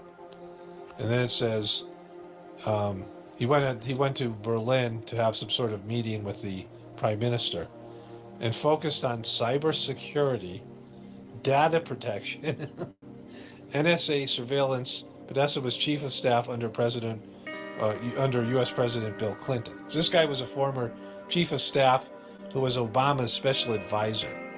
And he wrote a paper himself. He did a study with other, prominent people in the government intelligence community. And he wrote a paper on cybersecurity. This was Obama's cybersecurity expert. And he talked about it significantly. We don't collect intelligence to suppress criticism or dissent. We don't collect intelligence to disadvantage people based on ethnicity, race, gender, sexual orientation, religion. We don't collect intelligence to provide a competitive advantage to U.S. companies. The president narrowed bulk signals, intelligence collections, and all this stuff turned out to be not true. They collect information, anything they can get, they've collected. And we know this is all lies. It's all come out, right? It's all come out with various whistleblowers, all the information's come out. They collect everything. We know we're being spied on in every possible way. But on top of that, this whole video is about how they've had to game the system to push forward their worldview. And it's mostly a Democratic worldview. I mean, the Republicans are part of this, but it's mostly a left-leaning worldview. But either way, they're trying to exclude any other opinions and make it hard for people to find them by forcing Google and, YouTube or whatever cooperation they did on their own. Who knows how this all went down to game the system. This is why this whole video exists. So he's lying here, right? He's lying in every possible way. But he says, collection for specific security threats, counterintelligence, counterterrorism, counterproliferation, cybersecurity, force protection of our troops and allies. I think you'd agree with that. And combating the transnational crime. That's a clear case of my dyslexia, right? Transitional time or transnational crime. Either way. So he talked about cybersecurity, wrote a paper on cybersecurity, and then he got hacked like no one in the history of getting hacked got hacked, right? Like his hacking was epic, and they also hacked the DNC. So that's a complete failure of Obama, the DNC, and the rest of them. So there was real problems there, right? And then it says here, public's disclosures of Russian collection data. We assess with high confidence, that's how they express, with mild confidence or confidence or moderate confidence or high confidence or extreme confidence. So they don't know for sure. So this again, they said probably up here, there's probably. It says, we assess with high confidence that GRU used the Guccifer 2.0 persona DC leaks and WikiLeaks to release U.S. victim data obtained in cyber operations publicly and exclusively to media outlets. And so they talk about Guccifer 2.0 and GRU for the next so many pages. And then they get into Russia Today, which is the majority of the rest of this thing.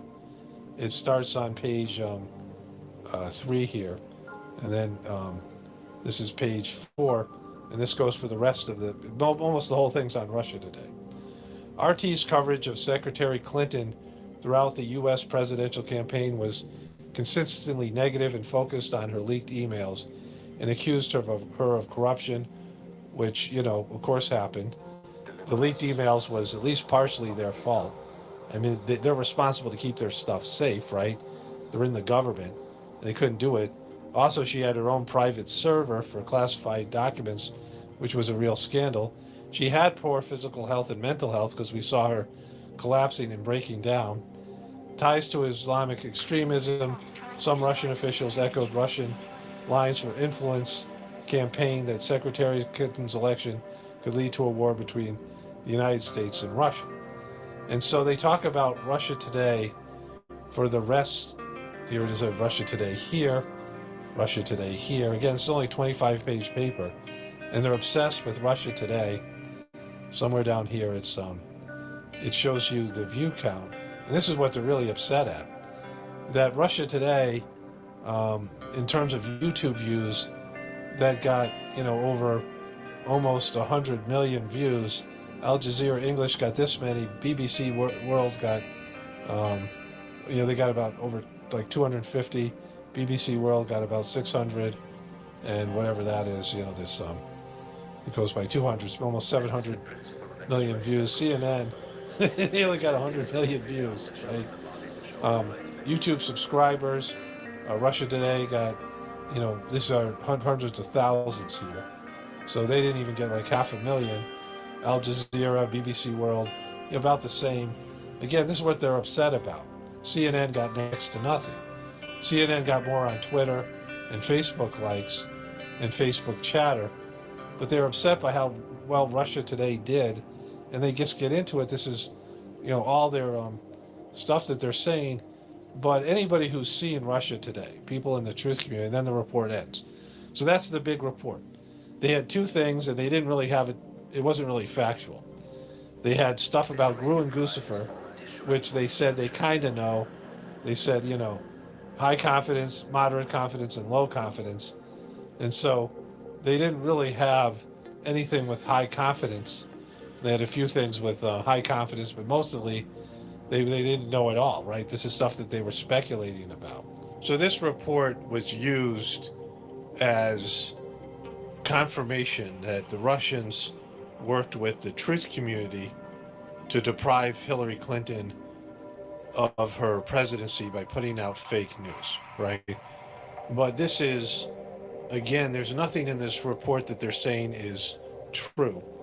The stuff about Gru and Guccifer, that is whatever it is. If the Russians hack these guys, some of that hacking, like I said, is on the Democratic Party of John Podesta. But that is, you know, whatever. You know, America has manipulated elections. America has killed leaders. America has done regime change. I mean, they did it in 2011 in Libya with Obama, doing that to Gaddafi. Horrible. Gaddafi was a loved leader. He was doing what the UN wanted him to do. He was about to reach all the Millennium Development Goals, and they just killed the guy. You know what happened in Iraq, in Afghanistan, wrecking those countries, doing regime change, depriving them of their resources, setting up puppet governments. America's been doing that for years. And so if Russia tried to hack American elections, America, I'm sure, is working on hacking the Russian elections or doing what they can to influence, I mean, what they've done with Putin in the Ukraine. America's always meddling, right? And that should be, you know, part of the conversation here, right? But the second part that was about Russia Today is even worse. Because I watched a little bit of Russia Today. You know, back when I watched more truther stuff, you know, after a while I just stopped watching other truthers. And Russia Today was okay. You know, it was all right. You know, it wasn't the best truther stuff. But the people who watched Russia Today were in no way going to vote for Hillary Clinton. You know, it wasn't being watched by Democrats and independents and people who, I mean, most people who watch Russia Today probably weren't going to vote at all. Lots of people who are in the truth community don't vote at all. But if they were going to vote for anybody, it would have been Trump. And so this idea that the election was hacked by these various, you know, groups, and that the truth community and disinformation and so-called fake news lost the election for Hillary Clinton is just ridiculous. Now, CNN and MSNBC and all the network news and, you know, everything but Fox, and Fox was only mildly supporting Trump, were in Hillary Clinton's back pocket. She had all the advantages of owning mainstream media that was putting out information that wasn't true, that was, you know, treating her differently than they treated Trump. And Trump had Russia Today, and you're saying that cost her the election? It's just stupid. It's silly. And for them to use this report to go out and change the way that the algorithms work so that they would game it away from what people wanted, what the customers wanted in alternative media, and push people towards CNN and MSNBC and to some extent Fox, is just ridiculous. It's embarrassing. It's embarrassing to use this lame report as some sort of barometer of truth, and to call this reliable and, you know, these are legitimate sources and these are the authority, right? Because why? It's done by organizations, the NSA, the CIA, and the FBI that are always lying, putting out disinformation, doing psychological operations, doing psychological studies, and lying and deceiving and doing covert operations. And so these guys aren't honest. They all have they all have an agenda. They're no more honest. I mean, they're certainly less honest than the average person talking about how they feel about things on YouTube, right? And so this idea that this report confirmed that Russia played a role in Hillary Clinton losing the election, it was because she wasn't likable. If she, you know, if the election was legitimate, and we can't even say it was, right? And who's to say the election wasn't rigged for Trump by the government or by the powers that be because they wanted to push their agenda? So, you know, in terms of, you know, all of these things, it's just very weak argument. Okay, so, you know, again, I'll show you the rest of this stuff here, and basically this is stuff that everyone should know, that YouTube did this. And you might agree with YouTube doing it, but then, you know, that it's the end of any sort of civil liberties or free expression or the capitalist system, right? It's rigging the system against what customers want. It's destroying a market that helped build your platform. YouTube to crack down on fake news backing authoritative sources. Again, what I just read you was fake news. Podesta lied. You know, he lied about what he said they were collecting data. So that's like government lying to you all the time, right? And that whole report is not, you know, there's some legitimate evidence in there, and they might have gotten some of their speculation right, but it certainly isn't real news, right? Most news is subjective, and I've talked about this before. You know, history is subjective. You know, math is concrete. You know, math is, you know, numbers, and 2 + 2 = 4, except if you're Will Smith. He said, you know, 2 + 2 could equal 5 if he wants it to. But history is his story, right? It's somebody's story. History is people reporting what happened, and then they can say this is the good guy and that's the bad guy. That's why history is always written by the victors. History is always written by the oppressors. Whoever won the war gets to tell the story, right? The other side has been decimated. So when there's, you know, you're in control of the court system, you're in control of the media, you're in control of the official, whatever it is, right? The official story. Science, you're in control of science, you're in control of the so-called authoritative figures, this is the authority. Then you get to tell the story. And you say, well, this is the bad guy, this is the bad behavior. Conspiracy theorists are bad. There are no real conspiracies, except when it's Trump, and then there are real conspiracies, you know, this kind of thing. The Republicans do conspiracies, but the Democrats don't, right? This kind of way of portraying things. And so, you know, the election was going to be rigged. Remember, there was a documentary made by HBO called Kill Chain. It was about how easy it is to rig an election with voting machines, with digital voting machines, computerized voter machines, including the companies that were running the election. They had all these hackers hack the machines in Las Vegas. They had like a hackers conference, and they easily all hacked the machines. And they showed how easy it was to rig the election. Nancy Klobuchar and other leading Democrats were in the documentary talking about how Trump was going to rig the election. And then when Trump lost, it was like, no, there's no way to rig elections. Elections are pure, you know, all those types of things, right? That's history. That's the story. And so these are private companies, but they're built by people. They're built by all of us. We all contributed to building YouTube. In fact, they wouldn't be trying to censor unauthoritative voices, of voices that aren't aligned with the mainstream media, with the mainstream government, with the mainstream everything. They wouldn't be trying to silence us if it wasn't such a big deal. If it was only, you know, a couple 100,000 people, you know, it's 1/3 of the population that watches conspiracy theory videos. Up to half the population has watched some of them, right? I mean, everyone's seen 1 or 2 of them, whether they've rejected them or not. And so it is a vast amount of people. It's the majority of the people, adults, that are engaged in this kind of content in one way or another, making it, watching it. So they said, we're going to silence these voices, right? We're going to silence these alternative opinions.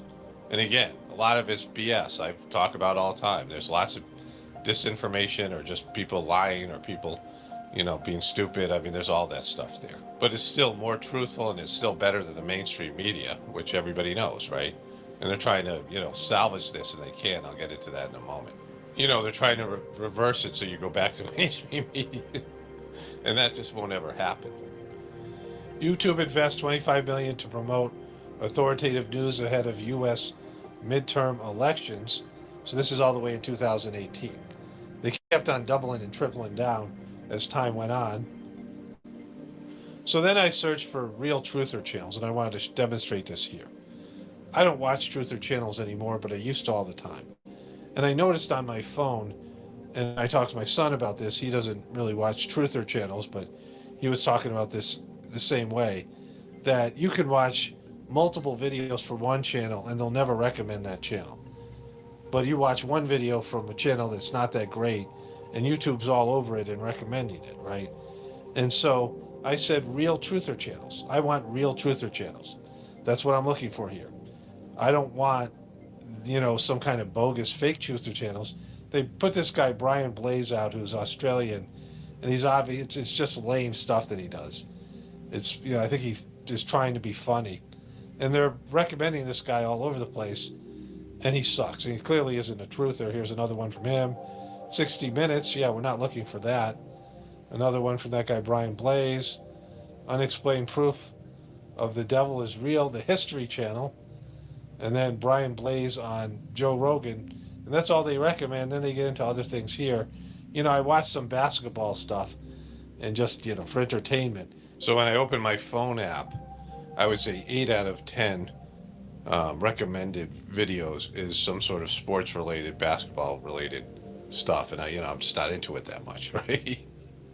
But no alternative media. Once in a while, one of my other channels will show up, like a video I just put out, because I'm subscribed to those channels. But for the most part, it's just basketball, and, you know, sometimes I watch animal videos, you know, videos about animals or people with, you know, weird pets and things like that. But, you know, for the most part, there's no alternative media ever recommended. I mean, never. There's never anything like that. There's no truth or stuff ever recommended. And I might watch some, you know, different sort of a channel that YouTube wants to promote, and I don't like it. Like, I watch like 10 seconds of it, and they'll recommend it to me for like weeks. And my son said he had the same thing happen. You know, the channels that he didn't even like, he watched like one time or whatever, and they won't stop recommending it, right? They won't, you know, leave you alone about the thing. Scanning through your feed, if you click on this here, let me just show you this here. So here's my normal YouTube feed, and there are these, you know, whatever stuff they're recommending. Majority of stuff here is basketball. Some stuff I don't even know why they recommend it to me, right? But on your phone, it doesn't show you here, but on your phone, if you click on this, it'll give you the option to say, don't show me this channel again. But I tried to do it in the search engine, and they wouldn't let me do it, because I was trying to get rid of all these channels that they're recommending to me and see how long it would take before they recommended a real truther channel, because that's what I want. And everything that they see me produce as a content provider, everything that they know about me, which is a lot, they know what I'm asking for. But they said, we know better, and we're going to recommend this other stuff here. And so then here I search for real conspiracy theory channels. Same thing, to a different way of saying it. Again with this guy, Brian Blaze. Watch Mojo, don't want that. The Odd Ones Out, don't want that. Watch Mojo again, Brian Blaze again. That's not what I want to watch, right? Like, I haven't ever watched any of these channels. Never once did I look at anything like these channels. It's not what I'm looking for. Who the fuck are you to tell me to watch this when I'm looking for something else? You know what I'm looking for, and you're withholding it. You pricks, right? You arrogant, evil, manipulative, abusive pricks. Like, who are you to exclude what I and other people want to watch and push this crap on us? After so many of us collectively helped build your platform for you with real content that we either watched or produced or made ourselves. And now you're going to, you know, promote this crap, this garbage, this superficial bullshit, and then promote all these other things. And, you know, it's, I mean, you guys suck. Like, you've gone to the dark side. It's embarrassing how bad you are. I mean, you should be humiliated. And, I mean, just everything bad should happen to you on a spiritual level just for being this deceptive and going against, you know, what your primary function is to help people find what they're looking for. Your bots and your machine learning. You know, I tried to advertise on YouTube because they stopped recommending my channel because they're shadow banning me. I'm in the editing process. We could add this. You know, I discussed this over a series of videos. And so they were running my ad. I made a video ad, and they were running my ad. And I asked them, I was talking to a guy, a sales guy, who was in charge of my ad account and Google. And I said, I want to run this exclusively on YouTube channels because I had a 15-second ad I wanted to run before videos. And, you know, my wife had a good idea. She said, well, maybe they have a way of, you can just pick the channels. So I asked the guy, and he said, well, you can recommend channels you want to run ads on. And the channels they were running my video, the ad on, were horrible. Like, they're wasting my money. And people aren't going to watch the ad anyway, but when they do, they're not going to come to my channel because it's not my audience. Like, it was just bizarre stuff, so far away from, anything that I want to run. And, when I put in keywords, and the other way that you do is you put in keywords, they wouldn't have any keywords like conspiracy or truther or truth or spirituality or nature. I mean, even farming, they didn't have homesteading. Like, I talk about homesteading stuff on my, just to get somewhere in the neighborhood of the people that watch my videos, the people who, other channels that are similar to mine. And they don't have any searches for people in the truth community, even though it's a massive demographic on YouTube. It's 1/3 of the population are in some way, into alternative media. But they've excluded that whole demographic, which is, it's not racist, but it's like, racist adjacent, right? It's a way of being prejudiced because of people's beliefs and demonizing those people and say you're not worthy of, being considered an advertising demographic. And so the guy said I could recommend YouTube channels, and I don't watch truthers channels anymore, like I said before, because I like my opinion to be my own. Like, I don't want to be influenced by other people in the truth community. A lot of the stuff in the truth community is, like any kind of movement, there gets to be set, there's a worldview that everybody sort of adopts, right? And there's truther facts that aren't facts. There's things that most truthers believe that aren't actually true, which I started to find out years and years ago. I've been doing this. I've had this channel since 2007 and been making these videos full time as a job since 2014, so 10 years. And I've, been a part of the community, before 2007. And so, I'm aware of the ebbs and flows and things. But, I assess my own, when there's an event, I have my own way of thinking about it. And I don't want to be influenced by the group of, the egregore of the group, right? And so I don't really know that many truther channels. A lot of them have disappeared, the ones I used to watch. And so I asked my audience, what other channels do you watch that you think there's a, cross-section of audience? And they gave me about 50 or so, 60 channels. And some of those channels weren't monetized. But the ones that were, I recommended, and I said, look, I want to run ads just on these channels. And the guy said to me, well, I can't do that. I have to submit my, whatever it is to the bot, machine learning and the bots. That even though I was the customer and I said, I want to run my ads on these channels, and these channels were going to be cheaper because they're not desired channels, because they're truther channels. And it's the exact audience, it's the exact people I want to reach who are, my viewers watch those channels as well. So it's a, it was what's best for me, and he couldn't do it. He said when the machine learning gets around to it, he might recommend some of those channels. But the channels the machine learning was doing was horrible. It was just wasting my money. So YouTube ads and Google ads suck. And it's not going to work for anybody because their machine learning sucks. And they've narrowed their, their keywords and things to demographics that are so, it's just brain dead people, right? Like the most sheeple-like people. And then I lost faith in terms of YouTube and Google as a business. I'm like, this is a failed business. It's a failing business because their ads sucked. And I'm making a living off of they're running ads, and people are going to realize that their ads don't work because their way of reach, they don't reach the audience is the demographics that they're supposed to reach. I mean, it's not just truther, this goes across the board. Their machine learning, their bots that can control everything. We've seen this over and over again. How many times have you had an interaction with somebody? I was talking to somebody at Verizon the other day, and they couldn't do anything until the bot approved it. Human beings are now answering to algorithms, bots, and AI, and it sucks. They're not able to, the human beings can't do something as a, just to pacify a customer. They have to go through some machine overlord, right? Some AI bot overlord, and they've lost control of it. And you see this over and over again. The customer service is now predicated on bots' approval. But let me just complete this thought. I shot this clip yesterday, and now I'm just adding some context to it. The next day, today's Saturday, April 27th, And so YouTube and Google as information providers. They're there as gatekeepers between you and the information, right? And there's a business. Like, I understand the business side of it. And I appreciate that I'm not a businessman.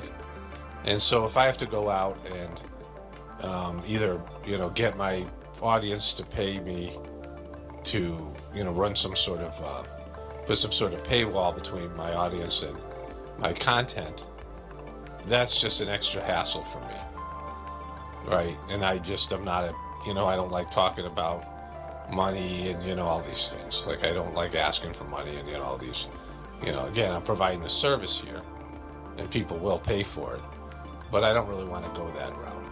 And it's going to limit my audience because YouTube has the biggest audience. And so what YouTube does for me, I make content every day. And it's frustrating for me to do other things, like do business related things. And if I form a relationship with advertisers, then, there's a level of, they're paying me and it's a whole kind of thing there, right? And so, in terms of influencing my content, and none of those things are desirable for me. So what YouTube does for me, which I appreciate, is they go out to the business world and they secure advertising revenue, and then they run ads on my channel, my various channels. And so I appreciate that. Like, it's, I've made a living off of YouTube doing that, and there's a supposed partnership here, and I create the content and they handle the business side. And the part that they're supposed to be doing that they're not doing anymore is promoting my channel, connecting me with the people who want to see it. And I'm not saying they should promote me to people who don't want to see it, but there's a vast amount of truthers out there that are looking for channels like mine, and YouTube no longer recommends those channels. And even to the people who are subscribed, YouTube unsubscribes them all the time and doesn't recommend or let them know, give them notifications of new content. I put content up every day. So YouTube is failing me in our partnership. And so, part of their job is to run they have to have their financial wing, right? I understand that. And they have to be, they're a corporation, and they're not going to be, I don't expect them to be truthers. I don't expect them to be alternative media. But they have to recognize the what they owe all of us in terms of we helped create their platform. A big part of their platform is in one way or another alternative media. It's YouTube, right? It's people going out and making content, and some of it's going to be about news events and things like this. And CNN didn't build YouTube, neither does MSNBC. In fact, they're competing against it. And so instead of honoring all of us and the commitment and the partnership that we were supposed to have, they started to push CNN, MSNBC, and Fox, who have their own platforms and aren't really anything more than they have YouTube channels, but they're just crappy, things to, whatever, right? There's a violation of trust there, right?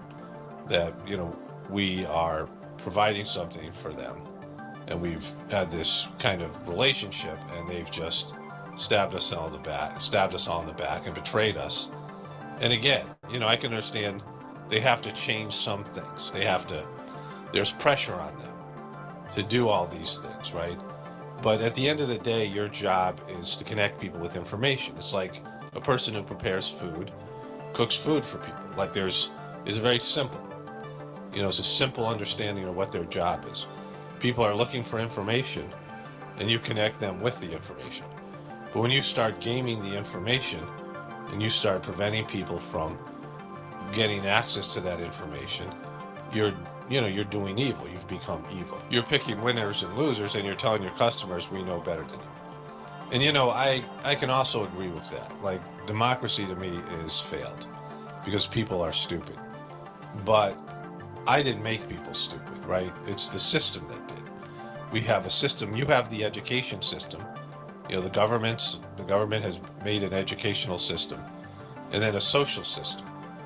And the social system, the educational system, and taking parents and destroying the family and having both parents work and having kids be raised by, now the internet and before schools and their peers, where they spend, now they only spend like 90 minutes a day with their, with their moms. I mean, it's not even, quality time. Like it's, meals and rushing here and going there, and even less time with their dads.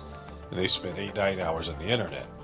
And you have, years and years of indoctrination that what they're saying is, the government's saying and the mainstream media is saying and YouTube and Google are saying, is that you guys aren't capable of thinking for yourselves.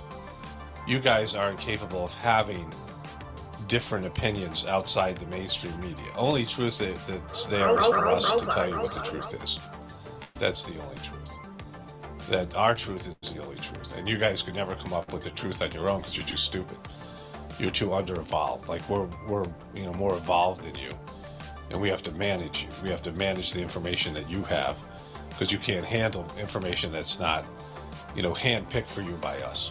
And that's what they're saying. And to some extent, I would agree with that based on what I've seen on the internet, or just going to Walmart or just seeing what's out there. But then you have to admit that democracy is a joke. That there is no real democracy, because you can't trust people to pick a quality president. But the problem is the people who run the system are more depraved, and they're not smarter. Some of them are born into it, right? They might be good at one or two things, but they're not smarter. And they're, good at keeping a dysfunctional, evil system going, despite it, it should have collapsed already, economically and every other way. But when you started the search engines and you guys opened up video platforms and social media platforms where people could now share content because before, if you wrote a book, or if you wanted to make a movie, or if you wanted to be on a television, or if you wanted to be on radio, you had to go through the beast, the system. You had to be hired. You would have editors and publishers. You had people that wouldn't let you say certain things. And so the information flow was completely controlled. That you had to go through one of these gatekeepers unless you ran some underground newsletter or you had some, pirate radio or something. But even then, your audience would be very limited. But now people had potentially a global audience. Every time somebody makes a YouTube video, there's a chance, or used to be a chance, now they've constrained this, that this video is going to go viral and you would be heard globally. And independent artists and independent people now didn't have to go through the beastly system, didn't have to have gatekeepers and handlers managing what they said and what they did. And so independent creators were now researching and coming up with very differing narratives and opinions than what was on the mainstream media. And there was a natural flow to it. Of course, some of it was going to be sucky, and some of it was going to be, really for dumb people and really stupid. And there was going to be like the QAnon movement. That's just real, a bunch of dummies, flat Earth stuff. There's going to be stuff like that. I mean, it's just part of it. And you have to, have faith in humanity, or you don't. But if you didn't have faith in humanity, then why do the internet in the first place, right? Because inevitably, this is what's going to happen. You have to let it run its course. And if you're a search engine, you're in charge of connecting people with information, you have to connect people with the information that they want to find, regardless of whether you think it's true or good or positive or it's your worldview or your beliefs. That has no part in it, right? That's not your job. Your job isn't to decipher what people should see, hear, and think, and what you present to them. That isn't your job. And you violated something on a spiritual level, especially since the whole platform was built by people who had these opposing views and weren't a part of the official story. That's why it was called YouTube. And now you've gone against your primary function, and it's betrayed all of us, right? And there's consequences for that, spiritual and material. There's consequences for failing to do your job, for blocking what the natural flow of things. So I use the Brave browser here. Brave browser is supposed to be an independent browser. I don't know. People recommended it to me years ago. And I need 4 browsers because I have 4 separate YouTube channels and I have 4 different accounts open. And so the Brave browser, when you search, there's a search engine associated with it. Real Truther YouTube channels. It comes up with a Real Truther, which I don't think is a Truther channel, but it's giving you complete different results, right? Truther TV, our Conspiracy Truther YouTube channel, so you get this access to it here. Real Truther videos, Managing Harmful Conspiracy Theories on YouTube. That's a blog. QAnon influencers sue YouTube for removing their content. So they have a totally different set of, it's not sophisticated enough to pull out like truther channels, that doesn't understand the word truther. So they have a different set of results for conspiracy theories as well on YouTube. And so, it still probably isn't going to give you the results that you're looking for, but it is going to give you better results than you're getting from these other mainstream, search engines, right? They're not blocking anything. It's going to maybe give you some of the more popular channels. Like they have that channel Shane that sucks, but it's better than the anti-conspiracy theory stuff that you're getting everywhere else. Banned conspiracy channels suing YouTube over its anti-QAnon stuff there. Again, QAnon sucks. You're not looking for that, but it is. It's just again, this is how browsers and this is how search engines are supposed to work. So then there's the midterm elections. Google manipulates search engine results against Republicans, Media Research Center says. So there's that. Then there's this. Google search is quietly damaging democracy. How Google interferes with its search algorithm and changes your results. We all know this. And then Google helped boost Obama-Clinton presidential runs while censoring Republicans, report says. It's all there. So you've done what you're accusing the truth community of doing. You're gaming the results using your power, a lot more power than you have than the so-called truth community, to do something that is essentially evil. I just want to wrap this up, and I want to talk about this on a personal level, because like I said, I have really benefited from YouTube, not only as a content creator, but as a viewer of YouTube videos. It's my favorite app and platform. And so, not just because I do work here, but I enjoy the videos. Like I use YouTube more than anything else. I'm not a really big social media person, but YouTube I enjoy. So the people that control the system, and in any time, there are people who are supposed to look out for the greater good. Human beings are emotional, violent, unstable. The mob can always go off on something and destroy something without really thinking. Humans self-sabotage. I have a master's degree in counseling, and I worked in treatment centers with sex offenders, adolescent sex offenders, and in outpatient clinics. And I've seen it all, right? And I've been covering the dregs of society all the way from Hollywood to politicians to everybody else here on YouTube. And I understand the nature of human beings. I've seen it personally, that human beings will self-sabotage. Human beings will destroy something and then regret it later on. Human beings will break things and regret it later on. And so this has always got to be considered. Like I understand the unstable nature of humanity. And it's only gotten worse by our modern day system. The people who run the system have guided humanity in the wrong direction. We've become more and more unnatural. We're distanced from our families, and the family unit has been destroyed, and people are no longer acting and behaving like natural human beings, what natural human beings need. We live in cities. We're no longer connected to nature.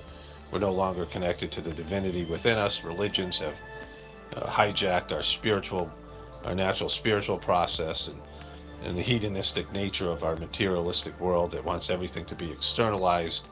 There's no introversion and no self-reflection. We've hemorrhaged vocabulary words, and we're getting, it's idiocracy happening right in front of us, right? So I understand all that. Like I'm more, I don't know if the word pragmatic or more, generous with my opinion of the people who control the system. Because I see, a lot of people just want to blame the so-called elite. That's the elite. You're just elite. I'd be so much smarter if it wasn't for the elite. No, you probably wouldn't, right? And so it's not just the elite, and I say that all the time. It's all of us. We've all contributed to this, and we're all dependent on this system. Good, bad, and evil. And that's mostly what it is, bad and evil. It's mostly a negative system. There are good things about it, but most of the good things are things that we enjoy that are not necessarily good for us. We've gotten weaker, more entitled, we're stupider, we're more selfish. I mean, just all the bad things that human beings, more envious, more hatred, full of hatred and anger. And so that's what the people who control the system have to deal with. It's, a lot of it's on them for, disconnecting people. There was a time where people walked away from the farm. People left the farm. And I've homesteaded, I milked cows for a number of years and grew food. And, I have a farm now. I mean, I've been farming now for like 20 some odd years. Hobby farm, part-time farm, growing food and being out in nature and doing things like that. And what I realized, because I didn't grow up with that, was, there was a time where all of us would have had some sort of survival skills. We had some sort of skills, either, hunting or growing food or making clothes or, all of the above. Like, people had to be jacks of all trades. We lived in tribes, we lived in villages, and people were much more higher functioning. But this deal was given to people. Either they were forced off of the farm, or they were, their tribes were conquered, or whatever it was, right?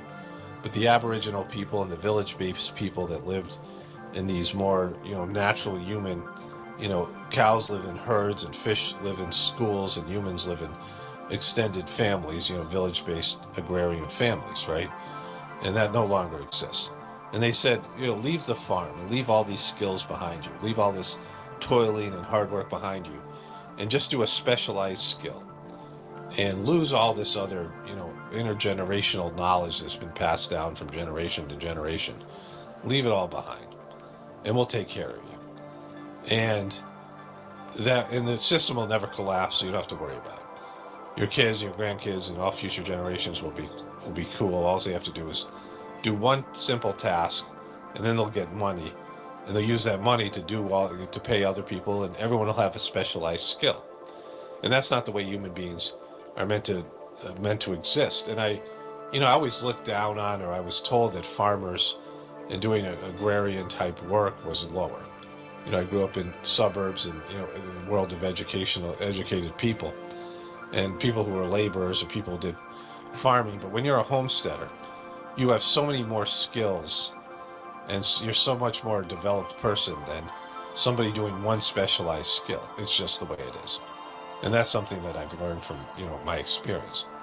And so we've lost all that. And now we're dependent on a system that's collapsing. It's collapsing, first of all, morally, and the people themselves are collapsing. But it's more than just that. It's collapsing economically and, in every possible way. It's a system, it's an evil empire, and it was a system that, since it doesn't align itself with nature and the divine forces and divine rules and laws, that it was never, it's a scam. It's a flim-flam, Ponzi scheme, debt-based, usury economic system. And it's never supposed to last. Those systems never last. Debt is our wealth. And because of all of that, and I've talked about this in so many videos, we're 100% dependent on a system. We don't have the skills to do something else, and we don't have a backup plan. And that's scary for everybody. And it should be. But there's a natural evolutionary course that's going to, there's contingencies in a divine plan. In nature, there's contingencies. And when your system and the people in it get so messed up, like people are, so psychologically messed up right now, and so not what they're supposed to be, there's corrective measures to bring down the system that we're 100% dependent on. And it's going to happen in one way or another. And one way would be people realize the truth of their, their bondage and the way the system is hurting us all, right? The system isn't making people better, it's making people weaker, more selfish, more entitled, and more mentally ill. And the people at the top of the system, the ultra wealthy, are the most screwed up people of all the, everyone's screwed up and they're really screwed up, right?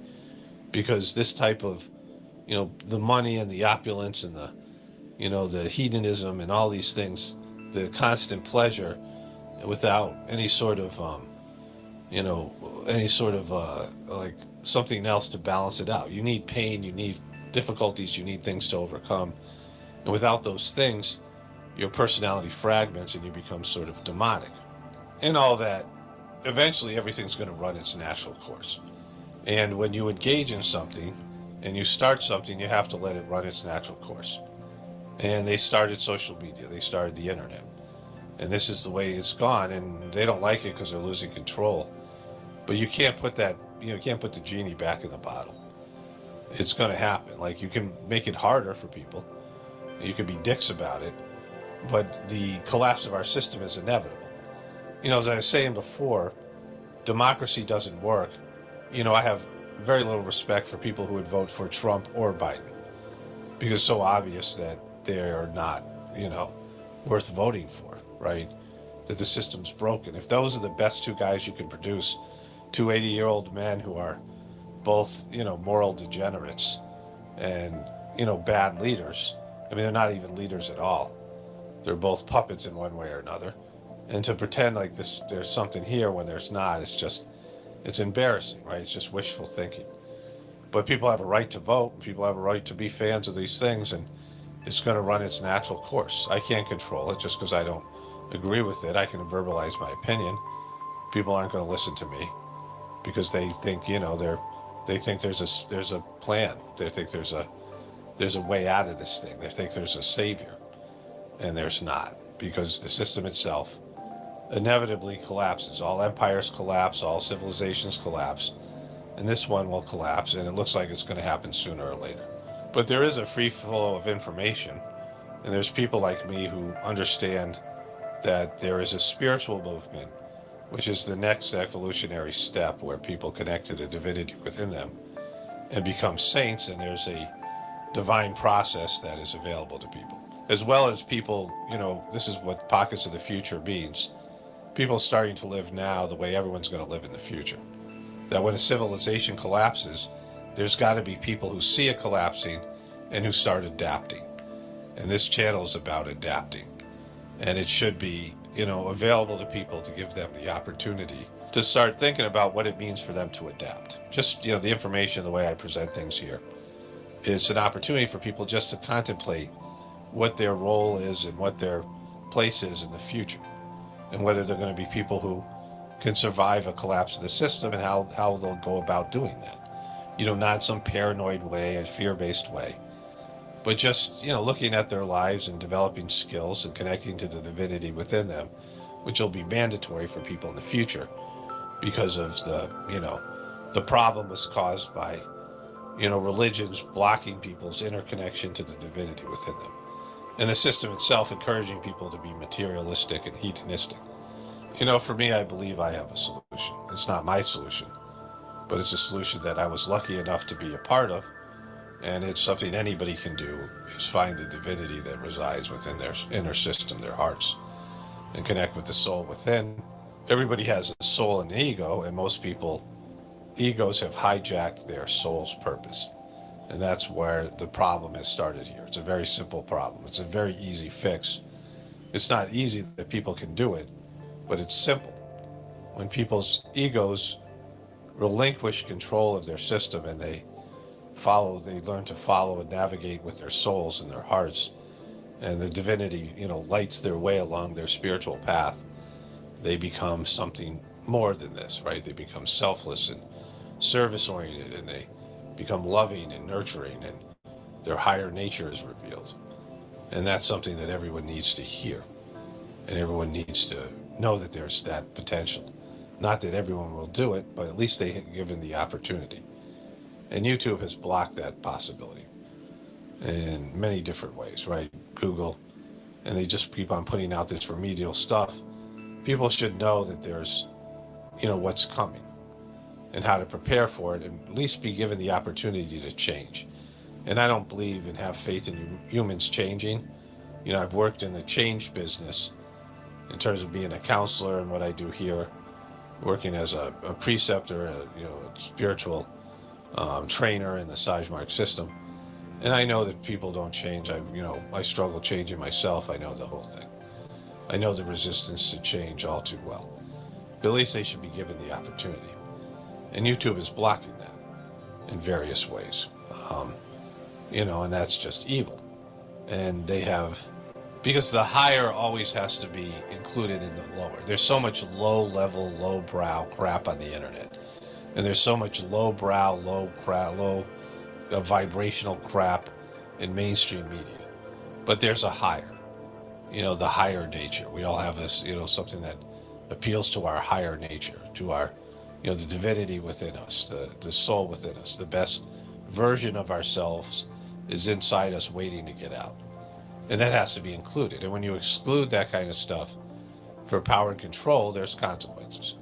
And you're being abusive and evil. You're doing something that you don't have permission to do. Like, yes, this is your business, but there's, a collective here.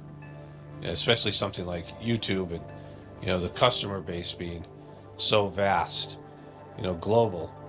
And, all of us have a say in the way this should go. That's how social media works. That's how the internet is supposed to work. That we all get to contribute something. And we start excluding that from people and pushing out a bunch of crap that had nothing to do with the creation of the platform. And nobody wants it. Nobody wants CNN and MSNBC and, all the rest of this stuff. We don't want it. We don't want we understand the mainstream narrative and we've rejected it. And so stop blocking the flow of information. Stop, interfering with the natural flow of things because you don't have permission to do so. And you're violating your fundamental job and purpose. Only spirituality will save this world. It's Paul Romano, definitely important for the apocalypse. And the ascension, everyone have a blessed day and be grateful. Oh, I just wanted to do this one, on audio since, I only do these crazy, wacky black screen videos where I sit in a blackened room. They're too dumb to know that it's a phone cover that's covering the phone case is covering the camera. They're too dumb to know. Shh, don't tell them. I mean, I've literally had, the only people that have ever said that were, PHI and people from CPP. So, I mean, I guess that kind of goes to tell you what kind of intelligence people that would say that have. I don't know. It is what it is. But anyway, I wanted to address this. Notice how I'm not even gonna, say any words about Ryan. I've already addressed that little pipsqueak. He would do best to just stay in his dish tank. You know what I mean?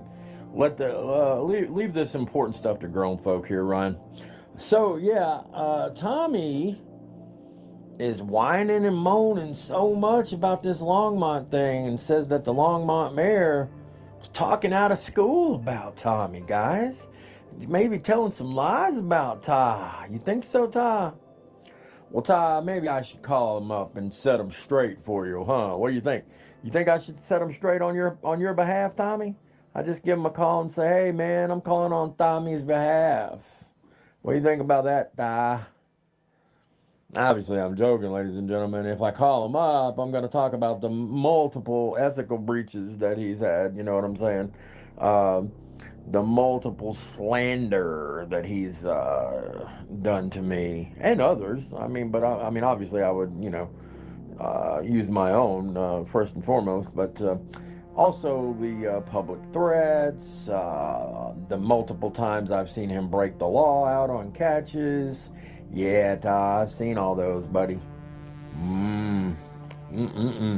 Not looking good for you in the city of Longmont or whatever it is. I don't know. I'm not a Coloradoan, so I don't know what the hell's going on.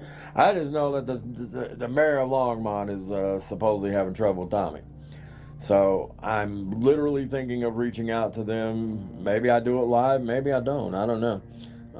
But I feel it's my civic duty as somebody that knows Tommy very well. After all, I mean, I'm obsessed with Tommy, right? So I know everything there is to know about Tommy. So you can count on me to tell the truth about you, Tommy. Don't worry, pal. You wouldn't think I'd lie about you. as everybody knows, I wouldn't lie about you. All I got to do is tell the truth. You've done enough bad things, Tommy, without me embellishing or lying. I don't have to do that. That's you. That's what you do, Tommy. So, yeah. This guy cannot, number one, he can't get out of his own way. I mean, he's a total F up in almost everything he does. Yeah, Tommy, you get some arrests, but then they just turn around and they walk right back out. It's a big fucking deal. You know, these little CPP ball lights that keep threatening me and cajoling me, they're like, yeah, man, another catch. You like that, Warbot? You like how we did that shit? Yeah, you got an arrest, and then the predator's gonna turn right around and walk the fuck back out, just like they always do. So what? Then you got these people. This woman literally posted, I think that exposures are more important than convictions. I did an absolute spit take, card, face palm, whatever, times 10. The most silly thing I've ever seen probably on here. You are utterly vapid there, lady. You don't know what you're talking about, clearly. But anyway, Tommy, I just wanted to update you on my obsession with you. And who knows, Longmont Mayor maybe in my future. It's going to be interesting. Look out, it's going to be a bumpy ride for you, though, Tommy.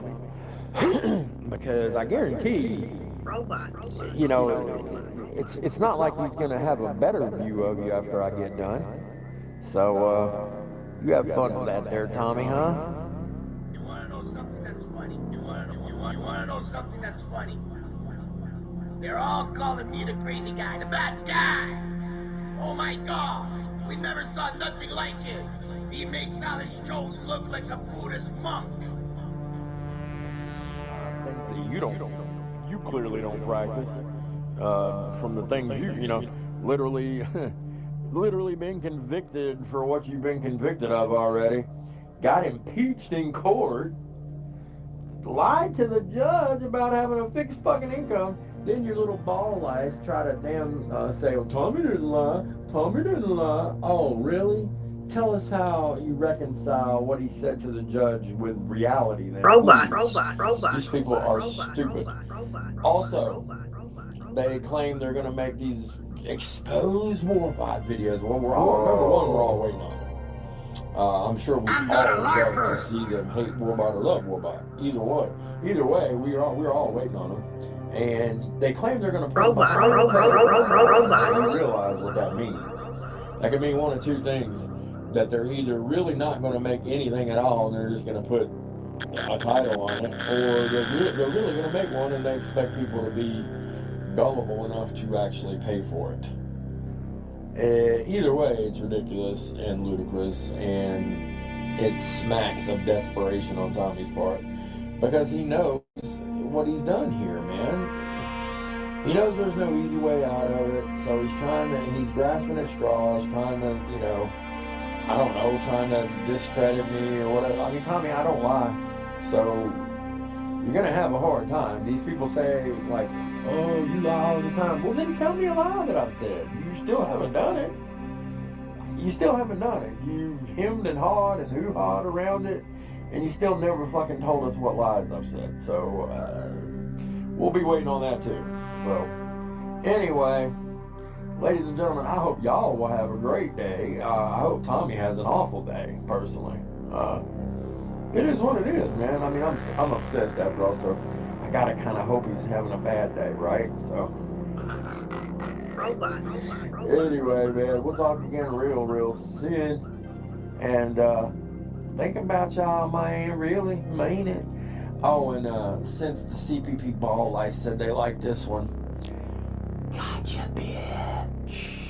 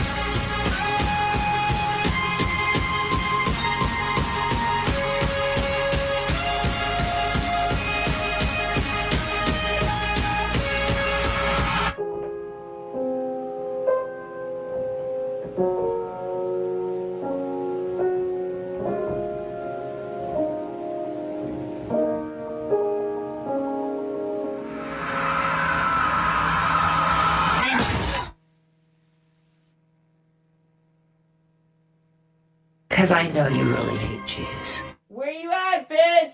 FM, fucking loser. All of your fucking Jew shit is going to get you banned for hate speech. Yeah. The facts hit you, man. It's why my videos get 500 to 600 views. Don't be jealous about it. Then you got Lisa Lake freaking complaining that I did streams on content, and like, as we all know, you do a stream on content, your view count's gonna go down to like 2 viewers once in a while. You know, nobody really wants to sit there and watch some documentary, you know, all the time. People will drop in and out. That's how it goes. But you do drama, then you're gonna get a lot more views. That's just how it is. But she can't stand that. She needs that drama. She's having a drama drought. She needs to talk about Malibu. She wants everybody to talk about Malibu. I always question whether or not you could be a true friend. And it just bothers her, you know? I don't know. Like every time she does a video on Malibu, it's always the same people in her comment section. They thrive on it, man. Because I know you really hate Jews. Could I ever win? Whatever. Weird. I mean, come on.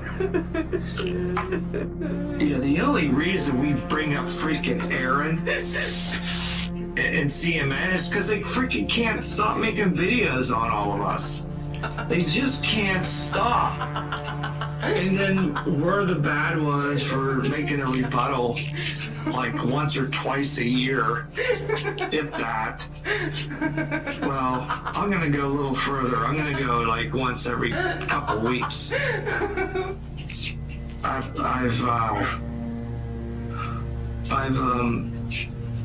put some stuff together, so I'm gonna finish them.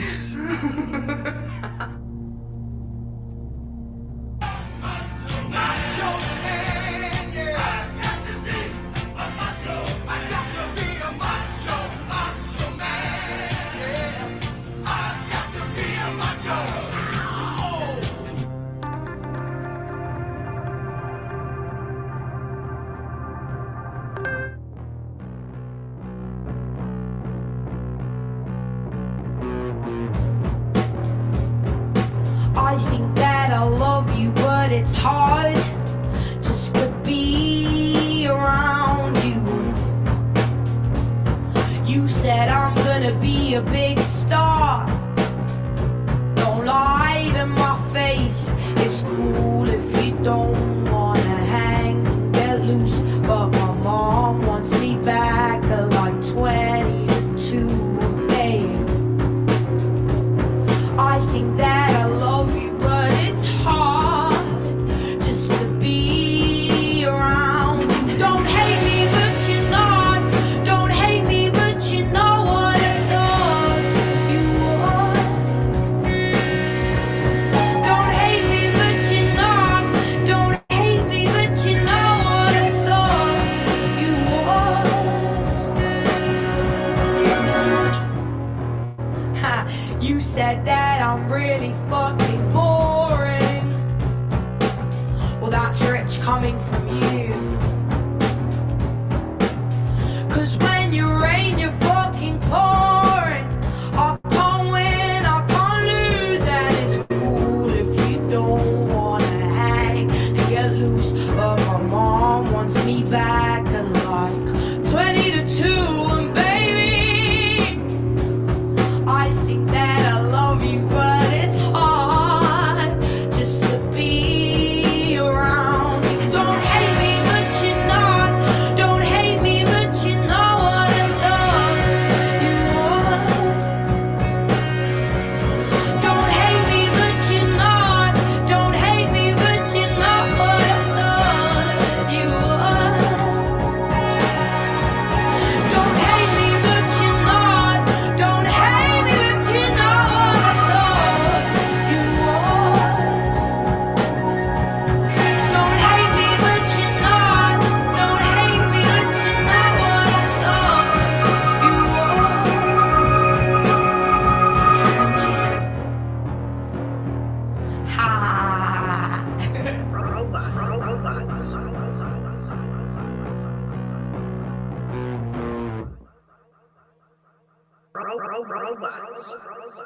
So that's the sad part. And then Woody offered to pay for a vet and offered to take the dog from him so that it would lessen his burden, because he says he can't afford to feed the dogs, and yet people are constantly sending him dog food.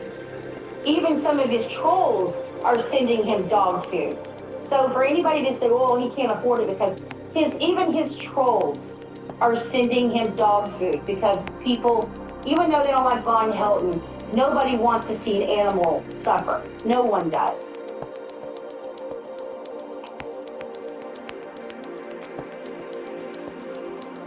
Angela, do you want me to say what I've got a problem with you and what you've been saying?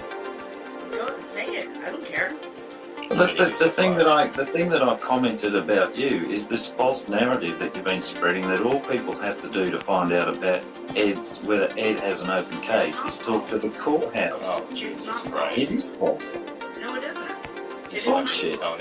You think it is, and I'll tell you why, if you would please be quiet and let me finish, like Jeff would say, is because that assumes that the courthouse, because no charges have been brought against Ed, have they? Yes, charges were brought against him. He did his Not about CP though, they weren't. That's not what they found, and we've gone through this a million No. Right. You know what, Kelly is the new Ryan. Is fucking great, is fucking broke, dude.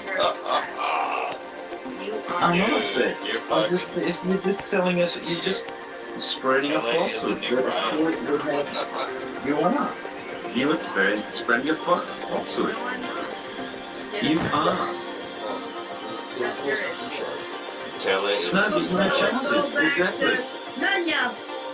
Go back to Nunya. Go get me an open case number for you. Get this fuck out of here, dude. How are you going to get an open case number from a courthouse? When there's an open case, there's a case There's number. an open case, yeah. Not in a courthouse, Angela G. The court doesn't have that. No. Yes. You think that they put bullshit. In America. It's not.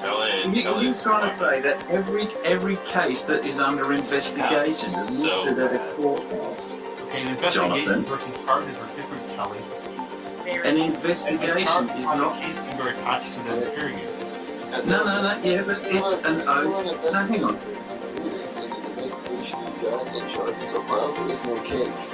Ed, how can we have all these case numbers?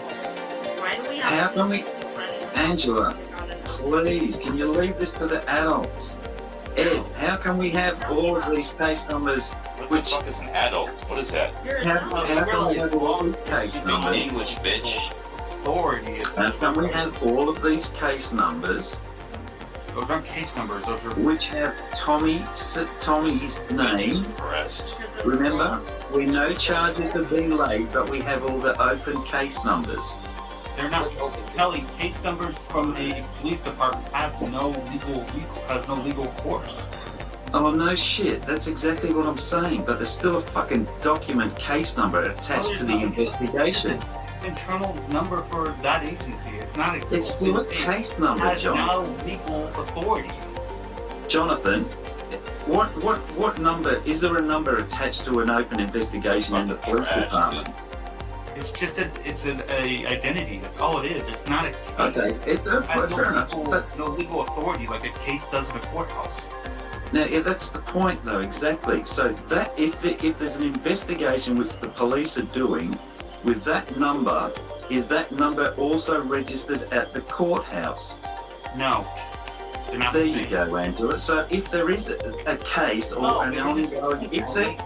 No, fuck, you don't understand me, Jonathan. What you're trying to do is, an agency doesn't even have to put a case number on anything. They can just not put a case number. That's exactly my point. That's exactly my point, Jonathan. That's exactly my point. No, you're missing the point. If there's an investigation that's going on, He's living in the past. if there's an investigation that's going on, it's registered at the police station, not at the courthouse. Angela G is telling people to go to the courthouse to get that police number, and it's not going to be at the courthouse. Yeah, his drug chart, what he's been charged for, is on the courthouse website. Yeah, we fucking know that. Everybody over there saying open case. It's not. There's no open case. Well, how about opening? How about open? How about we use the term open investigation then? If there's an open investigation, it's not going to be listed. Well, that's the point. My point is No investigation is ever listed. if there's an if someone's being investigated as a murder. You're an abuser, dude. Get the fuck out of here. Yeah, you need There's plenty of channels that this is being discussed on. My channel's not going to be one of those, Taylor. Mate, I think she must be a fucking guy. Let's have a refresher course on the documents concerning Ed. An agency, the Texas Office of the Attorney General Law Enforcement Division, lists Ed as a suspect in an incident related to CP.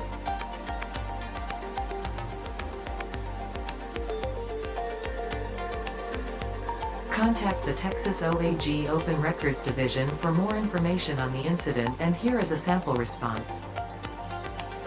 Incident CX2100028565 is still an ongoing investigation of this agency. Records relating to that case have been the subject of multiple requests. Ongoing investigation. That case. Ongoing investigation. That case.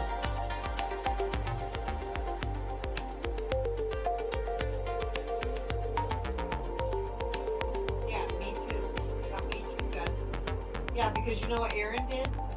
Aaron's been looking for my behind, okay?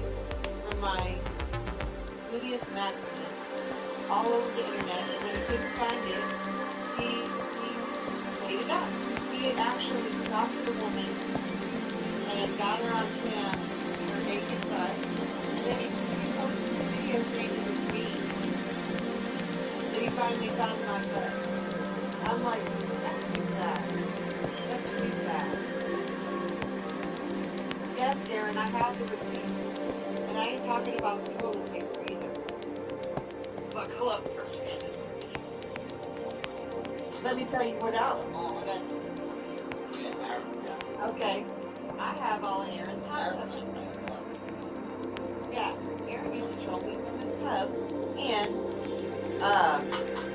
let me just say, he let it all hang out. And you know what? And then he'll say, oh, he'll act like, oh, I was just innocently in my hot tub and, you know, and then she made it into something. No. He titled them Naked Hot Tub Politics. Like, come look at me, I'm naked. And even then, I didn't want to look. But I had to because he would attack me. He would attack me ruthlessly. He's even hunting me down on Facebook and shit. Like, I don't even understand why.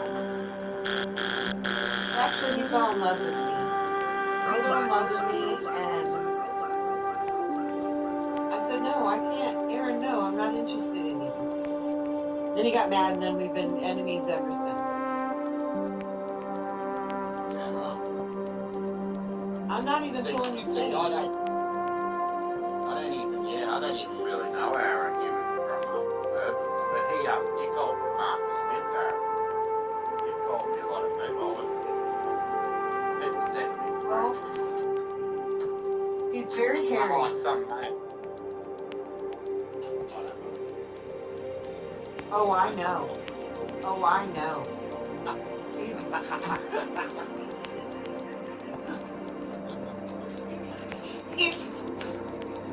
You can't say He's very hairy.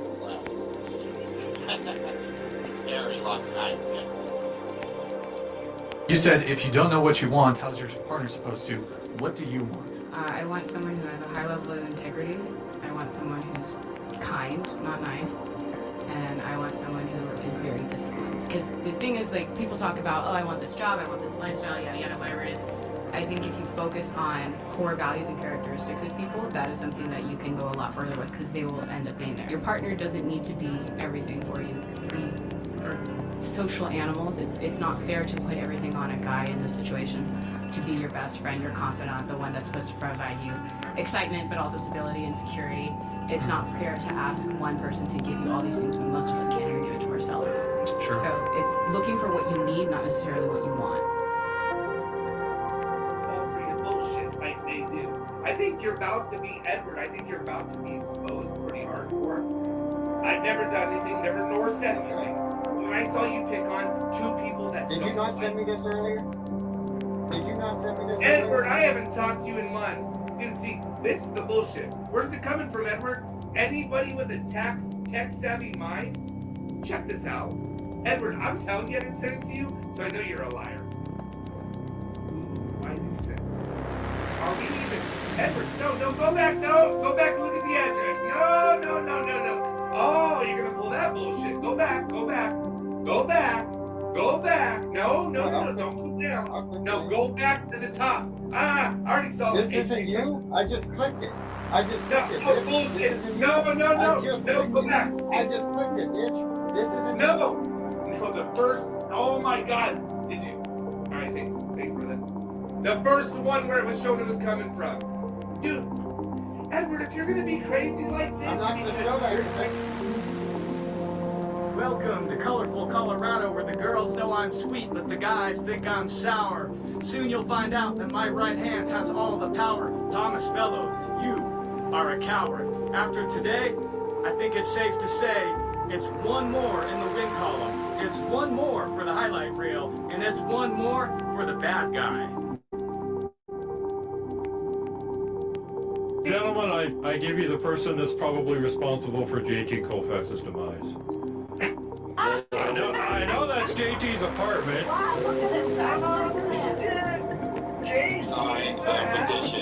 Sign the petition. So Jason, are you in Colorado? What up, Jay? Did Tommy back down? He dropped off, Jeff. Let's talk about his allegation with his ex-wife. Why he had such a hard time believing Christy. There he is. This dude abused her and he lived it. Fucking, I tell you. Sign the contract. I can't hear anything going on. It's like the whole town is just blocked. You people better duck off. Colfax just gone off. And if we don't, what? Is that a young JT Colfax? Holy fuck. Yeah, JT Colfax found a time machine. 45 years ago. Sign the contract. What are we fighting about signing the contract yet? Hey, well, I just heard Jeff's mom speak, bro, and you're a fucking. Hey, let Jason talk, dude. He's got some shit to say about your boy Tommy. Well, tell me the context. Yeah.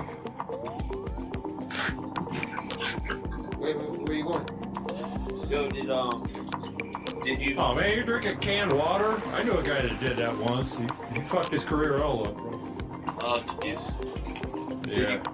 Did he get you off tonight or what? Not yet. Wrong answer. Nice young dude. Nice young. Wow. Did you get diagnosed with deviated septum? You know what that is, OB? That's when you do too much coke. And it I had that. your nose. I had that when I was like 20. My fucking nose was like fucking trash. You had it when you were once you get it. I have a fucking disease. No, I had surgery. Yes, I'm fucking sick. Yeah, they fixed it. Yeah, I got a deviated septum, but because I did something. No, it ain't that. I have a fucking actual disease. I don't give a shit what you have to say. If you don't have to give it, you don't have to throw your face full of fucking Guys, gals, what are we fighting about? Jason, shut your mouth, don't let JT talk. Who does more coke? We're fighting about the moon. Don't let JT on this,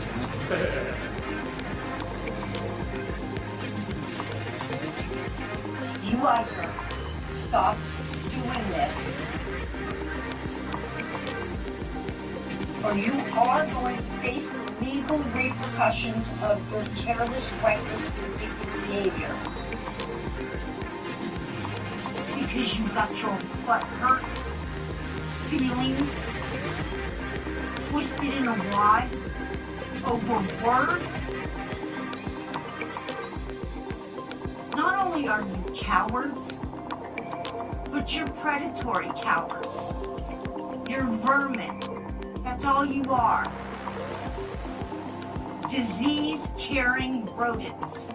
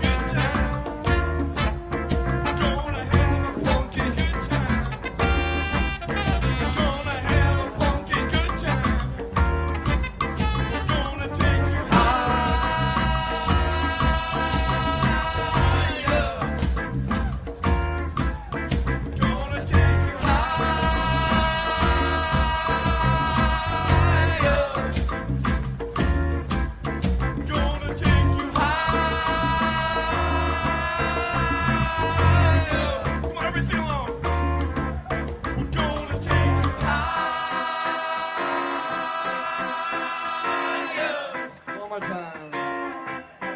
Gonna take you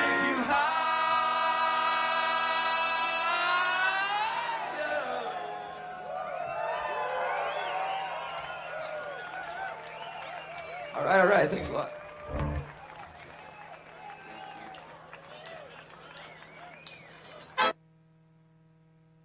What's up, dude? Go ahead and get your license and registration. Reservations? License. Dude, no. Your registration. We don't need reservations, dude. That's not what I said. I know the guy who works here. It's me, dude. I'll get you a seat. It's got Taco Bell in it. Is that it? I don't care. I'll move it. Sir. Registration. Registration. More like Reggie hating, dude. You know what I'm saying? Fuck Reggie, dude. Give me that loud. Dude, I'm looking, dude. Oh, there it is. No, that's weed. Well, no, I'm trying to figure out what you're talking about. Insurance and resignation. Dude. Oh, your resignation? No, Yeah, honestly, dude, I'd quit too. Being a cop. People don't, they're not crazy about you guys. I'll put it that way. Seriously. No, I'm trying to understand. Your license and registration. License? Yeah, don't have that. We could have started there, dude.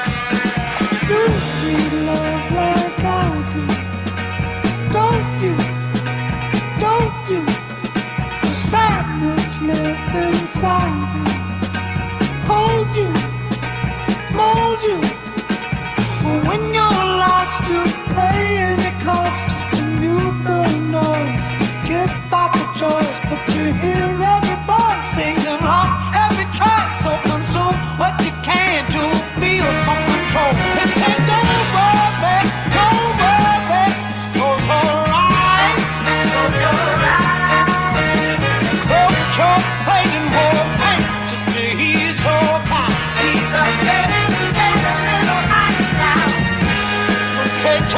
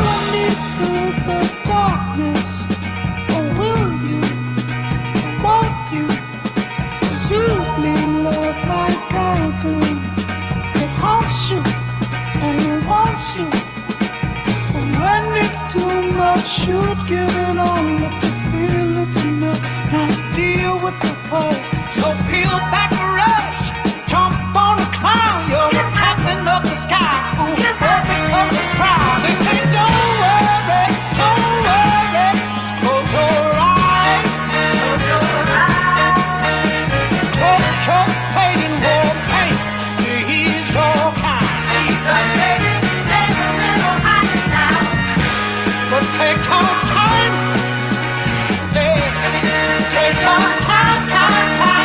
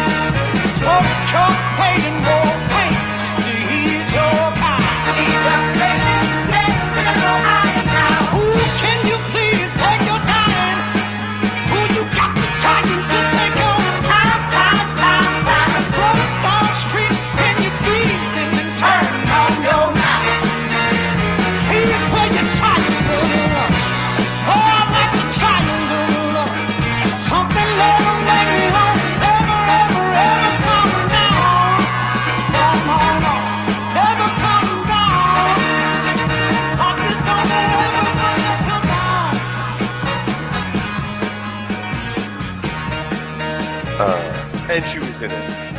That was the first. I think the first time I saw her. She's also in Clerks 3. Sort of. Kind of. Yes, she is. But Simon, dude, you sorry. This is like talking to Becky, where they're not really talking to you; they're just screaming at the chat. You're now the male Becky. I'm just kidding. Oh, I'm just dealing with multiple freaking idiocy at once. You know what I mean, Scotty? What's a man got to do? You know? Yeah, you know. Robot. My girlfriend's trying to milk a foot massage, but I'm gonna smoke a bowl first. Hey, I washed your car. Give me a minute. I'm not your slave, okay? I'm on my Gavin Newsom 15-minute break here. Yeah. Oh, Oilers are beating the Canucks. The Battle of Western Canada. Tobacco Road, talking about a dirty, funky, filthy, low-down place. I have a fan on me that's not helping me. Are you okay? Tobacco Road, yeah. Yes, Simon. We get all before. You sent me paragraphs of you complaining about the same shit over and over.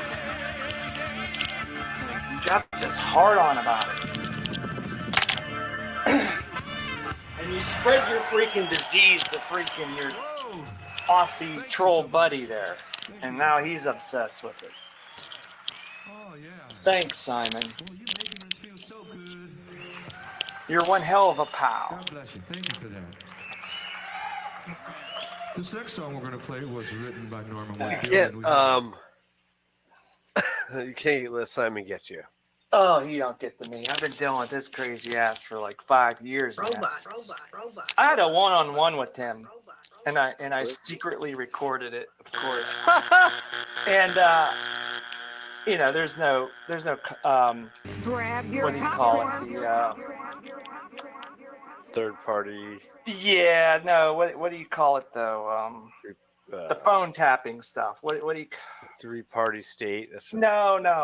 What's the term for it? In other words, it's your turn. Come on. I'm not thinking we're right actually now. recording the song. Shit. As we went 45 minutes long. What's We, a down- three copyright, recording but, party first state, one was man? On the charts for a couple of years, so thank you. I've know, when never you heard of one of wiretap those, somebody. man. What's the term for that? A three-party state recording law, man. Remember? I like it. Third party, I like it, man. No. Well, whatever. There's no wire. It's like the trilogy, man. I love it, man. You and someone from another country, okay? Because they're from another country. Now, was there anything criminal involved in the discussed in the conversations? Oh, no, the conversation was about Simon leaving YouTube. He told me he was leaving. Yeah, that he's done with YouTube and all this big boo-hoo for like an hour. And then he, and I said, well, take care of yourself, Simon. And then, he didn't leave. That's what happened. Yeah. They never do. They say they do. I've seen people take some breaks, or, The people that really leave are the ones that don't tell you they're leaving. Yeah, they just leave. They just leave. Or a few people, like Mechanic said he was leaving and not coming back, and he only came on other people's panels, but to his credit, he didn't come back. Domingo had to leave because of Tiffany. OGM, I believe he left because of her as well. She got the dirt on him. Yeah, she was threatening him to go after his real work and stuff like that. Yeah.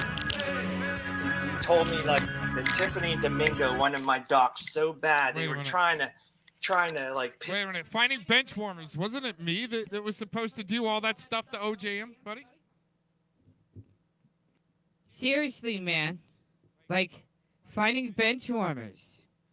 I was supposed to be the one to make OJM rage quit by doing all this stuff to him, but Fellowmont just admitted it there. but he lets finding bench warmers just keep running with it. Dorks.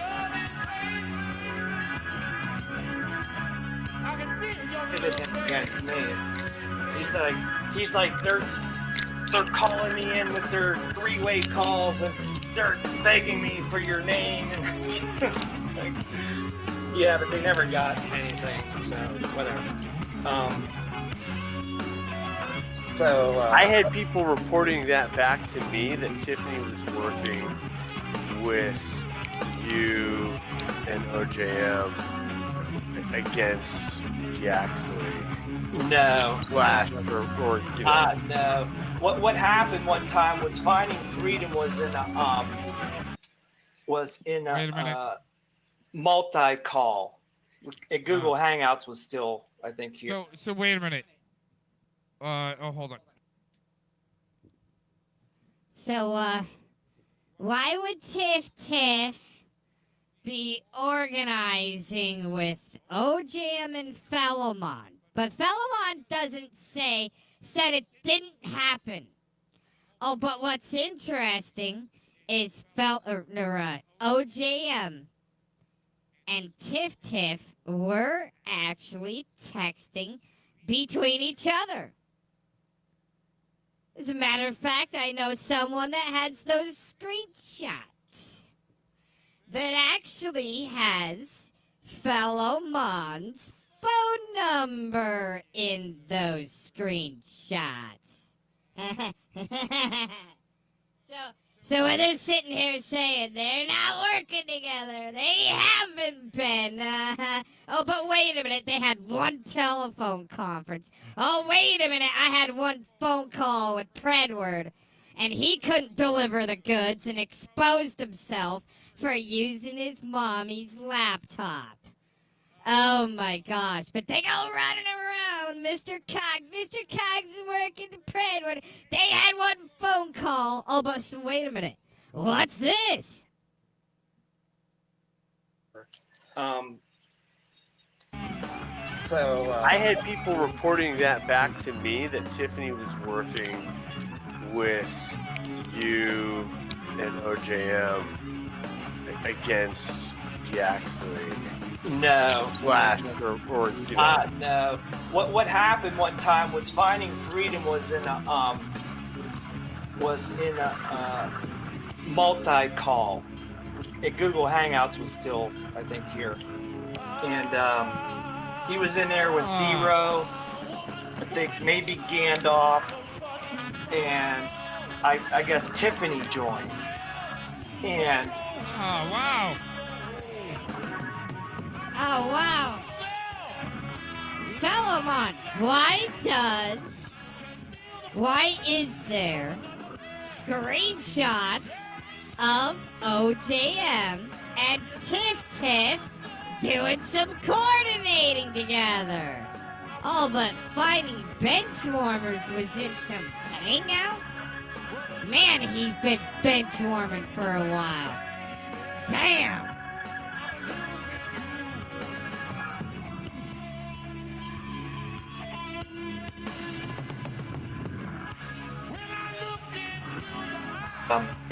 He was in there with Zero, I think maybe Gandalf, and I guess Tiffany joined.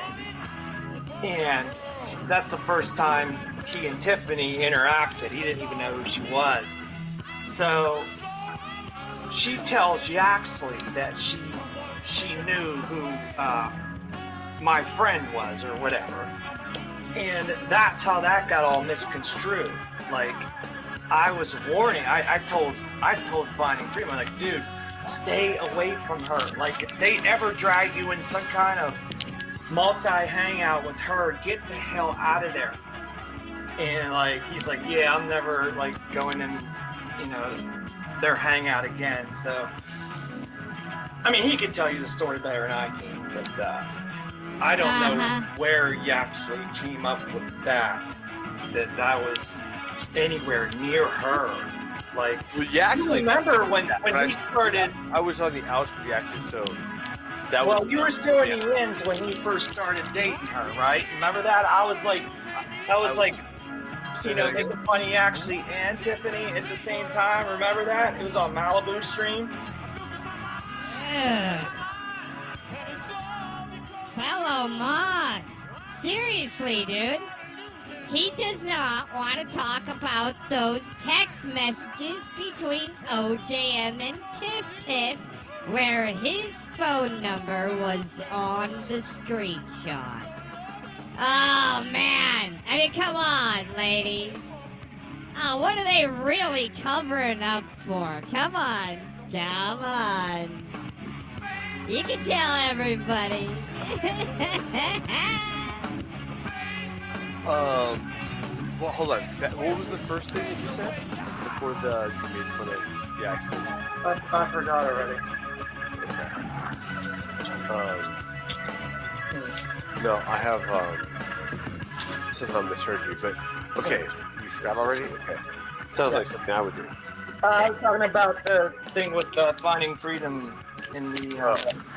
Yeah, I was just saying that, yeah, I was already on the outs from Yaxley, and I was hearing that Tiffany was fucking gassing up OV, Domingo, Yaxley. She was playing everybody against everybody. Yeah, she was all came to working. this I was like, oh my yeah. god, they fucking. I was like, Domingo too? And OJM's in on it? And fucking, it was like, oh my Well, god. you remember the big breakup too. Like remember when Yaxley was getting involved and brought Tiffany to this pocket? Remember, like, I think it was like, I don't want to bring up Kim, but it was Yaxley. Certain people were freaking siding with Yaxley, and it caused that big uproar between. I don't want to. I just don't want to bring her up. Never mind. I'll talk about it later. It's just too. But anyway, I'm too old for that shit. Tiffany came into this pocket, and she just caused all that division, and tried to create who was on whose what side against Yaxley, and like, I guess they were having a feud with Angela G. Remember that, where they broke away from Angela G because Angela didn't like Yaxley, and Scotty, you were still cool with Yaxley at that time. But I just don't want to bring up her name. No, I don't think I was actually. I don't think Scotty was actually cool with any motherfucking body, really. I think a lot of people have a hard time believing when I said I stopped talking to Yaxley that summer. That I stopped talking to fucking Yaxley that summer. Like, a lot of people second guess that. Though he has reached out to me a few times, I've never really, like when that Domingo shit was happening, he reached out to me. I was like, oh hell no, I'm out of this shit. And it seemed like I will say this: Tiffany seemed like she played everybody masterfully. And caused and even had Domingo capitulating. Except FM. Except FM. Oh, except FM. Or in me too. Or I was already wise to this shit before. I couldn't believe Domingo got caught up in that shit. We actually warned him. Domingo came to me. He did. Yeah, Domingo came to me and Cola and asked me to align with him and Tiffany. You warned everybody. You were like, stay the fuck away from this man. To get at Yaxley, and we said that Domingo said, you have no idea who you're aligning yourself with. We're not going to jump on Tiffany's side just to, get at Yaxley for you, Domingo. Like, dude, you're jumping on the wrong wagon here, man. Like, you're going to find out the hard way, and that's what happened. Well, that was a bridge far for even FM. Yeah, too much. I guess, no, you've been drinking, bro? Still burnt. I can tell. It's all right. Just never go F level. Don't go F, and you'll be okay. All right, thank you. Scream and yell. Why scream and yell when I'm sober sometimes? Well, yeah, that's work. That's some work. Like you can scream and holler at work. Oh yeah, you can. When you're fighting and shit, you can scream and yell for it. Yeah, you kind of have to. Chill. That's the thing, they call it a kiab. It just means a spirited yell. So when you hit the heavy bag, you get vicious, you know. You know, it doesn't matter if I yell. I'm always yelling in my head anyway, so as long as I can hear it, that's all that matters. Unless it's an emergency where I gotta warn people to get out of the fucking way. Emergency, emergency. I say, headache! Get the fuck out. Hey, I say. Chances are Simon's drinking too. When you see a lot of caps coming from Simon, I haven't drank that much yet. You know he's drunk. I got a reason. I'm a victim. You're a Simon victim? You didn't get it? What was it? Simon. Don't ever be a victim. Did bad I'm things. always a victim. I've never stopped being a victim. Yeah, we're a victim of the Jew. That's what we're a victim of. Oh, no, I'm a victim of fucking... I was cursed. Oh, that sucks. What kind of curse? Was it a Harry Potter? It was a biblical curse. Well, it was I was supposed a- to be painting. I can still do it. I was born a bastard.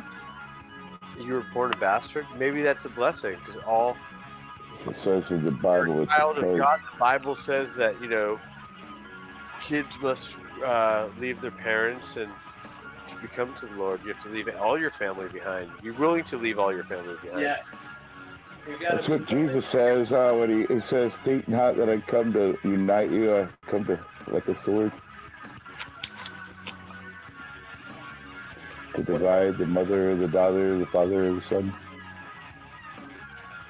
Yeah, and you have to, in Genesis, I think they even say, you know, you gotta leave your mom and dad and go find a new wife, or carry on, blah, blah, blah.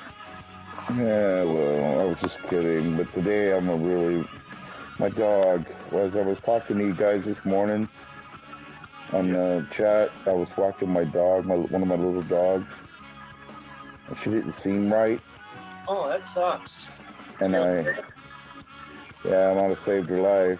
She's in the hospital right now. It's just cost $12,000.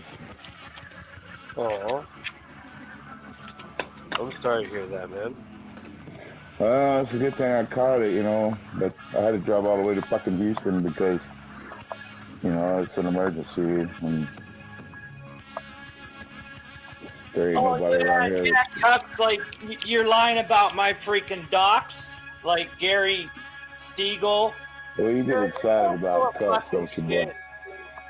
You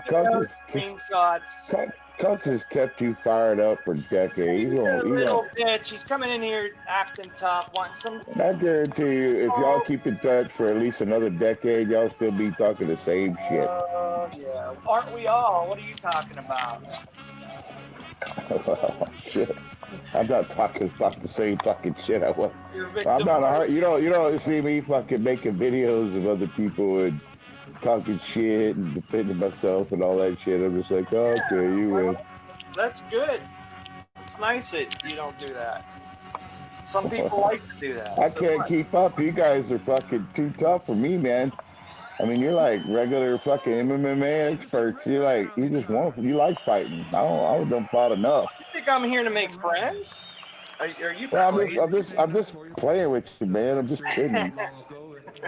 I get You know, crazy. don't start bullshitting me unless you want to be bullshitted back. Hey, even best friends will backstab you in the back when you ain't looking. I've learned this in real life, man. Yeah, but the cool thing about best friends, you can pop them in the motherfucking mouth. Yeah. I had somebody certain troll that doesn't like me anymore, tell me that he considers me a friend on here, and now I'm like the eternal enemy, you know? Yeah, that must have been a real letdown because it seems Yeah, it was. It seems sort of like all of a sudden, like Yeah. like just a total. I mean, it just came out of nowhere, right? Yeah, that's kind of weird. Right? Yeah. Oh well, but you expected it because you already said you were used to it because you have real life shit. You know what I mean? So fuck it. Yeah, same old shit. You know what I mean? Nothing changes. Why are we talking about the Bible again? I am so burnt out on the religion thing. I brought it up. I think oh, it was Scotty. Oh, okay, yeah. Wait, or no, maybe you brought it up. But hey, I did watch I thought nationalism. I watched half of the thing. At first, I was kind of bummed. I don't agree with the guy 100%, but it was interesting to hear him talk about the Supreme Court justice that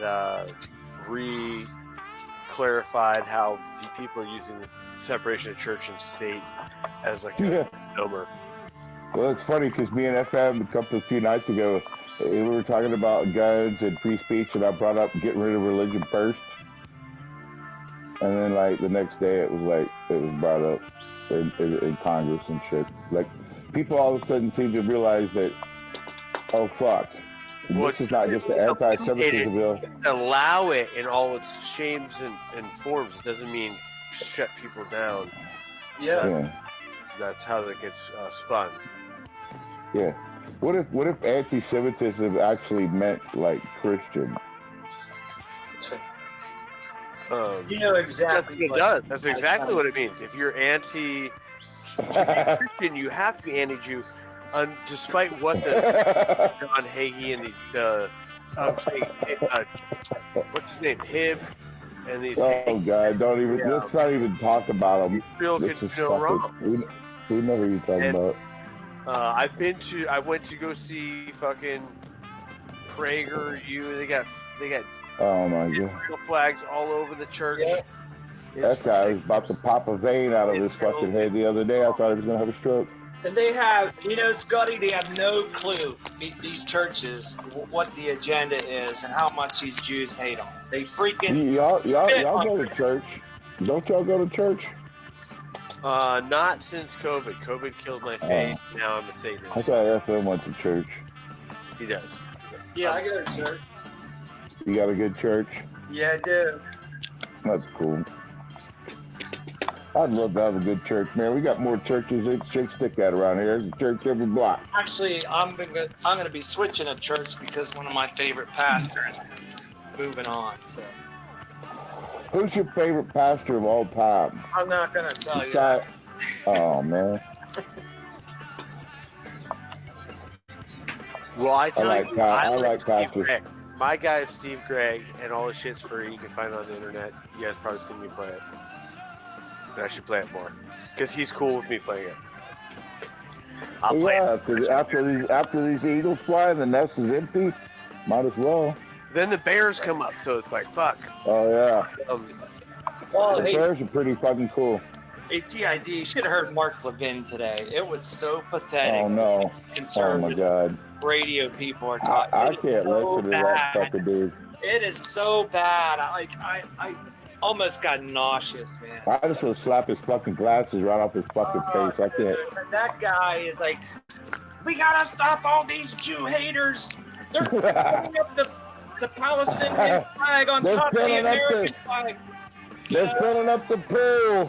It's all Jew haters in the pool. Jews can't swim, goddammit. We're stuck on the outside cleaning the fucking filters. And then he says, America, that we need to give Israel the weapons they need to defeat Hamas. I'm like, we give them freaking $80 billion a freaking year. Like, I thought God chose you. Tell God to build your shit. They have all our weapons. Like, Levin is such a fucking liar. It's so bad, and people... Go whip his ass, FM. Fuck it. It's worth going to jail just to whip his ass. Oh, it's worth it. I think it is. It's worth it. It is. Hannity, freaking... First defense, the assault charge ain't shit. All of them. They're all fucking frauds.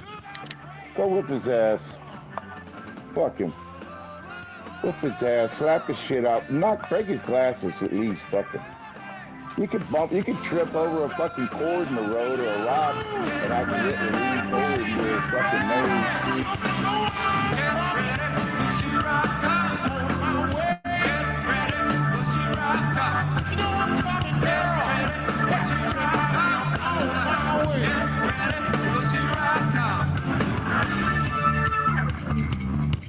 Hey, Bird. I hear that bass. Bring that bass up here, man. Get the bass up front. Get it thumping. Come on, buddy.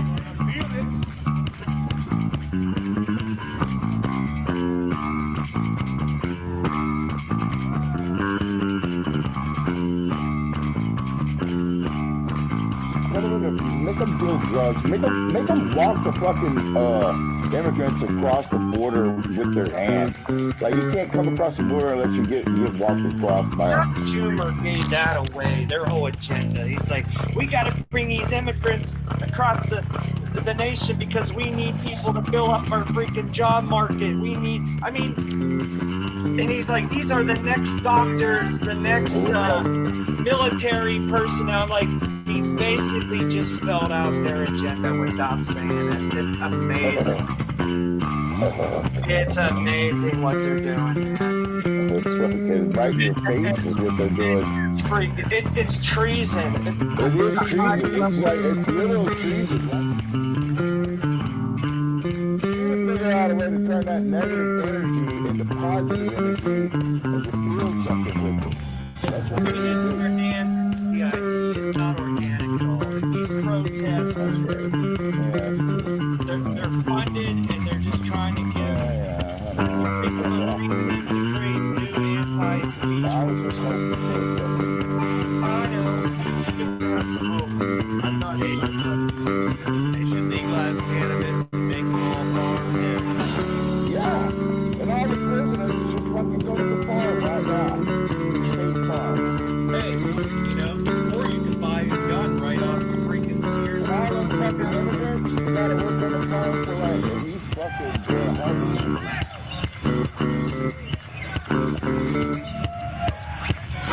Can you hear that?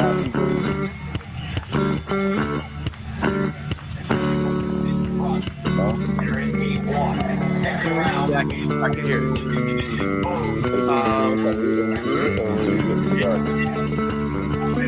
Should be fine. Edmonton's playing Vancouver. Vancouver's the advantage of their game.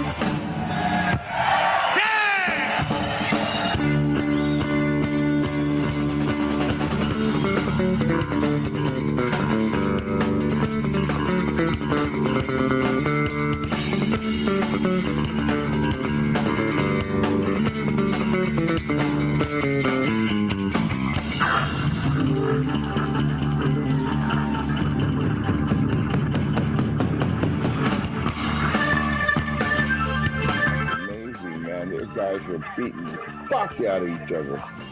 Did you should, that was the best game I ever seen. I don't remember who was playing, man, but it was they fought. What's that? Oh, there's Aaron again, thinking about people jacking off. Like I swear, Aaron is like obsessed with men jacking off. Canucks scored. Edmonton 2, Canucks 1. Okay, nice. Wow. Yeah, the Panthers beat the shit out of Can you Boston. hear that? Yeah. Got it. Yeah, and at a young age. Yeah, I can turn it up. You're sus there, Aaron. Boom, right in my face. But anyways, the last game, man, dude, these guys, I marked it in your chat. I put the time down in the third period, man. There was a whole team fighting each other like 3 times in like a minute. There were people getting ejected and shit. Everybody had somebody on the ground beating the shit out of them. Yeah, it happened. It happened. Last year that went 7 games, that matchup. But right now it's 1-1 Boston and Florida. Like I said, yeah, that was a hard, just a probably hard game from last year still. Not to mention this year. I'm gonna have to catch. I was working on this year. Yeah, 2-1. Edmonton's still winning. Boston got beat up today. Similarly, Boston beat up on. Yeah, that was the game. Dude, that game at the last like 8 minutes left, 8 minutes 35 seconds left of that game. That's when it started, the big fight, and then it just kept going. Yeah. Dude, that was part of the game. Yeah, because they were so mad because they were getting stomped. Yeah, the game's not even competitive. You're just like, fuck you, I'm fighting. Yeah. You gotta make sure you don't get game misconduct and shit. I've had that trouble. And people got ejected, like 3 or 4 people. Yeah, that's when you get in trouble if you're getting game misconduct. You carry game suspension. I mean, they were beating each other in the face, dude. They had them on the ground like, wham, wham. I'm serious. Oh, yeah? Yeah, you gotta watch it. Hockey's not good for your face. So, if you like your face, you should play hockey. Yeah, you shouldn't fight. I'd rather fight than hit the face with sticks. Oh man, they were smacking each other around in the fucking face.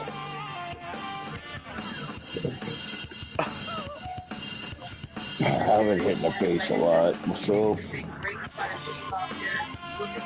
Well, you ready to play hockey? Can you skate? Dude, I bet you right now, I bet if I got on there, I could probably compete with you. Cause I don't know, it might take me, like, give me a day practice and I'll figure shit out.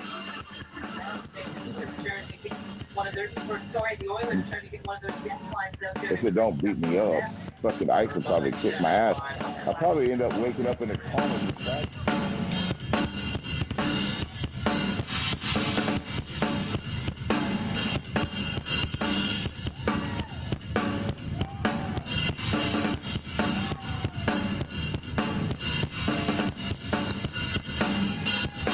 Go ahead, contest, look.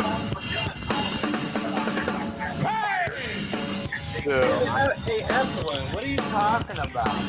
Aaron came to this chat. Get your freaking story right, dude. Fucking crazy old man.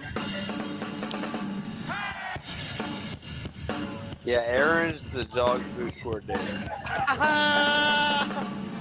How many freaking screens does Aaron put out with our names in it? Recently.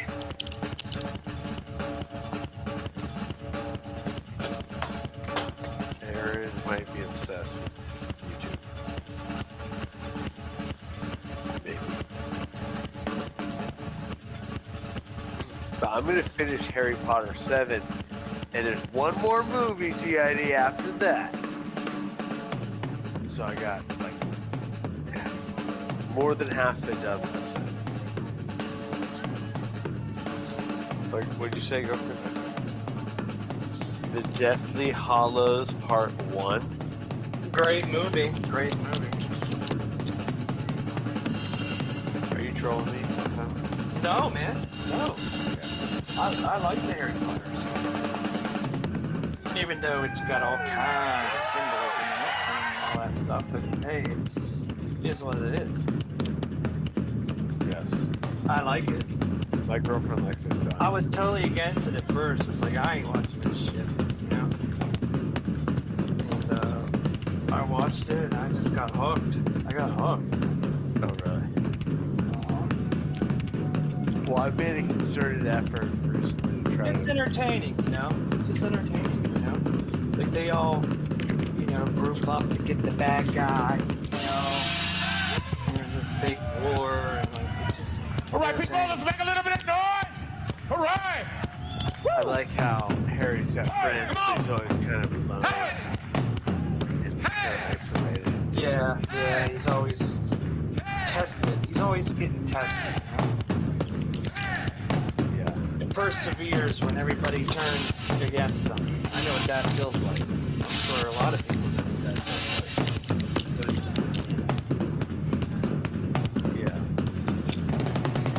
I'm at the part when he's fighting with. Don't tell me, don't actually bring it up. Fighting with his friends, it kind of over the locket thing. Yeah. One. It's all kind of dark. I was like, all right, shut it off now before I fall asleep, and then I'm off. But that way, it's kind of like it's still at like a weird point. But since I know there's another movie, I kind of know how it's all gonna work out in the end. But don't tell me. So close. So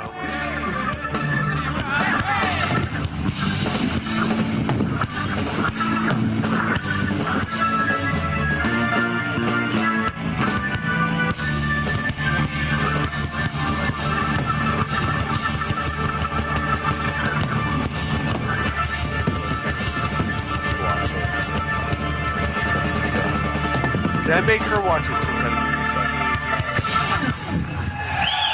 Thank you. God bless you. Thank you so much. I'm still a little confused, but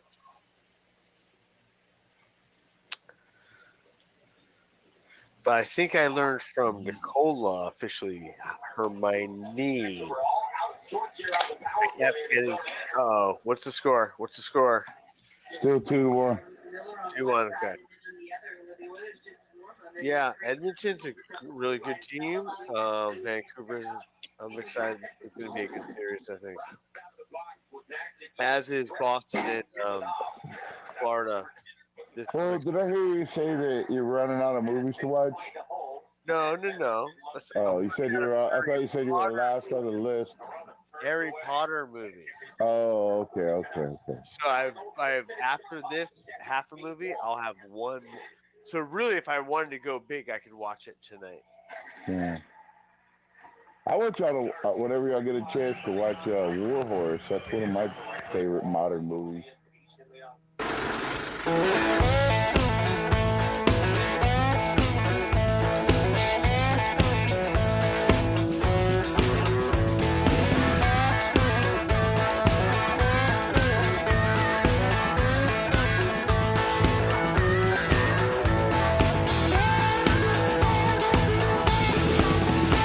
I won't tell you one thing now, so listen up, my children. We'll attain what used to be. I got us hypnotized, got us mesmerized, but it's just a parlor trick. They're gonna empty your pockets and they just wanna do it quick. Back in the day, snake old man, maybe a little sleight of hand. I tell you children, nothing's changed, it's still the same old plan. Give them what you got so they can have more than got them all born. They're the internet cowboys riding hard, riding to your home. Internet cowboys riding to your home. Internet cowboys riding to your home.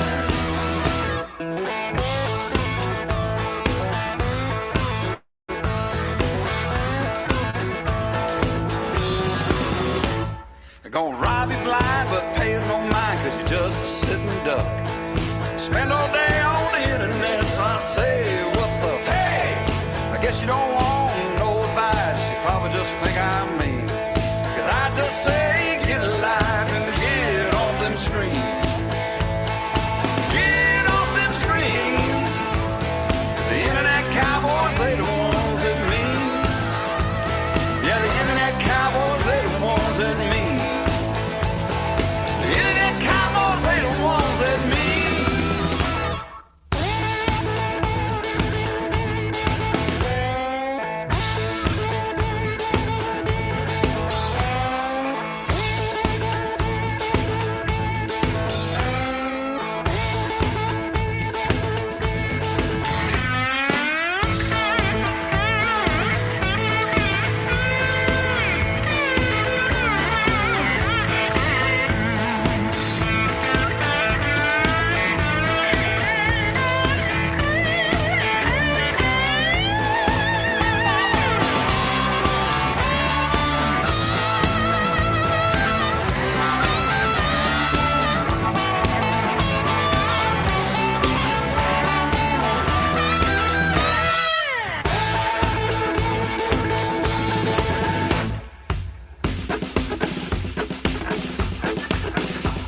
Well, you heard my thoughts on the matter, but there's only one way out. Shut down that MacBook Air and turn your life about. Get yourself a record player or maybe a guitar. Spend a little time with yourself, try to find out who you are. Find out who you are. Don't give them what they want so they can have more. And don't throw them no bone. Let the internet cowboys riding hard, riding to your home.